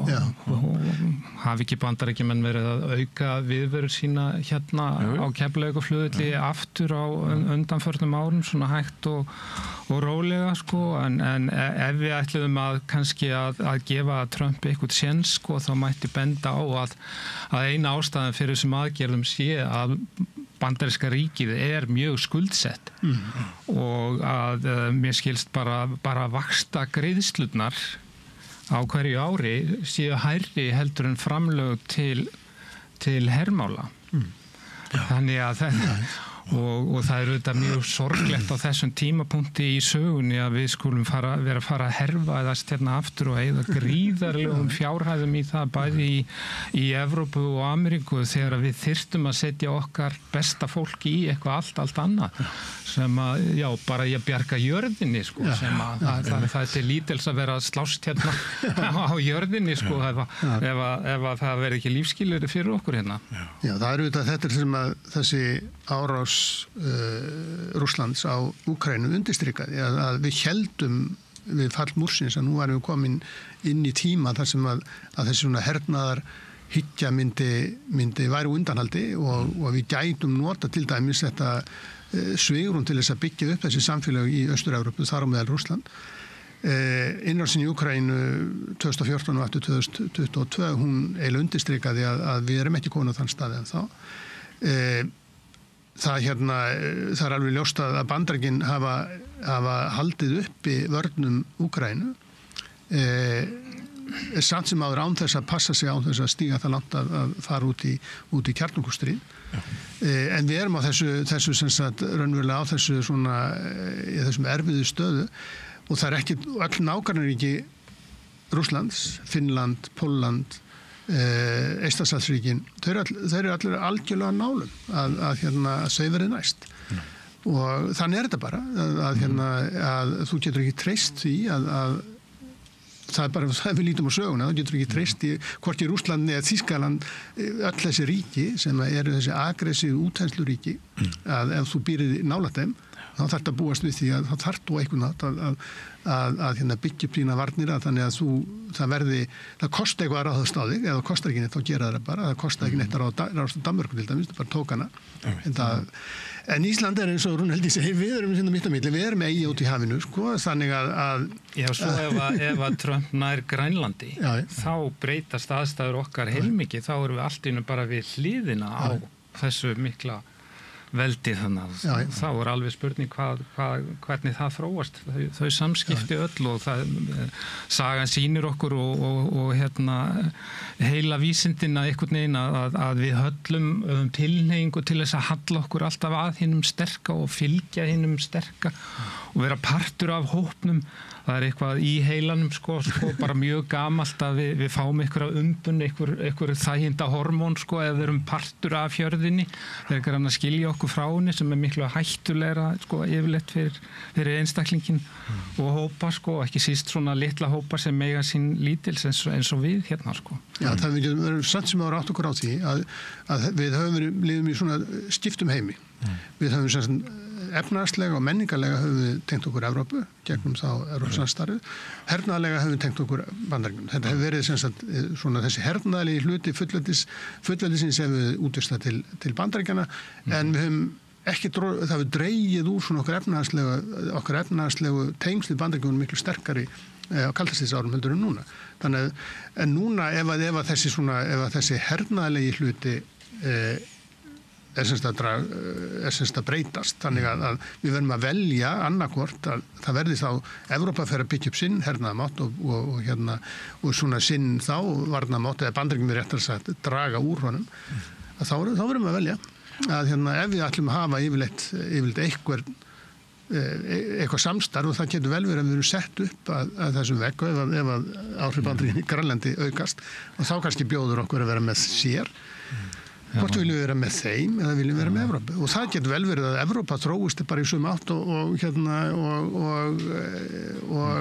Bandaríkin þannig að það verði svo sem ekkert heldunitt sérstaklega físilegu kostur því að ef Le Pen og Farage og ADF í Þýskalandi þetta verður bara Orbanar hér og þar sko þá er það kannski En Trump verður bara í 4 ár og við skulum ekki gleyma því að stór hluti Bandaríkjamanna vill friðsamleg og góð samskipti við Evrópu og þannig að það er til dæmis fjöldi menntamanna þegar maður er í háskóla í Bandaríkjanum sko, þá er maður á allt öðrum stað heldur en úti í samfélaginu og það er ákveðið leyfi þar til þess að hugsa hluti sem eru ekki hugsaðir þar fyrir utan og stundum hefur maður reyndar áhyggjur af því að þær hugsanir fari ofta ekkert lengra sko.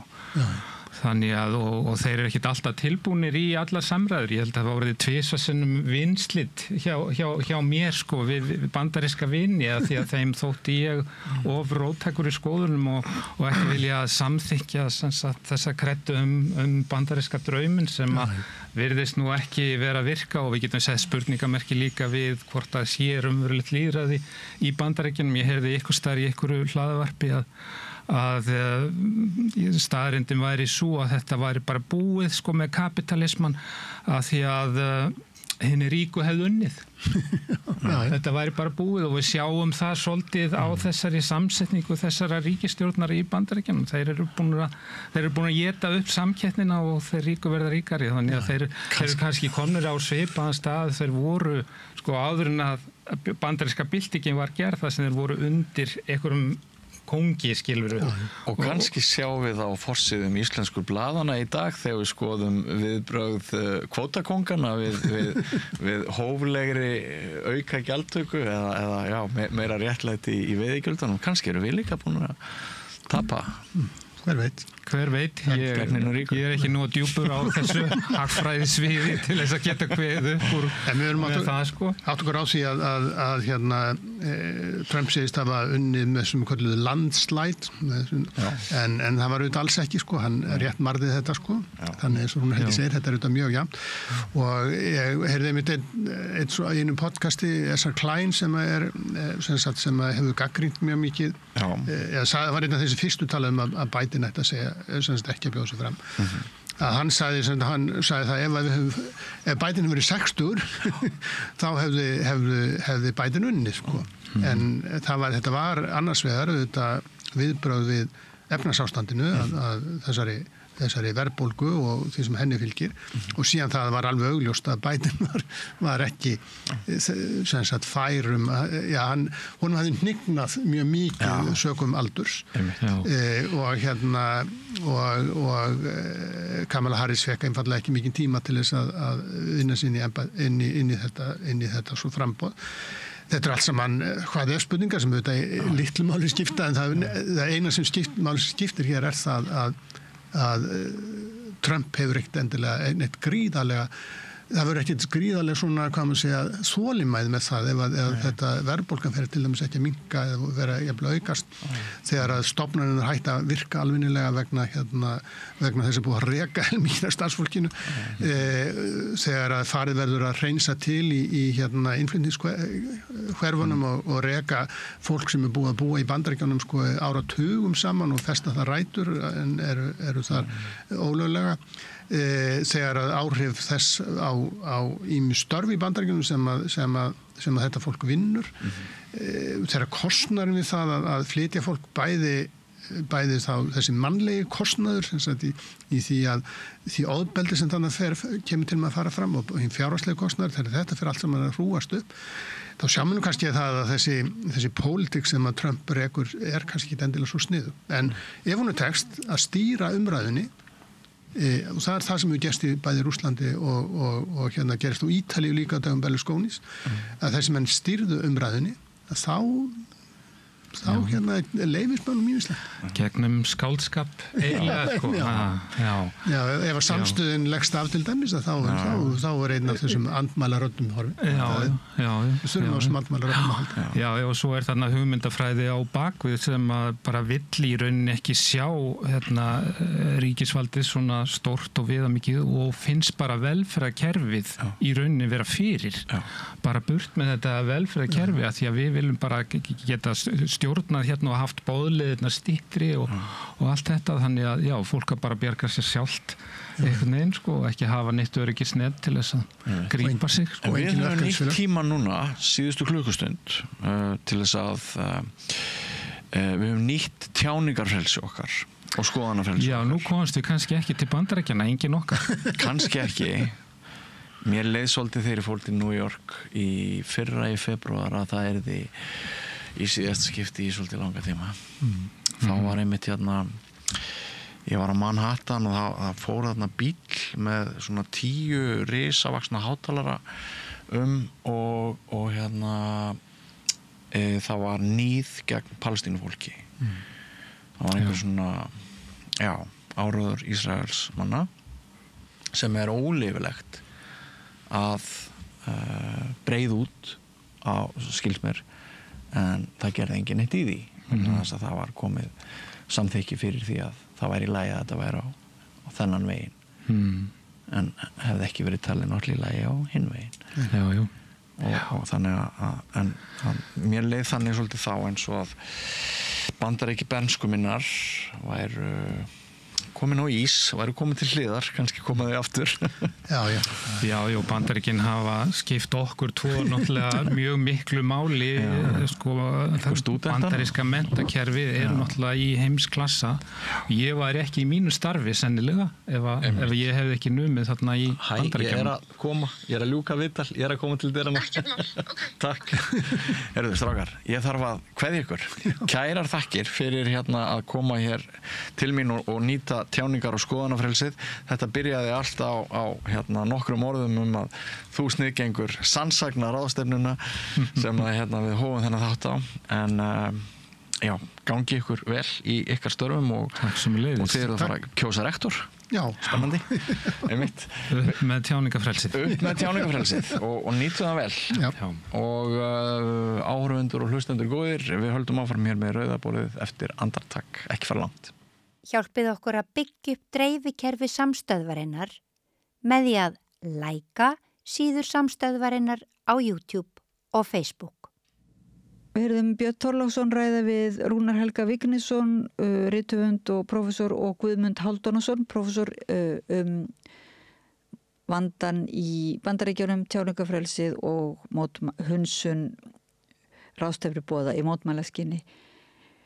Sko, við höldum okkur einhverju leyti við Bandaríkin, því miður, höldum áfram að tala vanda tjáningarfrelsisins.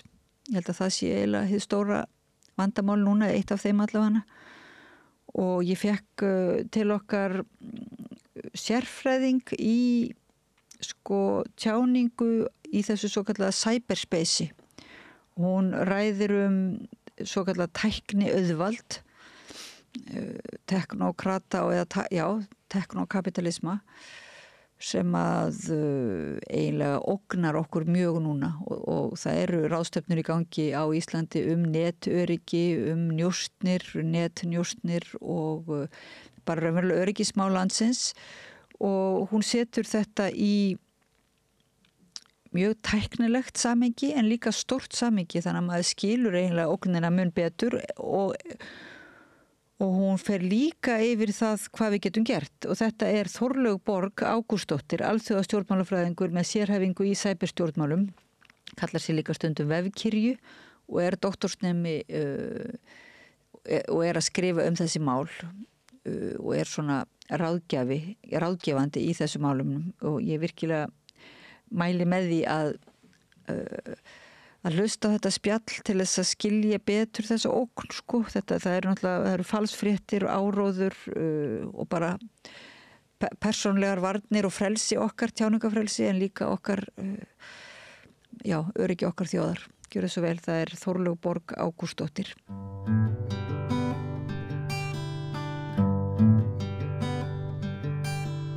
Komið sæl og verið velkomin í lýðræðissamræðuna við rauðaborðið.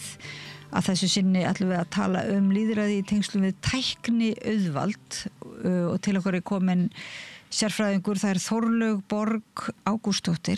Sæl. Þú ert alþjóða stjórnmálafræðingur með sérhæfingu í cyberstjórnmálum. Já. Og ert að fara að halda fyrirlestur í næstu viku áhrif tækni auðvalds á lýðræðið. Já.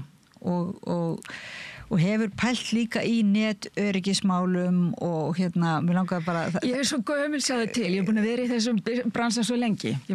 Akkurat 30 ár. Er þetta ekki góðsinn tíð þá fyrir þínar pælingar einmitt núna? Jú. Bara í dag þessa dagan er lögreglan með ráðstefnu öryggismál og allt þetta tala öryggi. Hvað er svona þitt...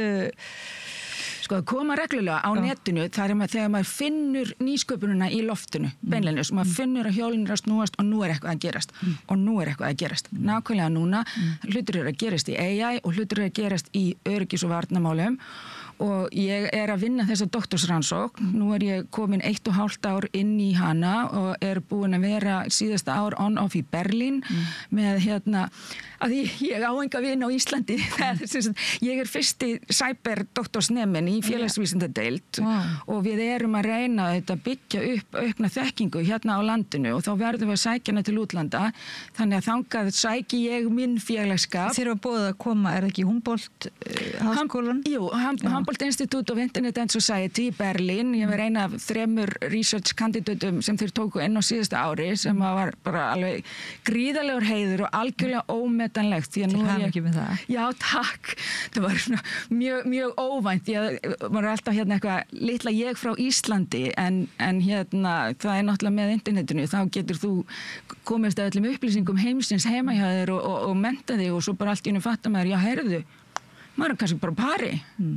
Og skiptir máli að vera á staðinum þrátt fyrir alla tæknina og svoleiðis að það skiptir máli að vera í svokallum raunheimum eða hvað í samræðu líka? Jú, því annars hefði ég til dæmis ekki fengið þarna inn 2 kanónur í doktorsnefndina mína, fólk sem að vinna í rannsóknum fyrir Evrópusambandið á áhrifum stóru samfélagsmiðlana á löggjöf Evrópusambandsins og fleira, fólk sem bara náið á mínu sviði, sem núna komið inn sem ráðgjafar fyrir mig, sem ég hefði ekki fengið ef ég hefði ekki skellt á það að flegja umsókn, sko.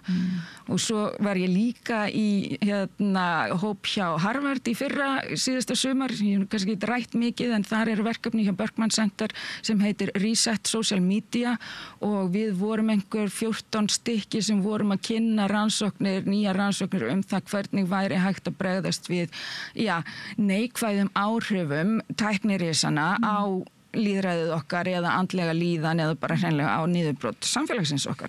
Ok, og hvað þá svona pólitíkin í þessu helst finnst þér? Eins og ef við tökum bara, ef við byrjar aðeins á Íslandi í dag.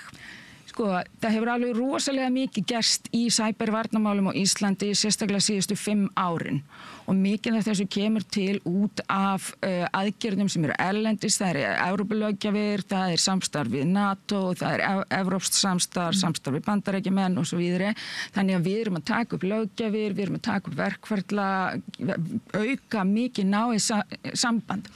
En, sjáðu til, cybersecurity snýst innviði, sem þá kaplarnir okkar og tölvurnar okkar, kerfin okkar, greiðslugáttirnar, bankana, heilbrigðiskerfið, allt þetta. Og svo þriðja fasin mannlegi þátturinn. Og mannlegi þátturinn veldur cirka 75-80% af tölvu innbrotum eða svindli eða öðrum. Það yfirleitt mannlegi þátturinn sem klikkar. Og þarna erum við bara alls ekkert nógu vel undirbúin.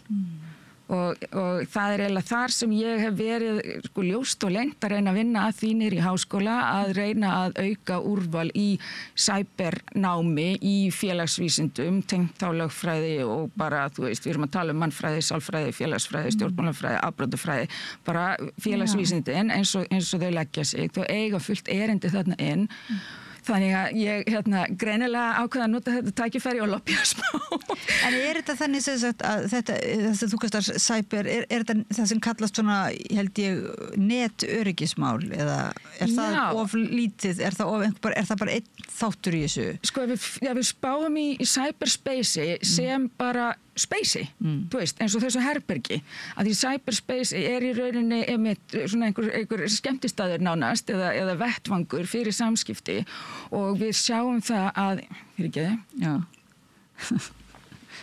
og minn sopa liggur mikið niður fyrir en við sjáum það að einkafyrirtæki eru búin að taka yfir funksjónir sem áður voru ríkisvaldsins, the marketplace of ideas sem Hayek til dæmis talar og aðrir, markaðstorg hugmyndana, ef að það ekki að virka eins og það á að virka og ef það komið í einkaeigu og það búið að einkavæða þetta space og það lítur allt í einu lögmálum einkaeignarinnar en ekki opinberra opinbers lýðræðis eða eftirlits eða annars, þá það bara stór hættulegt fyrir lýðræðið og ég vil til dæmis meina að við sem netizens, sem netborgarar eigum kröfu á það að fá eitthvað meira að segja heldur en eitthvað editorial advisory board hjá Facebook sem hefur ekkert valdhegar á hólminni komið.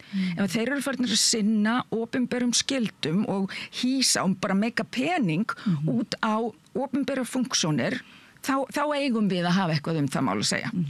Og þarna erum við ekki vakandi, svona sem þjóðfinnstir? Nei, og sjáðu til, nú erum við að fara í þjóðaratkvæðagreiðslu það hvort við eigum að fara í að taka upp viðræður aðild að Evrópusambandinu.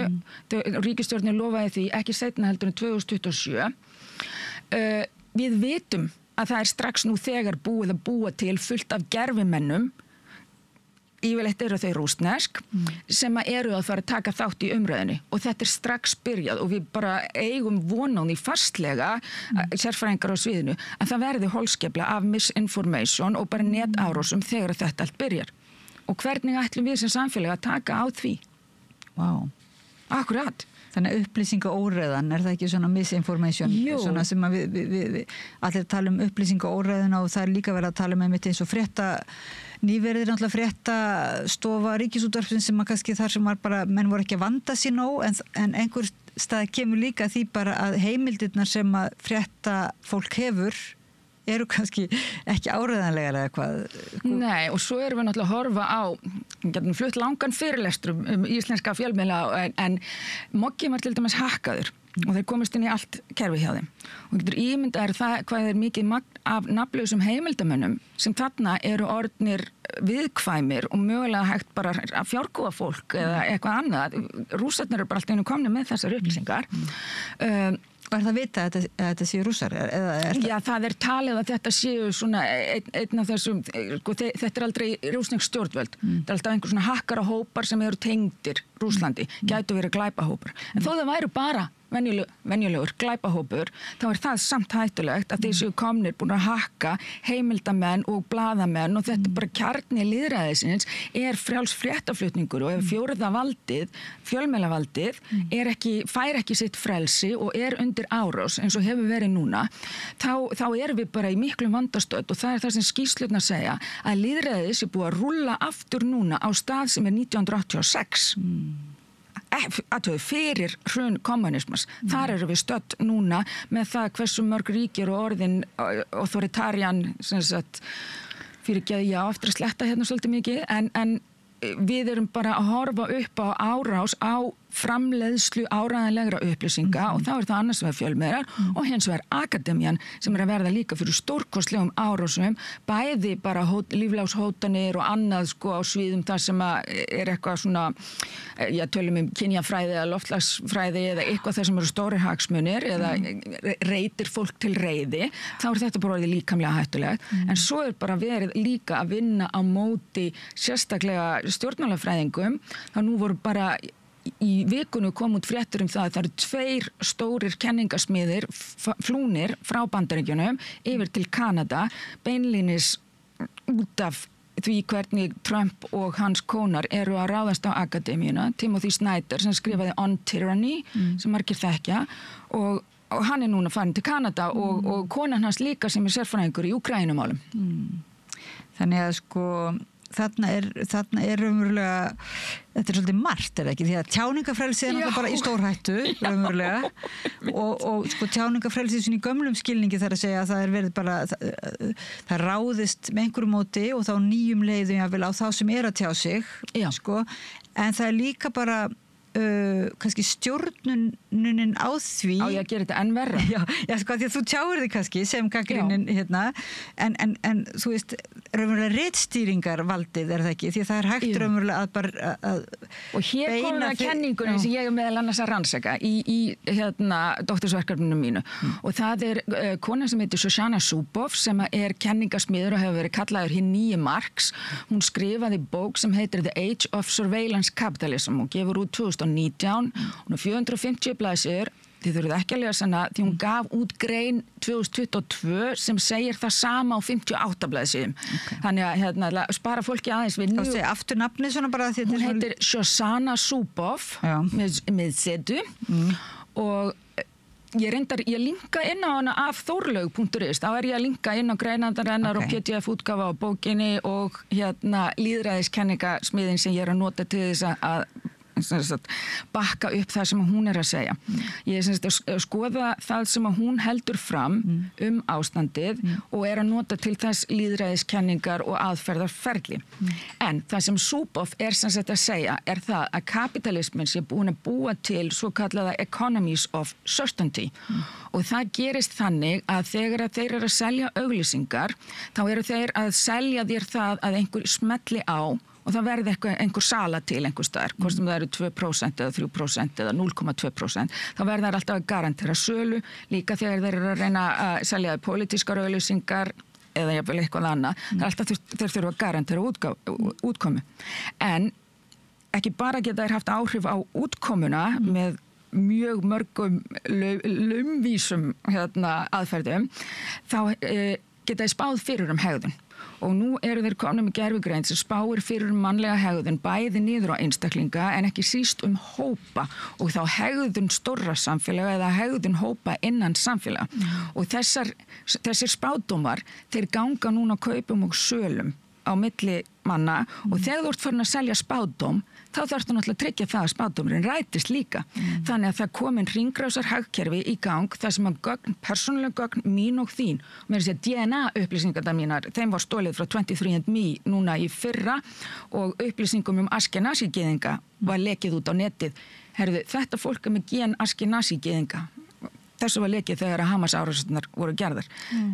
Þannig að út frá þessum upplýsingum hægt að vita fullt af hlutum mig, hvaða áhugamál ég hef og náttúrulega frá símanum mínum. Við vitum það, það eru upp sem að screenshotta allt hjá þér, þú ert rakin, það eru upptökur, ekkert prívat lengur. Því sem eru að senda dónamyndir, bara vinsalast hafi það í huga.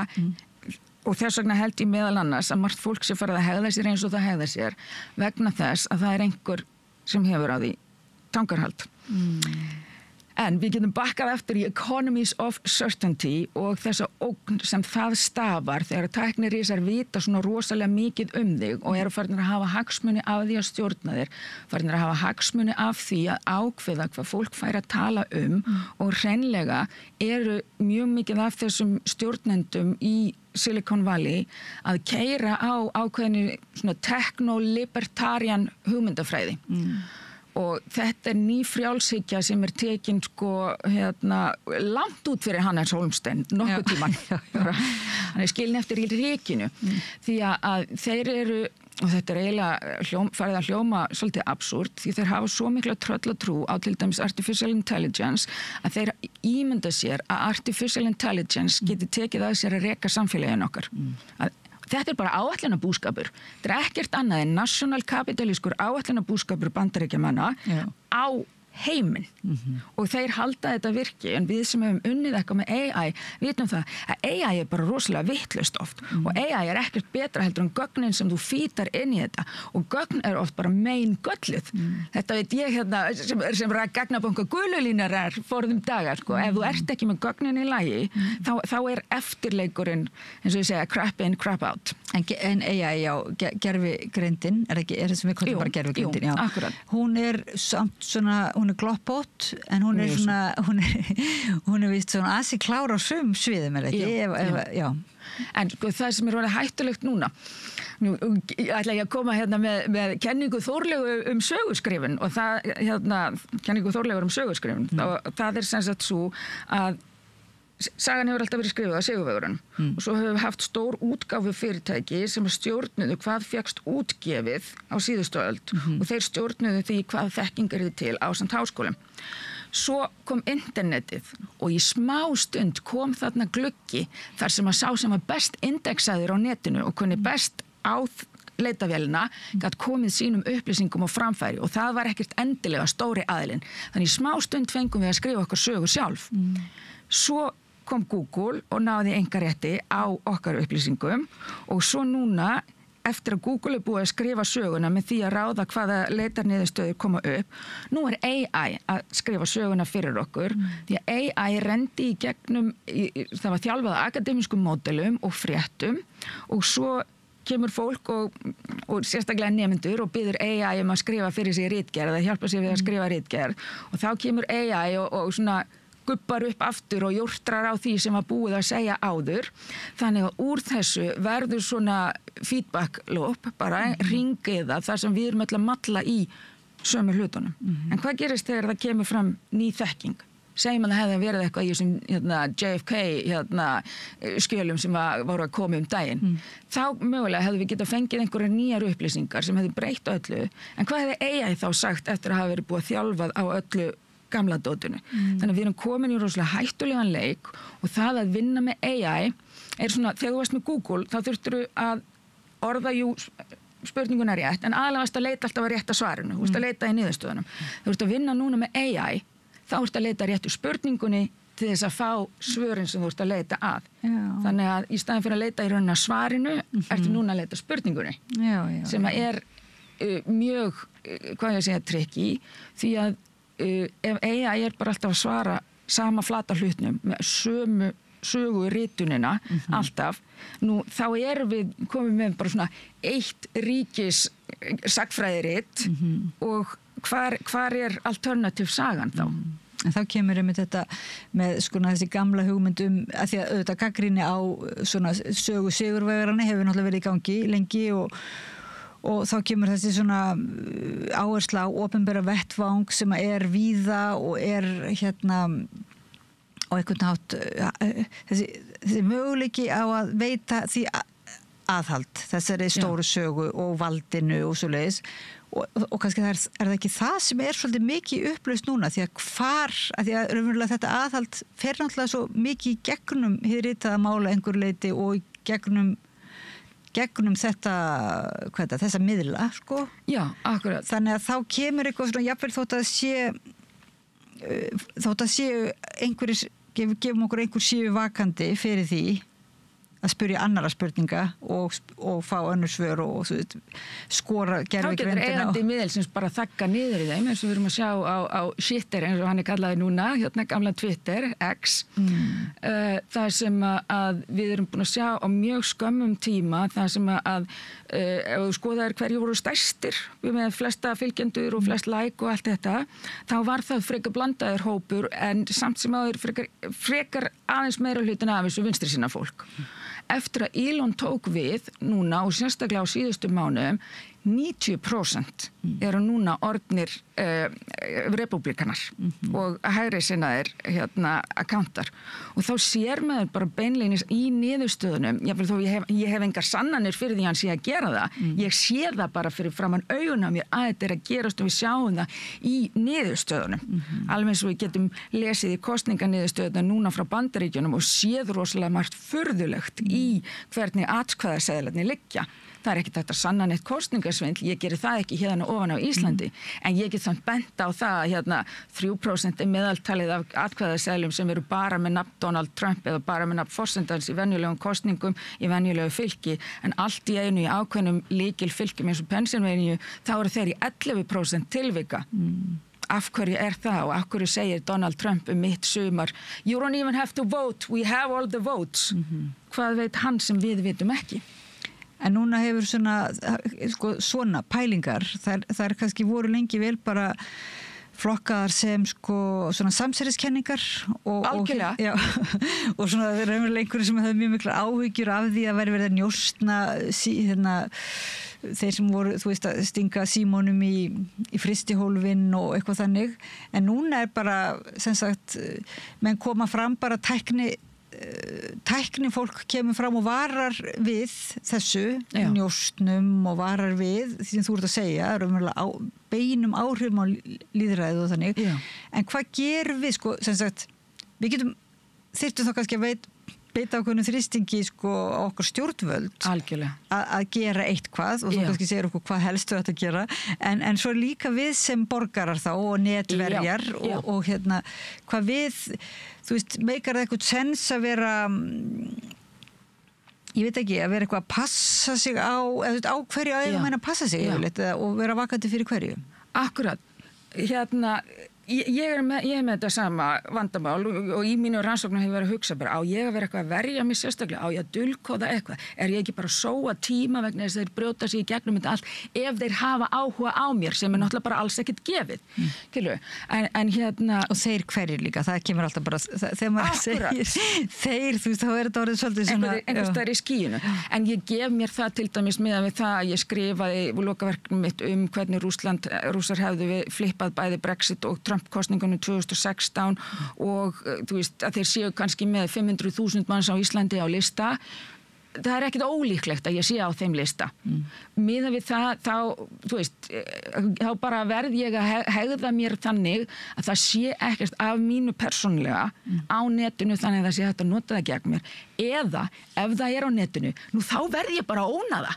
Skilur, það er ekkert annað að gera. Ég get ekki verið hrætt við það og við í rauninni verðum að passa okkur á því hvað við setjum í rafrænt form, erum við að segja hluti sem við viljum ekki fá í andliti seinna og en sem sagt, það er ekkert prívat, bókstaflega ekkert prívat, maður getur ekki bara gert ráð fyrir því að allt sé lesið, en það eru þetta listi af hlutum sem við getum gert til þess að verja okkur. Við getum minnkað aðgang allra appana okkar að hinu og þessu, því að náttúrulega stór hluti af appunum okkar er að selja upplýsingar áfram. Við erum búin að samþykja bara eitthvað lítið sætt Sudoku app sem að inn í smáaletrinu tekur sér einhver réttindi sem við höfum ekki hugmyndum. En einhver leiti höfum við samþykkt það svona bara kannski að sofanda hætti einhver leiti en líka að því að við höfum verið talið trúum kannski eða maður trúir því að það sé þessar upplýsingar séu notaðar líka til þess að, hvað er þetta, svona besta einhverja tækna, þess að ég verið að þróa að því að svoleiðis byrjaði, ég minnum internetið og Wikipedia og þetta var þetta jákvæða, þetta cyberspace þarna, þessi staður sem var til. Við vorum svo bjartsýn, kommunismin nýfallin, internetið að koma, upplýsingarnar átt að frelsa okkur og í smá tíma þá gerðist það. Það var gríðarlega valdefling og allt í einu komið ný öfl fram og við sáum Arab Spring og við vorum að sjá byltingar út allt, meiri segja Black Lives Matter og fleira. Það er rosaleg lýðræðisbylting og jákvæðir hlutir sem komu í kjölfarið. Við erum að reka samfélagið okkar betur, aðgengi að alls konar upplýsingum. Ég held að við sem öll sammála það að bæði erum við ríkari og upplýstari og við samfélagið er betra. En ég man eftir, en komum ennið. En nú erum við sem sagt að horfa á og menn hafa talað post-truth samfélag. Fyrir mér og Hönnu Arendt er ekki til neitt sem heitir post-truth samfélag vegna þess að þetta er bara skrefið áður en fasisminn tekur við. Og það er það sem við erum að horfa á núna að af því að stórfyrirtækin hafa beinleinis peningalegan hag af því að það séu rússnesk eða írönsk eða bara bandarísk eða einhvers konar tröll inni á netinu að búa til falskt engagement, gera okkur reið og svo framvegis. Þeir hafa beina peningalega hagsmuni af því að við séum föst í þessari hringekju, þá hætta þeir þessu ekki. Og jafnvel þó að Evrópusambandið sé leiðandi á heimsvísu í því að setja réttindi og gefa okkur réttindi og bara þökkum fyrir það að vera í EES og hafa aðgang að því, þá er eiginlega engin eftirfylgni og það er, þú ert ekki með yfirsýn, þú ert ekki með eftirlit og þú ert ekki með leiðir til þess að taka á því ef það eru einhvers konar brot. Það er bara núna í fyrsta skipti í Digital Services Act komin klausa það að þeir eiga að hleypa rannsakendum inn í gögn hjá sér svo við getum unnið rannsóknir. Segjum til dæmis bara á falsfréttum í tengslum við þjóðaratkvæðagreiðslu. En nei, þá eru þeir að draga núna lappirnar á því ég er ekki búið að skilgreina þetta nógu vel og skilgreina Meta, Facebook og Twitter og aðrir. Þessi stór tekni, þetta tekni auðvald. Þeir sem að núna reka það sem við köllum í rauninni the public sphere, eru með markaðstorg hugmyndana, þeir eru núna að reka þetta eftir sínum eigin engahagsmunum og síni eigin enga hugmyndafræði sem reyndar gott betur heldur en techno-libertarian því að hún inniheldur element sem eru bara beinleinis fasísk og snúa að svo kölluðu kynbóta stefnu hreinlega og við þurfum nú ekkert annað en að horfa bara á Elon Musk og hans 14 börn sem flest eru karlkyns og getin með glasafrjókun. Hann í sínu eigin enga genabætingarverkefni því að honum finnst að rétta fólkinu sé að fækka og ranga fólkinu sé að fjölga og þess vegna hefur hann saminast með þessum Christian nationalist, kristilegum akkurat í Bandaríkjunum að sjá þessa 2 hópa frjálslynda og forræðishyggju sinna saminast í því að banna fóstureyðingar og partur af þeirra hugmyndafræði að brjóta niður ríkisvaldið til þess að koma á einkavæðingu. Einkavæðingu fyrir sig sjálfa, já. Akkurat, því þeir reikna með að þeir sjálfir verði ofan á, ef maður hlustar á þessa félaga eins og Peter Thiel sem var í PayPal með honum og Curtis Yarvin sem nú svona meðalgreindur kenningasmiður, mikið af þessu í rauninni bara hugmyndafræði einhverfra gaura sem hafa engan félagsþroska, hafa ekki rekið fjölskyldur eða verið mikið í félagsstarfi, heldur gengur allt þeirra líf meira og minna út á það að verða ríkari og vinna og sína sig og verða betri gaur heldur en næsti gaur eða flottari bíl og svo framvegis. Þetta einhver bara svona græðgist drifin maskína þarna. Þeir telja sig geta verið self-governing, þeir tala self-regulation, þetta allt bara beint út úr nýfrjálshyggju og Hayek og Friedman og þeir eru núna með dós að brjóta niður bandarískt samfélag í fyrirbæri sem kallaður accelerationismi, sem sagt. Þeir eru að reyna að flýta fyrir niðurfalli samfélagsins til þess að geta byggt á því nýtt kerfi, nýtt tæknifasískt kerfi, þar sem þeir eru kongarnir og ég og þú erum bara þrælar. Já. Svakalegt. Ég man eftir því þegar að því þú talar þetta gerðist internetið rétt eftir fall múrsins og fall Sovétríkjanna og austurblokkarinnar. Það sem var kannski mjög óheppilegt að sú söguskoðun, einmitt, þú segir, saga sigurvegarana var skrifuð þá mjög svona gróflega og sósíalismin raunverulega afgreiddur bara á einu bretti og afskrifaður. Hann breyttist í þriðju leiðina, Anthony Giddens og Tony Blair. Já, en líka þegar interneti, ég man eftir fyrirlesturum í Frakklandi hvernig raunverulega væri mikilvægt að halda einhverju ríkiseignarhaldi á innviðum. Já. Til þess að halda upp í internetum, til þess að það væri einhvers konar opinber vettvangur. Og peningum í umferð, sjáðu okkur, ég man ekki hvort það 97% af okkar peningafæslum bara úti í búð, fara í gegnum greiðslukort. Ef við missum sambandi við útlönd, við erum með 4 sæstrengi. Ef við missum sambandi við útlönd, þá getum við ekki borgað í krónunni.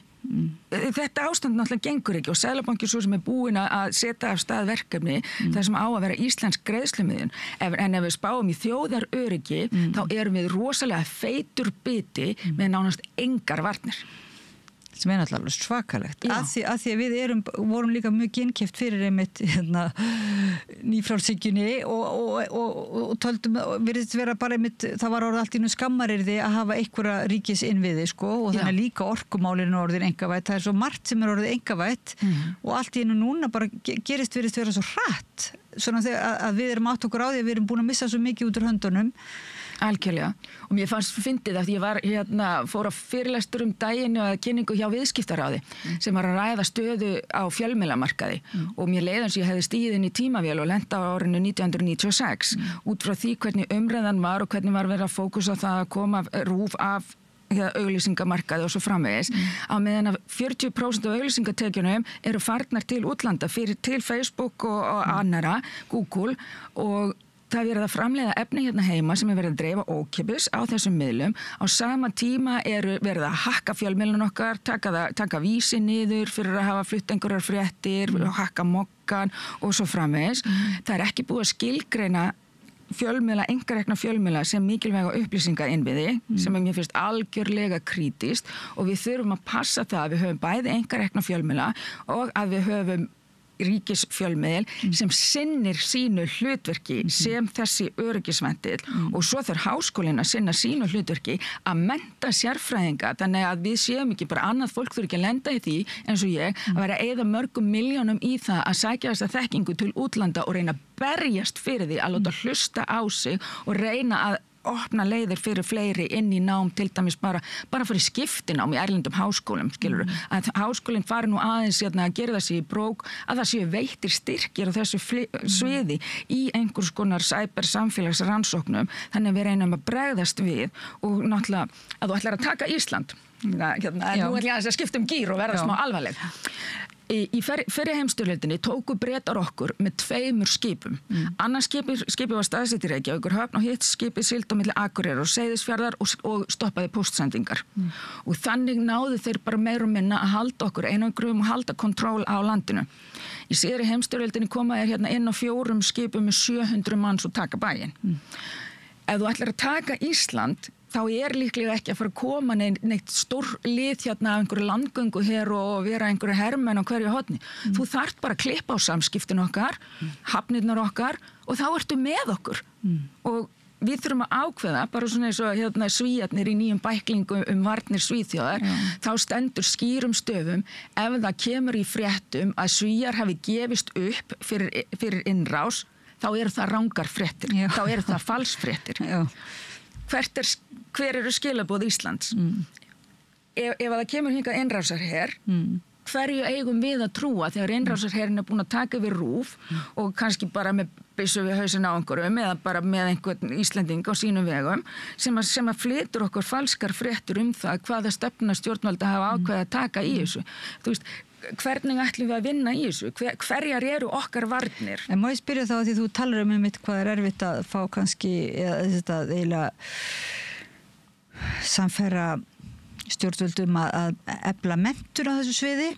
Af því að tala varnir, er það ekki mikil vörn fólkin í því og mikil öryggi að sem flestir séu vel menntaður og vakandi? Jú, það var haldið. Já, eða sem sagt að því að núna virðist manni eins og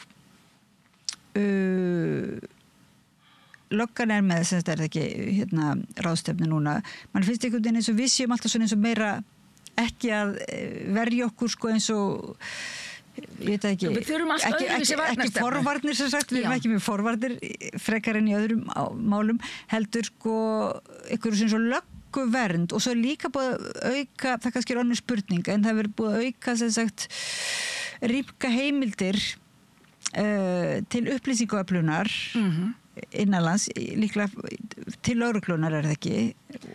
Jú, það eru náttúrulega gagnabankar þar, eðlilega, svona formlegir og ekki formlegir.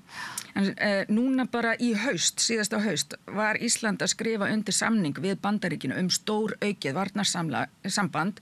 Það samstarf að stóru hluta físíst og snýr olíugeymslu og hitt og þetta og kannski svolítið svona írónist að við séum alveg orðin enn meiri besti vinnur aðal frá því síðasta haust en allt í fínu, það kannski gerir það verkum að Trump ákveður að taka okkur ekki yfir og segja bara, við höfum Ísland nú þegar allt í lagi með það vegna þess að það svo auðvelt að ná á okkur hreðjataki en það akkurat þetta sem ég hef líka verið að spá í bara, hvaða stefnu ætlum við að taka ef það ráðist á okkur þú getur verið í stríði á 5 vígstöðum það loft, land, sjór, space og cyber 4 vígstöðum fjarlægðin og veðrið að vinna með okkur.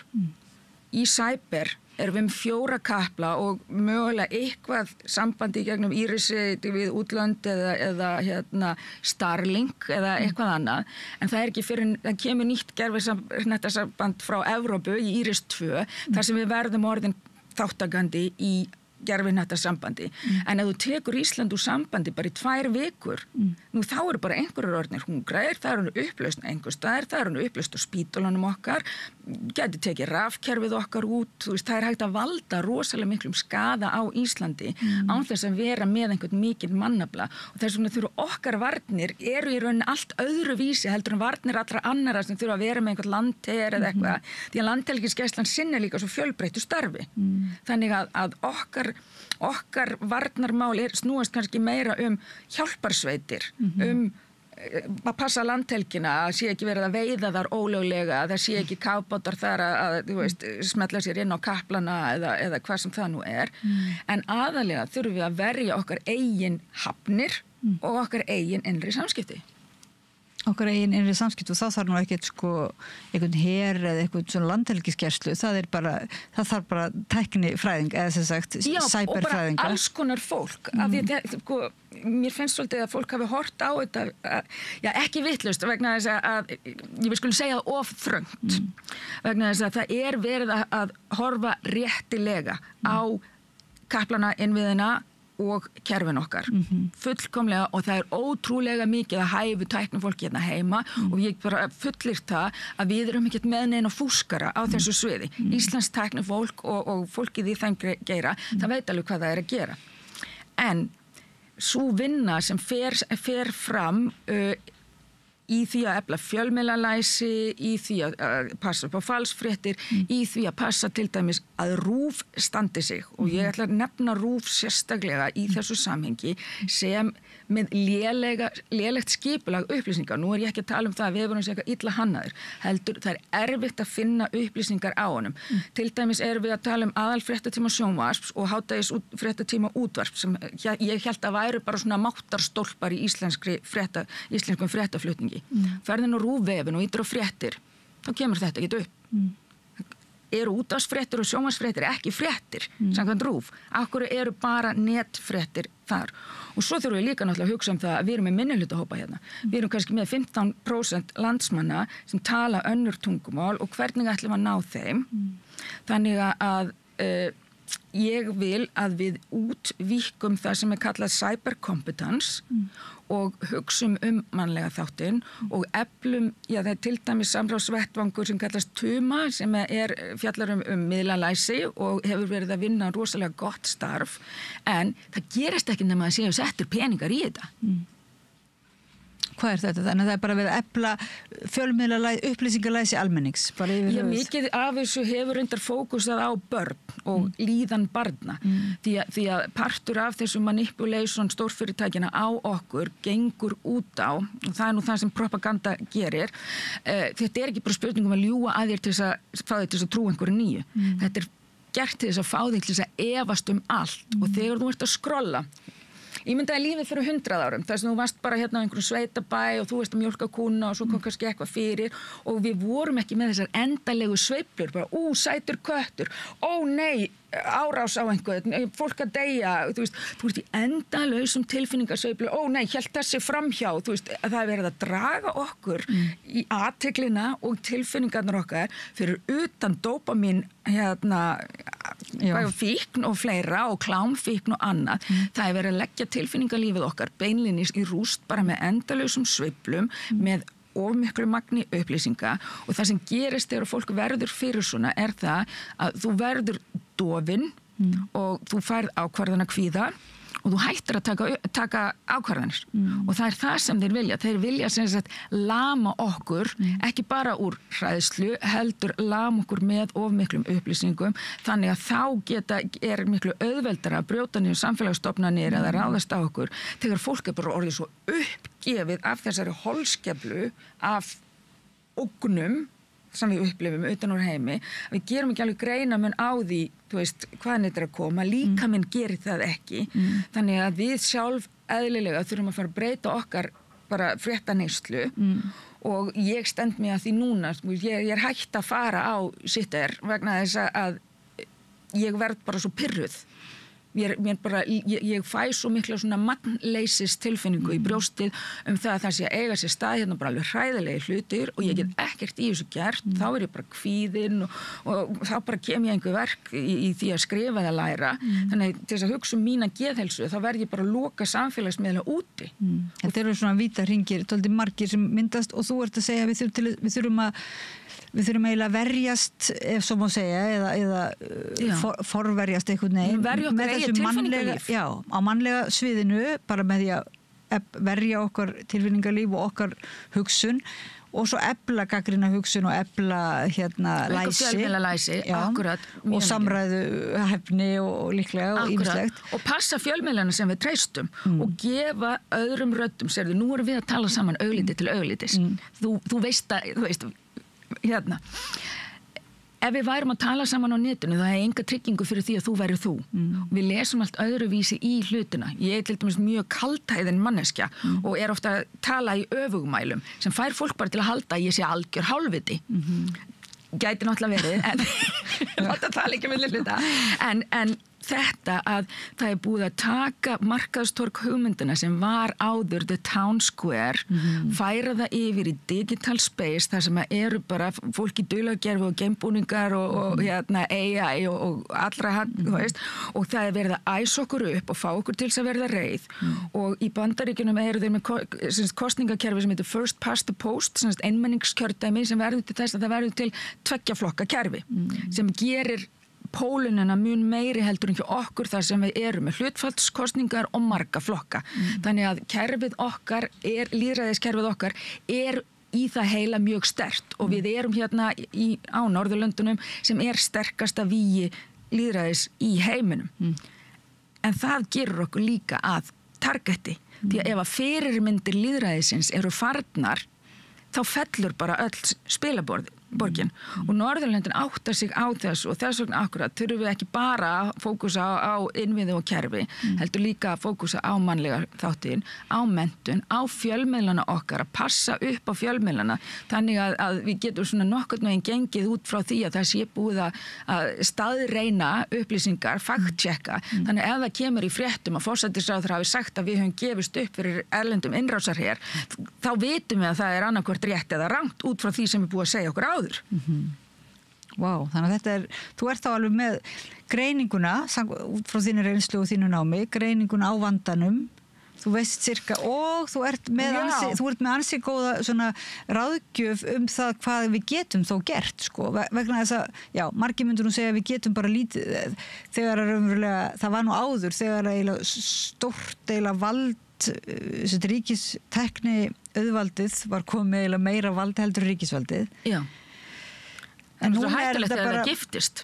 Já, og svo þegar það er komið líka einmitt á þessu upplýsinga eða cybersviði, þá var það alveg gríðarlega hættulegt. En þetta nú er eiginlega því miður tíminn okkar búin, þú ert mjög gjöful og þetta er búið að vera flottur krúss, þar sem við hefum bara verið í fengja að fara aðeins til í Humboldt háskólan eða eitthvað, fengja svona innsýn.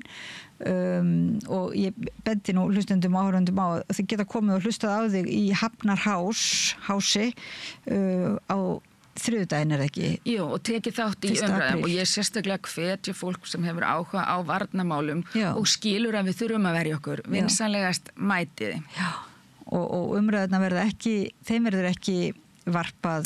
Nei, fyrirlestrinu mínum verður varpað upp og ég er kannski líka aðeins meira þar að fókusa á löggjafir Evrópusambandsins og hvernig þær fitta inn í og verja lýðræðiskenningar og þannig að það er svona meiri fræðilegi hlutin. Íslenski parturinn varð svona eiginlega bónus í kjölfar alls þess sem er búið að vera að gerast núna því að ég vil náttúrulega meina að þessi tæknifasismi er búin að giftast bandarískum stjórnvöldum núna í systemi sem ég viljandi kalla bandarískan national kapitalisma með tilvísun í þýskan national socialisma frá síðustu öld. Vá. Þannig að það er svona þetta er eiginlega bara tækni nasista auðvald eitthvað. Þetta er frekar svona við verðum að spilna við. Já. Akkurat. Og við sem og þessi en svo líka var nú í fréttum í dag þetta með njósnir Kínverja og eða lekan þarna í Bandaríkjunum þegar hann setja aðritstjóra að The Atlantic inn í grúppuna þegar þeir eru að ráðast á Jemena. Þetta er ekkert smá öryggisbrot og bara beinlinis niðurbrot á bandarísku samfélagi sem er að eiga sér stað þarna til þess að hluta til, bara vegna þess að ég held að ákveðnir aðilar séu í eigu Rússa en líka til þess að græða því. En núna hefur við náttúrulega fengið fullt af tækni eða sem sagt tækni búnaður okkar sem við bara kaupum út í búð og gefum jólagjafir og þeir sem betur mega sín eða fólk safnar sér fyrir svona tækni græjum sko Þetta allt með bakdörum bæði fyrir Bandaríkjunum og Kína alveg. Sko, það eru 3 megin módel í því sem kallast Internet Governance. Það kínverska módelið sem sem kallast State-centric og svo það bandaríska módelið sem Market Centric og fókusar á þú megir segja allt við alla og svo það evrópska módelið sem þið kalla Rights-centric eða réttindamiðað þar sem að við það módelið sem við erum að reyna að keyra og evrópska módelið eina alvöru viðspyrnan í þessum málum í heiminum.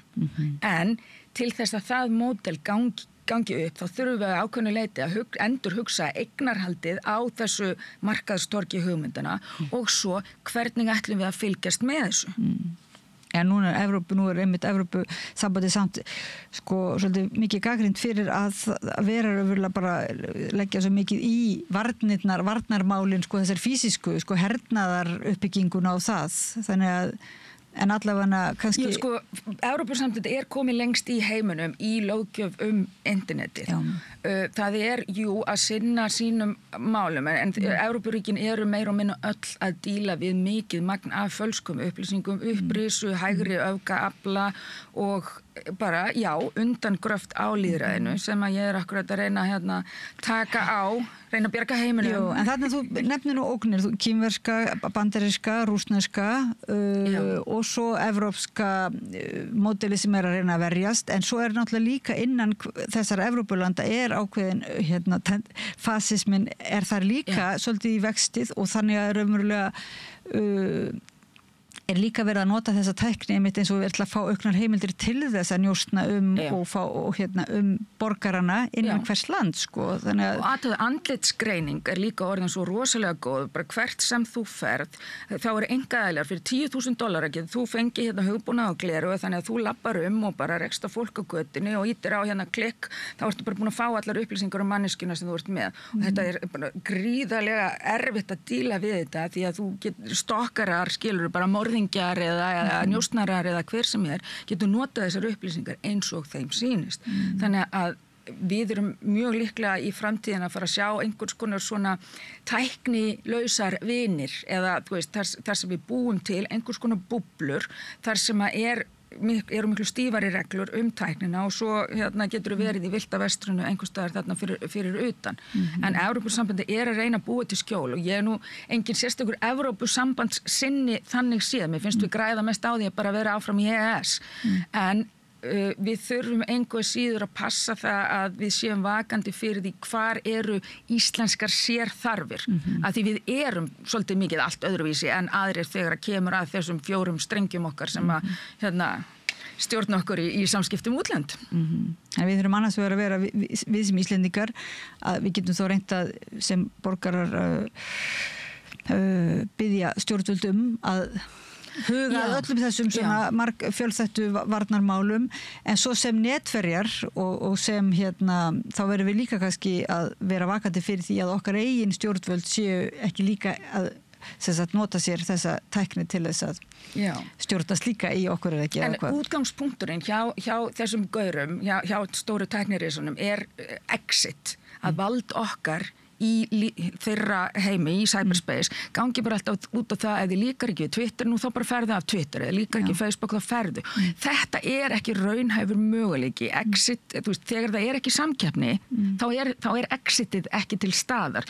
Þá ertu bara, ef þú ferð, þá ertu að útiloka sjálfum þig frá opinberu umræðu og það það sem gengur ekki upp og ég, kannski hljóma ég bara eins og argasti kommunisti eða sósíalisti þegar ég vil meina það. Við verðum að ná lýðræðislegri stjórn á þessum stóru veitum og við verðum að ná að eftirfylgni á þessi fyrirtæki þannig að kannski séu óháð cyberspace lögga eða eitthvað. Við séum að koma okkur upp miklu betri vörnum, miklu meira gagnsæi í hvernig hlutinni virka og það ótrúlegt þetta þegar við afskriðum sósíalisman en kemur ljósa að netöryggislega séð og til þess að láta þennan vettvang sem okkur finnst vera svona þetta bara symbolisera eða tákna frelsi okkar sko að það og þennan opinbera vettvang eða markastorg hugmynda eða þá verðum við eiginlega núna svo komið að við verðum að fá einhvern veginn völdin, að fara frá þessir einkavæðingarferli og að ríkisvaldi, að þjóðin nýta raunverulega þessa innviði einhver leiti. En við gætum stofnað líka bara sérstætt batteri utanum það, þannig að það sé ekki ríkið heldur sé einhver svona eftirlitsstofnun þú veist alveg eins og við erum með hérna ríkisútvarpið OHF þannig að við gætum, mjög líklegt að við gætum frekar gert eitthvað svoleiðis en það komið nóg af því að einkaeignarrétturinn stjórni samfélaginu okkar. Við sjáum öll hvert það búið að leiða okkur. Vá, þetta var hressandi. Ég bara, það er gaman að hlusta þig tala því maður verður svolítið hræddur náttúrulega en líka samt svo mikilvægt að að finna, maður fær líka finnur svo til öryggistilfinningar að þú sért allavega viti hvernig það virkar og sért vakandi fyrir því og sért í samræðu alþjóðlega og heima það og bara fleiri séu með, það er nú málið hvetja ungt fólk til að fara og mennta sig í cyberfræðum. Drottinn minn dýri, ef það er einhvers þegar tekjum möguleikar núna, þá er það í soft cyber security absolutely, ef fólk vil vera með í framtíðinni þá er það AI og soft cyber security. En ef þú ert gagnrýnir soft, færi þá nokkur ef þetta kerfi alveg fara að virka þá máttu ekki vera of gagnrýnir samt. Já, hér kemur það, ég er ekki í vinnu hjá neinum, þannig að ég get leyft mér þetta og það er kosturinn sem að fólkið hjá ríkinu getur ekki gert. Takk fyrir að koma hingað Rauðaborðinu, einmitt þá Þórlaug Borg Ágústsdóttir, stjórnmálafræðingur, alþjóðastjórnmálafræðingur með sérfræði þekkingu á cyber.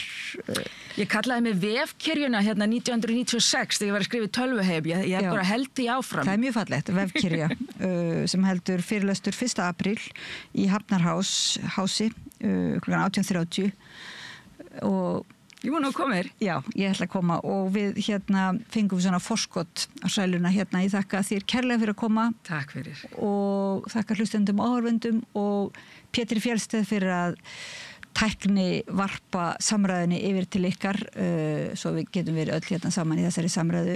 Farið ekki langt, við höldum áfram eftir smá fríminútur við Rauðaborðið. Ég heiti Oddný Eir, takk. Samlokubrauð, maltbrauð, tékkneskt-brauð, súrdeigsbrauð, brauð ársins, Bernhöfts bakari, íslenskt handverk síðan 1834. Þannig heyrðum við Þórlaugu Borg Ágústsdóttur, alþjóðastjórnmálafræðing með sérhæfingu í cyberstjórnmálum og vefkyrju, ræða eiginlega tækni auðvald og framtíði lýðræðis. Við förum næst yfir bara út á götu, ræðum erfitt mál sem flóttafólk sem á götunni á Íslandi.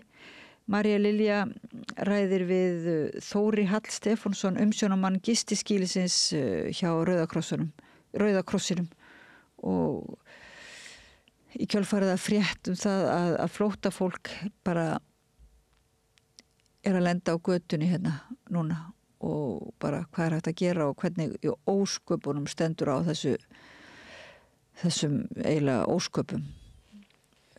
Heyrum Maríu Lilju ræða við Þóri Hall Stefánsson, umsjónarmann gistiskýlis Rauða Krossis.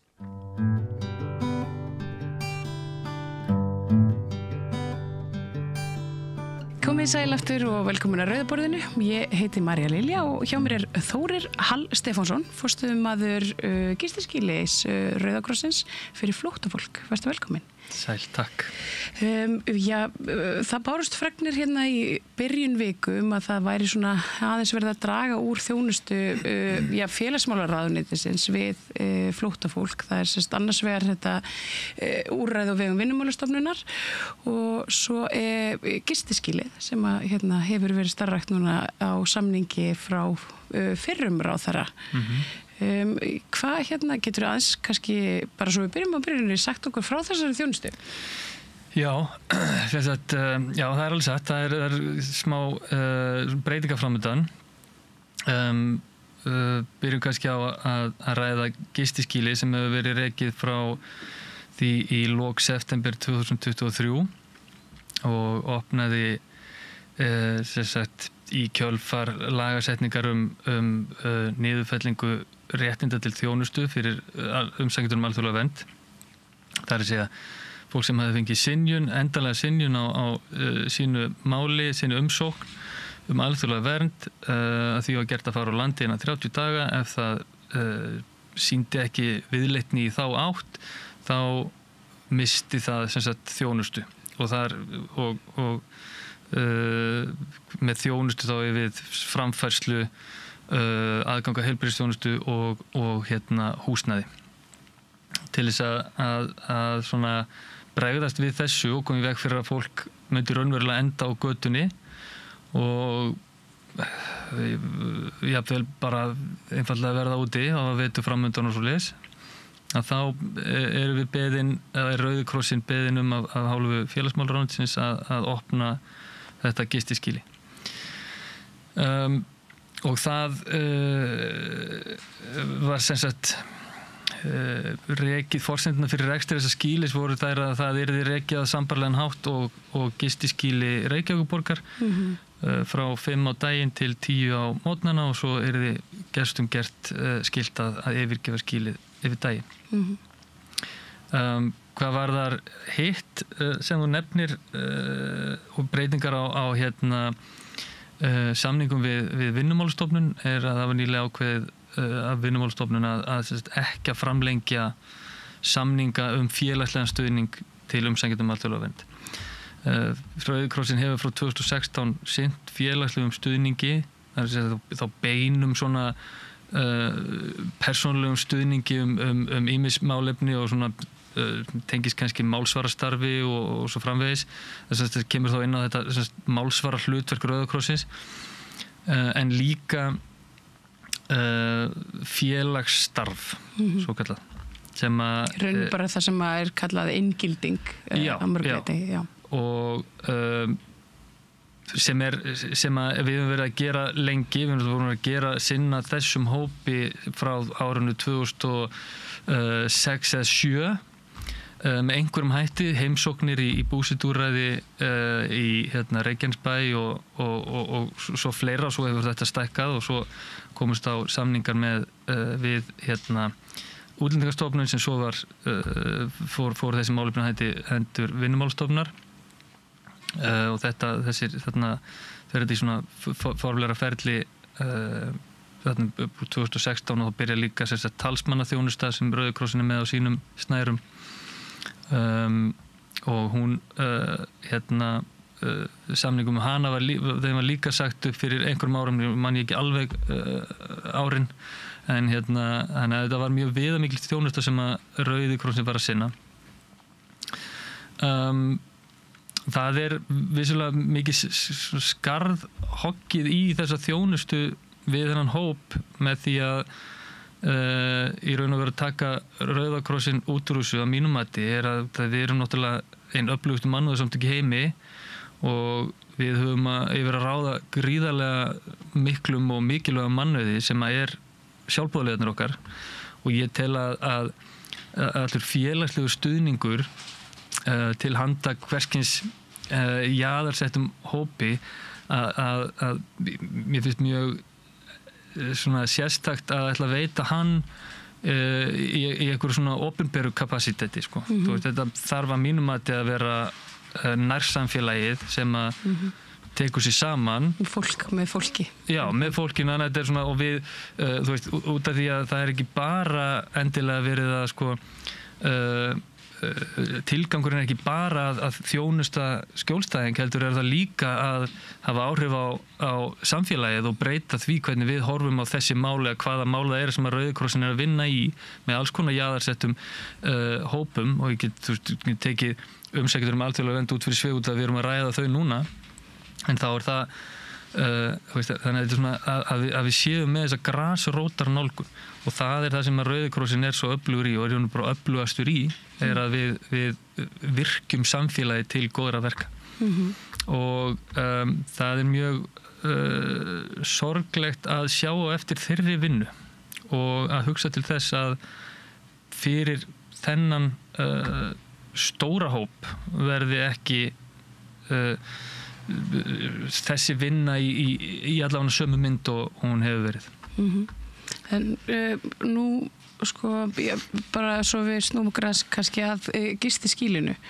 Þetta úrræði, þetta svolítið svona, þetta neyðarúrræði. Þetta bara hreinlega til þess að fólk endi og verði ekki úti.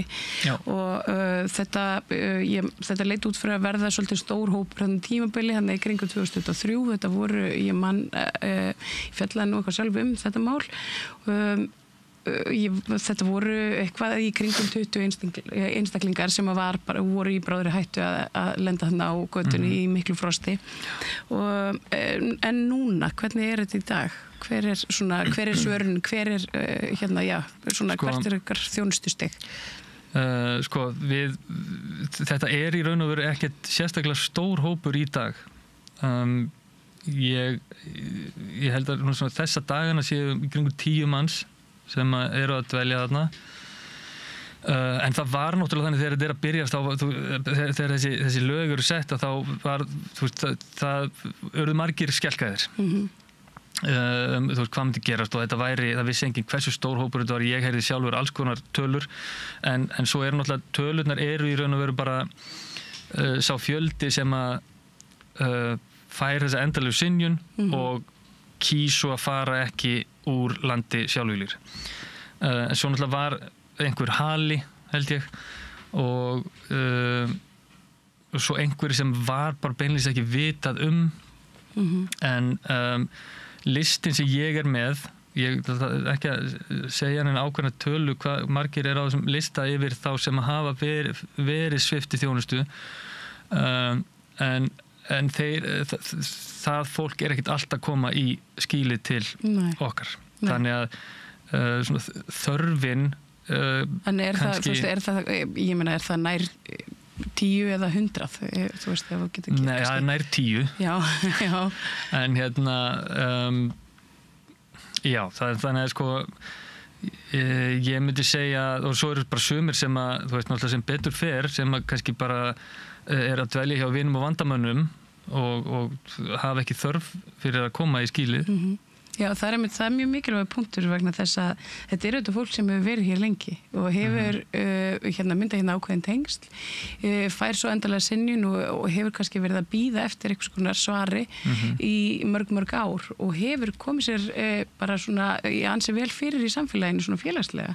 Þannig að það eru margir sem að hafa þá eitthvað til þess að gista hjá. Já. En það eru auðvitað ekki allir.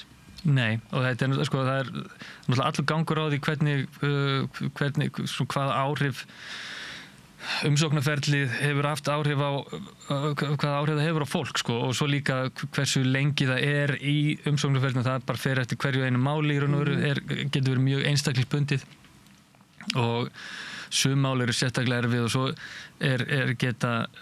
getur fólk verið sérstaklega viðkvæmt svona það að vera standi í svona umsóknarferli og bíða í von og óvon eftir niðurstöðu og það getur tekið lengri tíma. Það hefur alltaf verið dálítið svona ágætlega á þessu kerfi hversu langan tíma úrvinnsla tekur. Það er náttúrulega líka misjandi eftir málum og svo framvegis. En það að bíða lengi og vita ekki hvað gerist getur haft alveg rosalega slæm áhrif á andlega heilsu á fólki og ég sé það á fólkinu í skýlinu hjá mér að þau eru búin að vera mislengi, sem eru búin að vera mjög lengi og það fólk í ýmiss konar andlegu ástandi ef ég get sagt það þannig og margir frekar illa á sig komnir og já. En hvað verður þennan hóp núna þegar að úrræðinu sleppir í maí? Já, við erum með samningum rekstur út maí og eins og staðan í dag þá verður það ekki framlengt. Ég treysti því að það sé vinna hafin í ráðuneytinu, í félagsmálráðuneytinu að sé vinna í gangi að finna út úr því hvernig á að mæta þörfum þessa hóps og ég treysti því að það sé bara pólitísku vilji til þess að finna einhverja ásættarlega og mannúðlega lendingu með þennan litla hóp. Þetta að mínu mati þyrfti ekki að þetta þyrfti ekki að vera svona og ég ímynda mér, ég meina rekstur svona skýlis kostar peninga og það þarf að það ættu að vera einhverjar leiðir kannski sem að henta betur og eru kannski eiga betur við hvernig kerfið virkar í heilsinni og það ansi sérstakt að þarna sé hópur sem sé tekin út fyrir sviga bara út af þessari lagasetningu og já, þannig að þetta svona þetta skýtur allt mjög skökku við. Já, sko ef að mig misminnir ekki þá það í sko samstarfssamningi nýrrar ríkisstjórnar að færa flóttamannamálin yfir á dómsmálaráðuneytið eiginlega bara í heild sinni og þá hafa verið uppi þessar hugmyndir einhverjum konar móttökumiðstöð eða það sem að margir úr mínum kreðsum myndu kalla flóttamannabúðir. Heldurðu að þetta tengist þeirri vinnu eitthvað? Ég veit ekki, nú get ég ekki fullyrt eitthvað hvað vinna í gangi innan ráðuneytið, en þekki ég ekki til en ég hef heyrt þessa umræðu líka móttökumiðstöð og ég veit það náttúrulega þetta kalla þetta alls konar nöfnum en náttúrulega einhvers staðar verður fólk að dvelja og þú veist ef við horfum á móttökumiðstöð það þarf ekkert í sjálfu sér að vera slæmt, við erum kannski það kannski tvennskora umræða, það móttökumiðstöð og svo kannski þessi brottfararmiðstöð sem hefur líka verið rætt sem þá, þú veist þessi kannski í umræðinu hefur verið talað með sem svona lokað búsetúrræði sem að fólk fer í, þú veist, rétt áður en það svo vísað á landi. Þitt fólk myndi þá kannski falla frekar þar undir. Það myndi þá falla frekar þar undir, en móttökumiðstöð í sjálfu sér held ég ef almennilegar staðið að málum þarf ekkert að vera slæmur kostur og að ef öll þjónusta við fólk tryggð að þá að mínum að þetta mjög skynsamlegt að hlutinni sé allir á sama stað, sko. Þannig að en ég hef ekki heyrt neitt meira móttökumiðstöð en eitt svoleiðis, sko. En þessi hópur sem eru svona í kringum 10 manns og sækja í gistiskilið á hverju minnsta degi, þetta, ég meina fólk fer þarna út að morgni, ekki satt og kemur aftur inn í eftirmiðdaginn. Já, svona eins og önnur gistiskili. Sko það fólk sem hjá þér, það hvað svona meðaltali, hversu lengi hefur það verið og hversu lengi það svona í sko, ég með einstaklingarna sem að koma og láta svo ekki sjá sig í nokkrar nætur og koma svo aftur og það bara valfrjálst fólki frjálst að mæta. Ég svona aðalega velta fyrir mér svona hversu lengi fólk í þessu millibili? Já, ég með allan, sko, ég með einstaklingarna sem hafa verið alveg frá upphafi frá því við opnuðum og þeir hafðu þá verið á landinu í nokkur ár og já, þannig að og þeir, þú veist, þessir einstaklingar eru að koma þessi flestir sem dvelja þarna núna að koma á hverjum degi og gista á hverju nóttu.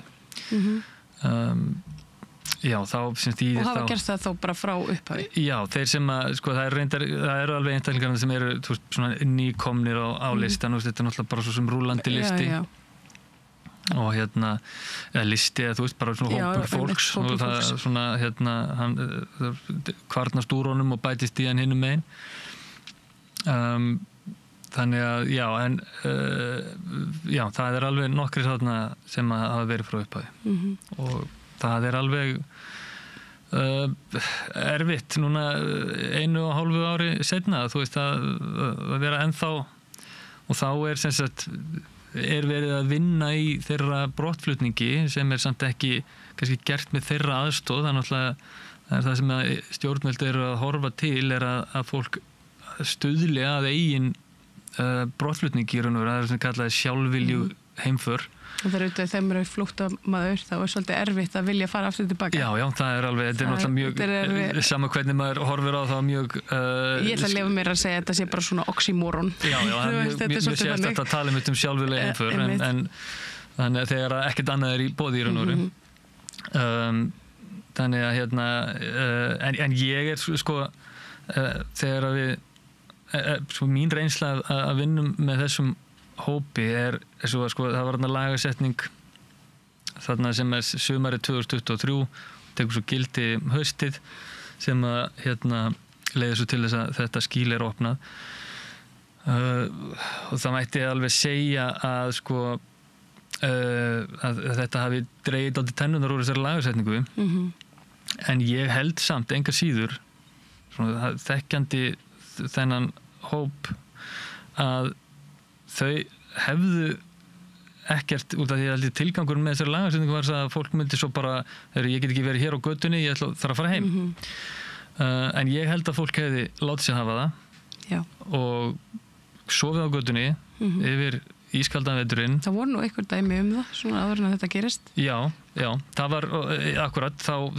það svo náttúrulega kannski það var einhverju sem að kannski komu ekki til okkar vissi ekki af því eða treystu sér ekki til að koma eða eitthvað alls konar ástæði fyrir því en ég held að fólk hefði látið sig hafa það hefði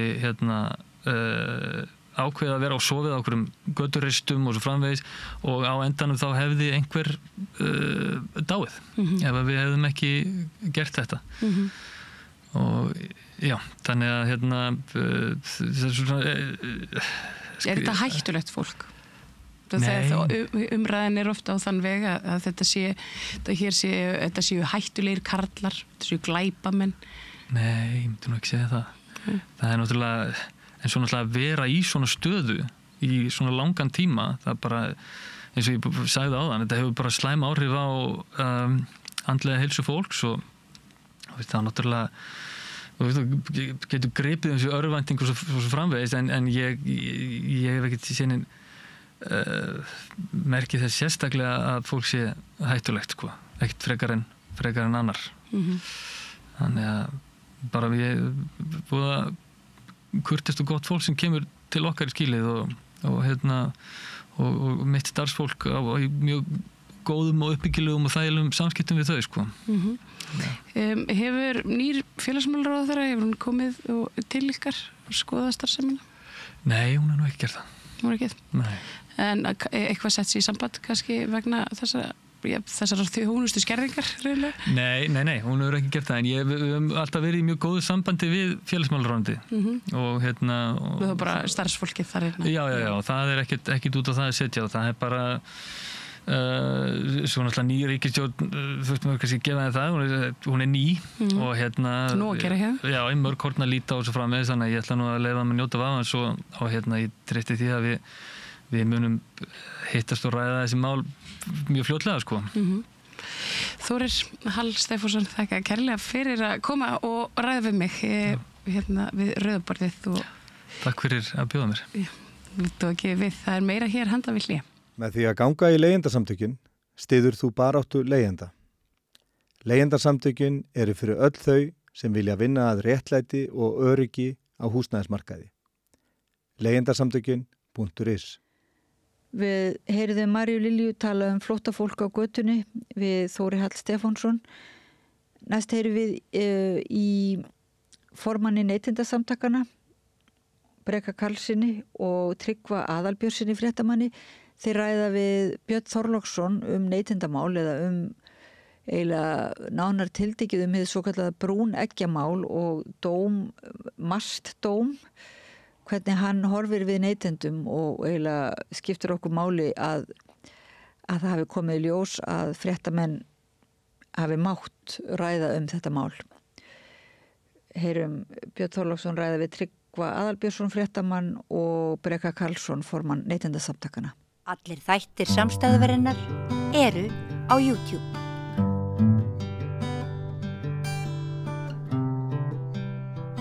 Þá ætlum við að ræða neytendamál og mál sem að tengi svo sem öðrum hópum en neytendum. Þið munið brúneggjamálið fyrir mörgum árum. Það átti sér marga eftirmála eftir að Ríkisútvarpið skúpaði þeirri stóru sögu. Og í gær varð svona áfangi, Hæstiréttur úrskurðaði að við teljum almenningi neytendum í hag en búin að vera mikil rimma og 2 góðir gestir komnir hér að rauðaborðinu til þess að fara yfir þetta mál, hvað þetta þýðir fyrir til dæmis neytendur og blaðamennskuna og fleiri hópa. Tryggvi Aðalbjörnsson, þú ert höfundur brúneggjarmálsins, getum við sagt. Þú ert maðurinn sem að fluttu okkur þessa frétt á sínum tíma, var það ekki 2016? 2016, jú. Þetta var náttúrulega samstarf margra, við Þóra Arnórsdóttir skrifum þetta saman og hún ritstýrði þessu, eða hún, vann þetta með mér og ritstýrði og svo Ingi R. Ingarsson og Guðmundur Bergqvist framleiðendur með okkur í þessu. Þetta var svona maí-júní 2016 sem að ég fekk gögn frá Matvælastofnun sem að bentu til þess að þetta fyrirtæki sem að hét Brúnegg og auglýsti sig sem vistvænan framleiðanda á þeim forsendum að það væri farið sérstaklega vel með, gætt sérstaklega velferð hænsnanna. Hænurnar fengju ást og umhyggju, þetta kom fram að heimasíðu fyrirtækisins. Þetta var svona tónninn sem var sleginn, en þarna fengum við gögn sem að komi svona bentu til þess að það væri verið að blekkja neytendur í rauninni vegna þess að markaðssetningin væri ekki alveg í samræmi við raunveruleikann. Nei. Og Breki Karlsson situr einnig við þetta borð. Ég ætla að fá aðeins vinkil frá þér á þetta á eftir, Breki. En Tryggvi, það urðu rosa hörð viðbrögð af hálfu fyrirtækisins. Komuðu strax? Eiginlega ekki, hörðu viðbröðin komu kannski fyrst og fremst frá almenningi til að byrja með. Það er að segja viðbröð við þeim upplýsingum sem að koma fram í umfjölluninni. Og jú, auðvitað komu einhver viðbröð frá eigendum Brúneggja, en það er svo ekki fyrir en að verða 4 árum eftir við fluttum umfjölluna sem að óvænt kemur bara kröfubréf. Og ég satt bara heima að vinna í COVID þegar allt í einu kemur bara e-mail og þá er bara kröfubréf skaðabætur vegna þessar umfjöllunar. Mál sem þú hélst að væri bara löngu dautt. Þetta kom alltaf óvart. Og síðan upphófst í framhaldinu mikil málshöfðun eða sem sagt miklar deilur fyrir dómi þetta, bæði fyrir héraðsdómi og landsrétti og svo núna Hæstarétti og bæði gegn okkur og Matvælastofnun. Þeir sem sagt sökuðu Matvælastofnun að hafa afhent okkur gögn málsins ólöglega, eða þess að hefðu ekki haft heimild til að gera það. Og sökuðu okkur að hafa verið ósanngjörn og sett hlutina fram á villandi hátt. Og umfjöllun okkar hefði verið röng. Og hefði valdið þeim óbætanlegum skaða? Já, skaða sem að við áttum að borga fyrir að þeirra mati, En Hæstiréttur kveður endanlega úr það. RÚV var sýknað á öllum dómstigum, en Hæstiréttur kveður úr það með mjög afgerandi hætti að við höfum uppfyllt skyldur okkar og að Matvælastofnun hafi mátt afhenda okkur þessi gögn sem eru þetta rosalega mikilvægt fyrir almenning. Þarna er verið að kveða á það að almenningur megi í rauninni fá að sjá mikilvæg gögn sem eiga erindi til almennings þó að það geti, eins og þessu tilfelli, valdið einkafyrirtæki tjóni. Þá eru almanna hagsmunir teknir þarna framyfir. Já, og af því að þetta fer alla leið upp í Hæstarétt með þessum hætti, vantaði þá fordæmi til þess að fá svör við þessum spurningum? Ég ætla nú kannski ekki úttala mig alla dómusögu Hæstaréttar, en það er ekki oft sem að Hæstiréttur kveður á til dæmis rétt blaðamanna til upplýsinga, upplýsingalögunum.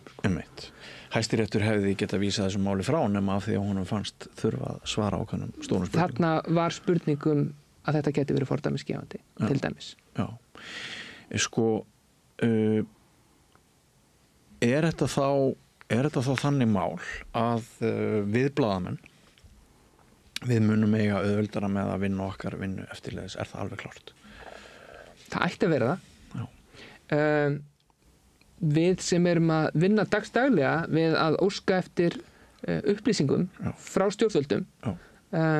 Blaðamenn eru hér á hverjum degi á mörgum miðlum að senda fyrirspurnir á ráðuneyti, á opinberar stofnanir, svo framvegis. gætur sendt mér þetta bréf, þetta skjal, þessa skýrslu, hvað það eru einhverju upplýsingar sem að blaðamenn telja að eigi erindi við almenning. Stjórnvöld eru oft mjög treg að veita þessar upplýsingar og það er mjög algengt að blaðamenn fái nei og þurfi að leita til úrskurðarnefndar upplýsingamál sem getur tekið langan tíma. Oft fæst ákvörðunum snúið við þar, stundum ekki, eins og gengur. Stundum er dýnamíkin farin úr málinu líka. Það getur líka gert. Þeim tekst að drepa þau einhvern veginn bara með töfunum einum. Það getur gerst að upplýsingarna séu ekki jafn mikils virði fyrir fjölmiðla og fyrir almenning mörgum mánuðum kannski eftir að fyrst var óskað eftir þeim. En þannig vonandi í þessum dómi með þessum dómi komið fordæmi sem að svona hjálpar til við að skýra þessi lög betur fyrir stjórnvöldum þegar þau eru að taka ákvörðun hvort að eiga að afhenda einhverjar upplýsingar. Já, og svo það sé alveg kristaltært starfsfólk stofnana eins og MAST það hefur svigrúm til þess að tjá sig. Við vitum það núna. Svo það annað hitt sem er mjög mikilvægt að eigendur brúneggja, þeir vildu halda þeir fram að með því að koma í viðtöl, forstjóri Matvælastofnunar og yfirlæknir og fjalla það sem kom fram í gögnunum og svona leggja út frá því og setja þeir samhengi og útskýra og fjalla aðgerðir Matvælastofnunar sem er eftirlitsstofnunin þarna með þessu fyrirtæki gegn fyrirtækinu. Þeir vildi halda því fram að það hefði verið lögbrot. Þau hefði ekki mátt fjalla þetta í þættinum. Sem hefði bundið hendur opinberra starfsmanna aldur og ævi. Mjög, og Landsréttur komst að þeirri niðurstöðu að Matvælastofnun hefði brotið þarna lög. Og það var mjög mikilvægt að Hæstiréttur skyldi snúa því við. Því að hefði verið bara hræðilegt fyrir fjölmiðla og almenning ef að stjórnsýslan og opinberir starfsmenn hefði verið mann líka að segja múlbundnir til þess að og maður getur ímyndið sér hvað áhrif það hefði getað haft bæði á það að hvenar menn afhenda gögn og líka bara hvenar menn eru tilbúin að koma í viðtal til þess að fjalla hin og þessi mál. Heldur betur. Og bara ágætt að minna á það að fjölmiðlar eru náttúrulega ekki síst Ríkisútvarpið, þetta tæki sem almenningur hefur. Fjölmiðlar eiga sinna almannahagsmunum fyrir hönd almennings. Það er ekki alltaf sem að þetta kemst í gegn hjá fólki. Það er stundum eins og þetta sé þitt persónulega agenda, þú hafi farið í þetta brúneggjamáli eða mitt persónulega agenda þegar ég fyrir og sérstaklega við sem eru að vinna fyrir Ríkisútvarpið sem er beinlínis almannaþjónustumiðill. Við erum bara, og þetta ánáttúrulega við fjölmiðla í náttúrulega alla fjölmiðla í miklu fjölmiðla í miklu breiðari skilningi heldur en bara almannaþjónustumiðla, en þetta er alveg sérstaklega skilgreint hlutverk okkar sem erum að vinna fyrir Ríkisútvarpið. Við erum að vinna fyrir almenning. Breki, er þetta þýðingamikið og stórt mál? Já, eins og ég líti á þetta, þá snýr þetta tvennu. Annars vegar það að ein grunnkrafa neytenda, samkvæmt Sameinuðu þjóðunum, grundvallar réttindi eru rétturinn til upplýsingar. Og að fá réttar upplýsingar og þarna var að vera að blekkja og stóð ekki það sem var auglýst, þannig að það er mjög mikilvægt. Og svo er það hitt er náttúrulega að eftirlitsstofnanir sem eiga að gæta og eru að gæta neytenda réttar að stjórnendur og starfsfólk þar hafi réttin til að tjá sig brotalamir í þeim fyrirtækjum sem þau hafa eftirlit með og það er bara að okkar mati mjög eðlilegt.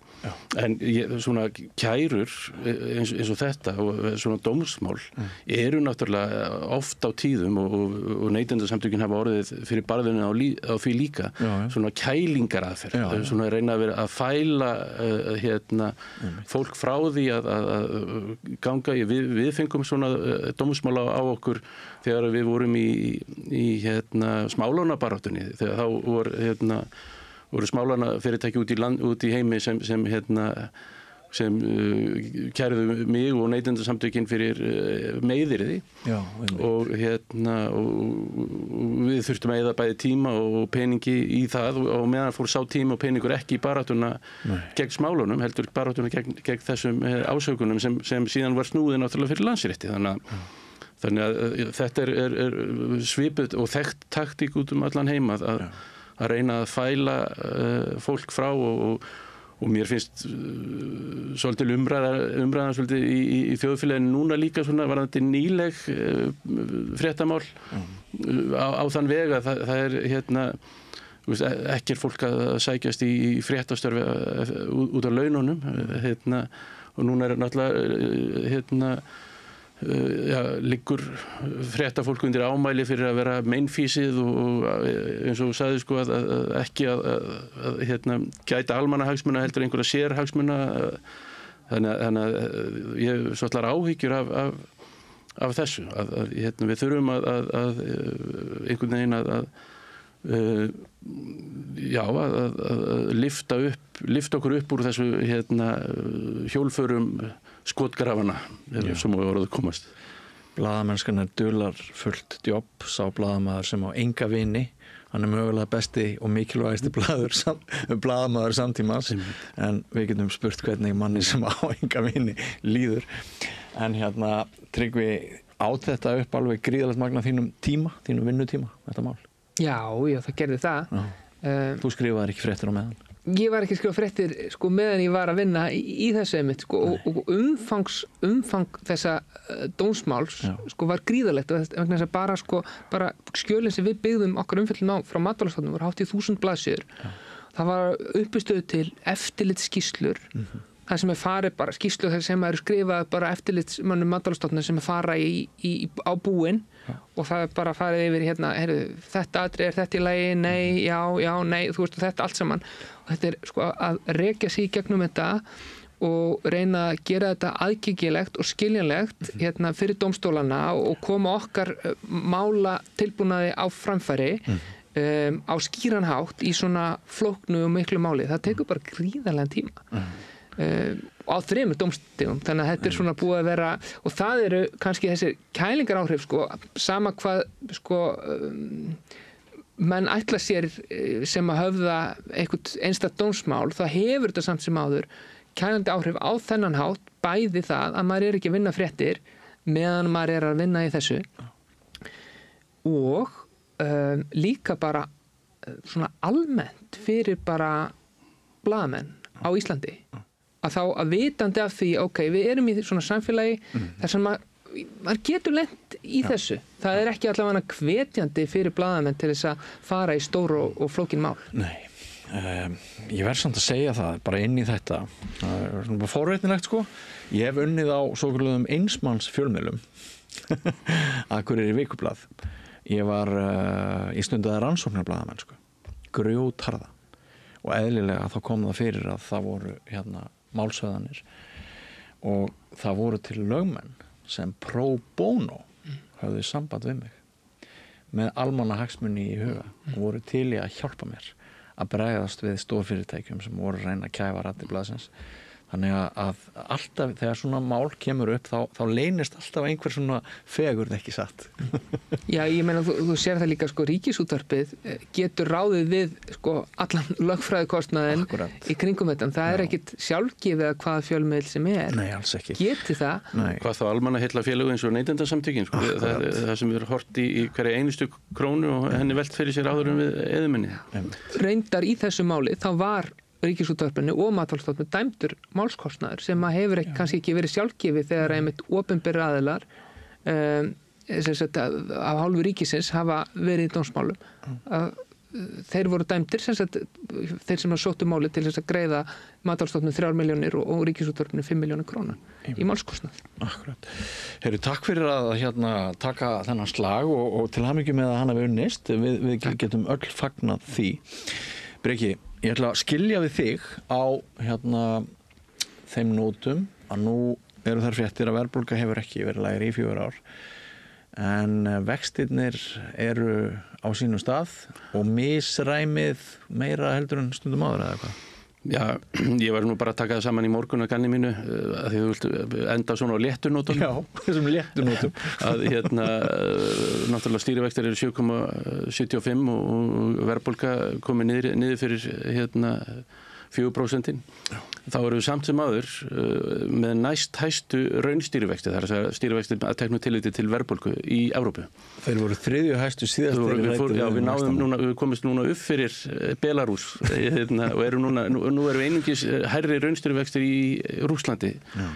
Og við erum það sem eru tæplega 10% raunstýrivextir, við erum með 3,8% raunstýrivexti sem náttúrulega algjörlega galið og leggst bara á herðar hinn skuldandi almúga.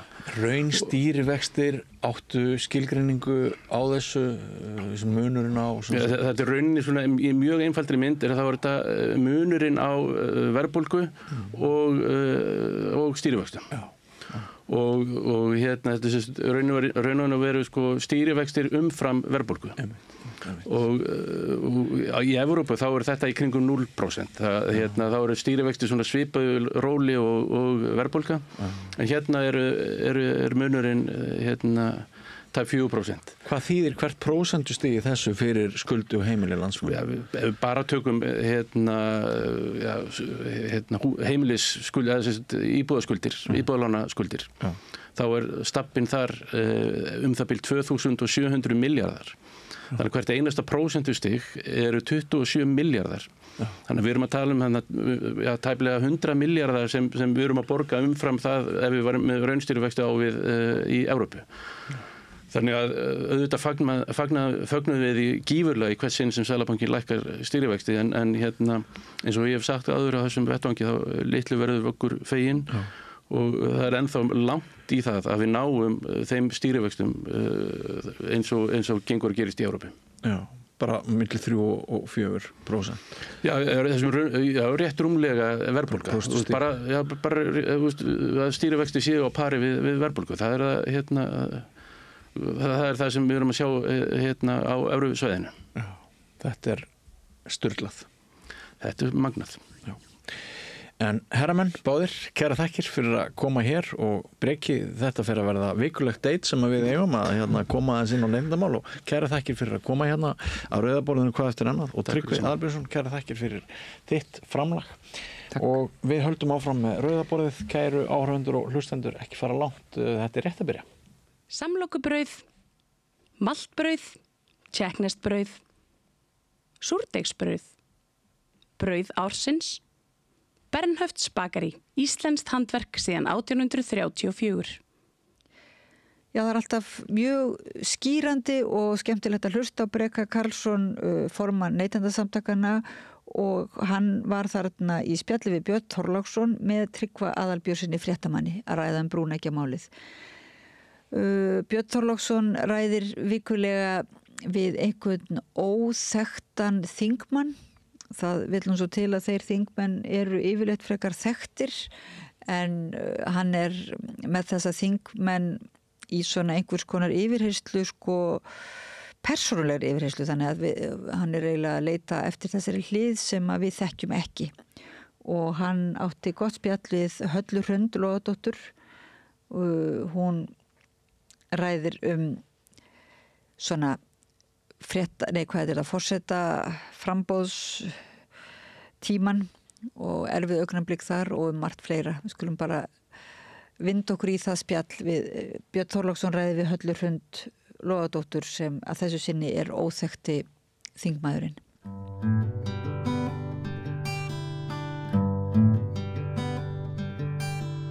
Já, komiði sælublesuð. Við ætlum að halda áfram með eiginlega uppáhaldsliðin minn á þessari samstöð okkar.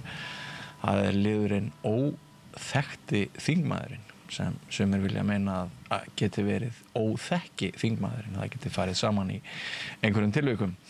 En þessi viðtölu eru kannski svolítið öðruvísi en flest önnur viðtölu sem við tökum. Maður reynir að komast aðeins undir skinnið og þetta eru ekki yfirheyslur, þetta eru ekki gagnrýnin viðtöl, þetta eru ekki viðtöl þar sem maður flysjar stjórnmálamenn af þeim skinnið til þess að reyna að finna einhverja skandala. Þvert á móti þá viljum við bara reyna að finna mannlegu hliðina á 9 þingmönnunum sem sumir eru okkur að litlu leyti kunnir eða bara engu.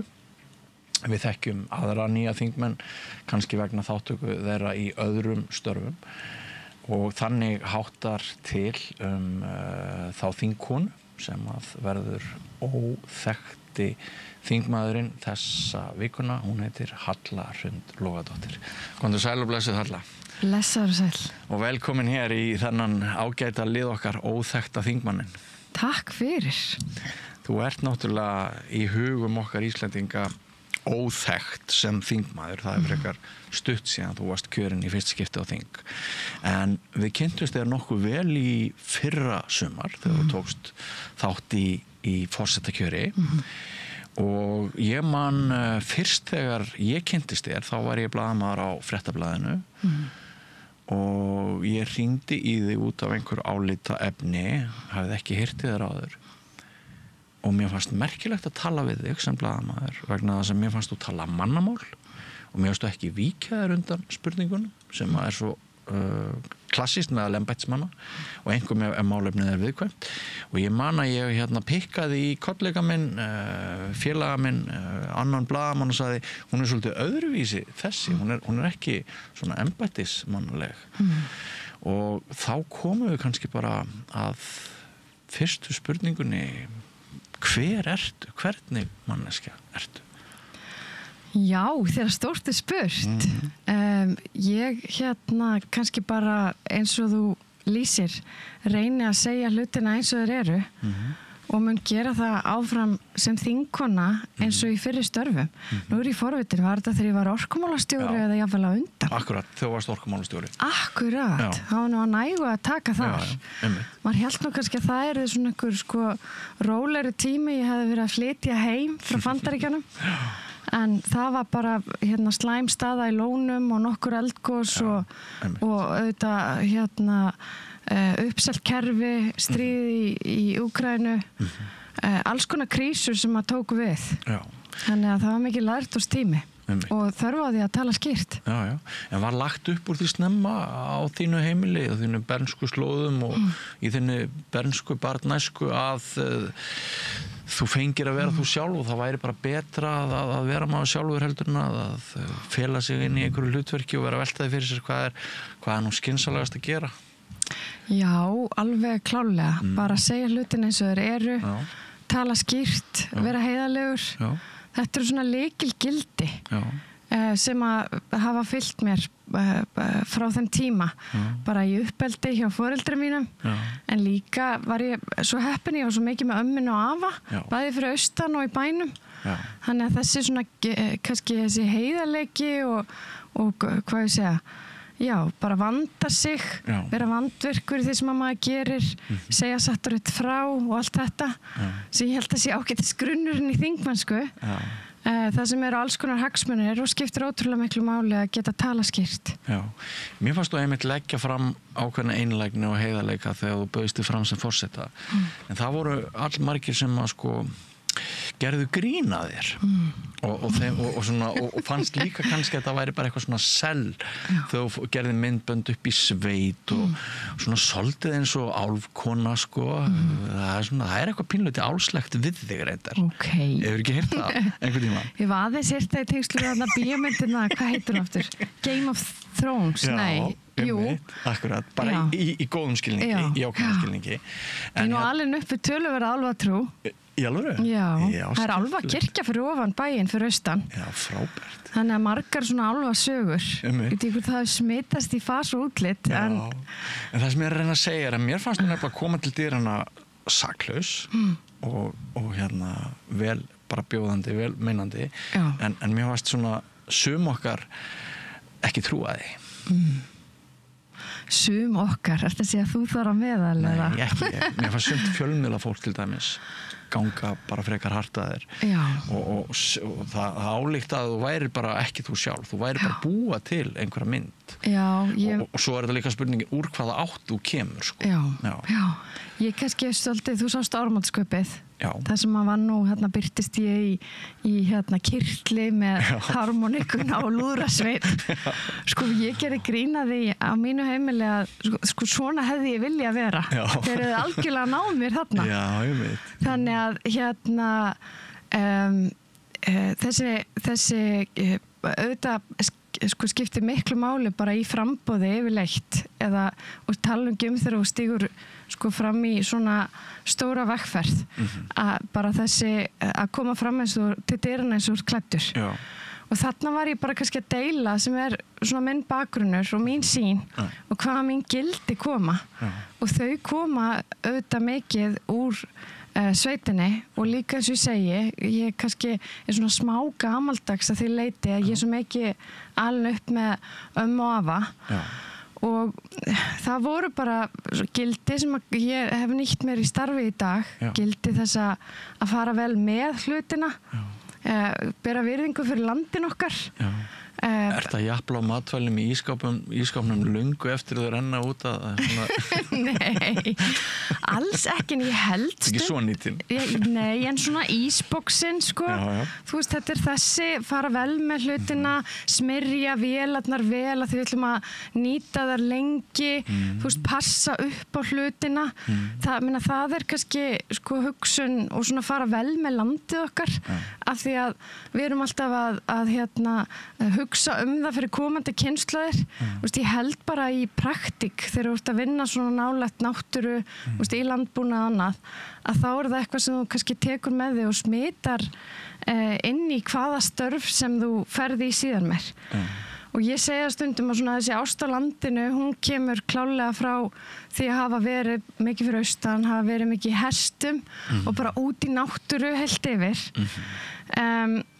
og síðan kannski svona þessi alþjóðlega reynsla og svona það ferðalega því ég hef auðvitað búið mikið erlendis og þar kannski kemur það sem að maður alltaf að spegla hvernig Íslands samfélag miða við Bandaríkin eða miða við Evrópu eða miða við Afríku og þá kannski kemur þessi sko áhugi og ástríða fyrir því hvað við eigum hér á landi og hvað við þurfum að passa upp á og það ástæðan fyrir því að ég á þingi í dag að ég veit hvaða verðmæti við eigum í auðlindunum okkar og samfélagi og ég vil passa upp á að við höldum í svona ákveðin gæði sem við eigum og eiginleika sem að svo auðvelt fyrir okkur líka að glutra niður En þetta sem sagt að þora að vera þú sjálf og svona treysta fólki og Er það til marks að lífið hafi farið í mjúkum höndum og þú svona sért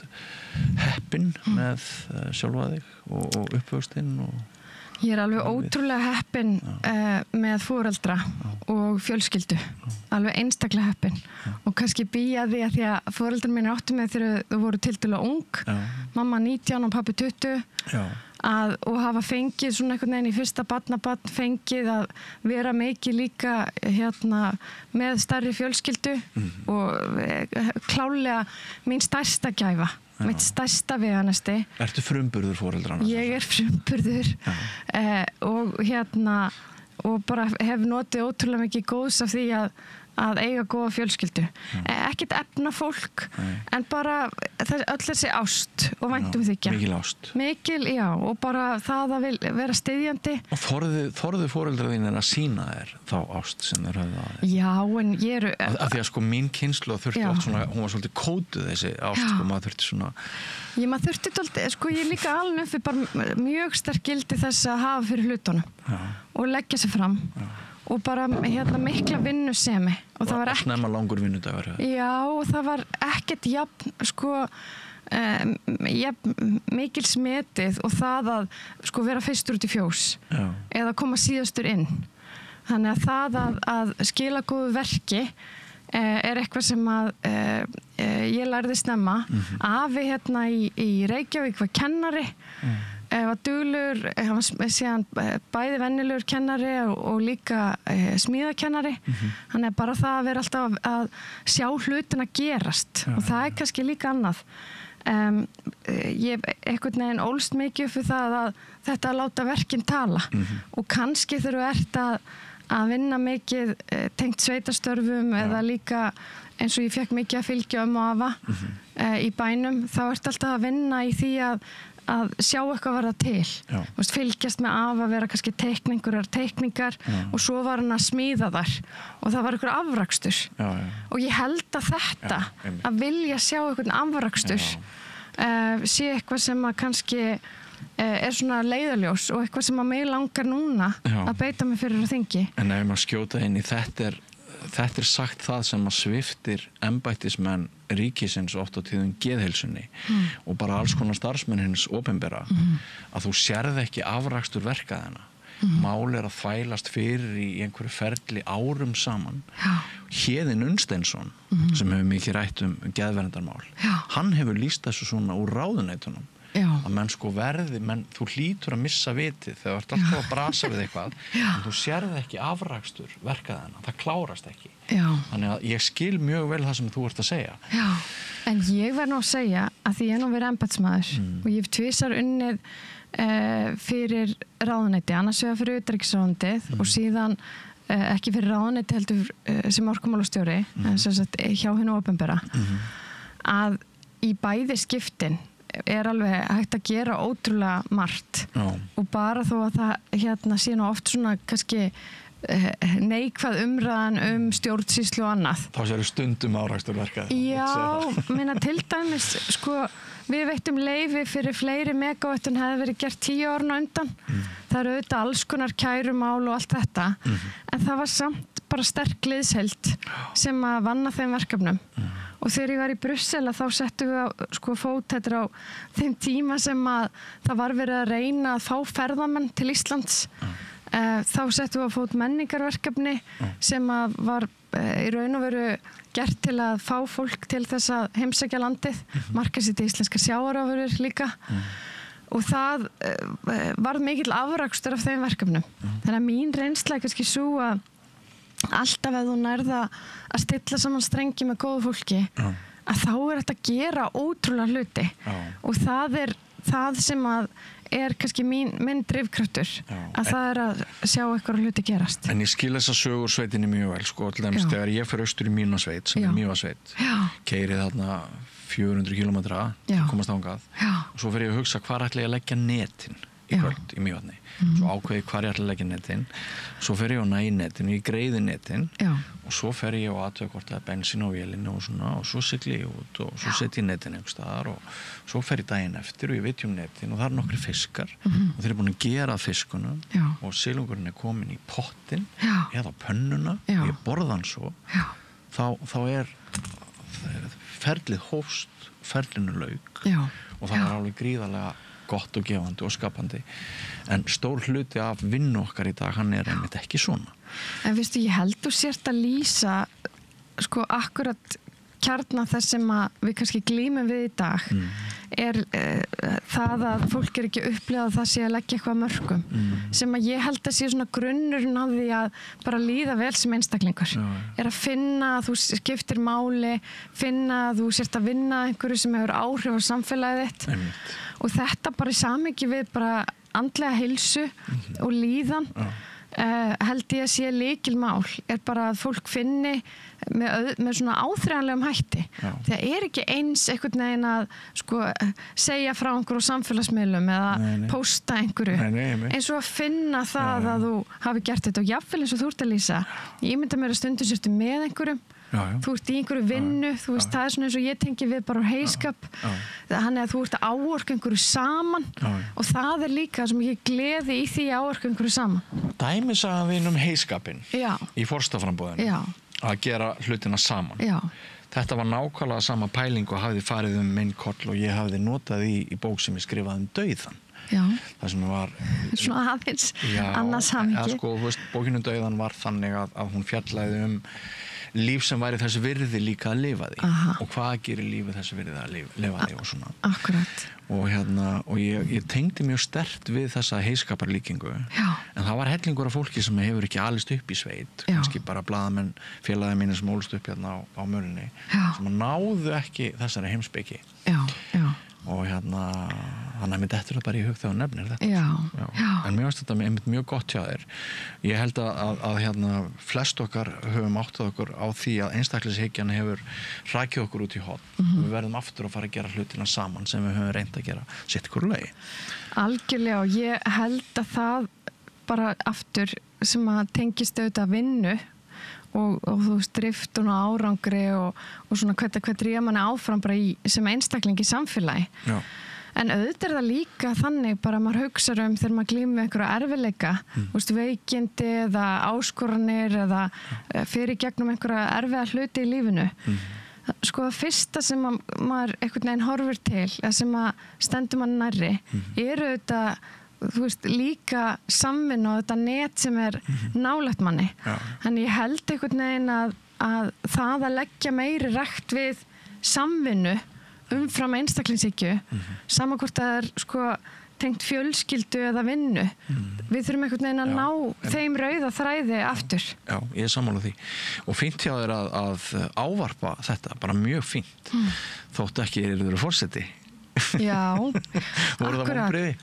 Auðvitað fer maður í allar vegferðir til að ná árangri og hérna þannig að ég fór ekki í þessa vegferð nema með það í huga að bjóða frá mína krafta og síðan það þjóðarinnar að taka ákvörðun.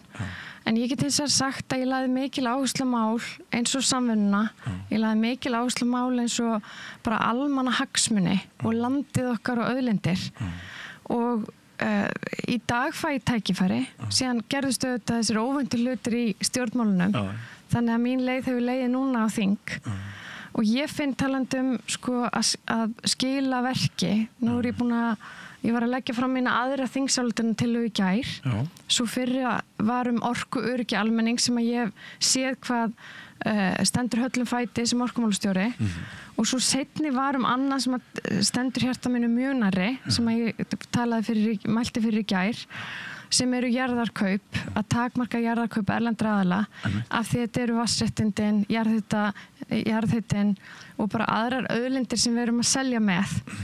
Þannig að nú held ég áfram að geta reynt að hafa áhrif á og afla þessum málum fylgis.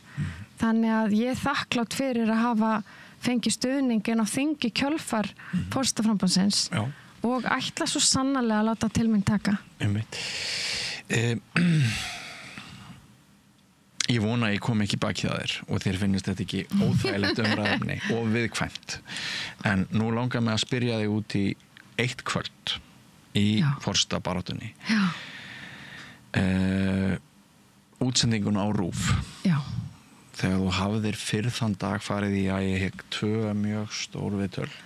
Já, þú ert að tala fyrir kappræðunar. Já, fyrir kappræðunar. Og maður finnur það, ég er náttúrulega sem vanur fjölmiðlamaður, búin að vera í þessum bransa í 40 ár. Já.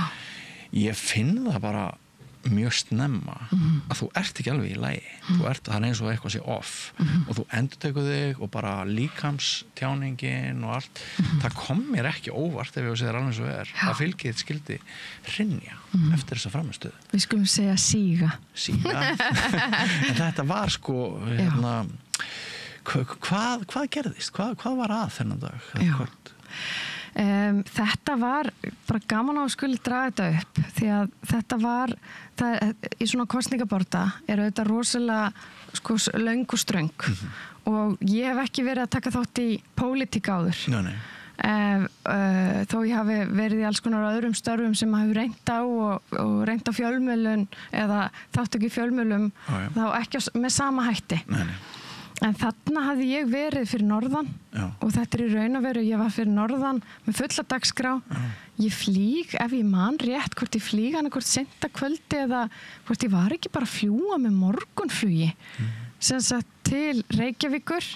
Svo ég að fara í 2 önnur viðtöl. Ég held að það hafi verið 2 þennan dag. Það var spursmál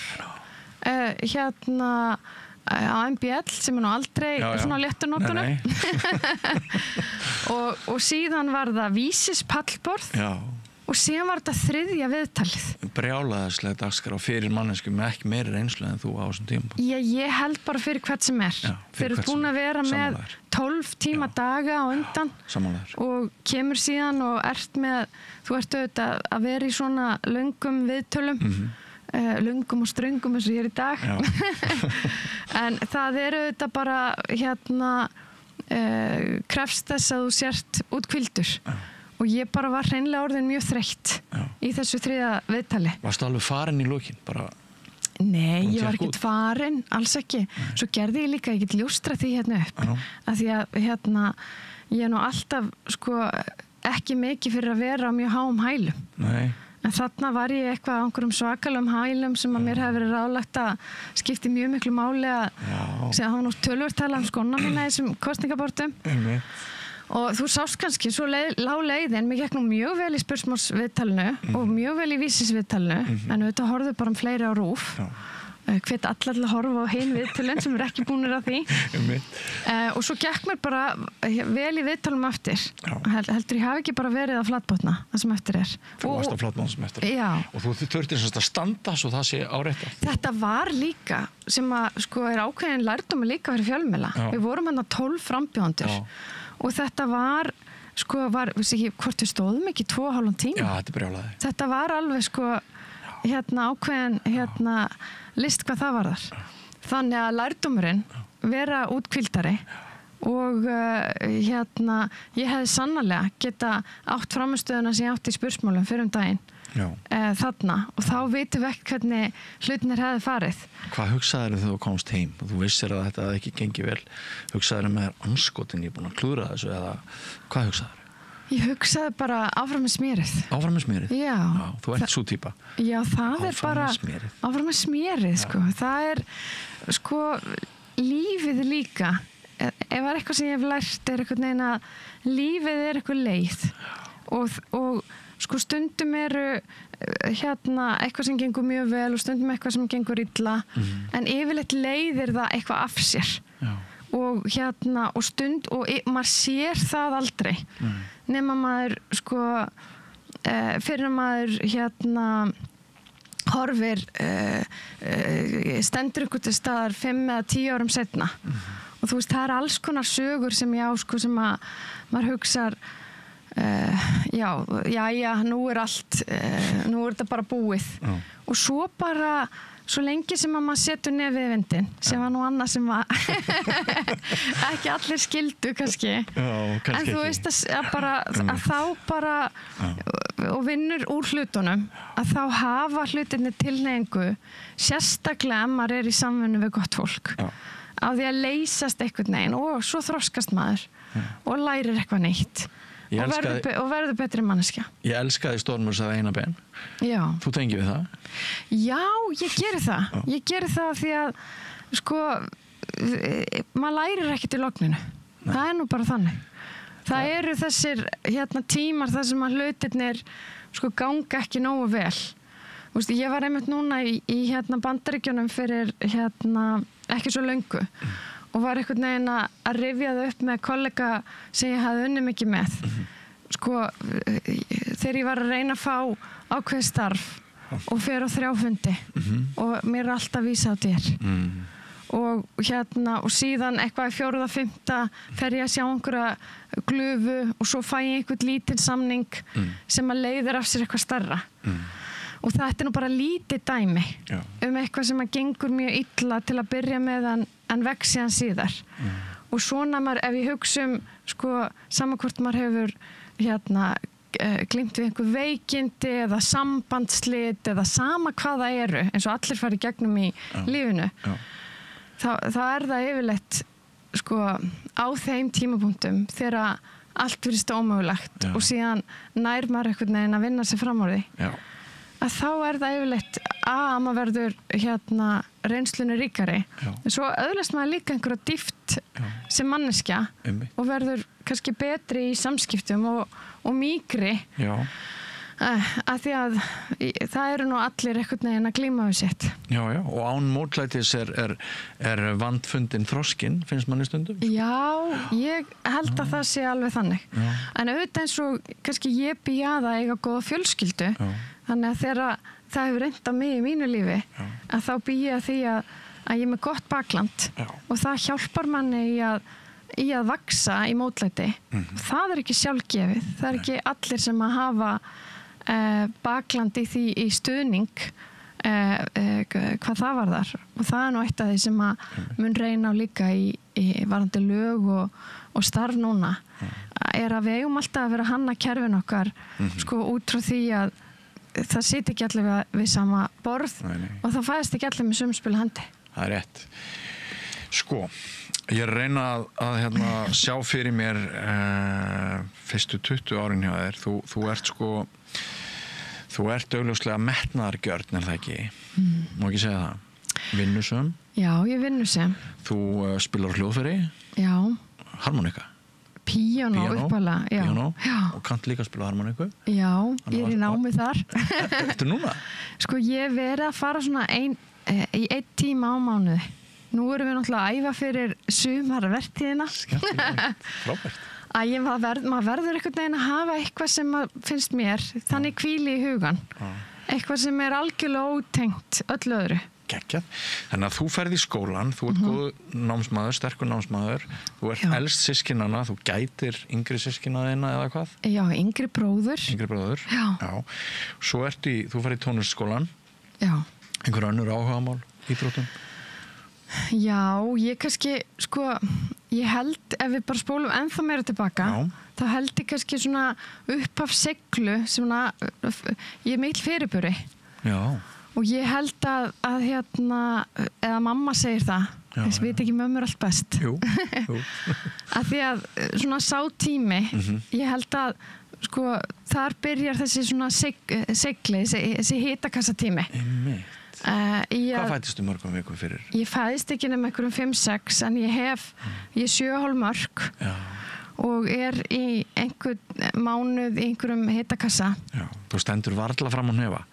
Ég veit það ekki en svona, þú veist, ég held að þessi kannski svona þessi karaktereinkenni að vera einhvern veginn alltaf að hvað ég segja að þurfa að hafa fyrir hlutunum að hafi kannski byrjað þar áhugavert en síðan bara elst ég upp í Hraumbænum Hraumbæ 108 og 40 mamma og pappi í námi pappi vinnur á steypubíl mamma í hjúkrunarfræði við búum rétt við afa ég fyrir í Árbæðaskóla þar sem afi kennari og ég alltaf hjá ömmu og afa í sveitinni mjög mikið þar áhugin að hestunum síðar verði í hestum á stóra markmiði núna myndi að fara aftur í hestana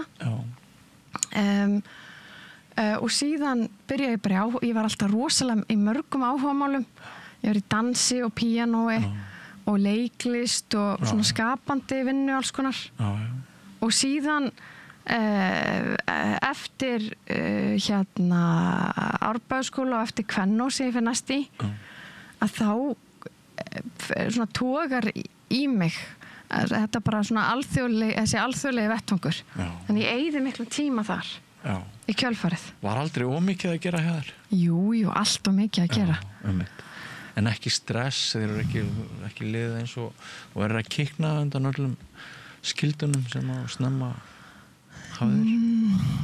ég hefði alveg stundum átt hafa minna að gera en það er kannski eitthvað sem ég bý alveg ótrúlega vel að bara síðan ég er góð í að skipuleggja mig og ég er góð í að forgámsa vita hvað skiptir máli og ég get verið óttalegu slugsi þar sem ég má vera slugsi þú veist, ég er ekki einhver fullkominn kokkur eða þú veist, börnin mín er ekki klædd eins og í einhverjum tískutímaritum þú veist, ég get verið bara í sikkurum soknum og haft það gott, sko.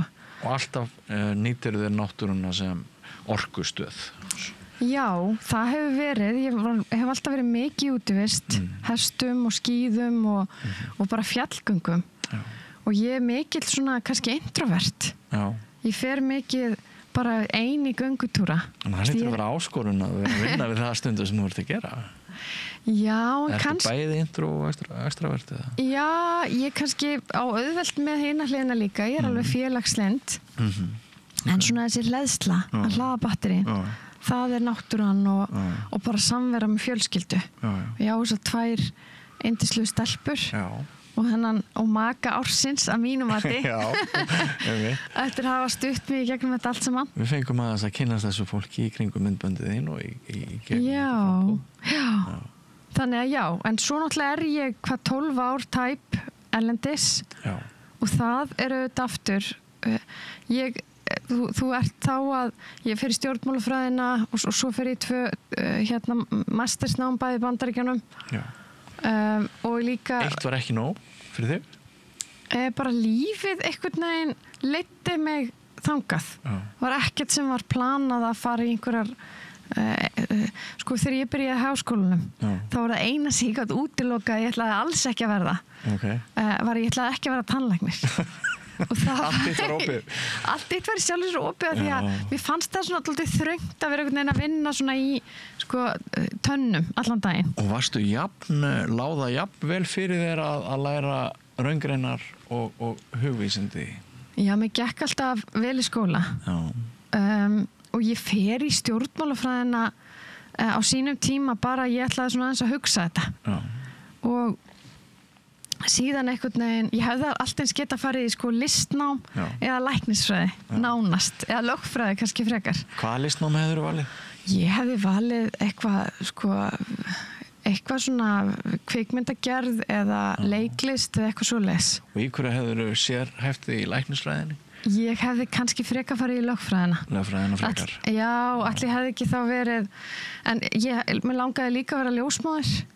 Það svona, þú veist, þetta vera með fólki svona á þessum stóru stundum eitthvað sem kallaði mig Það mikil birta yfir þessu öllu þú ert, þú sækir í ljósið í þínu karriér og í þínum hugmyndum, ekki satt Já, kannski að þú nefnir það var eitt sem ég hefði alveg getað séð fyrir mér líka þess vegna að vera prestur eitthvað svona þjónandi vera með fólki á bestu stundunum og erfiðustu stundunum og þannig líti ég líka á þingmennskuna ég að þjóna samfélaginu og þjóna ekki bara mínu kjördæmi heldur bara gagnvart þeim vandamálum sem birtast hverju sinni Og engin leið betri til að halda heitu hjarta en að þjóna Nei, það allavega það sem að fær mitt hjarta til að slá hraðar Og við höfum gleymt að ræða þetta í síðustu áratugi sko.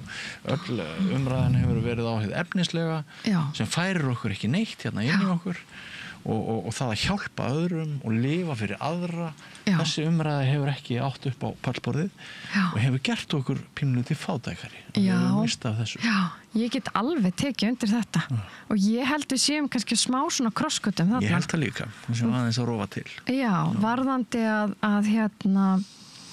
að leggja meiri áherslu á bara samheldni og svona samfélag er ekki það orðið þetta dálítið bara, við erum bara hluti af samfélagi og það er hlutinir stækka ef maður að vinna með öðru Það var á tímabili sem við útrýmdum orðum sem byrjuðu á sam og tókum upp orðaforða sem byrjaði á ein Svolítið bandarist Já, svolítið bandarist Og ég kannski líka því að ég búi tvissar í Bandaríkjunum og þá maður svolítið að bera saman þar hefur sko þróunin verið miklu meira saman hvort það er í viðskiptalífi eða í samfélagi ákveðnuleiti það er svona meira hver og einn sér sig og það Þeir eru svolítið að býta nálinu með það núna í stjórnarfarinu Já, þeir eru sannarlega að gera það og þessi áhersla hefur líka birst í málefnum sem að mér er andum og hefur verið að vinna sem er bara eins og auðlindamál Þetta snerist allt bara að græða peninga og þar eru vatnsréttindi til dæmis algengt að þau séu öll einkavædd og þá sko komið að því að það sé orðið erfitt jafnvel að nýta þau fyrir samfélagið og við erum nákvæmlega núna sem samfélag á Íslandi á krossgötum með þessa þætti. Ætlum við að hafa þannig fyrir okkar afkomendur að það sé bara jafn auðvelt og sjálfsagt að nýta jarðhitann og vatnið og orku bara með svona samfélagshugsjón eða áta bara snúast það að geta sko selt frá sér gæði fyrir eitthvað gróða sem að kannski virkar rosalega vel núna en svo að maður horfir 10, 20, 30 ár fram í tíman að þá sér maður einhverja aðra sviðsmynd og þetta það sem að maður græðir á því að vera erlendis að maður sér hvernig önnur samfélög hafa þróast og sér þær áskorunir sem að við getum lent í ef við vöknum ekki núna og versta að þessi máli yfirleitt ekki bundið við kjörtímabil þannig að baráttan í þessum frumvörpum sem ég að leggja fram núna eða þingsályktunartillögum það verður engin uppskera endilega sko á þessu kjörtímabili en ef við náum þeim í gegn að þá það eitthvað sem að framtíðar kynslóðir munu segja heyrðu, þetta var nú vel að verki staðið og ég held að okkur vantir dálítið þessa hugsun akkurat á þinginu. Já. Varstu ungað árum þegar þú varst ástofangin að manninum þínum í dag eða hvernig kom það til? Nei, ég var ekki svo unga árum. Nei. Ég kynnist Kristjáni eftir að ég flytt heim í annarskipti frá Bandaríkjunum. Og þú ert þá búin að vera þú varst í Harvard? Já. Annars vegar? Já, sko í raun og veru þetta þannig að svona í stuttumáli að ég flytt eftir stjórnmálafræðina þá fer ég til Brussel og þá var ég mikið að skoða Evrópusamvinnu sem ég held að skipta okkur ótrúlega miklu máli á þessum tímapunkti meðal annars. Ertu að gera einhver loki? Nei, alls ekki. Okay. Ég held bara... Sleppum því. Nei, við getum alveg tekið. Ég mér ágætt til þess að halda mig við hitt, fókusin á manninu mínum. Á manninu minn. Ég hef mikil alþjóðasinni. Ég held að sko, framtíð Ísland skiptir bara svo ótrúlega miklu máli að vera í góðum samskiptum við Evrópu og Bandaríkin og líka við Asíuríki og fleiri ríki sem eru að stækka og verða efnahagslega mikilvægari. En aftur á Kristjáni. Já, þú ferð þarna út, þú ferð til Brussel. Já, ég úti aftur í svona ég í Brussel og Tógó í Vestur Afríku. Þar fæ nú áhugann orkumálunum meðal annars. Einmitt. Og innviðunum, af því að það engir innviðir. Og svo kem ég heim eftir þessa svona fyrri lotu þegar ég er búin að vera á töluvert miklum flækingi og þá kynnist ég Kristjáni og ég hefði bara hitt hann einu sinni þegar ég hitt hann að labba yfir dansgólfið á þjóðutíð Eyju og þá bara rekst ég einhvern mann ég á leiðinni bara svona yfir dansgólfið og hann snýr sig við og við höfum hist einu svona áður og við byrjuðum að dansa við erum alveg bæði elskum að dansa og síðan þá hefur dansinn dunat. Frábært. Þannig að þetta ekki, ég alveg orðin sko komin undir nánast, ég 30. Þú ert alveg 30? Ég að verða, ég 29. Þú ert alveg miðaldra kona? Ég bara háöldruð. En það dæmi aftur, þú veist, auðvitað lífið alls konar og aldrei grunaði mig einhvern veginn að það myndi leiða mig til hans og síðan eigum við í dag þessar 2 stelpur sem að halda okkur vel vefnið þannig að Er hann besti vinur þinn, hann Kristján? Já, hann það minn allra mesti stuðningsmaður hann það, hann er alveg ótrúlega glaðlyndur maður og ég segi gæska, glaðlyndi, greind þetta, það þetta þrennt þá ég alveg svo smjör og hann hefur það hvernig þú raðar þeim upp í mér stu röðin góð á þessu já. Byrja á gæskunni já, hann það svo sannarlega og bara sem lífsbyggi minna já, það nú það sem að heldur samfélagum saman það ég held það að sko leiða með hjarta en með skýrum huga. Það ekki þannig sem að við viljum hafa hlutina. Það alls konar djargon til. Það alls konar djargon til, en það allavega mín sko sín, að kannski að flestir góður hlutir og hvernig maður tekur ákvarðanir. Ég held, sko, þó sé nú ekki að tala þingstörf og annað, að við erum að taka ákvarðanir út frá svona hjartalagi, þá vegnar okkur heilt yfir betur. Og mér vegnar svo sannlega betur með að hafa tekið ákvörðun út frá hjartalagi með því að eftir ég kynntist Kristjáni. Já, sagði hann aldrei við þig sko að því þú varst búin að fara í forsetaframboð og þú varst búin að expósa alla fjölskylduna, búin að draga hann og krakkana inn í þetta ferðalag sem lauk ekki með sigri eins og afa stemmt í upphæði og svo þegar þú komst til hans og sagðir, heyrðu Kristján, ég var að spá ég fara aftur í framboð, sagði hann aldrei nei, það er komið gott. Nei, veistu, hann sagði það aldrei og þetta gerir svo fljótt auðvitað, sko, er það þannig bara að ríkisstjórnin springur og ég held ég að verið nýbúin að skella á einhvern blaðamann og segja ég ætla ekki að, ræða það neitt hvað ég ætla að fara að gera næst bara þegar ríkisstjórnin springur og og allt eru fullt og Kristján ellendis, ég man ekki hvar hann var eitthvað staðar í einhverju vinnuferð og þannig að við áttum engin, sko, við gátum ekki setið yfir þessu í einhverja marga daga en þá bara kom aftur á þessu, sko, af hverju þetta gera hlutina og það held ég að sé það mikilvægasta og nú tala ég eftir framboðsárið mikla að það eins gott að þú vitir af hverju þú ert að gera hlutina sko, af hverju þú ferði í framboð og þess svona aftur að því við vorum að tala um þetta að sjá afrakstur fylgja eftir einhverjum málum fyrir mér var það, ég vildi fylgja eftir auðlindamálunum, mér fannst skipta máli það eru stór verkefni framundan sem snúa að orkumálum umhverfismálum, auðlindamálum og bara mér finnst Íslands samfélag vera ákveðnum krossgötum í þessari sko vegferð einstaklishyggja versus það að styrkja okkar bara samvinnu og svona samkennd og ég hugsaði að ef ég myndi ekki taka skrefið og leggja mitt að mörkum þá var ég bara svíkjast undan. Og þú hafði náttúrulega naust þess að við vissum öll hver þú varst. Það er forskot í þetta frambúði. Að ef maður hefur lifað þannig og komið þannig fram að það skadar mann ekki þannig getur verið tvíbent þú getur verið alræmt en þú varst það nú ekki Nei, ég auðvitað nauti góðs að þess Þú smíða ofan á sko forsta frambóð sem tapaðist og byggja ofan á það þá ertu búin að breyta sko þeim ósigri í sigur með því að þú byggðir ofan á það og náðu svo árangur og varst þinguna ekki satt? En það stendi á herðum alls þess fólks sem að vann með mér í forstakostningunum sem að vann á frambóð sem bar brátt að og ótrúlegt hvað sko margir taka þátt með engum fyrirvara og bara alls konar fólk og auðvitað sko nýti þess líka núna að vera að vinna með fullt af fólki á þingi í samfélaginu sem að sko ég þekkjur þeirri vegferð og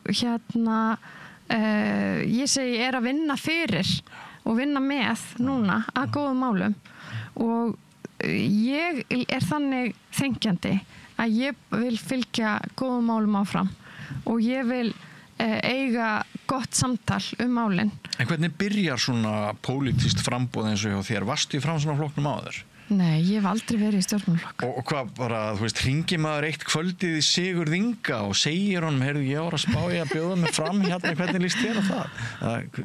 Hvernig gerist þetta? Þú færð símtöl og svo bara ert að vega á meta og Sigurð Ingi nú ótrúlega svona traustur og góður maður og sem ég tengi við auðvitað bauðst manni alls konar tækifæri en það sem og ég í eðli mínu sko ég bara í eðlu mínu samvinnu manneskja. Ég vil vera að vinna, eins og segja, af góðum málefnum. Ég vil vera að leita lausna, ég vil vera að geta dregið saman sjónarmið og komið hlutum áfram. En bara svona praktískt, hvernig bara ykkar fyrsta fundi saman, eða gerist það í síma eða hittist það yfir hádegisverði eða? Þetta er svakalega nákvæmt hérna. Við hittumst og fórum yfir málin og fyrir mér skipti ótrúlega miklu máli að ég geti talað og bara hvílt vel í því að þessi auðlindamál, ég vil ekki við séum að teppalegja náttúrun okkar með vindorku, ég vil að við eigum auðlindanar okkar áfram, ég vil passa upp á almannahagsmuni í auðlindamálum eins og með orkuöryggið. Þessi málaflokkar, þeir verða að vera á réttum stað og svo vil ég þessa samvinnu hugsjón og það að geta unnið í báðar áttir, því að ég lít ekki á það þannig að ég sé vinstri eða hægri. Ég er bara að koma góðum málum áfram og það er hérna lífsýn sem að hefur þegar nýst mér vel á þingi, að reyna að fara úr því sem að er nú heldur betur að slíta, því við vorum að tala um Bandaríkin áðan.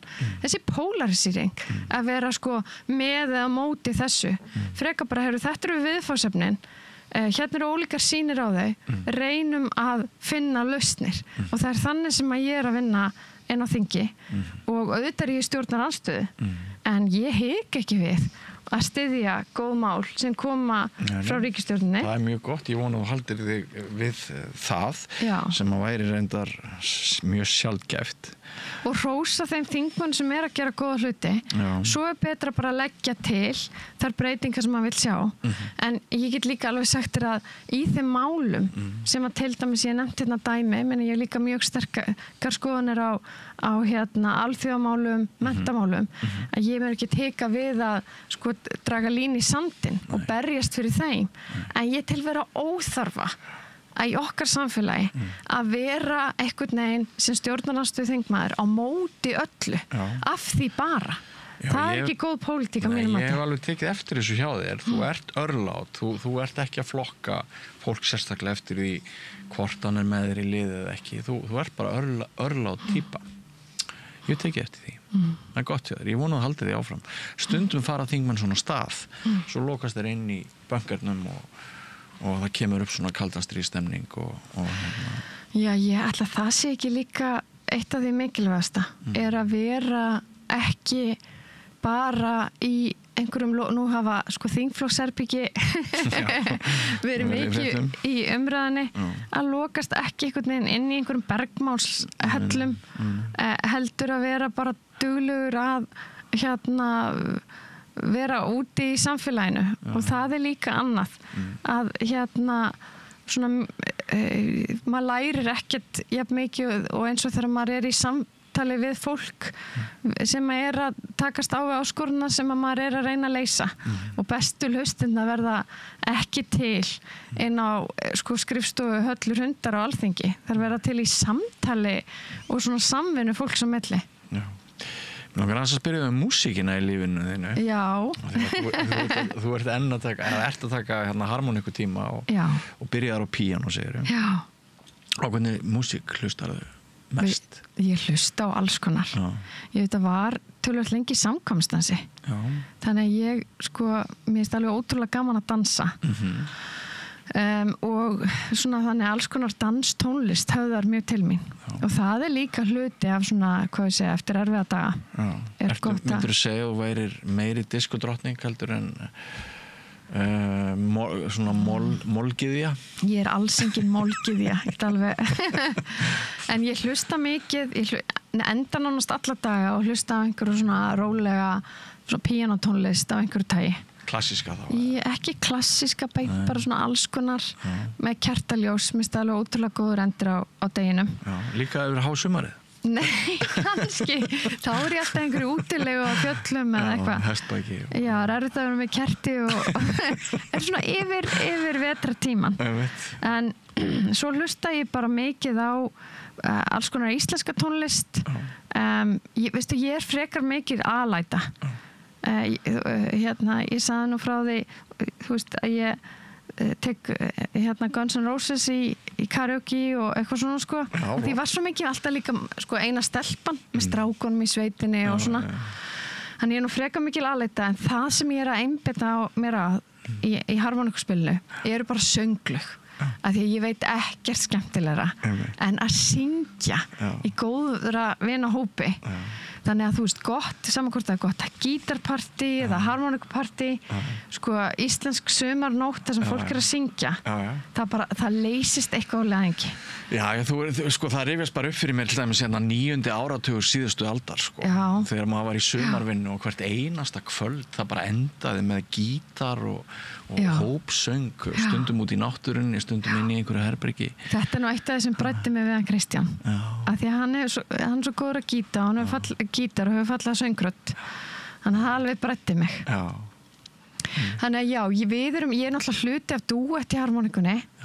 Ég er með Örnu vinkonu minni.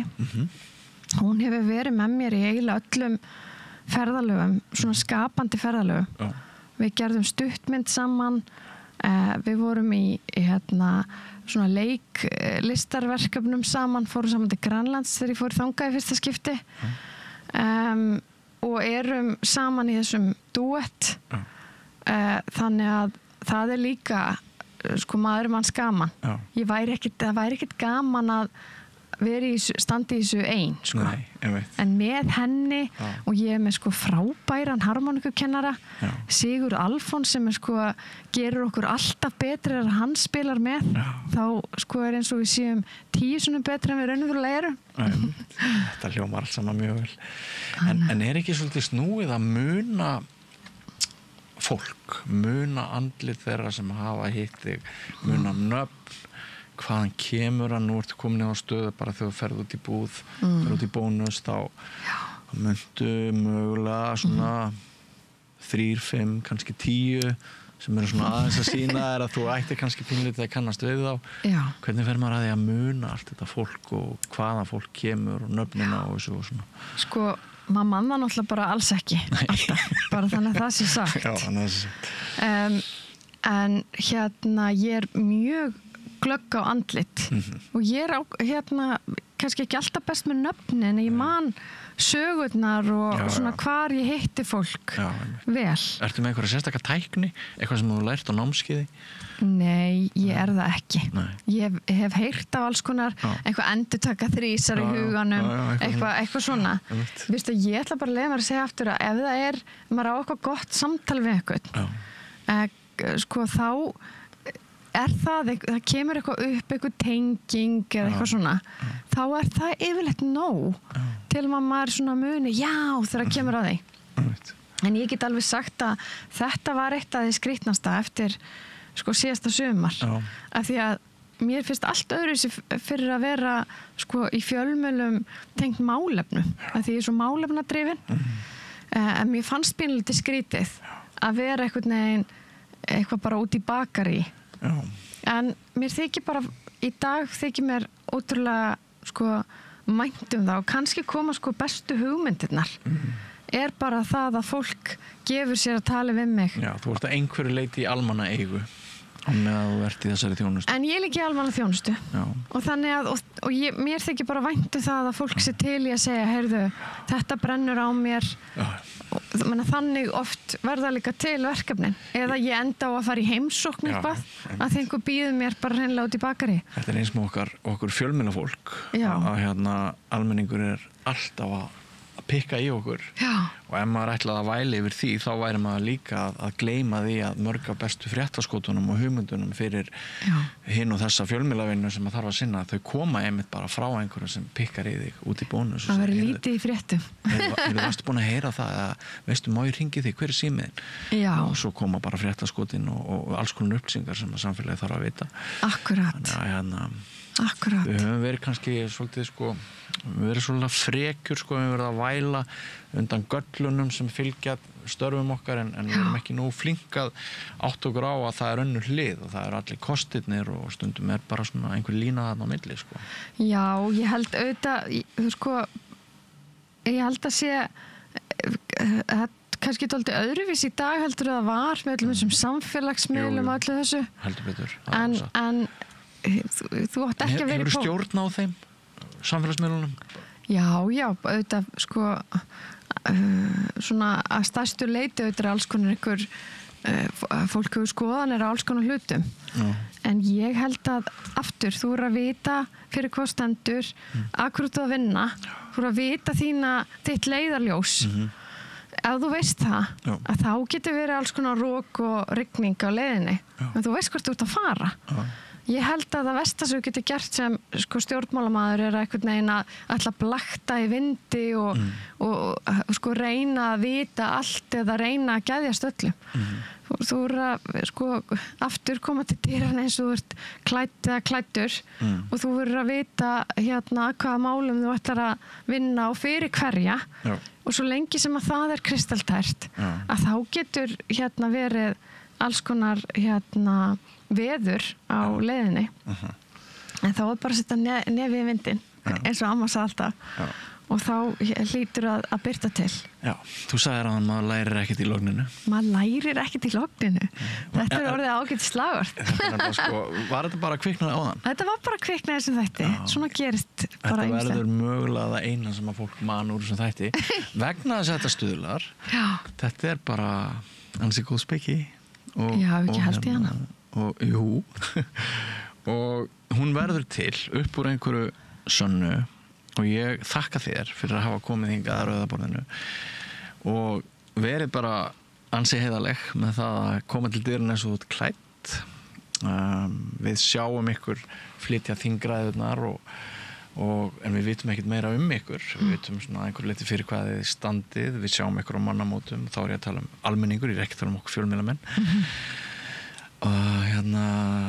Ég vona það að fyrir pólitíkus eins og þig sé þetta bara kærkomið tækifæri að vera bara í öruggu rými og geta bara klætt úr frakkanum og verið þú sjálf. Mér er allavega fundist gaman að hafa þig hér í þessu spjalli í liðnum óþekkti þingmaðurinn. Takk fyrir að bjóða mér, segi ég bara. Og gangi þér rosa vel í öllum þínum framtíðarstörfum. Takk fyrir og bara, já, ég segi bara nánast við heyrumst og sjáumst, er það ekki þannig? Jú, engin spurning. En þessi þáttur verður ekki lengri, kæru áhorfendur og hlustendur, en ef mér gengur vel þá næ ég að dorga upp nýjan óþekktan þingmann fyrir ykkur í næstu viku. Ekki fara langt, þátturinn er ekki búinn. Hjálpið okkur að byggja upp dreifikerfi samstöðvarinnar með því að læka síður samstöðvarinnar á YouTube og Facebook. Við erum Björn Þorláksson ræða við Höllu Hrund Logadóttur og vindum okkur næst austur á land eða raunar kom forstöðumaður Rannsóknarseturs Háskóla Íslands á Hornafirði í bæinn og kom við hérna hjá okkur á samstöðinni, settist og ræddi eiginlega skort á framtíðasýn varðandi þekkingarsamfélögin út á landi og bara almennilega byggðastefnu, hvernig við þurfum að hlúa að þessari miklu þróun og miklu uppbyggingu og nýsköpun sem hefur átt sér stað á þessum rannsóknarsetrum háskólans víða land og við kannski bara áttum okkur ekki á því hvað þarna fer fram mikið starf. Við hefum verið að gera þessu skil, hérna við Rauðaborðið og ætlum að halda því áfram. Hlustum á Þorvarð Árnason, forstöðumann Rannsóknarsetur Háskóla Íslands á Hornafirði og listamann og rithöfund líka. Hann ræðir líka nýútkomna bók sína, mjög merkilega, sem heitir Víðerni og við ræðum hana og stöðu rannsóknarsetrana og hvað er í gangi í Höfn í Hornafirði. Þorvarður Árnason, gjörðu svo vel.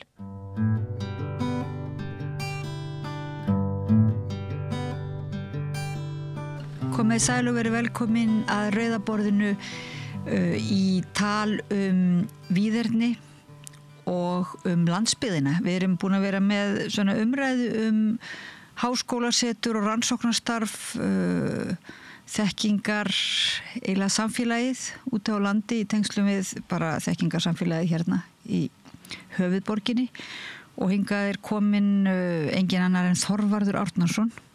Þú ert nú stundu kallar Þorri. Jú, það er, nema þau verið að skamma mig, þá heiti ég Þorvarður. Það er Þorvarður, já.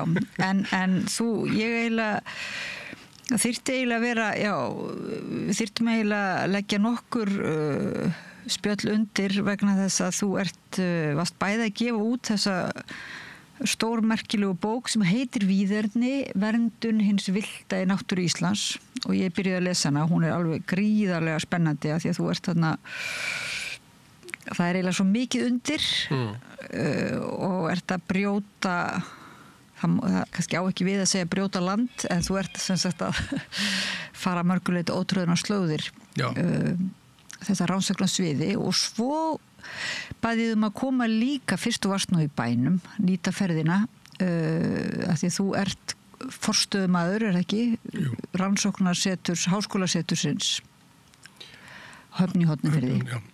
Rannsóknarseturs Háskóli Íslands á Hornafirði svo heitir, svona fullu nafni. Og þetta náttúrulega, ég veit ekki hvort að hlustendur áttar sig á því hversu magnað þetta rannsóknarnet orðið út land, hvað þetta mörg háskólasetur og mætti náttúrulega ekki færri vera.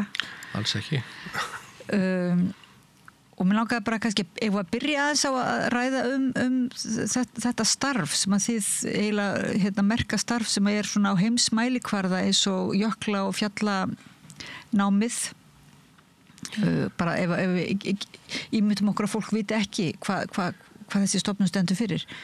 Já, ég líst bara mjög vel á það sko að rannsóknarsetrið á Hornafirði stofnað árið 2001 og það tekur starfsemin þar hefst 2002 þannig að þetta orðið rúmlega 20 ár sem þetta hefur verið í gangi og ég annar forstöðumaður setursins, búin að vera þarna núna í 19 ár frá 2006 og við hjónin, samstarfskona mín og eiginkona Sofíu Birgisdóttir við höfum verið þarna bæði allan þennan tíma og höfum byggt upp þetta setur saman. Setrið sjálft hluti af nokkurs konar neti eða netverki sem að Háskóli Íslands hefur komið á laggirnar og telur núna 12 setur sem að staðsett bara hringinn kringu landið og nýjasta setur okkar var bara opnað í fyrra í Mývatnssveit og það 12. í röðinni og við á Hornafirði við protótípan við elsta setrið af þessum toga Háskólinn var með svona rannsóknar einingar út á landi í Vestmannaeyjum og Mývatnssveit og Selfossi en þessi rannsóknarsetur sem hétu upphaflega háskólasetur þau svona nýjabrum og það sem skilur þau kannski frá hefbundum akademískum rannsóknarstofnunum eða kennslustofnunum það að okkur gert að vinna mjög mikið í búa til tengsl og vinna með alls konar aðilum í okkar heimabyggð, okkar nærsamfélagi og þannig að okkur sem sagt ætlast til þess auk þess að sinna svona þessum hefbundnu akademískum störfum og þá aðalega rannsóknum en kennslu líka og leiðbeinslu og þá við að vinna með sveitarfélögum, við erum að vinna með stofnunum eins og skólum í okkar nærumhverfi, við erum að vinna með félagasamtökum, almannasamtökum og við erum að vinna með fyrirtækjum og einstaklingum. Þannig að þetta mjög fjölbreytt. Já, og gæti virst vera einmitt einhvers konar svona byggðastefnu áform eins og þegar verið að senda fyrirtæki einhvern veginn út land og það hefur verið alltaf umdeilt sko, að þetta sé svona já, að þarna sé umverulega engin alvöru starf sem á sér stað, þetta sé svona meira til þess að geta miðjan, þekkingarmiðjan og valdamiðjan geti svona krossa við að það sé búið að sinna landsbyggðinni og það sé eitthvað verið að gera en svo líður tíminn og ég veit að þetta ekki sanngjarnt gagnrýni því að þarna hefur alltaf verið alvöru starf í gangi, meir en lítið en svo kemur í ljós að þetta akkurat það sem kannski rannsóknarstofnanir víða heim og kannski virtustu rannsóknarstofnun að leitast við að ná fram. Það tengingin við nærsamfélagið, tengingin við náttúruna Svoleiðis að raunverulega tíminn hefur unni með ykkur, er það ekki? Jú, ég myndi segja það og þetta þó ég skilji alveg þessa athugasemd eða komment sem þú gerðir, þá þetta nefnilega, þetta algjörlega tvennt ólíkt. Það að flytja stofnun eða útibú einhverja stóra stofnunar út á land og rekana þar svona eins og með þessi útibú sem að flest heyra nú sögunni til sko. Ég kynntist nú mörgum útibúum þarna í Nýheimum. Það voru útibú frá Nýsköpunarmiðstöð og það voru frá Matís og þetta allt farið. Já. En við erum ennþá til staðar. Og ég held kannski að grundvallarmunurinn liggur í því að rannsóknarsetrin eru akademíska stofnanir. Þannig að við höfum alveg svona skýra leikreglur. En það sem hefur komið í okkar hlut, það í rauninni að útfæra þessar leikreglur á nýjum vettvangi. Að því ef við værum rannsóknarstofnun sem var staðsett hérna á höfuðborgarsvæðinu, að þá væri við held ég svona miklu lokari, að því að við værum bara uppteknar af því að vera svona vinna innan stofnunarinnar, vinna með okkar kollegum sem sagt hjá öðrum stofnunum eða öðrum sviðum innan Háskóla Íslands eða innan háskólasamfélagsins, en okkur vissan hátt fleikt út í eyðimörkina, út í víðerni. Já, út í víðerni, einmitt. Inn í þessi litlu samfélag sem eru yfirleitt þá svona fiskiþorp flestum tilfellum. Þetta eru byggðakjarnar sem að hafa orðið til í kringum fiskvinnslu yfirleitt og eða þá landbúnað. Það sem að lífið hefur snúist frumframleiðslu og í mörgum tilfellum eins og hjá okkur þá kemur ferðaþjónustan mjög sterk inn núna, sérstaklega síðustu 10-15 árin. En það hafa ekki verið taldar forsendur fyrir því að vera með háskólastarfsemi í þessum samfélögum. Og það var mikil umræða svona fyrir þetta 15-20 árum það að það þyrfti að fá fleiri háskóla. Það þyrfti að vera með háskóla á Suðurlandi, Selfossi, háskóla á Egilsstöðum. Þetta hefur ekki gengið eftir.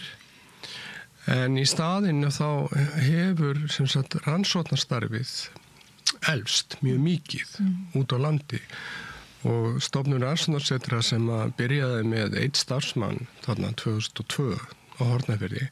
Og núna erum við komið með 35-36 ársverk sem skiptast á milli það bil 60 starfsmanna.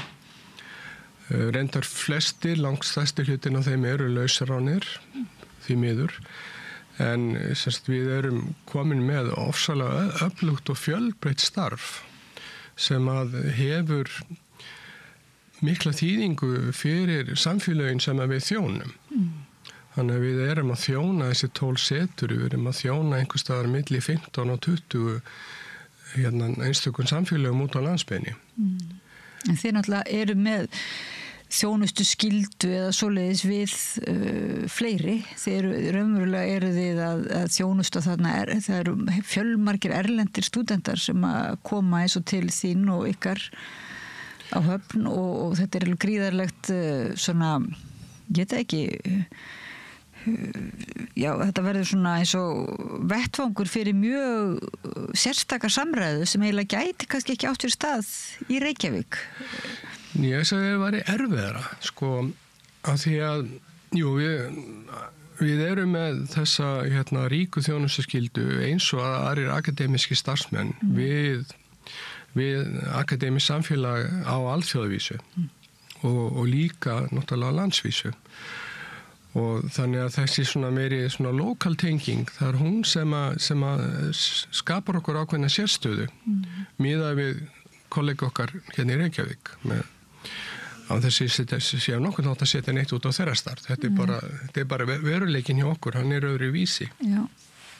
En eins og þú segir að þá allavega svona yfir tíma að það skapar þetta alveg ný tækifæri í það að tengja saman þessi ólíku plön lokala eða staðbundna, það sem að gerast á landsvísu og ekki síst það sem að gerast sko alþjóðavettvangi.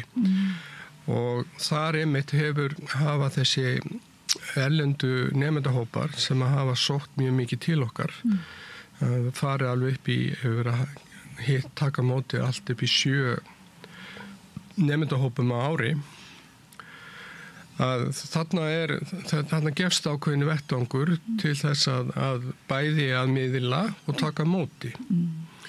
Og þetta eitthvað sem að mér finnst að við gætum í rauninni gert miklu meira af. En það hins vegar mjög erfitt því við erum fá.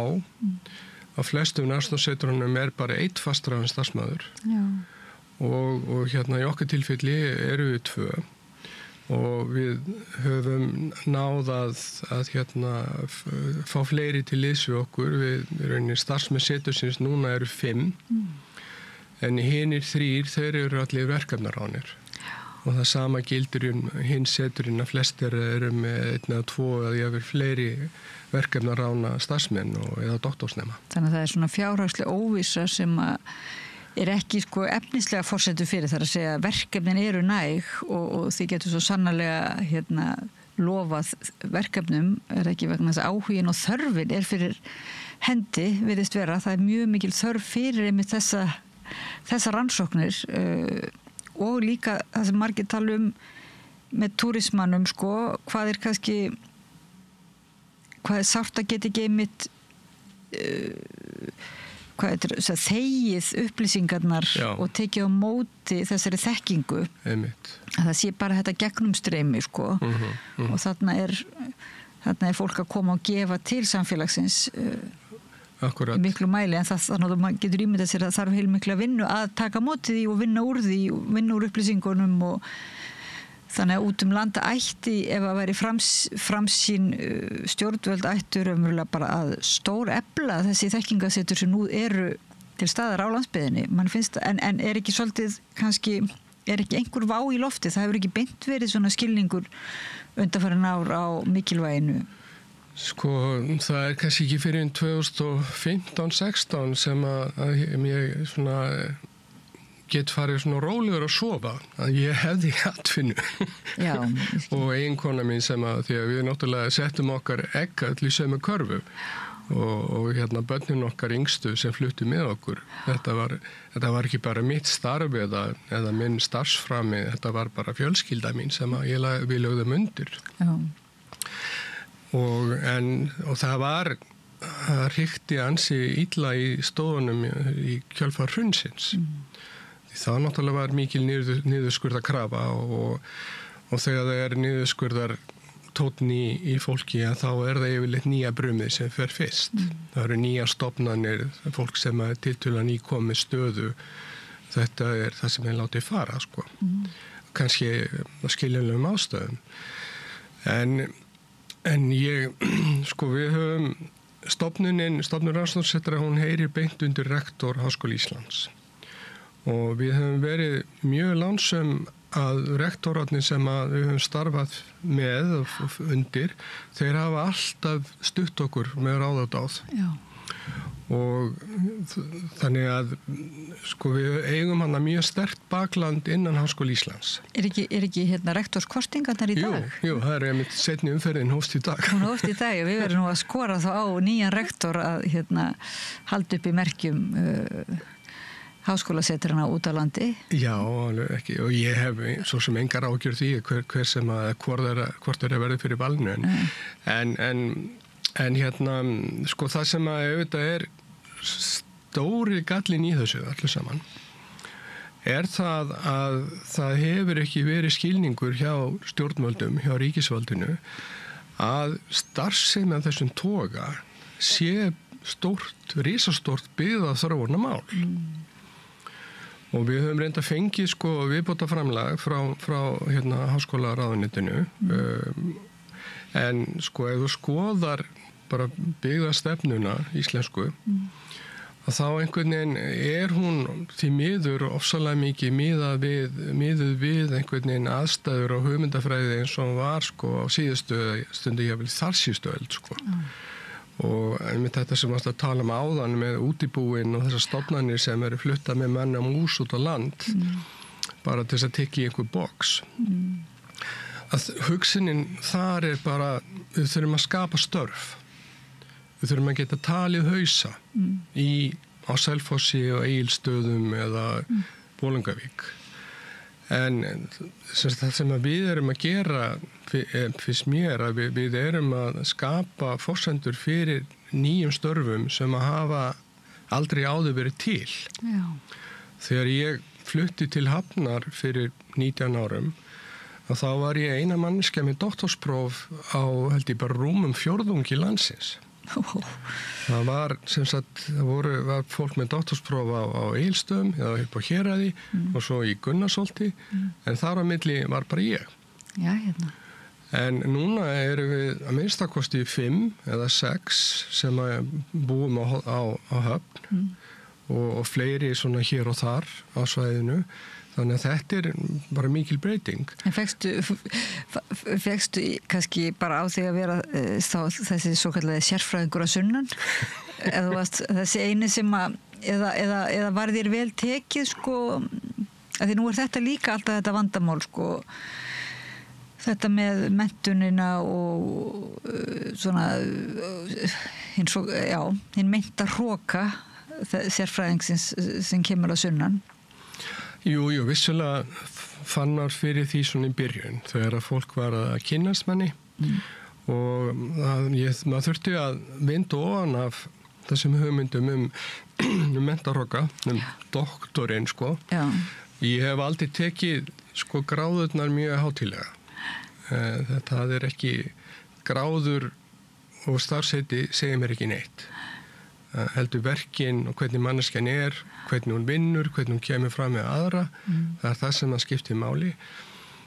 Og ég held að þessi sko, grunnafstæð mín, sko, hún hafi svona smám saman náð að brjóta ísinn. En því miður það náttúrulega þannig ennþá að þetta hefur enda breyst mjög mikið. En það ennþá sko til að sem ég kalla öfugur eða neikvæður mentarhroki. Það hroki þeirra sem að hafa ekki sjálf ákveða að fara í framhaldsnám. Að þau ímynda sér að við sem að getum flaggað einhverjum gráðum, að við hljótum að vera einhvern veginn allt öðru vísi og við hljótum að vera voðalega svona með nefið upp í loftið og þykja okkur við vera eitthvað merkilegur en þau. En þetta nú kannski það einmitt sem að tíminn kennir manni. Og það sem að ég kannski reyna að segja svona í hnotskurð, það sem að ég hef lært sem háskólamaður, ég náttúrulega var búin að vera að vinna, ég náttúrulega búin að vera áður en fyrir austur, þá ég búin að vera í háskólaumhverfi í hátt í 20 ár með hléum. Og þar var ég búin að vinna 10 ár hjá Háskóli Íslands. Þannig að ég bara nokkuð sjóaður sem akademiker þegar ég tek við þessu starfi og þarf að finna mig í algjörlega nýju umhverfi og ég hef stundum sagt það að setrinn, sérstaklega fyrstu setrinn sko, að við vorum bara tilraunir, samfélagslega tilraunir og með tilheyrandi tilvistarangist sko. Já. En það sem ég hef lært það að ég reyni bara að koma til dyrana eins og ég klæddur. Ég akademiker, ég fagmaður og ef ég á að beita mér í þágu einhvers málefnis eða samfélagsins, þá ger ég það best með því að vinna á faglegan hátt. Og ég hef fundið það að þegar ég tek þátt í alls konar samfélagslegum verkefnum með sveitarfélaginu, með stofnunum, með skólum og ég þarna bara sem Þorri eða doktor Þorri eða fólk vill að þá nær þessi svona akademísku hugsun, gagnrýnin hugsun, fagleg hugsun, hún síast í gegn. Ég held að fólk hugsi svolítið öðruvísi eftir að hafa kynnst mér bara, maður og mann. Já, enda kannski ert þú líka, það sem svolítið skemmtilegt við doktora sem eru svona eiginlega í grunninn allt múlíkmenn, ef svo má segja, að því þú ert ljósmyndari, þú ert listamaður, þú ert rithöfundur, þú ert fræðimaður og ég veit ekki hvort þú ert jeppakall líka og Svona, ég svona bæði jeppa og göngukall. Já, en svona, þannig að þú ert ekki þessi dæmigerði doktor, sko, sem einmitt ímyndin frá 19. öld sem lokaður upp í sínum fílabeinsturni, sko. Þannig einhver leiti svolítið jákvætt og svo ertu þessi þverfagleiki, sko, fær svolítið nýja merkingu, virðist vera, eins og á háskólasetrinu ykkar. Þar sem er beinlínis verið að leiða saman lokal þekkingu, lokal reynslu í gegnum samræður, í gegnum alls konar verkefni og alþjóðlega strauma og á millið sviða, sko. Já. Og þetta eiginlega stundum einmitt hefur nú háskólinn svolítið háskólinn hefur nú stundum bara merkt við að eitthvað sé þverfaglegt á þess að þar hafi beinlínis verið mikill svona þverfagleiki í gangi. Já, við getum talað lengi þverfagleika, öllu heldur skort á honum. Sko, það í fyrsta lagi þá vil ég taka fram að ég til þverfaglegar nálganir á rannsóknir á engan hátt betri heldur en einfaglegar eða monodisciplinary, sem þetta mjög ljótt orð, þannig ég tala bara yfirleitt þverfaglegar og faglegar rannsóknir. Sko, það, ef við hugsaum grunnrannsóknir, þá þetta starf sem unnið af mínum kollegum sem að fara á dýptina yfir fjölda ára, ég vil áratuga. Þetta algjörlega ómetanlegt og þetta þessi grunnur sem að þetta svona kjölfestan í okkar vísindalegu þekkingu. En svo það þannig að það eins og mörg brýn mál eins og umhverfismálin, loftslagsmálin, sjálfbær þróun, landslag, víðerni, við getum tala upp miklu fleiri. Það sem viðfangsefnin þessi eðlis að það þarf aðkomu fleiri en einnar fræðigreinar, eins fags. Og í svoleiðis tilfellum skiptir mjög miklu máli að það sé til fólk líka sem að hefur þessa þverfaglegu sýn, hefur þekkingu, ekki jafn djúpa, en hefur eins og þessa breiðu þekkingu á 3, 4, 5 mismunandi fræðigreinum, helst mjög ólíkum. Og minn eigin þróunarferill bara mjög tilviljunarkenndur. Ég byrjaði að læra líffræði, aðalega vegna áhuga á umhverfismálum. Síðan þegar ég búin að læra líffræðina þá einhver listamaður sem fann að brjótast í mér og þá fer ég í kvikmyndagerð. Og svo þegar ég búin í kvikmyndagerðinni þá einhvern veginn bara lífsins stóru spurningar farnar að kalla á mig og þá fer ég í umhverfishugvísindi með megin áherslu á siðfræði og fagurfræði. Og vannst hjá Siðfræðistofnun? Ég vann hjá Siðfræðistofnun, já, var aðstofamaður Páls Skúlasonar, áður en var rektor.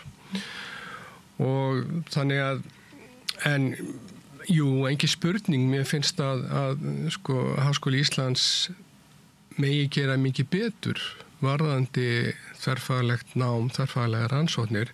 Það alls konar flöskuhálsar í kerfinu, sem ég ætla ekki að fara djúpt í, en líka verðum við að horfa á samkeppnissjóðina og þessi tilfelli þá sérstaklega Rannís, að þar vantar mjög mikið þessa hvatningu fyrir fólk að geta þá fengið 3 ár til þess að vinna saman.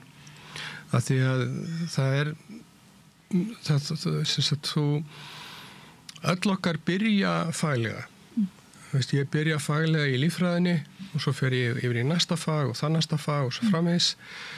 En það að verða þverfaglegur, það líka ákveðin nám.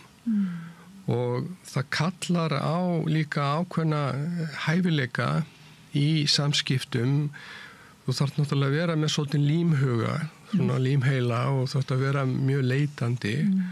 og líka kannski svolítið ADHD að þú í staðan fyrir að hafa þennan öfundsverða hæfileika að geta söktir onni í einhver eina bók eða einhver eina fræðigrein að þurfa alltaf að hoppa yfir í eitthvað annað. Ekki ADHD að vísu sökka sér mjög mikið onni í einu og svo þegar botni náða þá stökka yfir næstu. Já, það getur verið, það getur en þetta líka, þegar grantir skoða þá þegar maður tekur tímafaktorinn með reikningin og núna geti ég horft tilbaka, ég að vera 65 ára. Ég sé hlutina annan hátt núna heldur en gerði þegar ég var bara ungu doktorsnemi. Að þegar ég horfa á mína nánustu kollega sem eru þá faglegir, ekki þverfaglegir, að þá sér maður það að þau eru ekki bara að fara á dýptina, heldur eru þau yfirleitt með einhvers konar hlíðarverkefni, hlíðarsvið. 2, jafnvel 3. Sem þannig að þau eru eftir því sem að tíminn líður hjá þeim. Jú, þau fara vissulega alltaf meira og meira á dýptina, en þau eru líka að breyka sig. Aftur móti svona ferfræðingar eins og ég, að við við erum í breytinni og við erum alltaf að leitast að breyka okkur, en við erum líka að dýpka okkur á tilteknum sviðum og einmitt bókin mín víðerni einmitt dæmi það að þarna ég búin að verja síðustu 4 árum eða mínum svona frítíma síðustu 4 ár til þess að ná utan þetta tiltekna viðfangsefni. Það er orðið víðerni, víð á nú við þetta þver víðfaglega eiginlega svolítið þannig að hér er þú eiginlega notar víðernin verða svona eins og þau tengja þessi ólíku svið kannski saman eða hvað? Já, ég nota í rauninni allt þetta sem ég kann. Það er reyndar þetta fyrsta sem fólk spyrir mig það sé ekki mikið af ljósmyndum af því að það ekki mér sem ljósmyndara og ég hafa segið það er engin ljósmynd í bókinni. Nei. Og þetta er bara mynd eftir Gyrði Elíasson framan á bókinni. Já, og ég vil taka það fram að ég vil koma framfari mjög djúpum þökkum til Gyrðis fyrir að fá leyfi til að nota þessa stórkostlegu mynd. Falleg. En já, ég sem sagt er að nota alla þennan sarp sem að ég hef safnað í á síðustu 30-40 árum og beiti því öllu í þessari nálgun minni á þetta tiltekna viðfangsefni. En svona kannski áðinu förum yfir í bókina, hann langaði mig aðeins að halda áfram með þetta með byggðamálin. Já. Af því að mér finnst þetta að vera svo mikil synd. Það er svolítið eins og stjórnvöld hafi einlega bara afskrifað landsbyggðina. Að það er bara gert ráð fyrir því að á landsbyggðinni þar sé bara frumframleiðsla meðan það er einhver fiskur í sjónum, meðan það er hægt að vera með einhverja kindur eða kýr og samfélögin sem sagt á landsbyggðinni þau þurfi ekkert að þróast á sama hátt og samfélögin eru að þróast á höfuðborgarsvæðinu.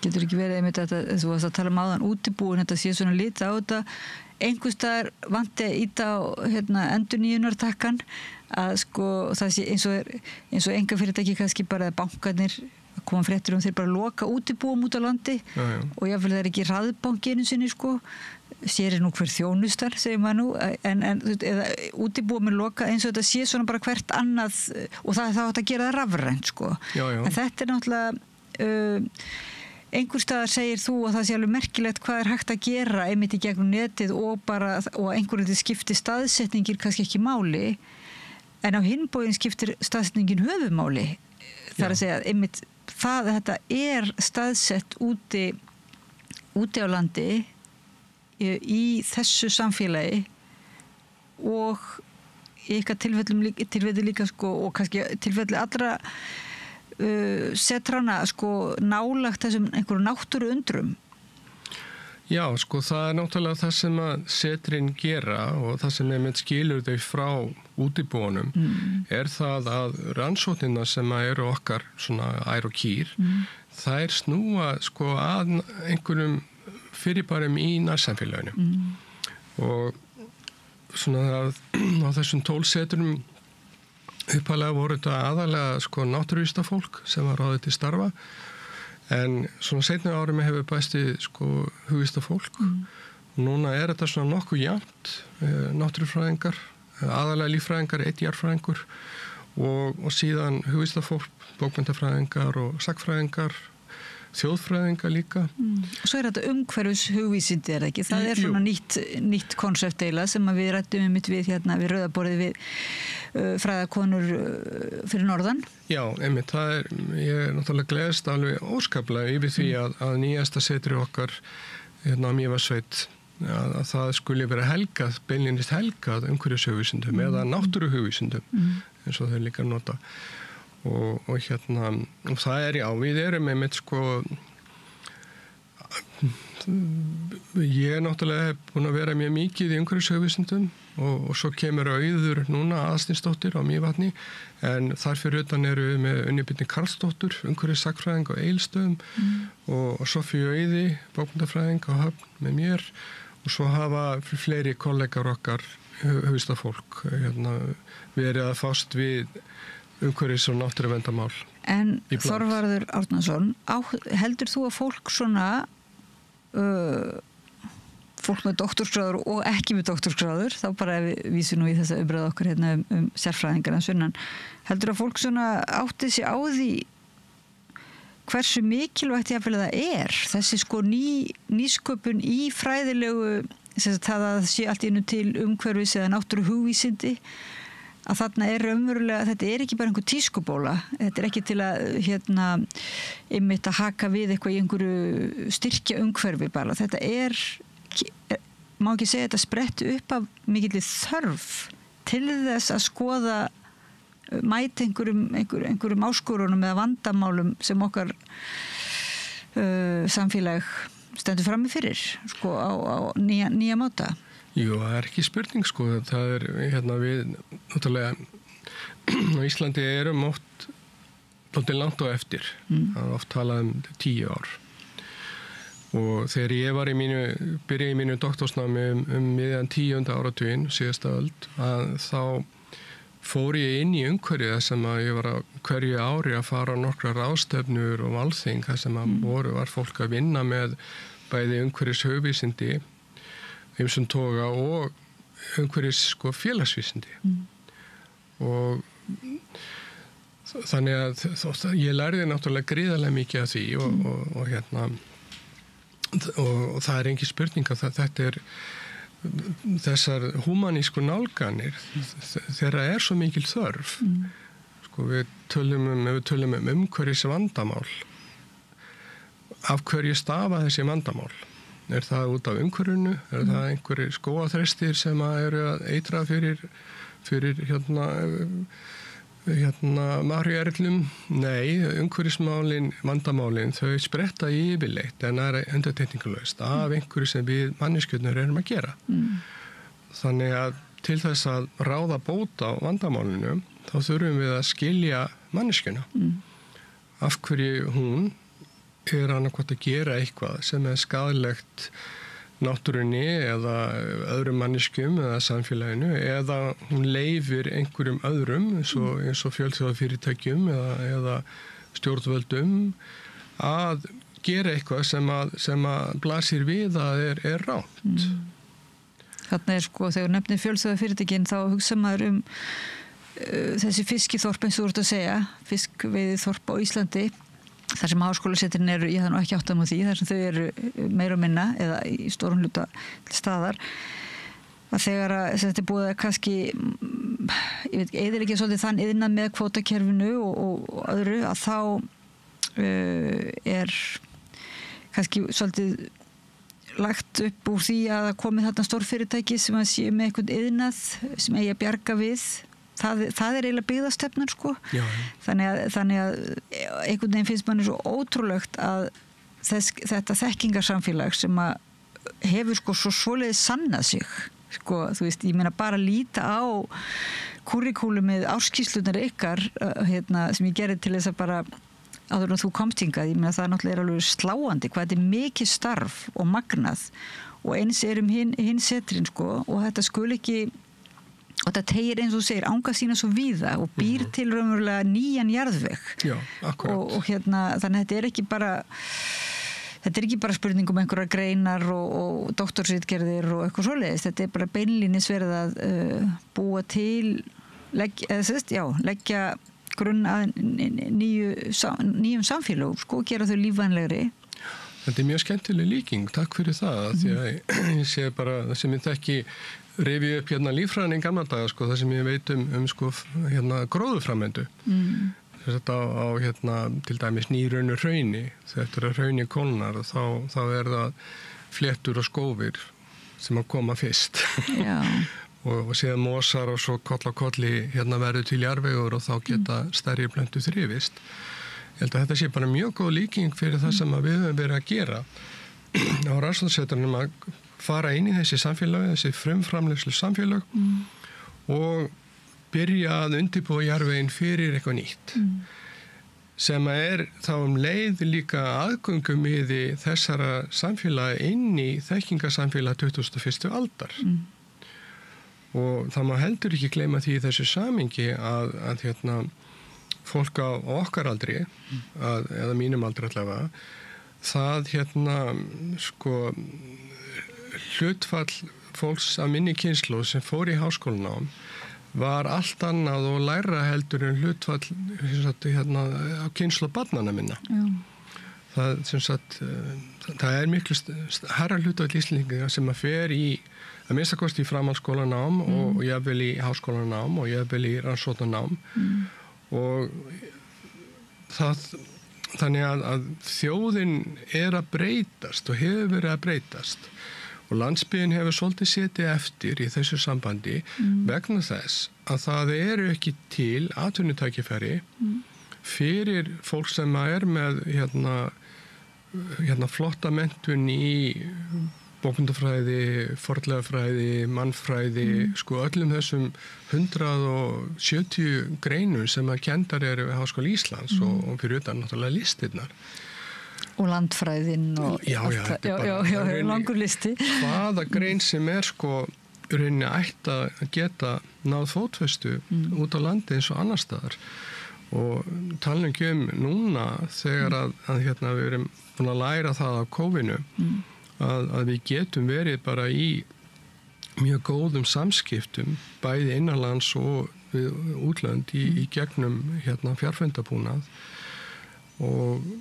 en þannig að þetta finnst mér kannski vera stóra áskorunin í byggðamálum og það er einhvern veginn að viðurkenna þetta og þá náttúrulega hluta því er að viðurkenna okkar hlutverk sem þessar fléttur og skófir en líka bara náttúrulega efla þessa samfélagsbreytingu og samfélagsþróun á öllum sviðum að þetta var lengi einhvern veginn viðkvæðið að kjarnin í byggðastefnu var að fá álver og það var slegist álver og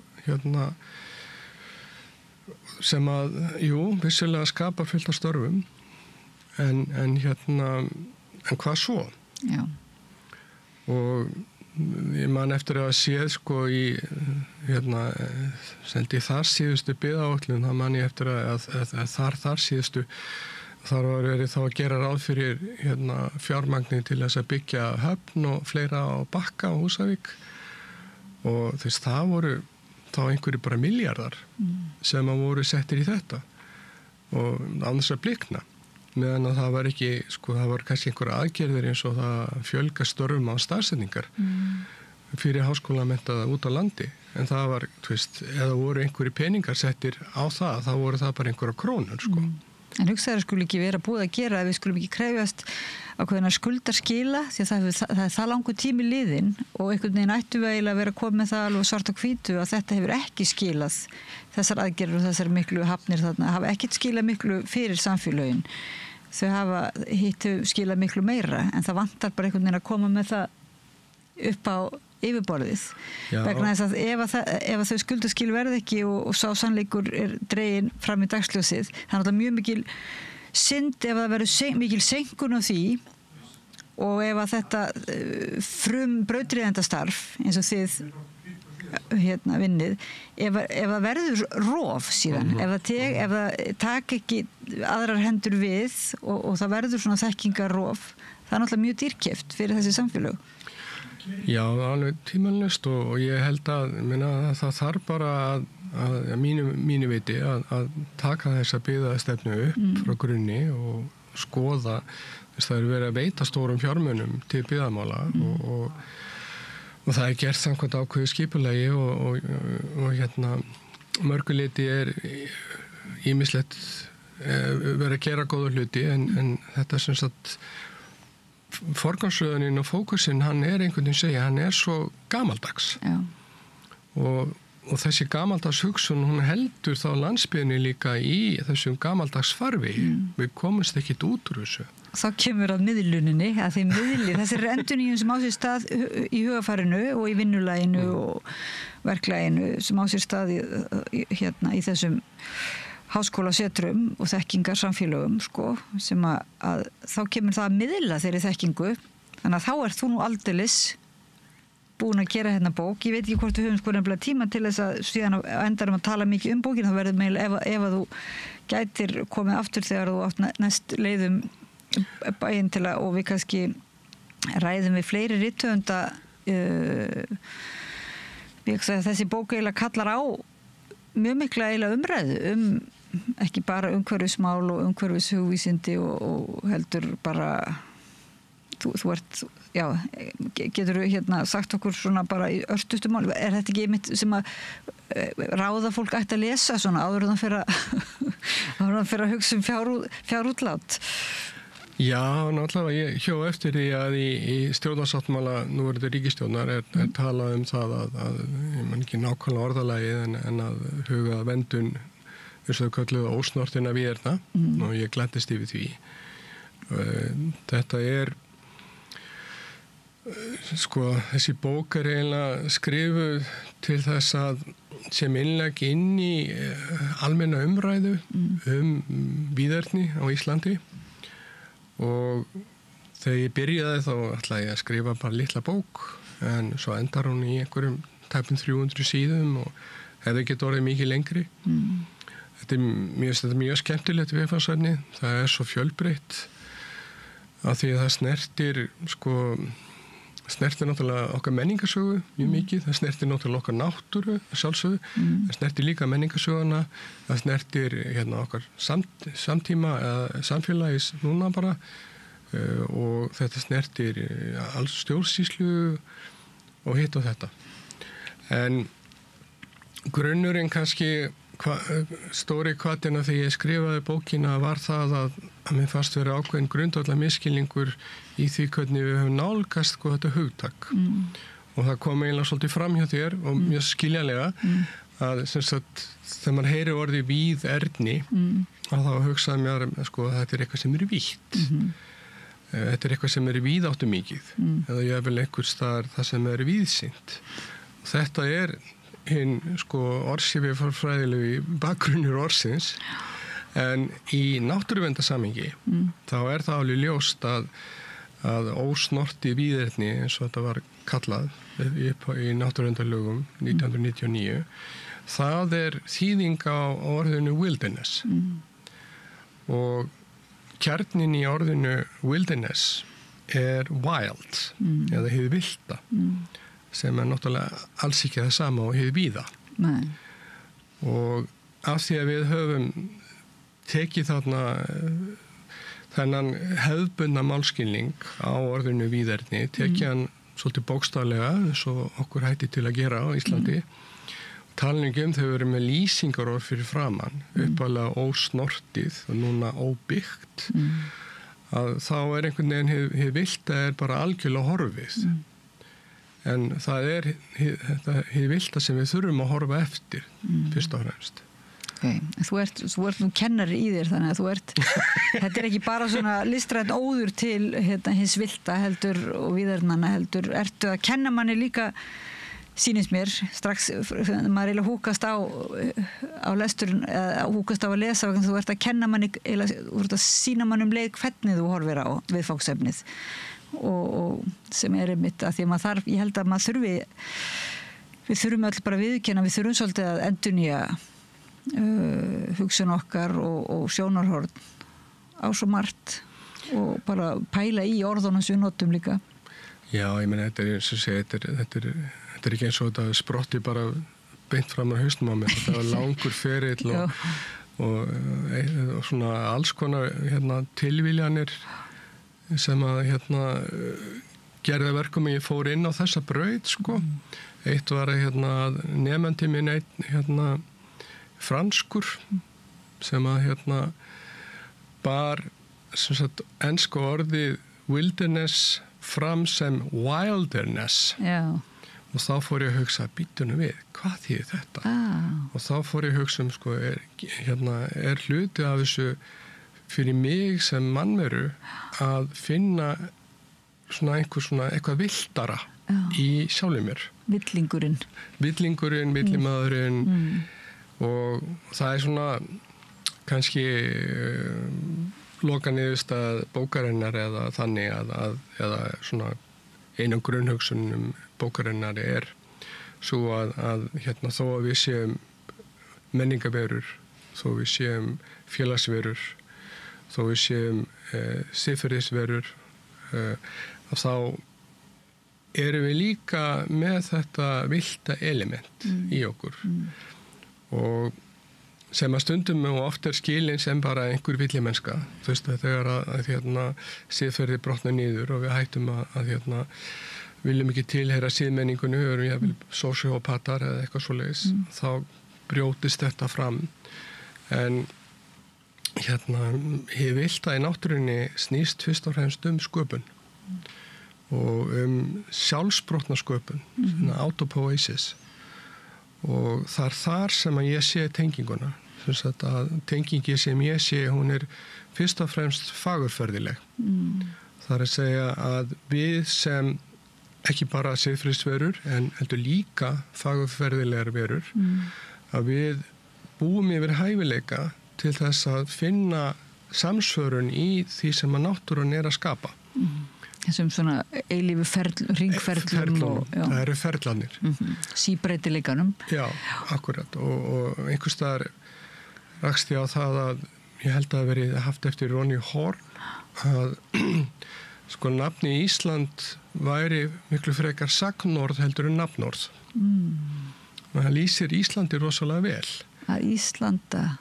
Nei. Já, eða bara, þú veist, Íslandi er verðandi. Já, svoleiðis. Það er svo mikil kvika í öllu landinu og sérstaklega kannski óvenju mikil kvika í hinnu dauðu náttúru á Íslands, sko jarðfræðilegum fyrirbærum, landmótun, jöklunum og eldgosunum að sjálfsögðu. Og þannig að þessi öfl eða ferlar, þeir eru stöðugt að breyta öllu í kringum okkur og þá leið sko fyrir aðra lífverur, plöntur og dýr og bara allt sko og síðan eru sem sagt lífverurnar sjálfar, þær eru sem sagt ekki bara einhverja vélar sem eru forritaðar af einhverjum erfðaefni. Þær eru lifandi verur, þær hugsa á sinn hátt, flesta þeirra eru með einhvers konar tjárskipti sín á milli. Skrif ekki bækur en þau geta samt sko komið boðum á milli. Það er miklu meiri samhjálp í náttúrunni heldur en að menn hafa talið. Menn hafa verið rosalega fastir í samkeppnishugmyndum. Samkeppnin væri grunntónn lífsins sko. Það er alls ekki svo einfalt. Já, dýraríkissamkeppnin einhver leiti, sumuleiti dýraríkis, já. Jú, samkeppnin auðvitað skiptir máli, en það er miklu meiri samvinna og samkennd í flórunni og samlífi og þetta er svo eiginlega bara sko hugmyndafræðileg slagsíða sem að menn hafa verið að leiðrétta núna á undanförnum árum og þannig að og þessar þá hugsandi, myndandi lífverur, þær eru líka virkir gerendur. þær eru að breyta umhverfinu í kringu sig meðan þær lifa. Það eru að breyta líka kategóriónum í háskólastarf, í rannsóknarstarfinu sem sagt, á háskólasetrunum sem eru nær náttúrunni, að þá er sem sagt komin bara þverfagleikin verður að veruleika og verða til umhverfis hugvísindi og verða til alls konar svona hýbrid hugtök. Já, þetta bara, þið eru þarna bara miðlar umverulega boðum frá... Já, það er svolítið skemmtilegt að hugsa þannig. Við vorum einmitt að klára ársfundin okkar sem er langskemmtilegasta ráðstefna ársins í mínum huga. Ekki bara það, ég fæ hitta mína vini og kollega sem að ég hef verið að vinna með núna í bráðum 20 ár. Alveg frábæra manneskjur. Heldur, erum við þá alltaf, við erum með ráðstefnu þar sem við skiptumst á að vera með erindi og þau koma frá, ég vildi aldrei 2 frá hverju setri, þannig að þetta er mjög fjölbreytt og svo erum við með fund daginn eftir og þá heyrum við frá öllum fyrir allar hringin og ég tók eftir í sérstaklega núna hvað allir voru áhugasamir að hlusta á það sem að hinur höfðu fram að færa. En gaman. Þetta svona tengist því sem ég sagði áðan maður þarf að læra þverfagleika. Já. Þú og það hefur gerst með því að mæta þarna einu sinni 2 ára ári yfir 5, 10, 15 ára tímabil og þá höfum við öll lært að fá áhuga og skilning á því sem að hinir eru að gera. Ekki vanþorf á í okkar samfélagi að læra samlíðan, samkennd, samvinnu. Já, einmitt. Þorvarður Árnason, rithöfundur og forstöðumaður háskólasetursins í Höfn, í Hornafirði. Já. Nýhöfn, Nýheimum. Nýheimum, já. Nýheimum. Já. Og ljósmyndari og listamaður með mér.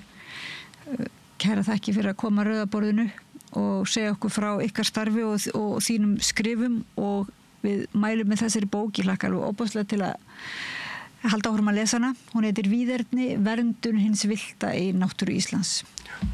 Takk fyrir. Takk sem ég leis, kærlega. Samlokubrauð, maltbrauð, tékkneskt brauð, súrdeigsbrauð, brauð ársins, Bernhöfts bakari, íslenskt handverk síðan 1834. Ég rætti þarna við Þorvarð Árnason, forstöðumann Rannsóknarseturs Háskóla Íslands á Hornafirði rannsóknarsetrið og nýútkomna bók hans Víðerni. Við ljúkum úrvalinu þessa vikuna á háskólamálum. Það er nýbúið að kjósa nýjan rektor Háskóla Íslands. Silja Bára Ómarsdóttir kom hérna í spjall til Gunnars Smára í síðustu viku því að hann eiginlega, samstöðin var eini fjölmiðlinn sem að gerði þessum kostingum svo góð skil að ræða við alla frambjóðendurna og svo í seinni umferðinni ræddi Gunnar Smári við þá sem að fremstir stóðu í samkeppninni. Það voru þau Magnús Karl Magnússon, prófessor í læknisfræði og Silja Bára Ómarsdóttir, prófessor í stjórnmálafræði og þau komu saman í spjall í vikunni rétt áður en byrjað var að kjósa á ný, ræða háskólasamfélagið og stóra samhengið. Við skulum enda úrvalið á þessu spjalli, síðan kom í ljós að Silja Bára var kjörinn formaður en það er enga síður áhugavert og mikilvægt að hlusta á þeirra sín. Gunnar Smári ræði við Magnús Karl Magnússon, prófessor í læknisfræði og Silju Báru Ómarsdóttur, prófessor í stjórnmálafræði rektorskjörið. Gjörði svo vel. Og þannig líkur úrvalinu hjá okkur við Rauðaborðið þessa vikuna. Við þökkum öllum hlustendum og áhorfendum, öllum viðmælendum og þáttastjórnendum og tæknifólkinu okkar, Laufey Líndal og Pétri öllum, við erum hérna, ég tel okkur ekki upp dagskrárgerra fólkið og alla viðmælendunir og það eru ótal fleiri þættir inn á síðun okkar sem í heild, svona rauðuborðþættirnir í heild og síðan líka klippur með einstökum viðtölum. Núna helgina mikið prógram líka við Rauðaborðið, Synir Egils verða á sínu stað og ég segi bara góða helgi og sjáumst í næstu viku. Ertu á leið heim úr vinnu? Stilltu á FM 89,1.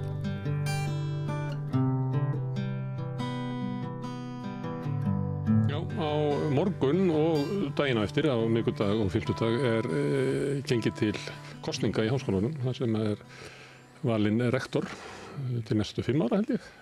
Og þetta seinni umferðin, við fórum svolítið yfir frambjóðendur í fyrri umferðinni, tókum hérna 5 viðtöl við þau. En þau eru 2 eftir, það reglan í háskólanum eins og víða, það sem verið að kjósa, svona átvita, að það önnur umferð, þannig að sá sem að fara kjör, það alltaf meira en 50% atkvæðaregla.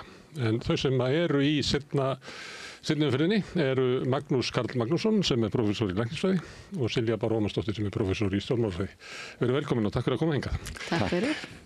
Ég má ekki bara byrja á að spyrja hvað snúast þessi kosningar, Magnús? Að mínu mati snúast þau að gera háskólaumræðu, nýsköpunar og rannsóknar vísindaumræðu að almannaeign. Við þurfum að tala við samfélagið okkar, við þurfum að sannfæra fólk það að það sem háskóla gera sé samfélaginu til heilla. Og þá leið, þegar við eigum þetta samtal, erum við að samfæra þjóðin okkar það að við eigum að fjárfesta í þessu rétt eins og nágrannar okkar gera. En segir þetta vegna þess að háskólinn hefur alltaf gert þetta er alltaf meginhlutverk hans, eða þetta sem að háskólinn hefur kannski ekki rækt eins og hefði átt að vera að undanfinna? Ég held við ekki rækta nógu vel på síðkastið og ástæðan sem ég segi þetta að ef við tökum lýðræðislega umræðu, kannski þess að lýðræðisveislu sem alþingiskostningar eru, þá í síðustu 2 alþingiskostningum hefur ekki verið rætt háskóla. Ég ekki að halda því fram að háskólar eiga að vera efst á blaði í þjóðfélagsumræðu, en þeir eru bara hluti af lýðræðisumræðu og við eigum átt okkur á því að háskólar eru hreyfiafl breytinga í samfélaginu.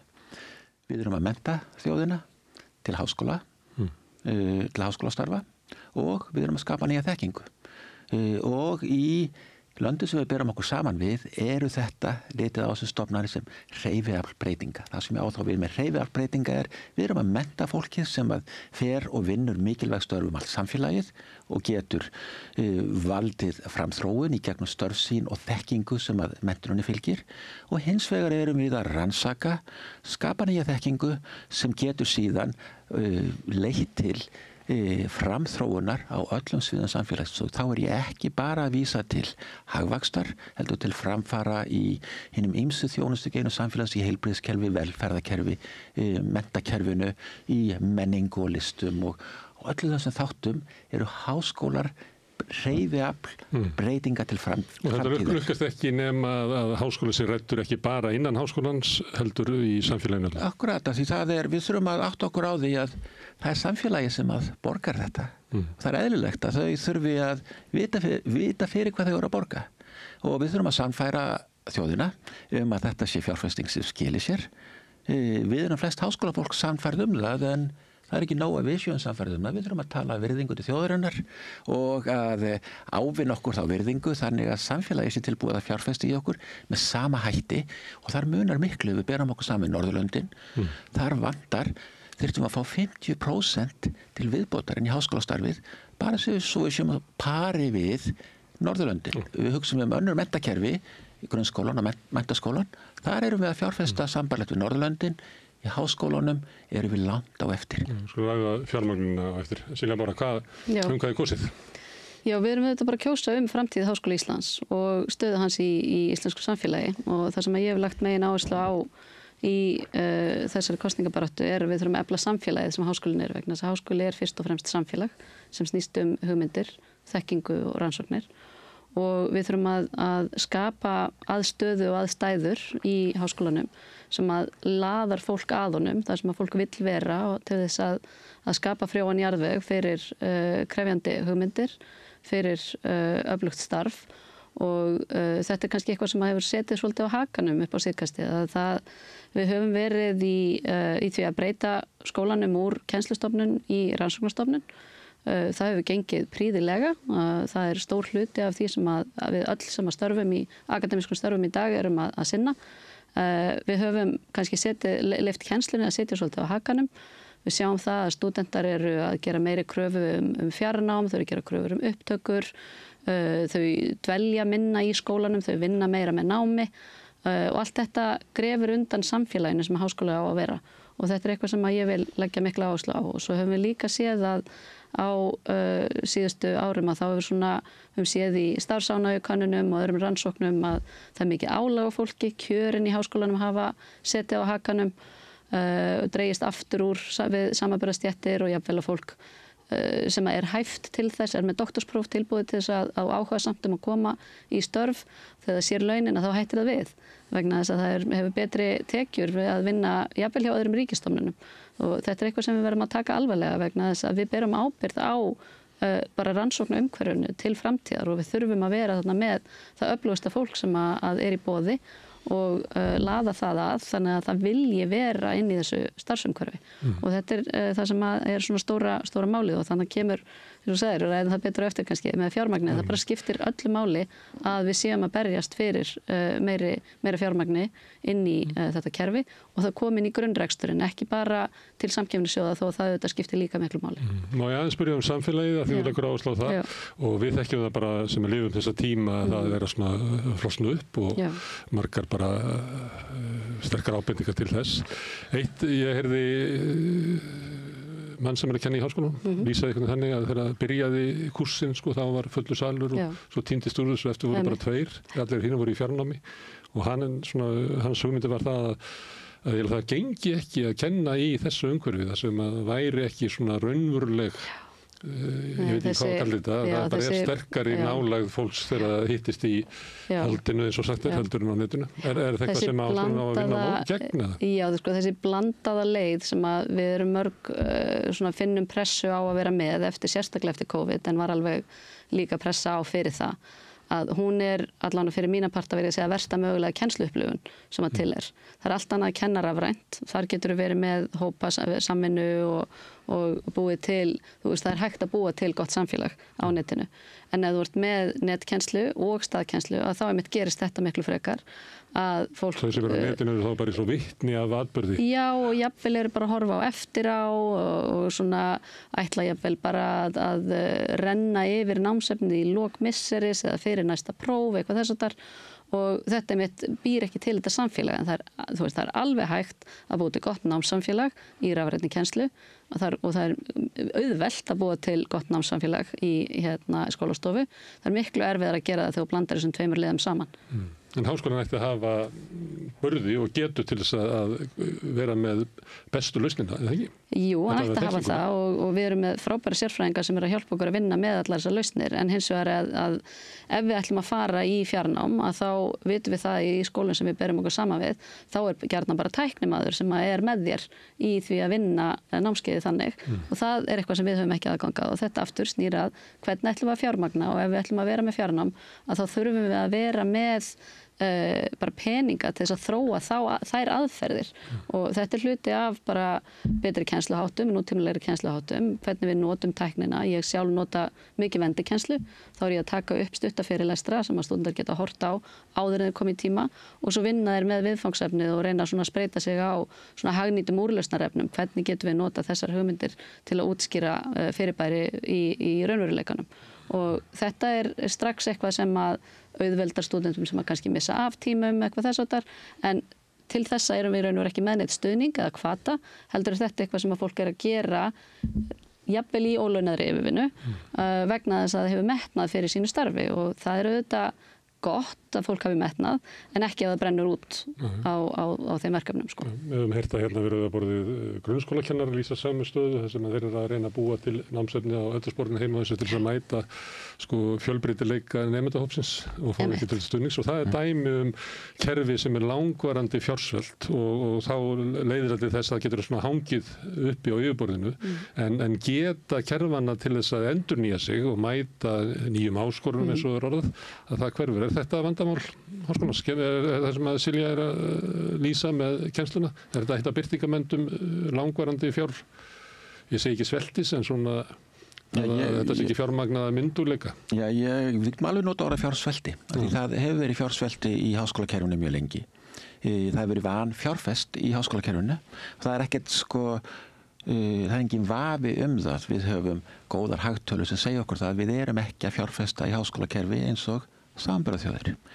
Afleiðingin af því sú að fólki sem vinnur í þessum stofnunum það þarf að hlaupa hraðar.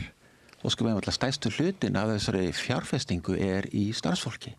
Ef þú ert með verulega minna fjármagn, þá þarf fólkið að hlaupa hraðar. Þetta er afleiðing, þetta er beinafleiðing. Þetta á við fólki í stjórnsýslu, þetta á við fólki sem að kenna í akademísku störfunum og rannsaka. Þetta á við í samvændi við nýliðun sem við sjáum mjög sterk merki það að nýliðun hefur minnkað. Við tölum til dæmis akademíska starfsmenn sem svona hefðbundnu stöðunar eru lektor, dósent og prófessor. Á síðustu 9 árum hafa þeir farið úr 600 í 633. Það að segja það 4% aukning. Þetta á 9 ára tímabili, þannig að þetta eiginlega getur sagt að hafi staðið í stað. Þetta merki það að stofnunin í fjársvelti. Hvernig hefur háskólinn brugðist við auknum kröfum menntun. Það hefur farið út í að ráða í akademísk störf annars vegar stundakennara sem mjög láglaunaðir og hins vegar í störf sem kallast aðjúnktar sem að hafa allt önnur kjör og aðgang til framgangs í kerfinu sem að þínu klassísku akademísku starfsmenn hafa þegar hafa þeir ekki í þessum störfum. Þannig að háskólinn viðbrögðin við þessu fjársvelti það að við erum ekki í nýliðun. Og þetta bitnar á gæðum starfsins, það ekkert vafamál. Þegar við erum að tala svona tölur, þá þurfum við bara átt okkur á því að krónurnar sem eru að fara inn í háskólan, þær eru að fara til þessara að borga launin. Og þegar við gerum það fyrir mun færri krónur, það þýðir það að stofnunin getur ekki staðið undir því sem hún vildi geta gert. Til að stuðla að betri kennsluháttum.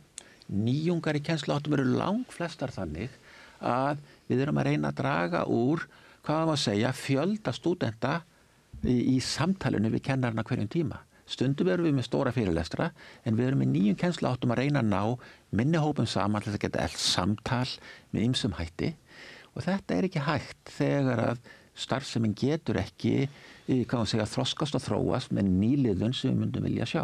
En þetta bara beinar afleiðingar, þannig við verðum alltaf að hugsa það að þegar við erum að fjárfesta þá fjárfestingin og leiðir til einhvers. Silja, ef að þetta samspil samfélags og háskóla og ef að það þannig að fjárveitingar til háskólan svona draga saman allavega miðað við þarfir, þá bendir það til þess að samfélagið upplifir ekki mikilvægi þess að fjárfesta í háskólan. Nei, nákvæmlega. Já, ég veit ekki hvers vegna þetta gerist til að byrja með, en þetta sannarlega bara afleiðing af langvarandi vanrækslu á háskólakerfinu og einhverju leiti kannski svona eimir eftir af svona þessari gamlu hugmyndum að það væri nú ekkert merkilegra en hvað annað það veri í háskólanámi, en hvort sem það merkilegra eða ekki þá það mikilvægt. Og þetta bara geiri sem vanfjármagnaður og þarf að virkilega taka til í ef við ætlum að vera samkeppnishæf og það líka að við reiðum okkur á það að héðan fari okkar stúdentar í framhaldsnám erlendis og hinga til að þá höfum við geta treyst á það að þau komi vel undirbúin í það nám og geti bætt við sig og komið heim með bara viðbót og aukna breytt í íslensk samfélag og inn í íslenska akademíu.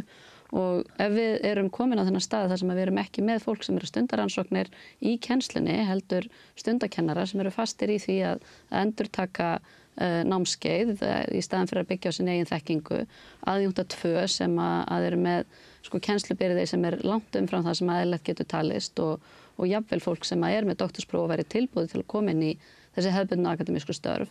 Það hefur ekki ráðrúm til að viðhalda sinni þekkingu sínu rannsóknum.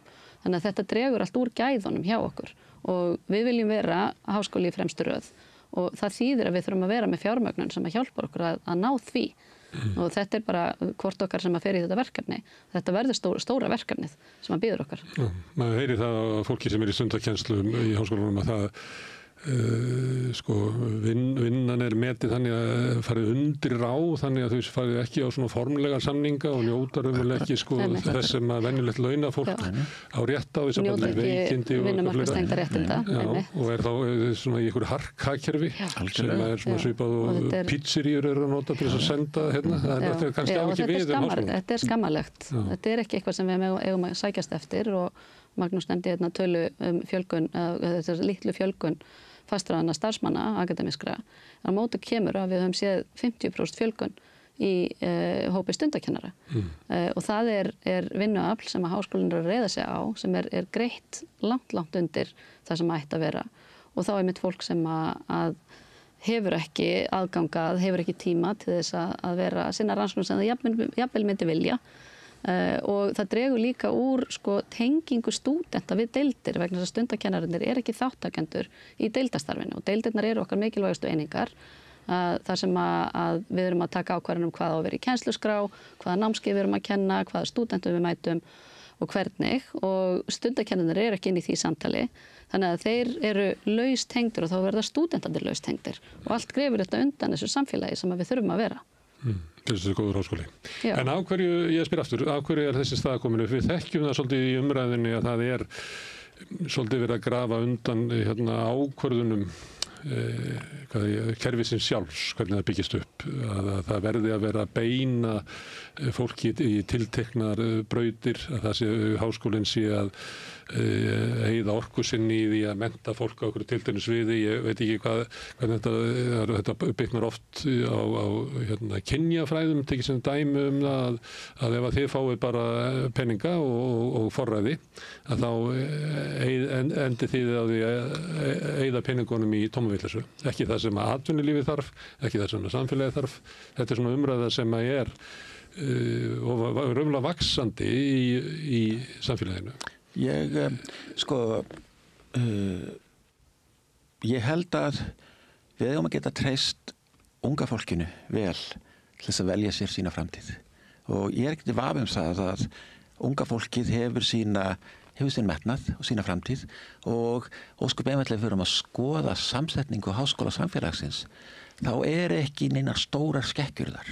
Við getum deilt einhverja smávægilegar tölur í einni deild versus annari en ég held við séum ekki einhverja stórfelldar skekkjur í því hvað ungt fólk hefur metnað til að gera. Og ég skynja það heldur ekki kannski í menntapólitíkinni eða það sé mikill þrýstingur á þetta. Þetta eru raddir sem koma einhvers staðar frá en ekki áberandi. Þannig að þetta held ég sé kannski ekki stóra málið en við þurfum þetta sé ekki að grafa undan trausti en við verðum að treysta unga fólkinu til þess að velja sér sína framtíð og það kannski svona grundvallaratriði og við höfum að reyna að sinna unga fólkinu og uppfylla þeirra þarfir hvað menntun varðar og á sama tíma þurfum við að fjárfesta í unga fólkinu við þurfum að fjárfesta í háskólan sem þau eru að ganga í og við þurfum að fjárfesta í því að þau geti helgað sér náminu með öflugum styrkja og námslánakerfi í menntasjónum. Þetta allt spurningum fjárfestingar, hann að fjárfesta í framtíð. Og ég held að við háskólafólk erum ekki að segja að við eigum að fjárfesta í háskólum frekar en til dæmis iðnmenntun. Iðnmenntun gífurlega mikilvæg fyrir okkar samfélag. Þetta ekki spurningum það að við séum að deila það að fara í háskóla frekar en iðnmenntun. Iðnmenntun skiptir miklu máli líka. Heldur þetta spurningum þjóð sem tilbúin að fjárfesta í framtíðsinni og þarna höfum við hvað háskólana varðar höfum við vanfjárfest og þetta eru afleiðingar sem við þurfum að huga að og þetta eru hlut sem við þurfum að tala við samfélagi. Ég held að samfélaginu svona í heilsinni þykir vænt háskólan. Ég er ekki á þeirri skoðun að samfélagið líti niður á háskólamenntun.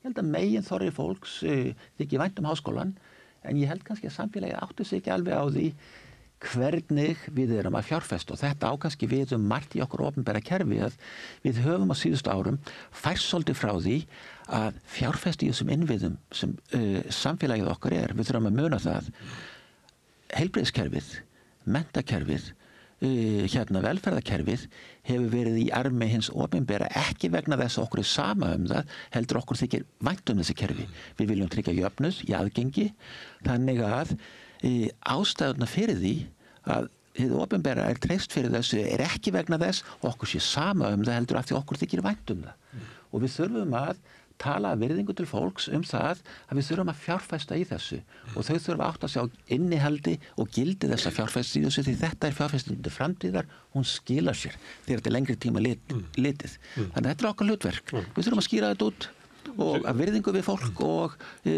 samferðingarkrafti og dálítið passion fyrir þessum störfum sem við erum að gegna og þá ég ekki vafa það að við förum að fá meðbyr í seglina því að við höfum mjög sterk rök. Þau eru talnanleg og þau eru líka ákveðin bara gildismat fjárfestingu til framtíðar. Silja, ég ætla ekki að gera of mikið úr þessu svona naggi en ég samt vilja ræða það vegna þess að einhver leyti mætti segja það sem að Magnús að segja að það vanti eiginlega svona farveg fyrir svona heilbrigðari umræðu háskólasamfélagið og þegar það ekki að þá verður naggið svolítið svona hávært og stundum finnst mér að það hafi áhrif bara á hvernig stjórnmálinn tala það og kannski ástæða fyrir því að háskólinn ekki á svona dagskrá stjórnmálanna en einu ráði. Já, gæti verið. Ég held að við þurfum líka bara átt okkur á því að fólk ekkert alltaf að hugsa hvaða gagn menntun þess gerði og við heyrum til dæmis, einmitt, þú nefnir stjórnmálin. Við horfum á og segir, hvaða menntun hefur þessi til að gegna þessu starfi. Þú kemur sem dýralæknirinn í fjármálaráðuneytið eitthvað þess að þar, við munum alveg svona umræður. Og fólk ekki að horfa á hvað það sem þú lærir í háskóla. Þú átt að læra gagnrýna hugsun, þú átt að taka hana með þér. Og þessi áhersla sem stjórnvöld eru stundum að setja eins og það núna mikið sagt að við þurfum að auka STEM-menntun. Það eru þessi raunvísindi, science, technology, engineering og math, bara að það þurfa að fókusera á það. Og það eitthvað svona, já, því það eitthvað, já, raun og veru, eða ekki heilbrigðisvísindi einu sinni heldur, þú veist, þetta eru þessi svona verkfræði og náttúruvísindi kannski. Og þá einhver hugmyndum að þetta séu hlutinni sem gagnast atvinnulífinu, eins og það skilgreint. Hvað stærsta breytingin á samfélaginu okkar núna á síðustu kannski 2 árum? Gervigreindin. Hvar væri hún ef ekki væri fyrir málvísindi? Og við hugsum ekki málvísindi sem hluta af þessu. Við þurfum að átta okkur á því, þú veist, það samhengið þarna milli og hvað sem þú ert búin að læra, þá eitthvað sem þú tekur með þér hvernig þú lærir. Og það svo mikið sem hlutverk háskólana. Og þess vegna þurfum við ekki bara að verja, heldur við sem að sækja fram í að vera með menntun sem að til dæmis á sviði hugvísinda, þar sem að heimspekin, kannski svona móðir allra fræða, það grundvallar fag. Mikael Karlsson, gamall kollegi úr heimspekinni, hann sagði alltaf að hann þekkti enga atvinnulausa heimspekinga. En það mjög ráðandi hjá ungu fólki og maður finnur það til dæmis á háskóladaginn þegar fólk að koma, ungmenn að koma og skoða hvað geta þau lært og þá spyrja þau gjarnan, hvað geti orðið? Og það okkar verkefni að hjálpa þeim að sjá að það ekki starfsheitið eitt og sér, heldur að það grunnurinn sem þú ert að læra. Þú ert að læra að hugsa, þú ert að læra að meta gögn, þú ert að læra að skrifa, tjá þig og það þetta sem á að skila þér áfram í lífinu. Og þetta skilaboðin sem við þurfum að fá inn í samfélagið að við bætum samfélagið með því að vera með góðan háskóla. Og líklega endurspegla, líka í vali stúdentana fjárhagslegir þættir sem endurspegla hugmyndir atvinnulífsins og samfélagsins. Já, hvað get ég orðið, hvaða vinnu fæ ég, og þau sjá ekkert alltaf. Og ég man alveg eftir að hafa verið þarna 18-19 ára og hugsað bara hvað ger ég með stjórnmálafræði? En ég bara veit að ég hefði aldrei viljað, fara aðra leið. Þetta nákvæmlega það sem að ég vil vera og vil vinna við. Lánasjóðurinn sem heitir Menntasjóður í dag, hann ekki nógu virkur, ég held að sé bara engin vafi það, að hann ekki svo stuðningur við fólk af efnavinnu heimilum sem ætti að vera og tryggir þar ekki jafnrétti til náms, þar sem að fólk af efnavinnu heimilu þarf þá frekar að vinna með námi heldur en aðrir sem ekki það sem er lagt upp með uppalega. Ég veit ekki hvort að þetta sé verkefni háskólans eða stúdentarhefingarinnar eða stjórnmálanna en einhvern veginn hefur þetta hörna svona neður á kannski 15-20 árum. Já, þetta verkefni háskólasamfélagsins. Þetta háskólasamfélagið. Við erum þarna, þetta dæmi það þegar hið opinbera að fjárfesta í menntun. Menntasjóðurinn tæki sem við notum til að gefa ungu fólki tækifæri til að mennta sig. Þegar fólki komið á háskólastig þá eigum við ekki að ætlast til þess að þau séu ennþá á framfærslu foreldra sinna. Og við þekkjum það bara sjálf þegar við hugsaum aftur í tíman að við vildum ekki vera á framfærslu foreldra okkar langt framundir 30, eitthvað þvíunlíkt. Þannig að þetta tæki eins og opinber alls að tryggja það að fólk geti fjárfest í þessu mikilvæga hlutverki sem menntun. Fjárfesting samfélagsins þetta ekki enganleg fjárfesting. Nei, þetta fjárfesting samfélagsins í framtíðinni. Þess að við talum við að fjárfesta í framtíð. Og unga fólkið framtíðin. En hefur háskólinn eitthvað stefnu í þessu máli? Já, hefur hann lagt til eitthvað lánakerfi eða styrkjakerfi eða? Ég held að háskólinn hafi verið of þögull með þetta mál. Þetta hefur lengst að verið litið á sem hagsmunamál stúdenta. Strax og ég lagði að staði þetta ferli áttaði mig á því að þetta væri lykilatriði í háskólaumræðu að við þurfum að standa saman í þessari baráttu, stúdentar og háskólar. Og háskólasamfélagi. Þetta hluti af háskólasamfélaginu þessari fjárfestingu. Við þurfum að vera bandamenn stúdenta í þessu því það ekki bara fyrir hagsmuni hvers einstaklings heldur sem eru mikilvægir, heldur þetta líka hagsmuni samfélagsins, háskólasamfélags að við séum með til dæmis nám þar sem að allir eru að taka þátt í náminu með jöfnum hætti þegar við sömu tækifærin til þess. Þetta jöfnunartæki en þetta líka tæki til þess að tryggja það að fólk geti sinnt náminu af þeim krafti sem það þarf. Því háskólanám full vinna og rúmlega það. Við erum ekki að tala það að fólk geti ekki unnið einhver aukavinnu með, en að það sé orðið eðlilega að fólk sé að vinna mikla vinnu til að framfleyta sér. Það bitnar á náminu, það bitnar á starfinu innan skólana, þannig að þetta hagsmunamál. Háskólans og stúdenta. Og fólksins sem á bara þannig aldri að það þarf að hafa félagslíf og stundum fjölskyldulíf og eitthvað að vera í fullri vinnu og í námi. Þú kemur út úr náminu með því að fjárfest minni tíma í að helga þig náminu.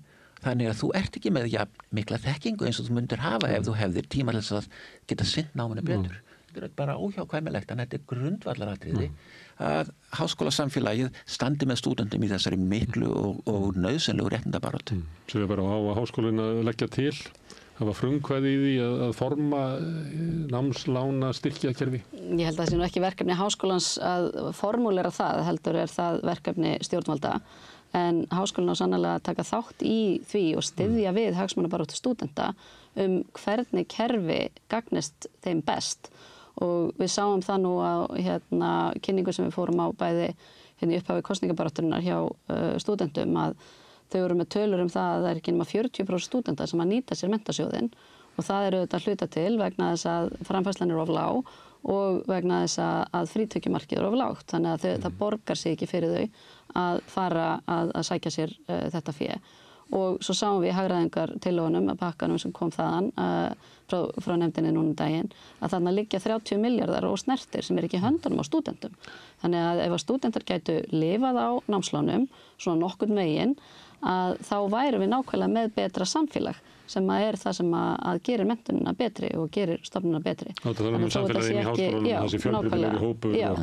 Og þetta auðvitað, ég veit að ég sjálf hefði aldrei farið í gegnum langskólanám ef ekki hefði notið við stuðnings frá lánasjóðnum sínum tíma. Það er mikil munur á því kjörin sem að ykkur bauðst því hvort þið tóku lán, heldur en krakkarnir sem eru í dag. Algjörlega, og þetta er þú veist og það að við séum að fara í raun og veru aftur á bak frekar en við sem að bæta kjörin þegar að það er orðin krafa á ungmenni að vera með í raun og veru BA-próf sem að kannski var ígildið þess sem að var krafan stúdentspróf fyrir mína kynslóð Þannig að við verðum að skapa aðstæður þar sem að þau geta verið í námi og geta sinnt því. Það er líka þá að ef þú kemur af efna að vera heimili að þá getur þau verið í náminu ótruflaður af áhyggjum, af fjárhagsáhyggjum. Það náttúrulega skapar þér alltaf aðrar forsendur til þess að ljúka námi og standa þig vel. Þannig að samkeppnishæfnin líka bara fyrir þau sem að þurfa að vera að vinna, að hún minnkar og tækifæri til þess að fara í alls konar starfsnám og fleira. Þetta er bara gríðarlega mikilvægt og þetta er sama líka með kjör starfsfólks. Þetta er auðvitað ekki verkefni rektors sem slíkt, en það er verkefni rektors að standa með þessum hópi í sinni kjarabaráttu, alveg eins og það er verkefni að standa með stúdentum í þeirra kjarabaráttu. Ég spyr svona vegna þess að hagsmunasamtök fyrirtæki og fleira veigra sér ekki við það að leggja fara tillögurnar fram fyrir stjórnvöld. Líklega í búastu því að stjórnvöld hafi ekki aflið til þess að móta þetta sjálf, þannig ég legg bara að hverju gerir þetta ekki bara sjálf. Þarna myndi ég segja að það væri stúdentar sem ætti að leggja fram, en auðvitað ættum við að styðja við þau í að þróa og móta þær tillögur. Þú nefndir umræðum STEM-greinarnar sem var svolítið kannski það síðasta sem maður heyrði í svona almenni pólitísku umræðum háskólan. Þar áður var svolítið að háskólinn ætti að stefna því að verða einn af, ég man ekki hvað markmiðið var, einn af 100 bestu háskólum. Var það ekki talað um það? Hann hefur ekki náð því. Nú erum við fámið þjóð, við erum jafnmörg og íbúar í Cardiff er ekki oft sagt. Ég veit ekki hvað háskólinn öflugur þar. Þekki ekki Cardiff. En er þetta raunhæft að við getum byggt upp öflugan og breiðan háskóla á Íslandi sem að raunverulega býður upp á nám og rannsóknir sem að standa samanburð við það sem að tíðkast hjá? Við að við eigum háskóla sem er einn af 100 bestu, það er umdeilanlegt hvort við náum því. En við eigum að hafa metnað fyrir því og við þurfum bara átt okkur á því að fjárfesting hér í háskóla, hún skilar alveg sömu endurkomu eins og fjárfesting í Noregi, í Svíþjóð og í Danmörku. Við erum með minna samfélag, þannig að hlutfarslega það er auðveldara fyrir Háskóla Íslands að hafa áhrif á samfélagið heldur en einn háskóla í stóru samfélagi. Þannig að þetta er allt bara spurning um hlutföll og við vitum það alveg að fjárfesting í háskólasamfélagi og fjárfesting í rannsóknum skilar sér. Það er ekkert vafamál. Það er marg búin að sýna fram á það og það er ekkert sem segir það að fjárfesting í íslensku samfélagi skilir sér eitthvað minna. Þannig við erum ekki að segja það að við eigum að hegða okkur eitthvað öðruvísi heldur nágranna þjóður okkar heldur, við eigum að hegða okkur eins og það gera hvað þetta varðar. Því það eru engin rök sem segja það að fjárfesting í menntun á Íslandi skilir sér ekki. Það er ekkert sem segir það er ekki spurning um stærð samfélagsins heldur aðferðafræði. Háskólamenntun, hún skilar sér. Rannsóknir skila sér alltaf lengri tíma en við vitum það hefur marg verið sýnt fram á það að fyrirtæki þau hafa ekki langtíma hagsmuni eða forsendur að fjárfesta í rannsóknum sem að hafa, getum við sagt og grunnrannsóknir. Það er staðreind þetta viðurkenna öll samfélög, meira segja Bandaríkin. Viðurkenna þetta hafa átt að segja á því að þið opinbera þarf að stíga þarna inn á fjárfesta. Því þetta eru hagsmunir samfélagsins alls.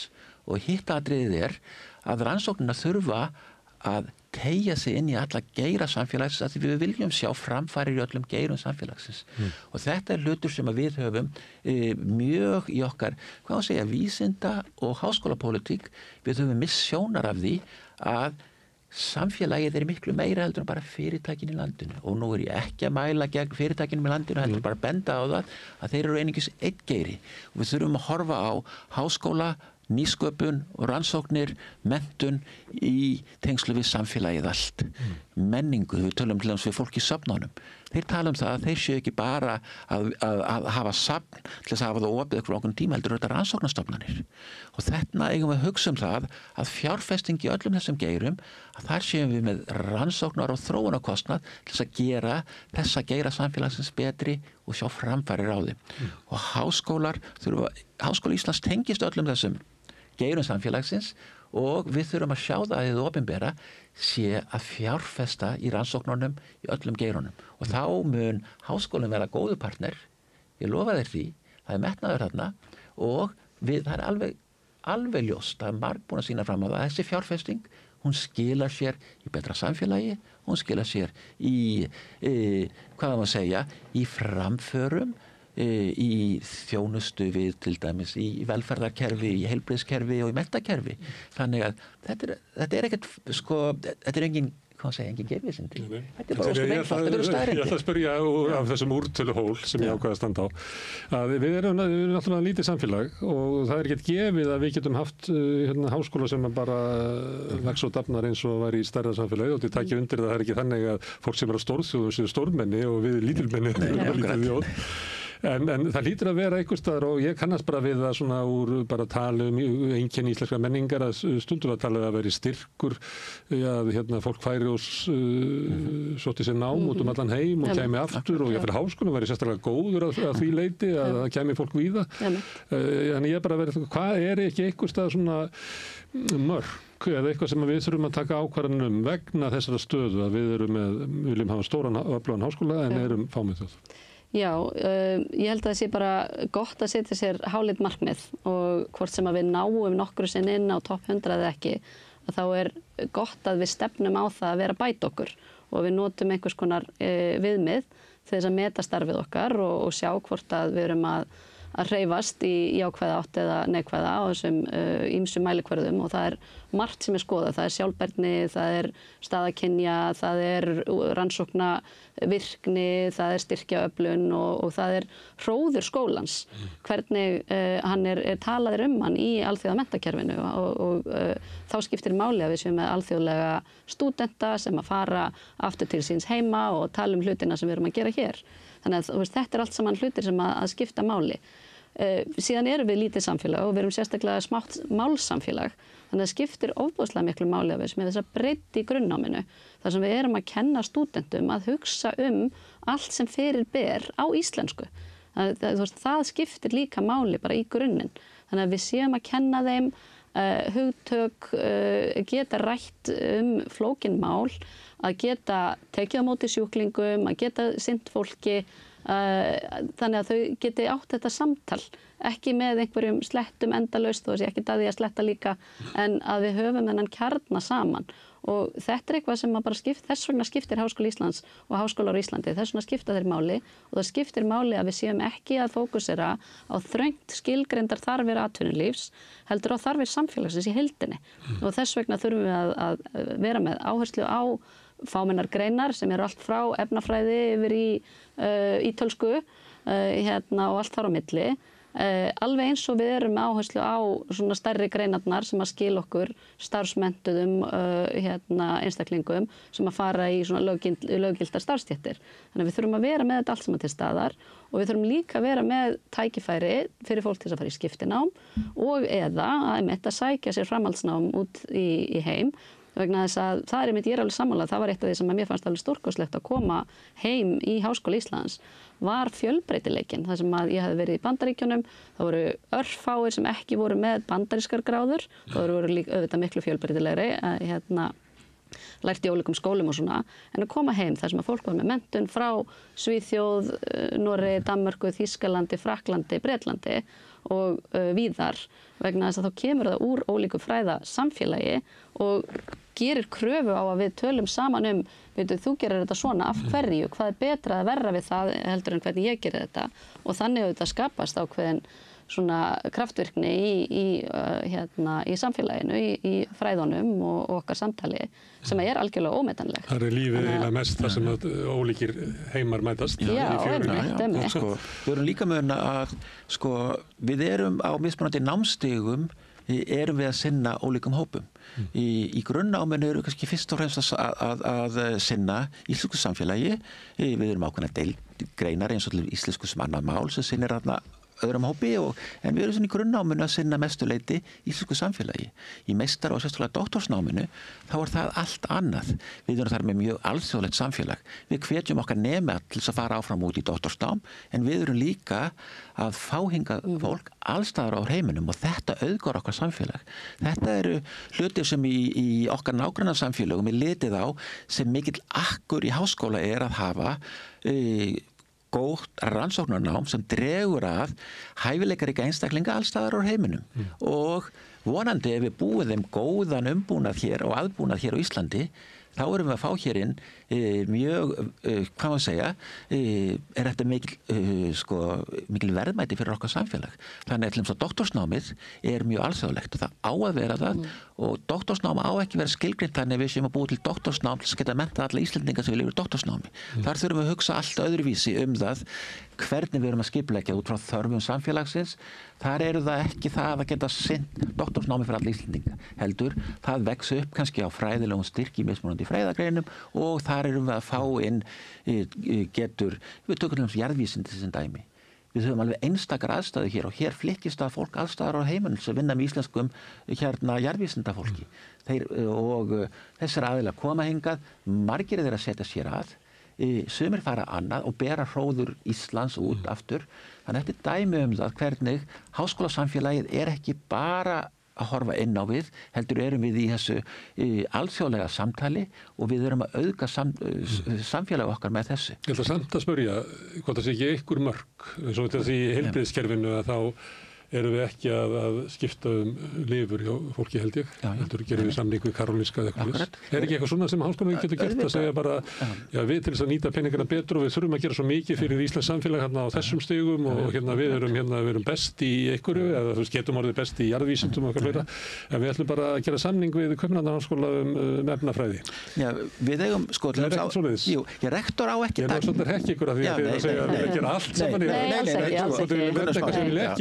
saman rektor ekki að ákveða hvað verður rannsakað, heldur það vex náttúrulega úr starfi fræðamannana sem innan stofnunarinnar. Þannig að það náttúrulegur vöxtur og það ef við tökum bara eins og ég nefndi jarðvísindin, það er eðlilegt að þarna séum við að því við sitjum hér á tilraunastofu sem eru bara Ísland og sem eldfjallaland. Þannig að þarna verður náttúrulega vex upp og síðan getur það jafnvel komið á óvænt að það eru ákveðnir hópar sem bara fyrir algjöra tilviljun vaksa upp og geta mynda öfluga rannsóknarhópa, þá rektor ekki að taka ákvörðun það á hvaða sviðum þetta gerist, heldur átt að vaksa náttúrulega upp og samfélagið á bara fjárfesta í rannsóknum, nýsköpun og við höfum ekki ákveða fyrirfram það á hvaða fræðasviði það vex upp náttúrulega. En við þurfum að sinna grunnnámi fyrir samfélagið okkar en í doktorsnáminu það það miklu dýnamískara byggt á svona náttúrulegum vextir byggt á styrkleika mismunandi fræðasviða og svo framvegis. En við erum með á öllum fræðasviðum, 5 fræðasviðum með öfluga rannsakandi þar allstaðar en við höfum ekki ákveða í smáatriðum ákveða sviðum. Það ekki hlutverk rektors. Nei. Þannig að sér bara þú vilt þá ekki nefna eitthvað sem háskólinn ekki að gera. Nei, en við þurfum að vera í bara virku samtali það hvað það sem við erum að gera. Hagfræði til dæmis býður ekki upp á meistaranám. Þau eru með litla námsbraut í grunnnámi, þau eru með nokkra doktorsnema, en þau hafa metið það sem svo að það sé ekki hagkvæmt fyrir þau að halda úti meistaranámi vegna þess að þau eru ekki með mannskapinn eða fjölda nemenda til þess að reka meistaranám. Þetta er búið upp á svo fjölbreytilegt nám þau geta, ef þú vilt fara í framhaldsnám í hagfræði, þá strax eftir grunnnám, þá ferðu til útlanda. Ef þú vilt koma í doktorsnám, þá getur þú skoðað að koma heim eða þá að erlendir nemar koma hingað. Og þetta er bara samtal sem við þurfum alltaf reglulega að vera í. Þurfum við að vera með allar þær námsleiðir í boði sem við erum með. Í minni deild höfum við fengið athugasemdir þegar við förum í gegnum úttektir, við séum of margar námsbrautir á meistarastigi og við höfum farið og svona tekið til í því og sameinað línur vegna þess að við þurfum líka að hugsa bara við sem að nýta peningana sem við höfum á sem skilvirkastan hátt og ég veit að það er erfitt ofta vera fyrir utan háskólan og átt að sjá því að reyna að skilja kostar eitthvað meira að bjóða upp á nám í Evrópufræðum og alþjóðasamskiptum heldur en bara í alþjóðasamskiptum. En bara það að vera með skilgreinda námslínu er ákveðin kostnaður. Þannig að við höfum til dæmis tekið þá ákvörðun að vera ekki með Evrópufræði heldur bara með alþjóðasamskipti vegna þess að það er hagnýtari lausn fyrir okkur og dregur mjög lítið úr tækifærum okkar stúdenta til að stunda nám á þessum sviðum. Við erum með valnámskeið sem eru fókusir á Evrópu og ef þú vilt algjörlega leggja Evrópufræðin fyrir þig, þá er valkostur að fara til útlanda. Farðu til Evrópu. Já, til dæmis. Nei, og þetta er samtal sem við þurfum alltaf að vera í og allar námsleiðir þurfa að skoða. Ef það dregst saman aðsókn í námið, er eitthvað sem er eða er þetta nám kannski ekki lengur mikilvægt, þarf að beina sjónum eitthvað annað. Og sumt auðvitað verðum við að gera, við verðum að þjálfa hérna lækna sem eru tilbúinir til að vinna á Íslandi. Við verðum að hafa hjúkrunarfræðinga, við þurfum að vera með fólk sem inn í ákveðnum stéttum. En margt annað getum við sagt, hér ætti bara fólk að kíkja í það að fara til útlanda. Ég fór sjálf erlendis í BN-nám vegna þess að ég vildi læra alþjóðastjórnmál. Og þau voru ekki í boði á grunnstigi og ekki enn. Oft verður út úr samfélaginu verða svona tengsl við tiltekna háskóla og og skiptinám sem að býður fólki upp á að sérhæfa sig í greinum sem kannski ekki í boði hér og þarf ofta ekki mikið meira heldur en 1 ár til að styrkja það. Háskólinn í samkeppni náttúrulega fé, opinbert fé við margt. En undanfæri finnst mér samkeppnin hafa því að við svolítið verið að tala svona áherslur á grunnrannsóknir og að rannsóknir innan háskólans borgi sig og það sé hægt að benda á endalausar rannsóknir sem að sýna fram að það. En hins vegar hefur aukningin hefur verið tilfærsla á fé sem að varðið hefur verið til rannsókna, verið frá opinberum þáttum, ég veit ekki hvort það hefur verið tekið úr háskólanum, en við þekkjum að nýsköpunarmiðstöð og fleira hefur verið skert á sama tíma og fyrirtækjum er boðið upp á skattaafslátt sem hafa sótt og ég held að síðast að tala hafi verið eitthvað 17-18 miljardar sem að fyrirtækjum hafi sótt sem örumvöla styrk til rannsóknar og þróunar. Þetta er vísindapólitík. Þetta er þessu köllum vísindapólitík og það var fyrir svona til 10-15 árum vaknaði mikil umræða nýsköpun í landinu. Vísinda- og nýsköpunarráð lagði til ýmsar tillögur, síðan þegar koma framkvæmdinni þá var pikkað út ákveðnir hlutir. Alltaf þegar verður að leggja vísindapólitískar ákvarðanir það hvernig við ætlum að stuðla að rannsóknum og þróun í öllum okkar nágrannasamfélögum þarf að skipta kökunni þannig við séum að fjárfesta í öllum geirum samfélagsins, þannig við sjáum nýsköpun í öllum geirum og grundvallaratriðið að við erum að fjárfesta í háskólanum því þeir eru grunnurinn að því að mennta fólkið. Í okkar nýsköpunarstefnu höfum við séð þess merki, við skoðum núna síðustu 10 árum tölur frá Hagstofunni, það var aukist 50% rannsóknar og þróunar fjárfesting íslensks samfélags miðað við landsframleiðslu, 50% úr tæplega 2% upp í tæplega 3%.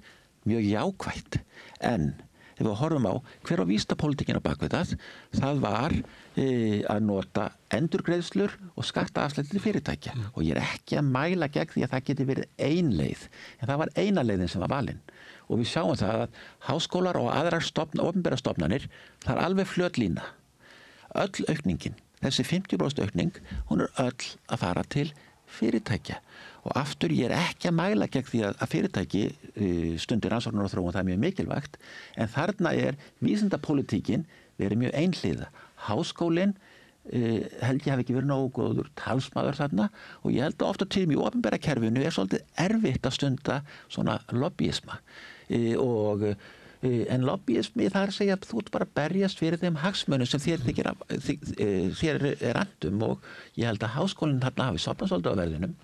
Vísinda- og nýsköpunarráð er mjög öflugt stjórntæki en síðan er það stjórnvöld sem útfæra það og tillögur vísinda- og nýsköpunar vísinda- og tækniráð sem þá hét hunsaði margar tillögur sem snéru að háskólanum og opinbera kerfinu en valdi út tillögurnar sem voru til fyrirtækja. En þetta er dæmi pólitíska forgangsröðun þar sem að við sofnuðum á verðinum og við höfum séð mjög einhliða aukningu í einum geira samfélagsins.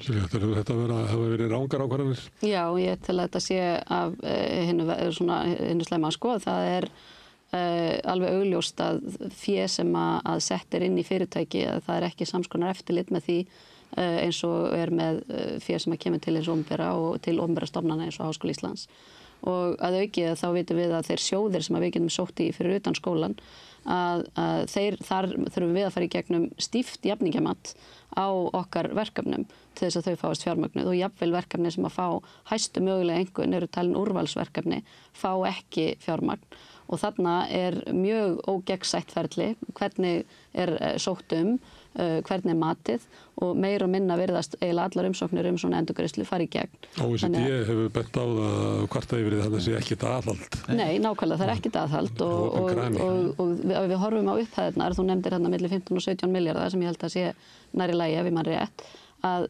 háskólinn fær 27 milljarða frá hinu opinbera í sína starfsemi. Þetta er hálfur háskólinn, rúmlega. Hugsaðu hvað það þyrfti í raun og veru lítið til þess að koma til móts við, lítið af þessu til að koma til móts við þarfir háskólans. Þannig að þetta er eitthvað sem við þurfum að hugsa bara hvernig erum við að hugsa vísindi, hvað er það sem eru rannsóknir?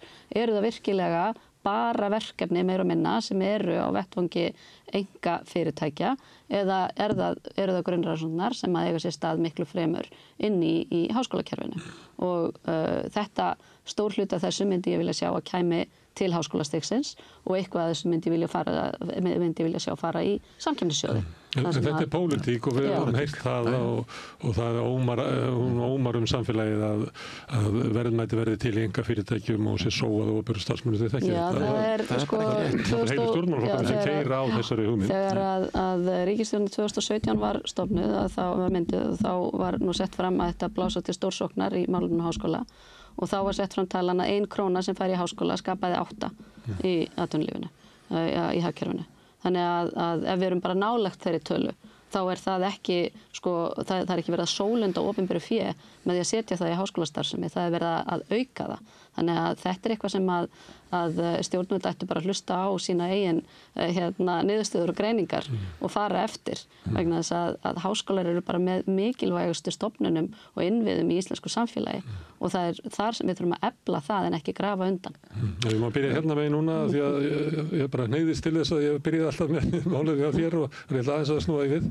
Hérna varandi svona samkennum peninga og svona hugmyndur að verði til frekar verðmæti í einkafyrirtækjum heldur en hjá hinu opinbera sem að einhver leyti hefur leitt til þessa sem þeir voru að lýsa.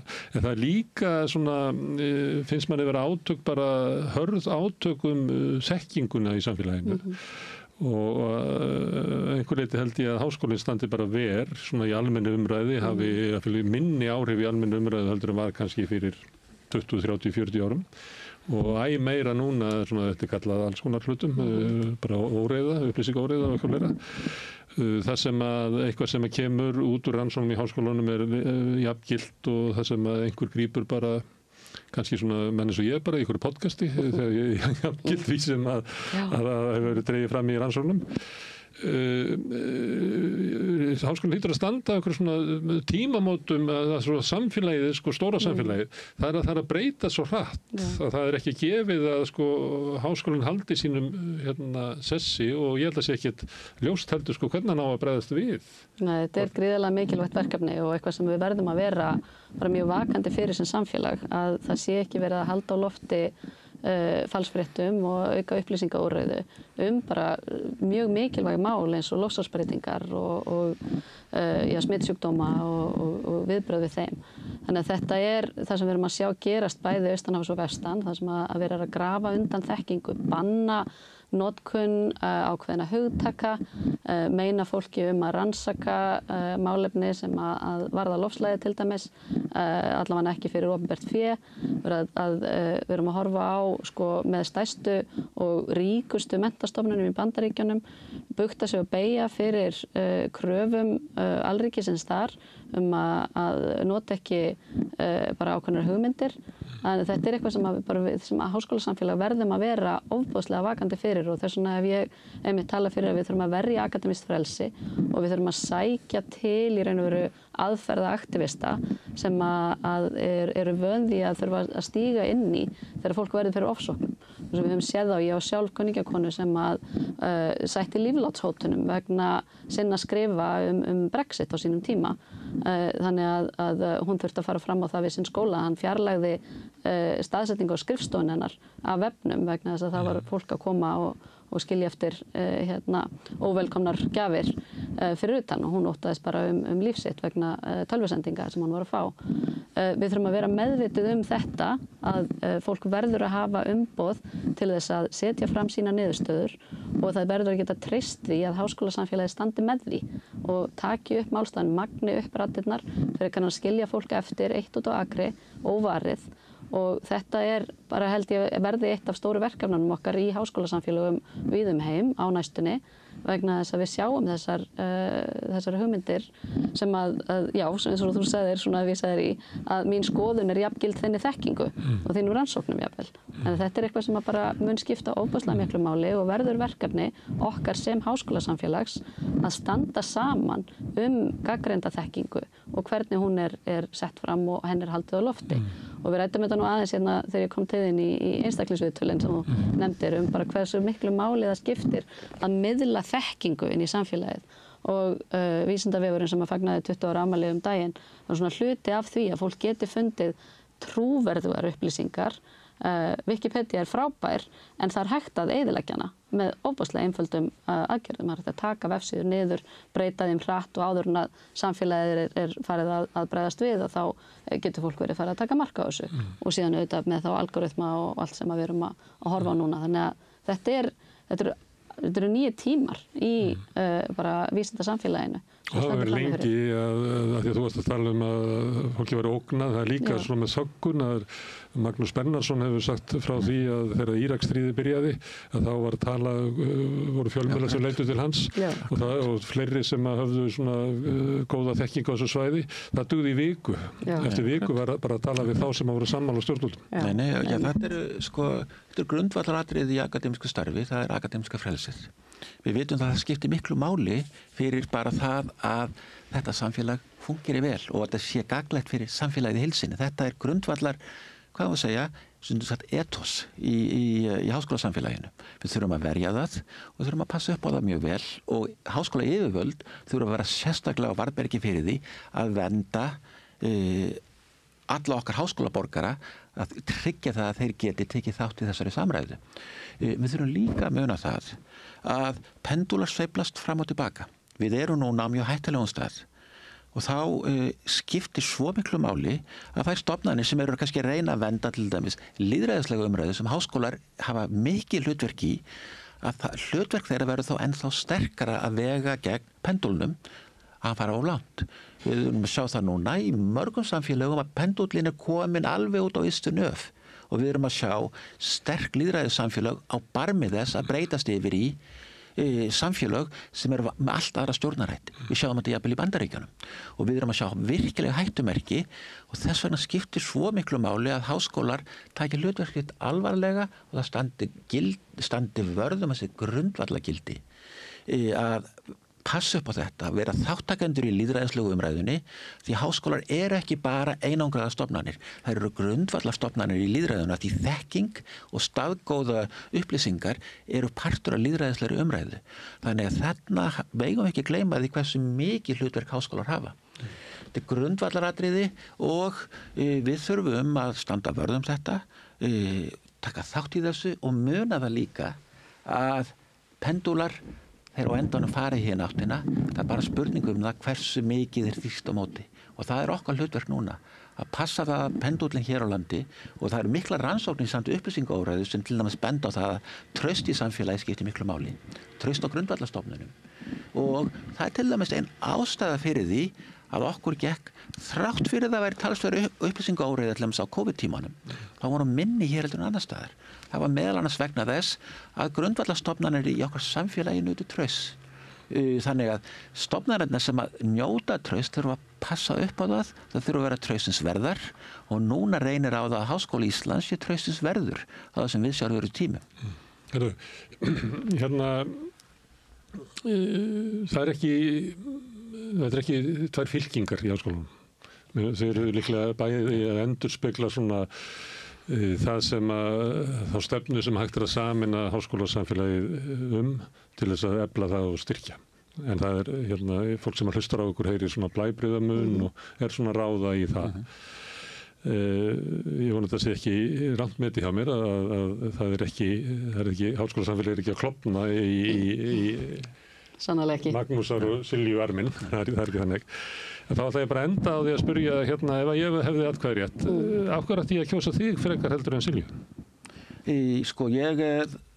Fólk verður virkilega ég byrst afsökunar því að þetta er persónukjör og ég hef alltaf erfiðleikum með þetta að vera að tala um persónukjör. Þetta er mjög mikilvæg spurning. Ég ætla kannski nefna tvennt. Ég held að við bæði brennum fyrir háskólan. Ég hef yfir 20 ár verið málsvari fyrir fjármögnunarkerfis. Ég hef verið alveg óhræddur við að tala og tala gegn stjórnvöldum þegar ég verið ósammála. Ég hef tekið þátt í því yfir 20 ár núna að berjast fyrir fjármögnun háskóla og vísindastarfsemi. Þannig að þar er ekkert vafamál að ég hef brunnið fyrir þau málefni og verið tilbúin að leggja mig að veði þarna og ég hef ekki verið að berjast fyrir mínu fræðasviði heldur fyrir vísindin almennt og þessa stóru mynd, númer 1. Og númer 2 þá hef ég líka verulega stjórnunarreynslu, þar að segja, ég hef reynslu af því að stýra stórri deild í háskólanum og þetta ekki einfalt starf að stjórna þessari stóru stofnun. Þetta er akademísk starfsfólk og akademísk stofnun, það krefst ákveðinar þekkingar og reynslu af því hvernig þú færð fólk í lið með þér. Í akademíska tíð, þú þarft að fá fólk í lið með þér, þú þarft að vera leiðtogi sem fær fólk í lið með þér. Þannig að ég hef þessa miklu reynslu af því að stýra flóknu starfi innan háskóla, þannig að þessi tveir þættir stjórnunarreynsla og löng reynsla af því að berjast fyrir fjármagn þessar stofnunar. Silja, bara, okkur ætti ég að kjósa því frekar en Magnús. Já, takk. Ég tek undir það. Við öll sem að byggðum okkur fram í þessari, hvað maður kalla það, þessari lotu, að þetta er allt fólk sem að brennur fyrir háskólanum og vill gera honum, leggja honum sitt lið og gera honum allt það besta. Það sem að ég kem auðvitað með bara úr stjórnmálafræðinni. Ég þekki stjórnkerfið vel og skil hvernig það virkar. Ég hef líka reynslu innan úr stjórnkerfi háskólans. Ég hef setið í háskólaráði í 3 ár í stjórn fasteigna Háskóla Íslands og þekki vel fjármálinn og þessi stóru rekstramál. Ég hef líka starfað í ólíkum störfum innan háskólans, þannig ég þekki það að vera í stjórnsýslunni. Ég hef verið lausráðin, þekki þessa óvissu stöðu sem að ungir fræðimenn oft hafa verið með og kem með stjórnunarreynslu úr 3. geiranum, þar sem ég hef verið formaður Rauða krossins. Og kannski fyrst og fremst að þá er ég þrautreynd í því að vera talsmaður fyrir flóknar hugmyndir og fyrir málefni og það er það sem ég vil fá að gera fyrir háskólan. Kæra þakkir Magnús Karl og Silja Vorra fyrir að koma hingað og ræða háskólann og gangi ykkur bara vel. Segðu það á Samstöðinni. Samstöðin er í eigu hlustenda, áhorfenda og lesenda. Sláist í hópinn og gerist áskrifendur.